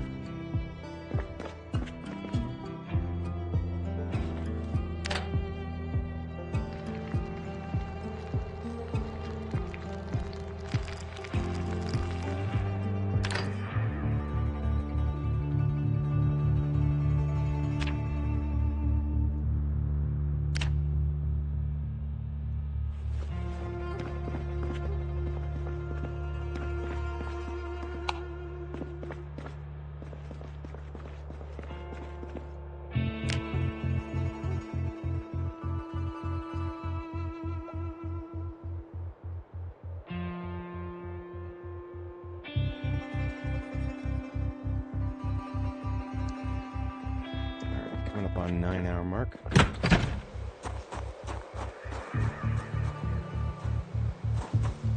Gonna need another shipment of that gravel stuff. That's good stuff.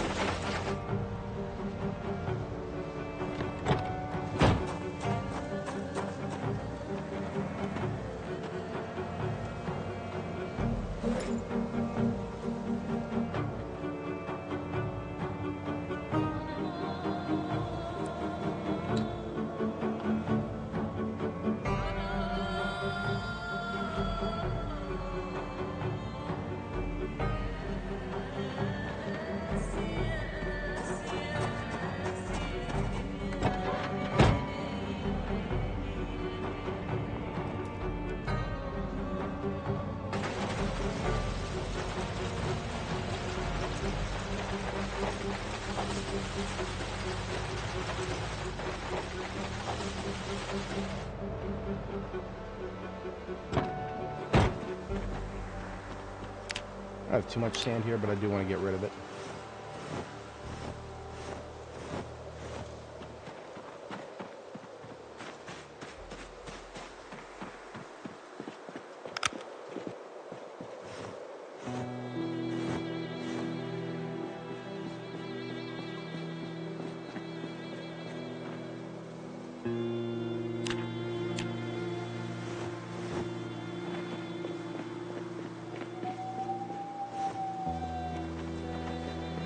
Oh, that's gonna bother me.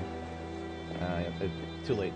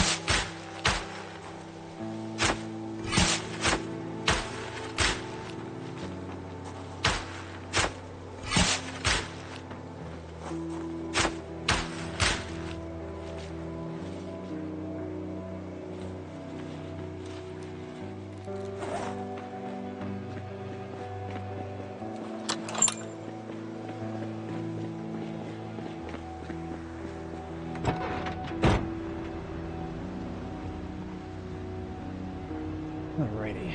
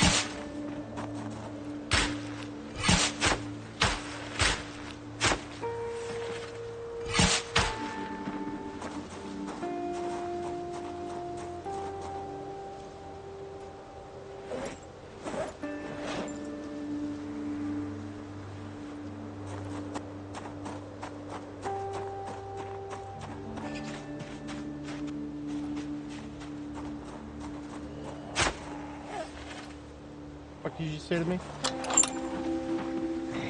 Bitchin' bitch ass up. No groaning allowed. Good night.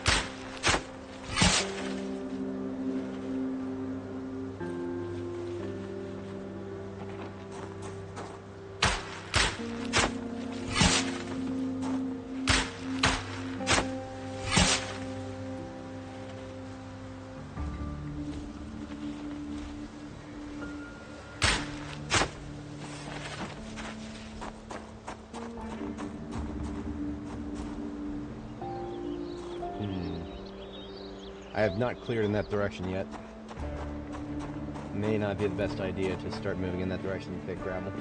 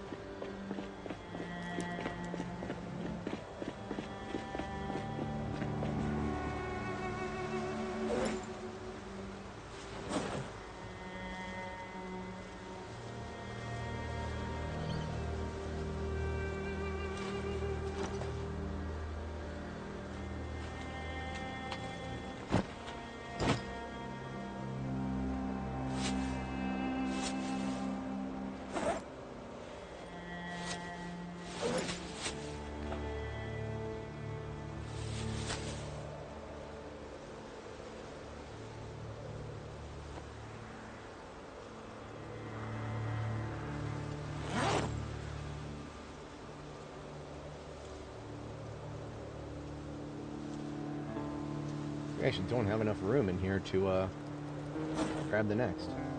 Or the next, fill up the next shipment. That's fascinating.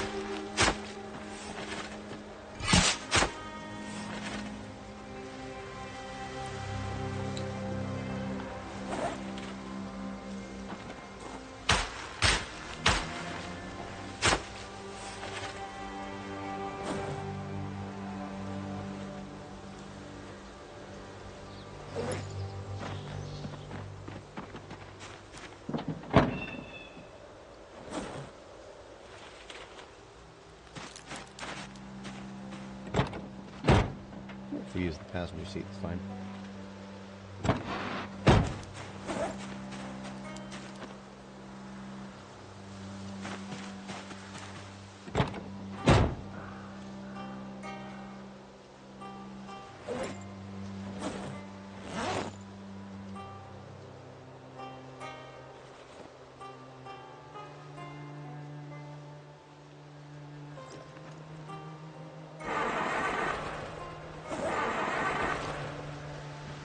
Engine quality 97, everybody.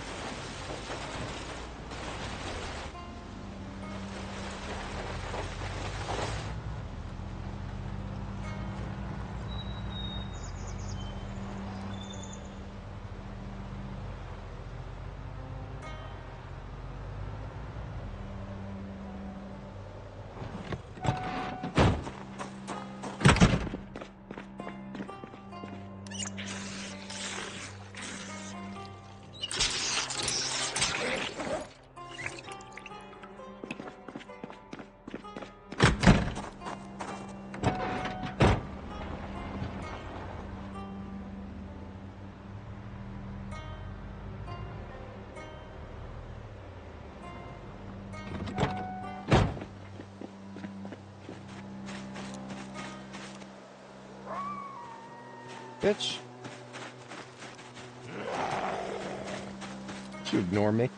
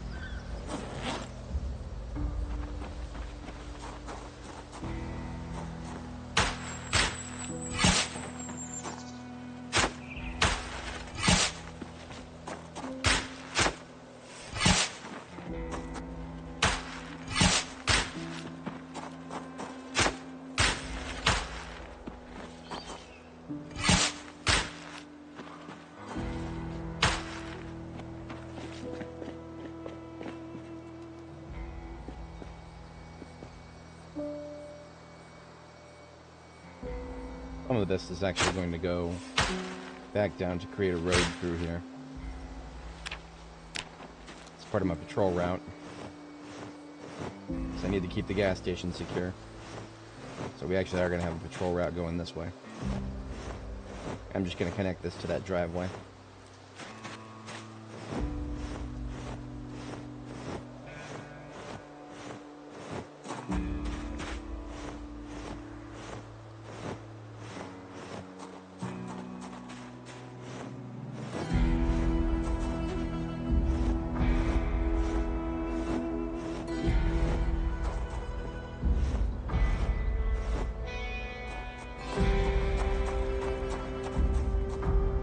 I'll come back, kill those trees later too.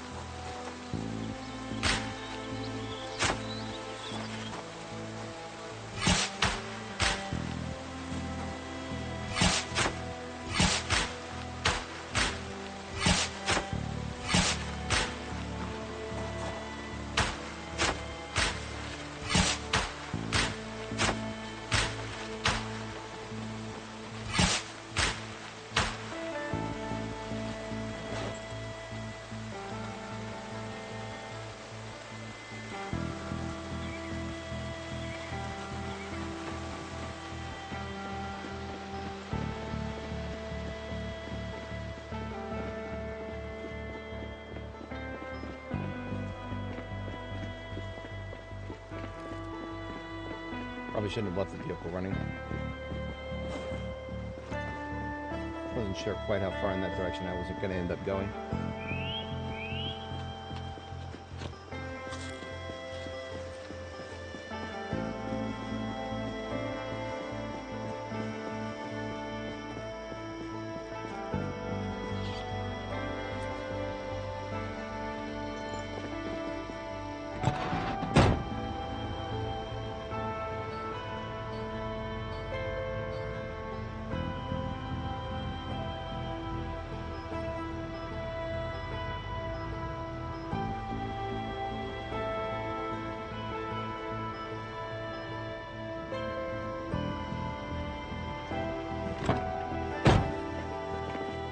I only have three charges left anyway.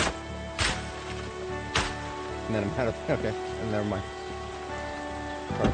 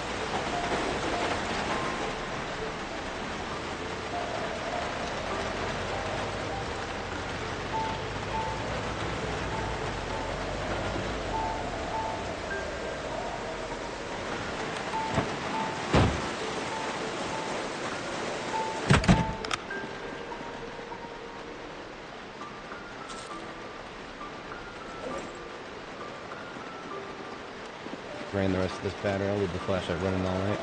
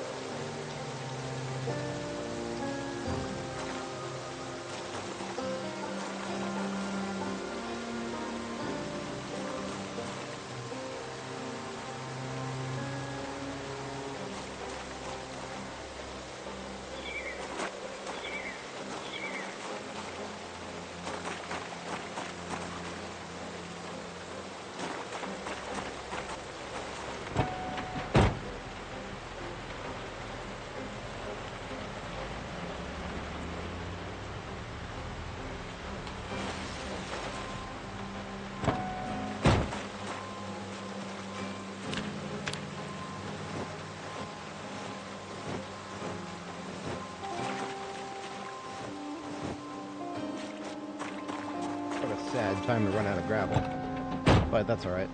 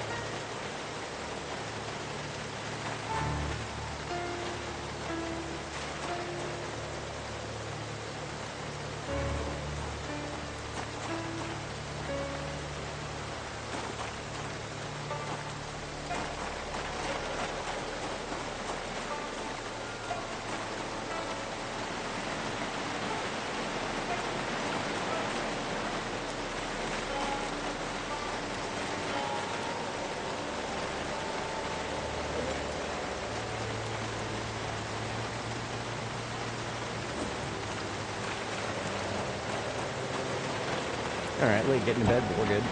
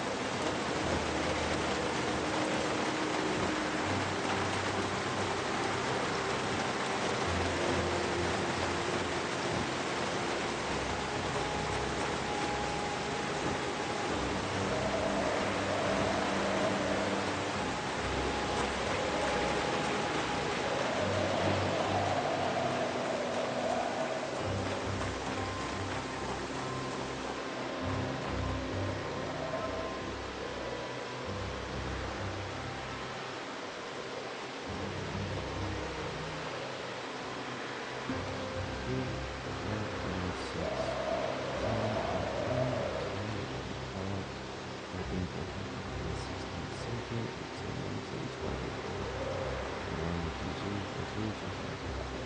25 tiles away from the shoreline. That feels good. That feels good. And then another 6 for the road that goes in front.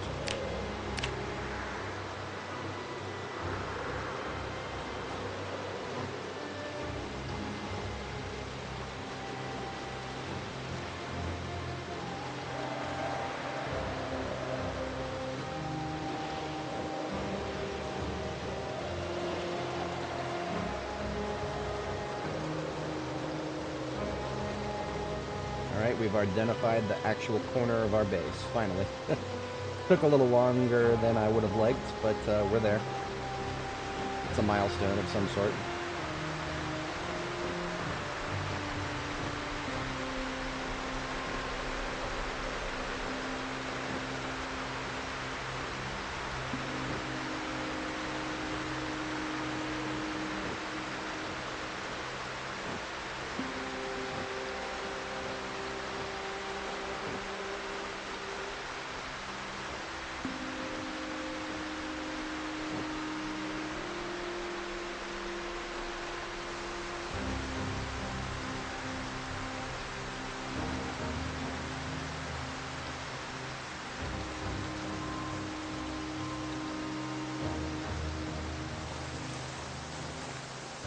I don't actually know what size I want the base to be. 13 plus 13 plus 1 was what I did for the last one. That was way too big. 8 and 8 and 1, maybe?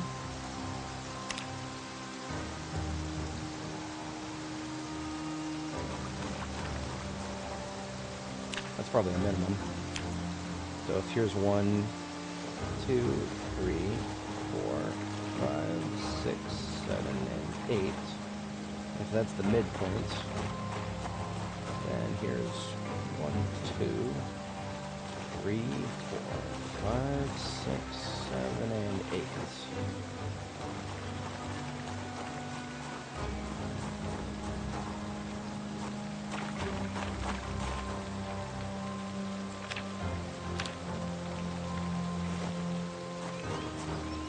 Well, I leave a marker of some kind right here.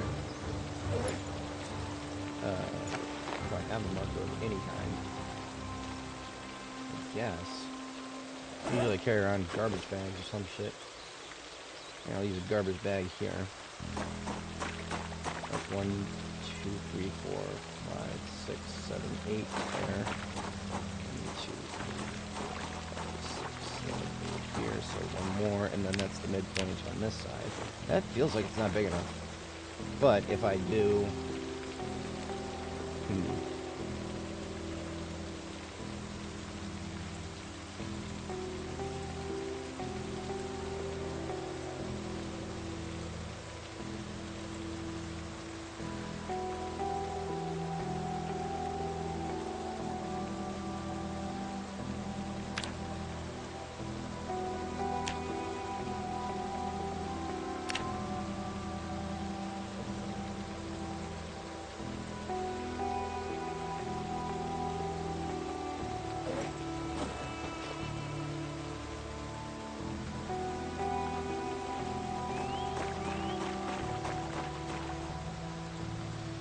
If I did nothing but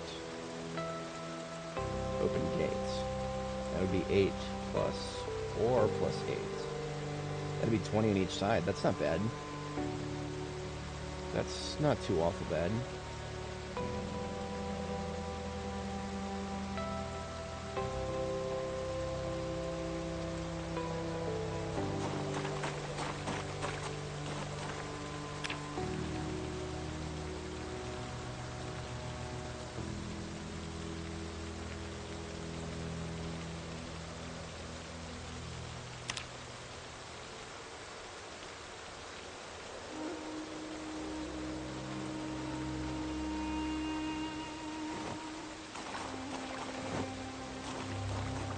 I have a better idea.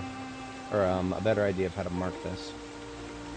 We're just gonna pick the gravel back up for the 4 tiles that's gonna constitute the gates.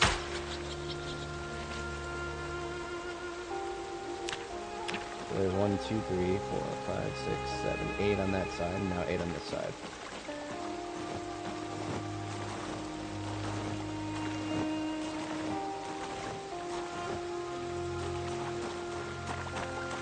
Perfect. Much better.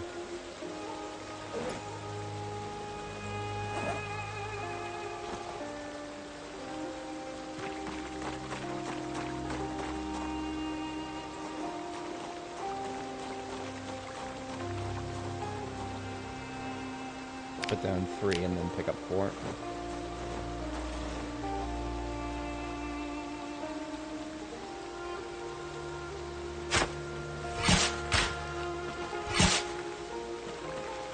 And then 8 more in that direction.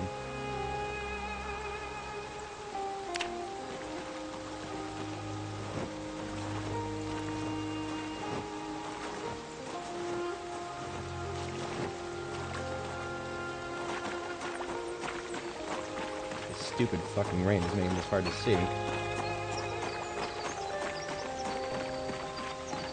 2, 3, 4, 5, 6, 7, 8. So here's the outer corner. And then 8 in this direction, so outer corner 1, 2, 3,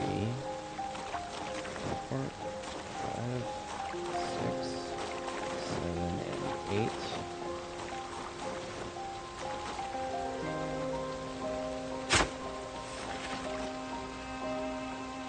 fucking fog. 1, 2, 3, 4, 5, 6, 7, 8, 9, 10, 11, 12, 13, 14, 15, 16, 17, 18, 19, 20. And we are aligned with the other side. Okay, it works. Oh, look at that. It all just disappeared instantly. Nice. I'm not going to complain. So there's another 8 in this direction.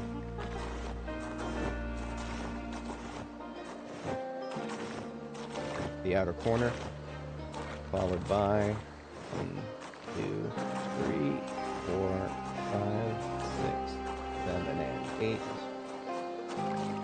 This to mark the corner of the gate on the other side.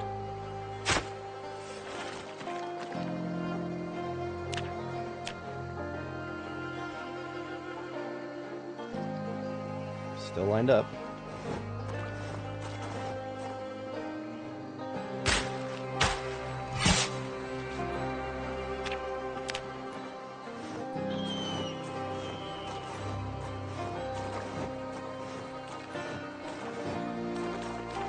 Beautiful.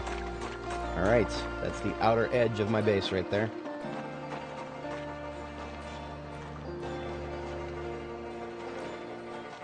I think it's sufficiently far enough away that, well, I'm still going to have zombies in my front yard. That's never going to change. There will always be zombies in my front yard. That's alright. And in fact, they used up so much of our gravel that we've got only a very small amount left anyway.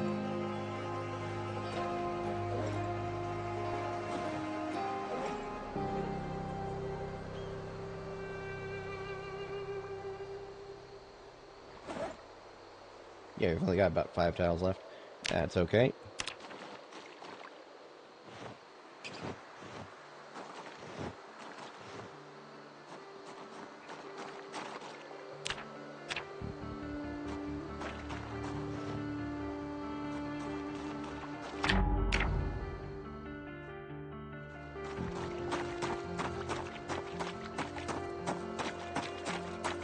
Progress. Almost nobody's left to see it, but I appreciate those of you who are.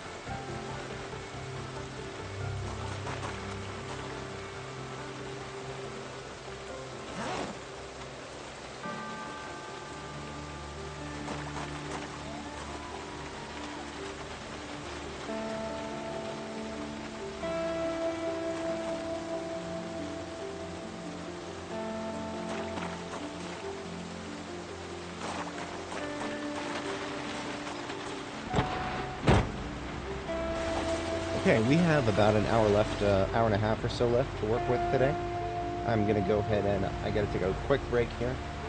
Step away for about 2 minutes or so, and then when I get back, we are going to break ground on the base itself.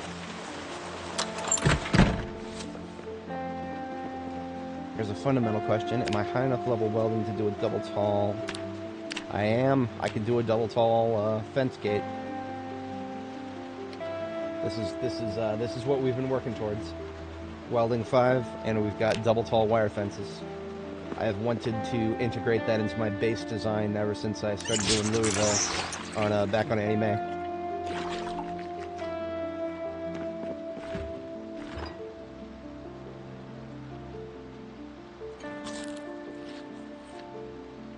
Alright, we're going to give our girl a well-deserved break here while I step away. And I shall be back momentarily.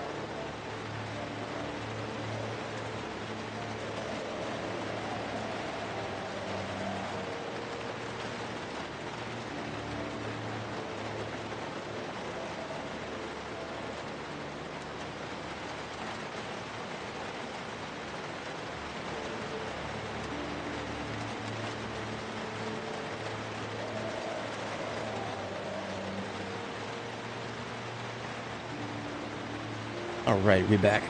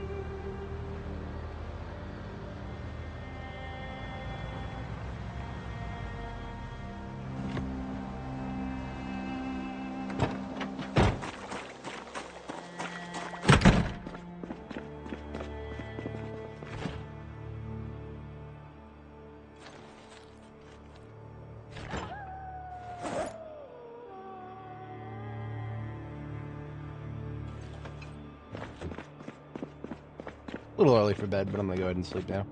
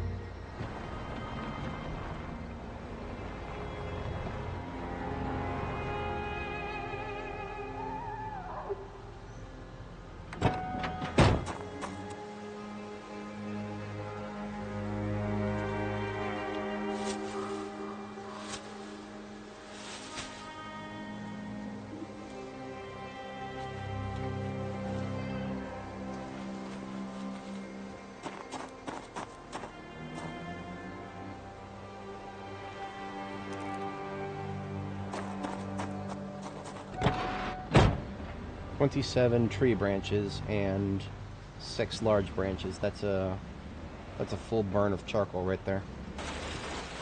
Now this charcoal that I'm gonna burn, I'm gonna leave it all on the floor because I don't know if I'm going to need to do some smelting of the forge that I've already got built, or if I'm just gonna bring it straight to the new one.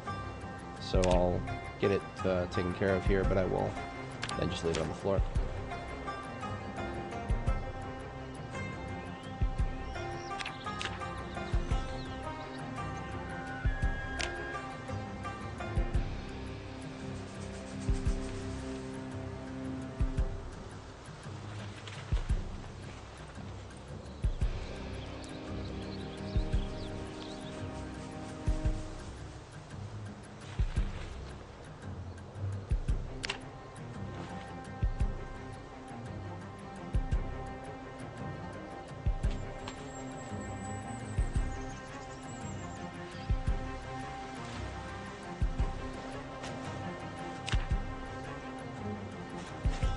Cool.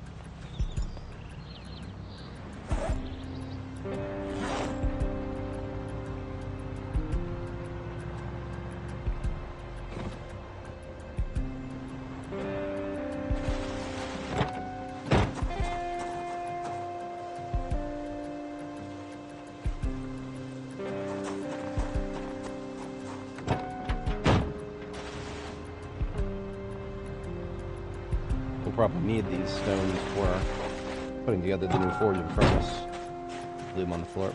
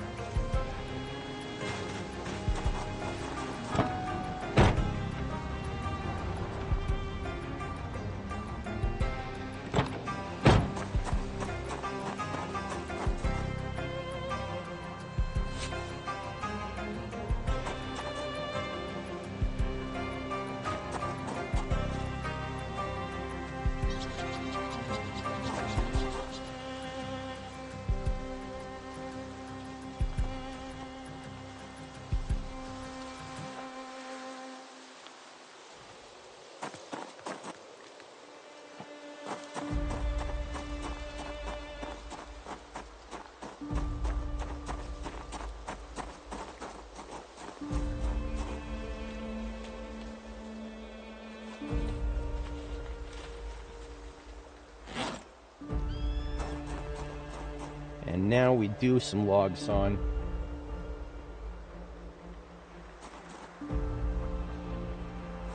"76 logs. Not the most I've ever sawed at once, but pretty close. We might get to level 10 carpentry just from sawing these logs.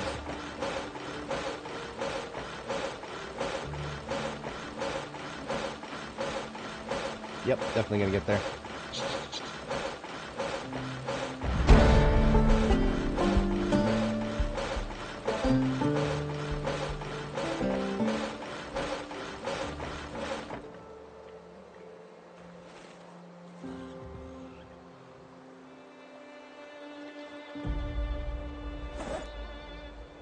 Now, funny thing about this next part is we don't have enough hammers to use up all these planks. We can use up all these planks, or we'll use up maybe half of these planks, and our hammer will break.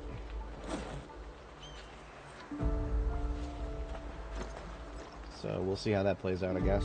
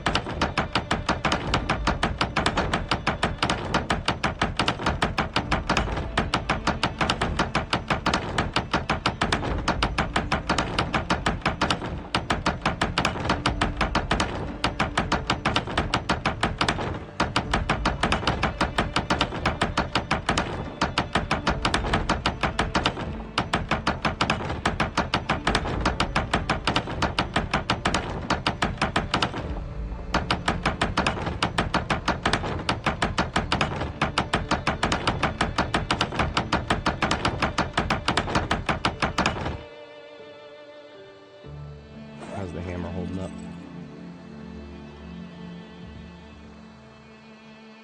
Surprisingly, it could be worse. I'm glad I waited until I got to level 10 maintenance before I started any of this.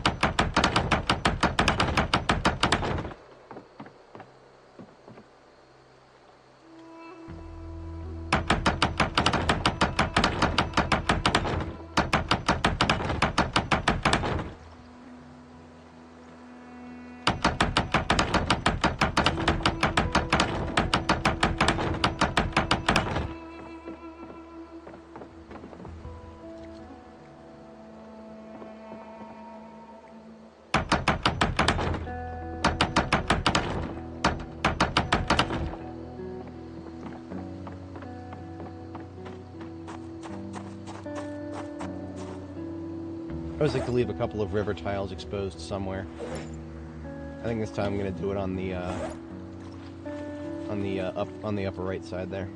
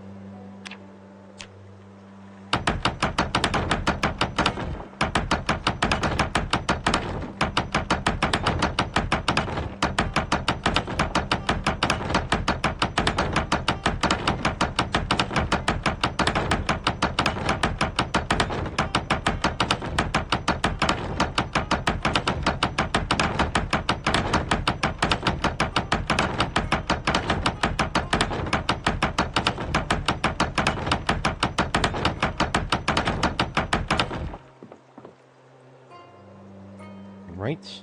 That's all the logs that I cut so far. Not bad. Not bad. Some decent progress.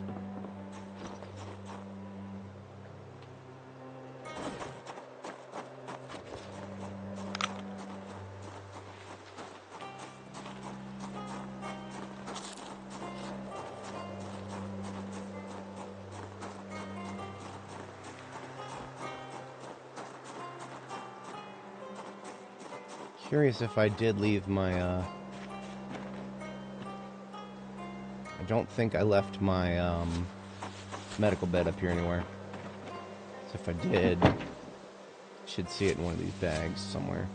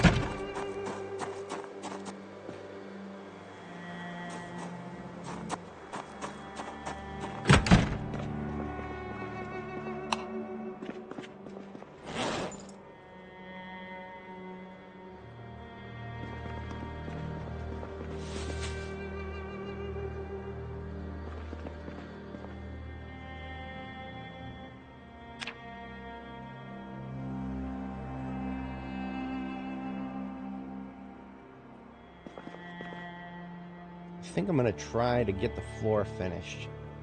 And then I'm probably going to call the stream there for tonight.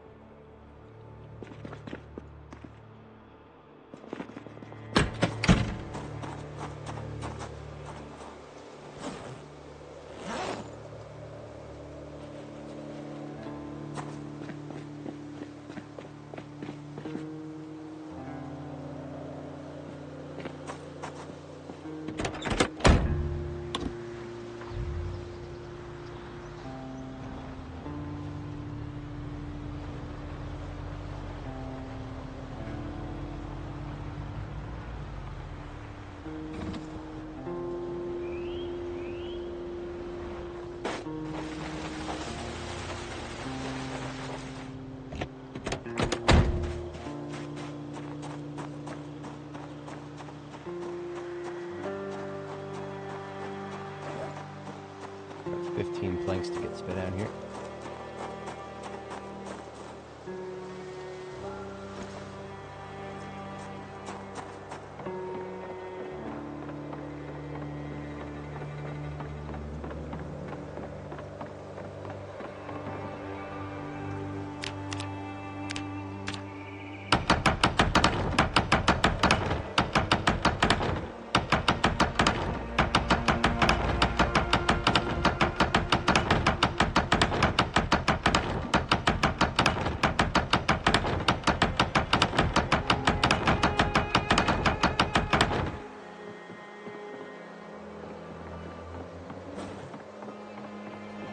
Actually, you know what? I think I'm going to go ahead and call it here because I have to do another logging operation now.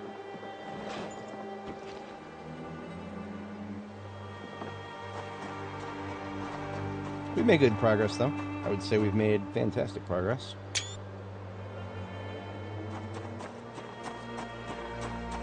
I'm going to sprint back and grab another vehicle to bring up here, and then I will call it at that point. Just taking a few screenshots to commemorate my progress so far.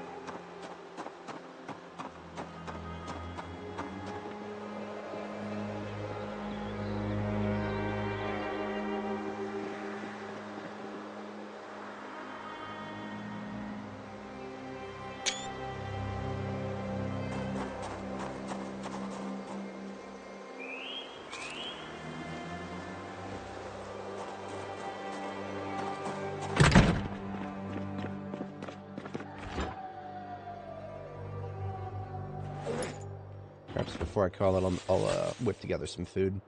And I don't have to think about it at the beginning of next stream.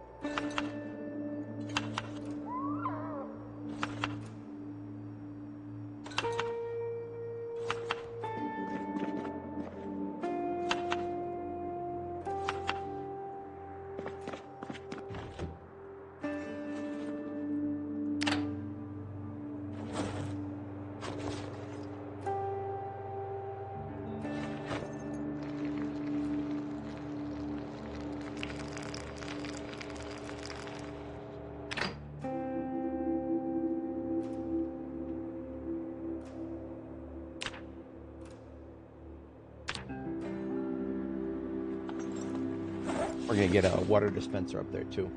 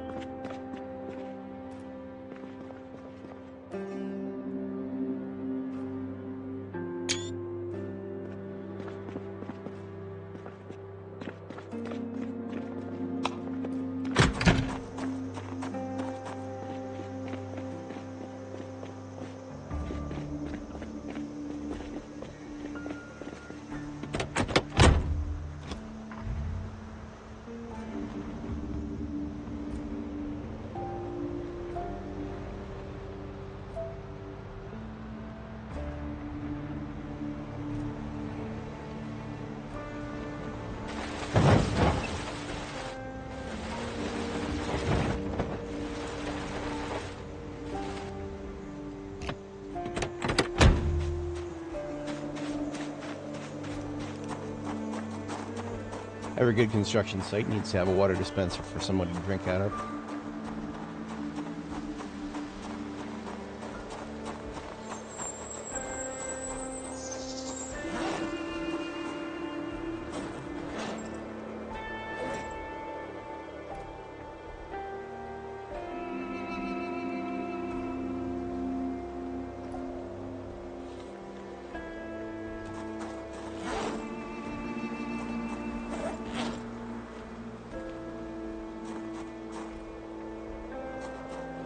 Alright, now we shan't be wanting for food or water for a while here.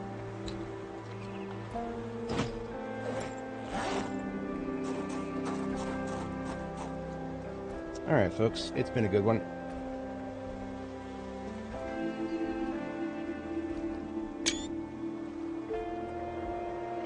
I shall catch you on the next one. Last thing we always do here is back up our save.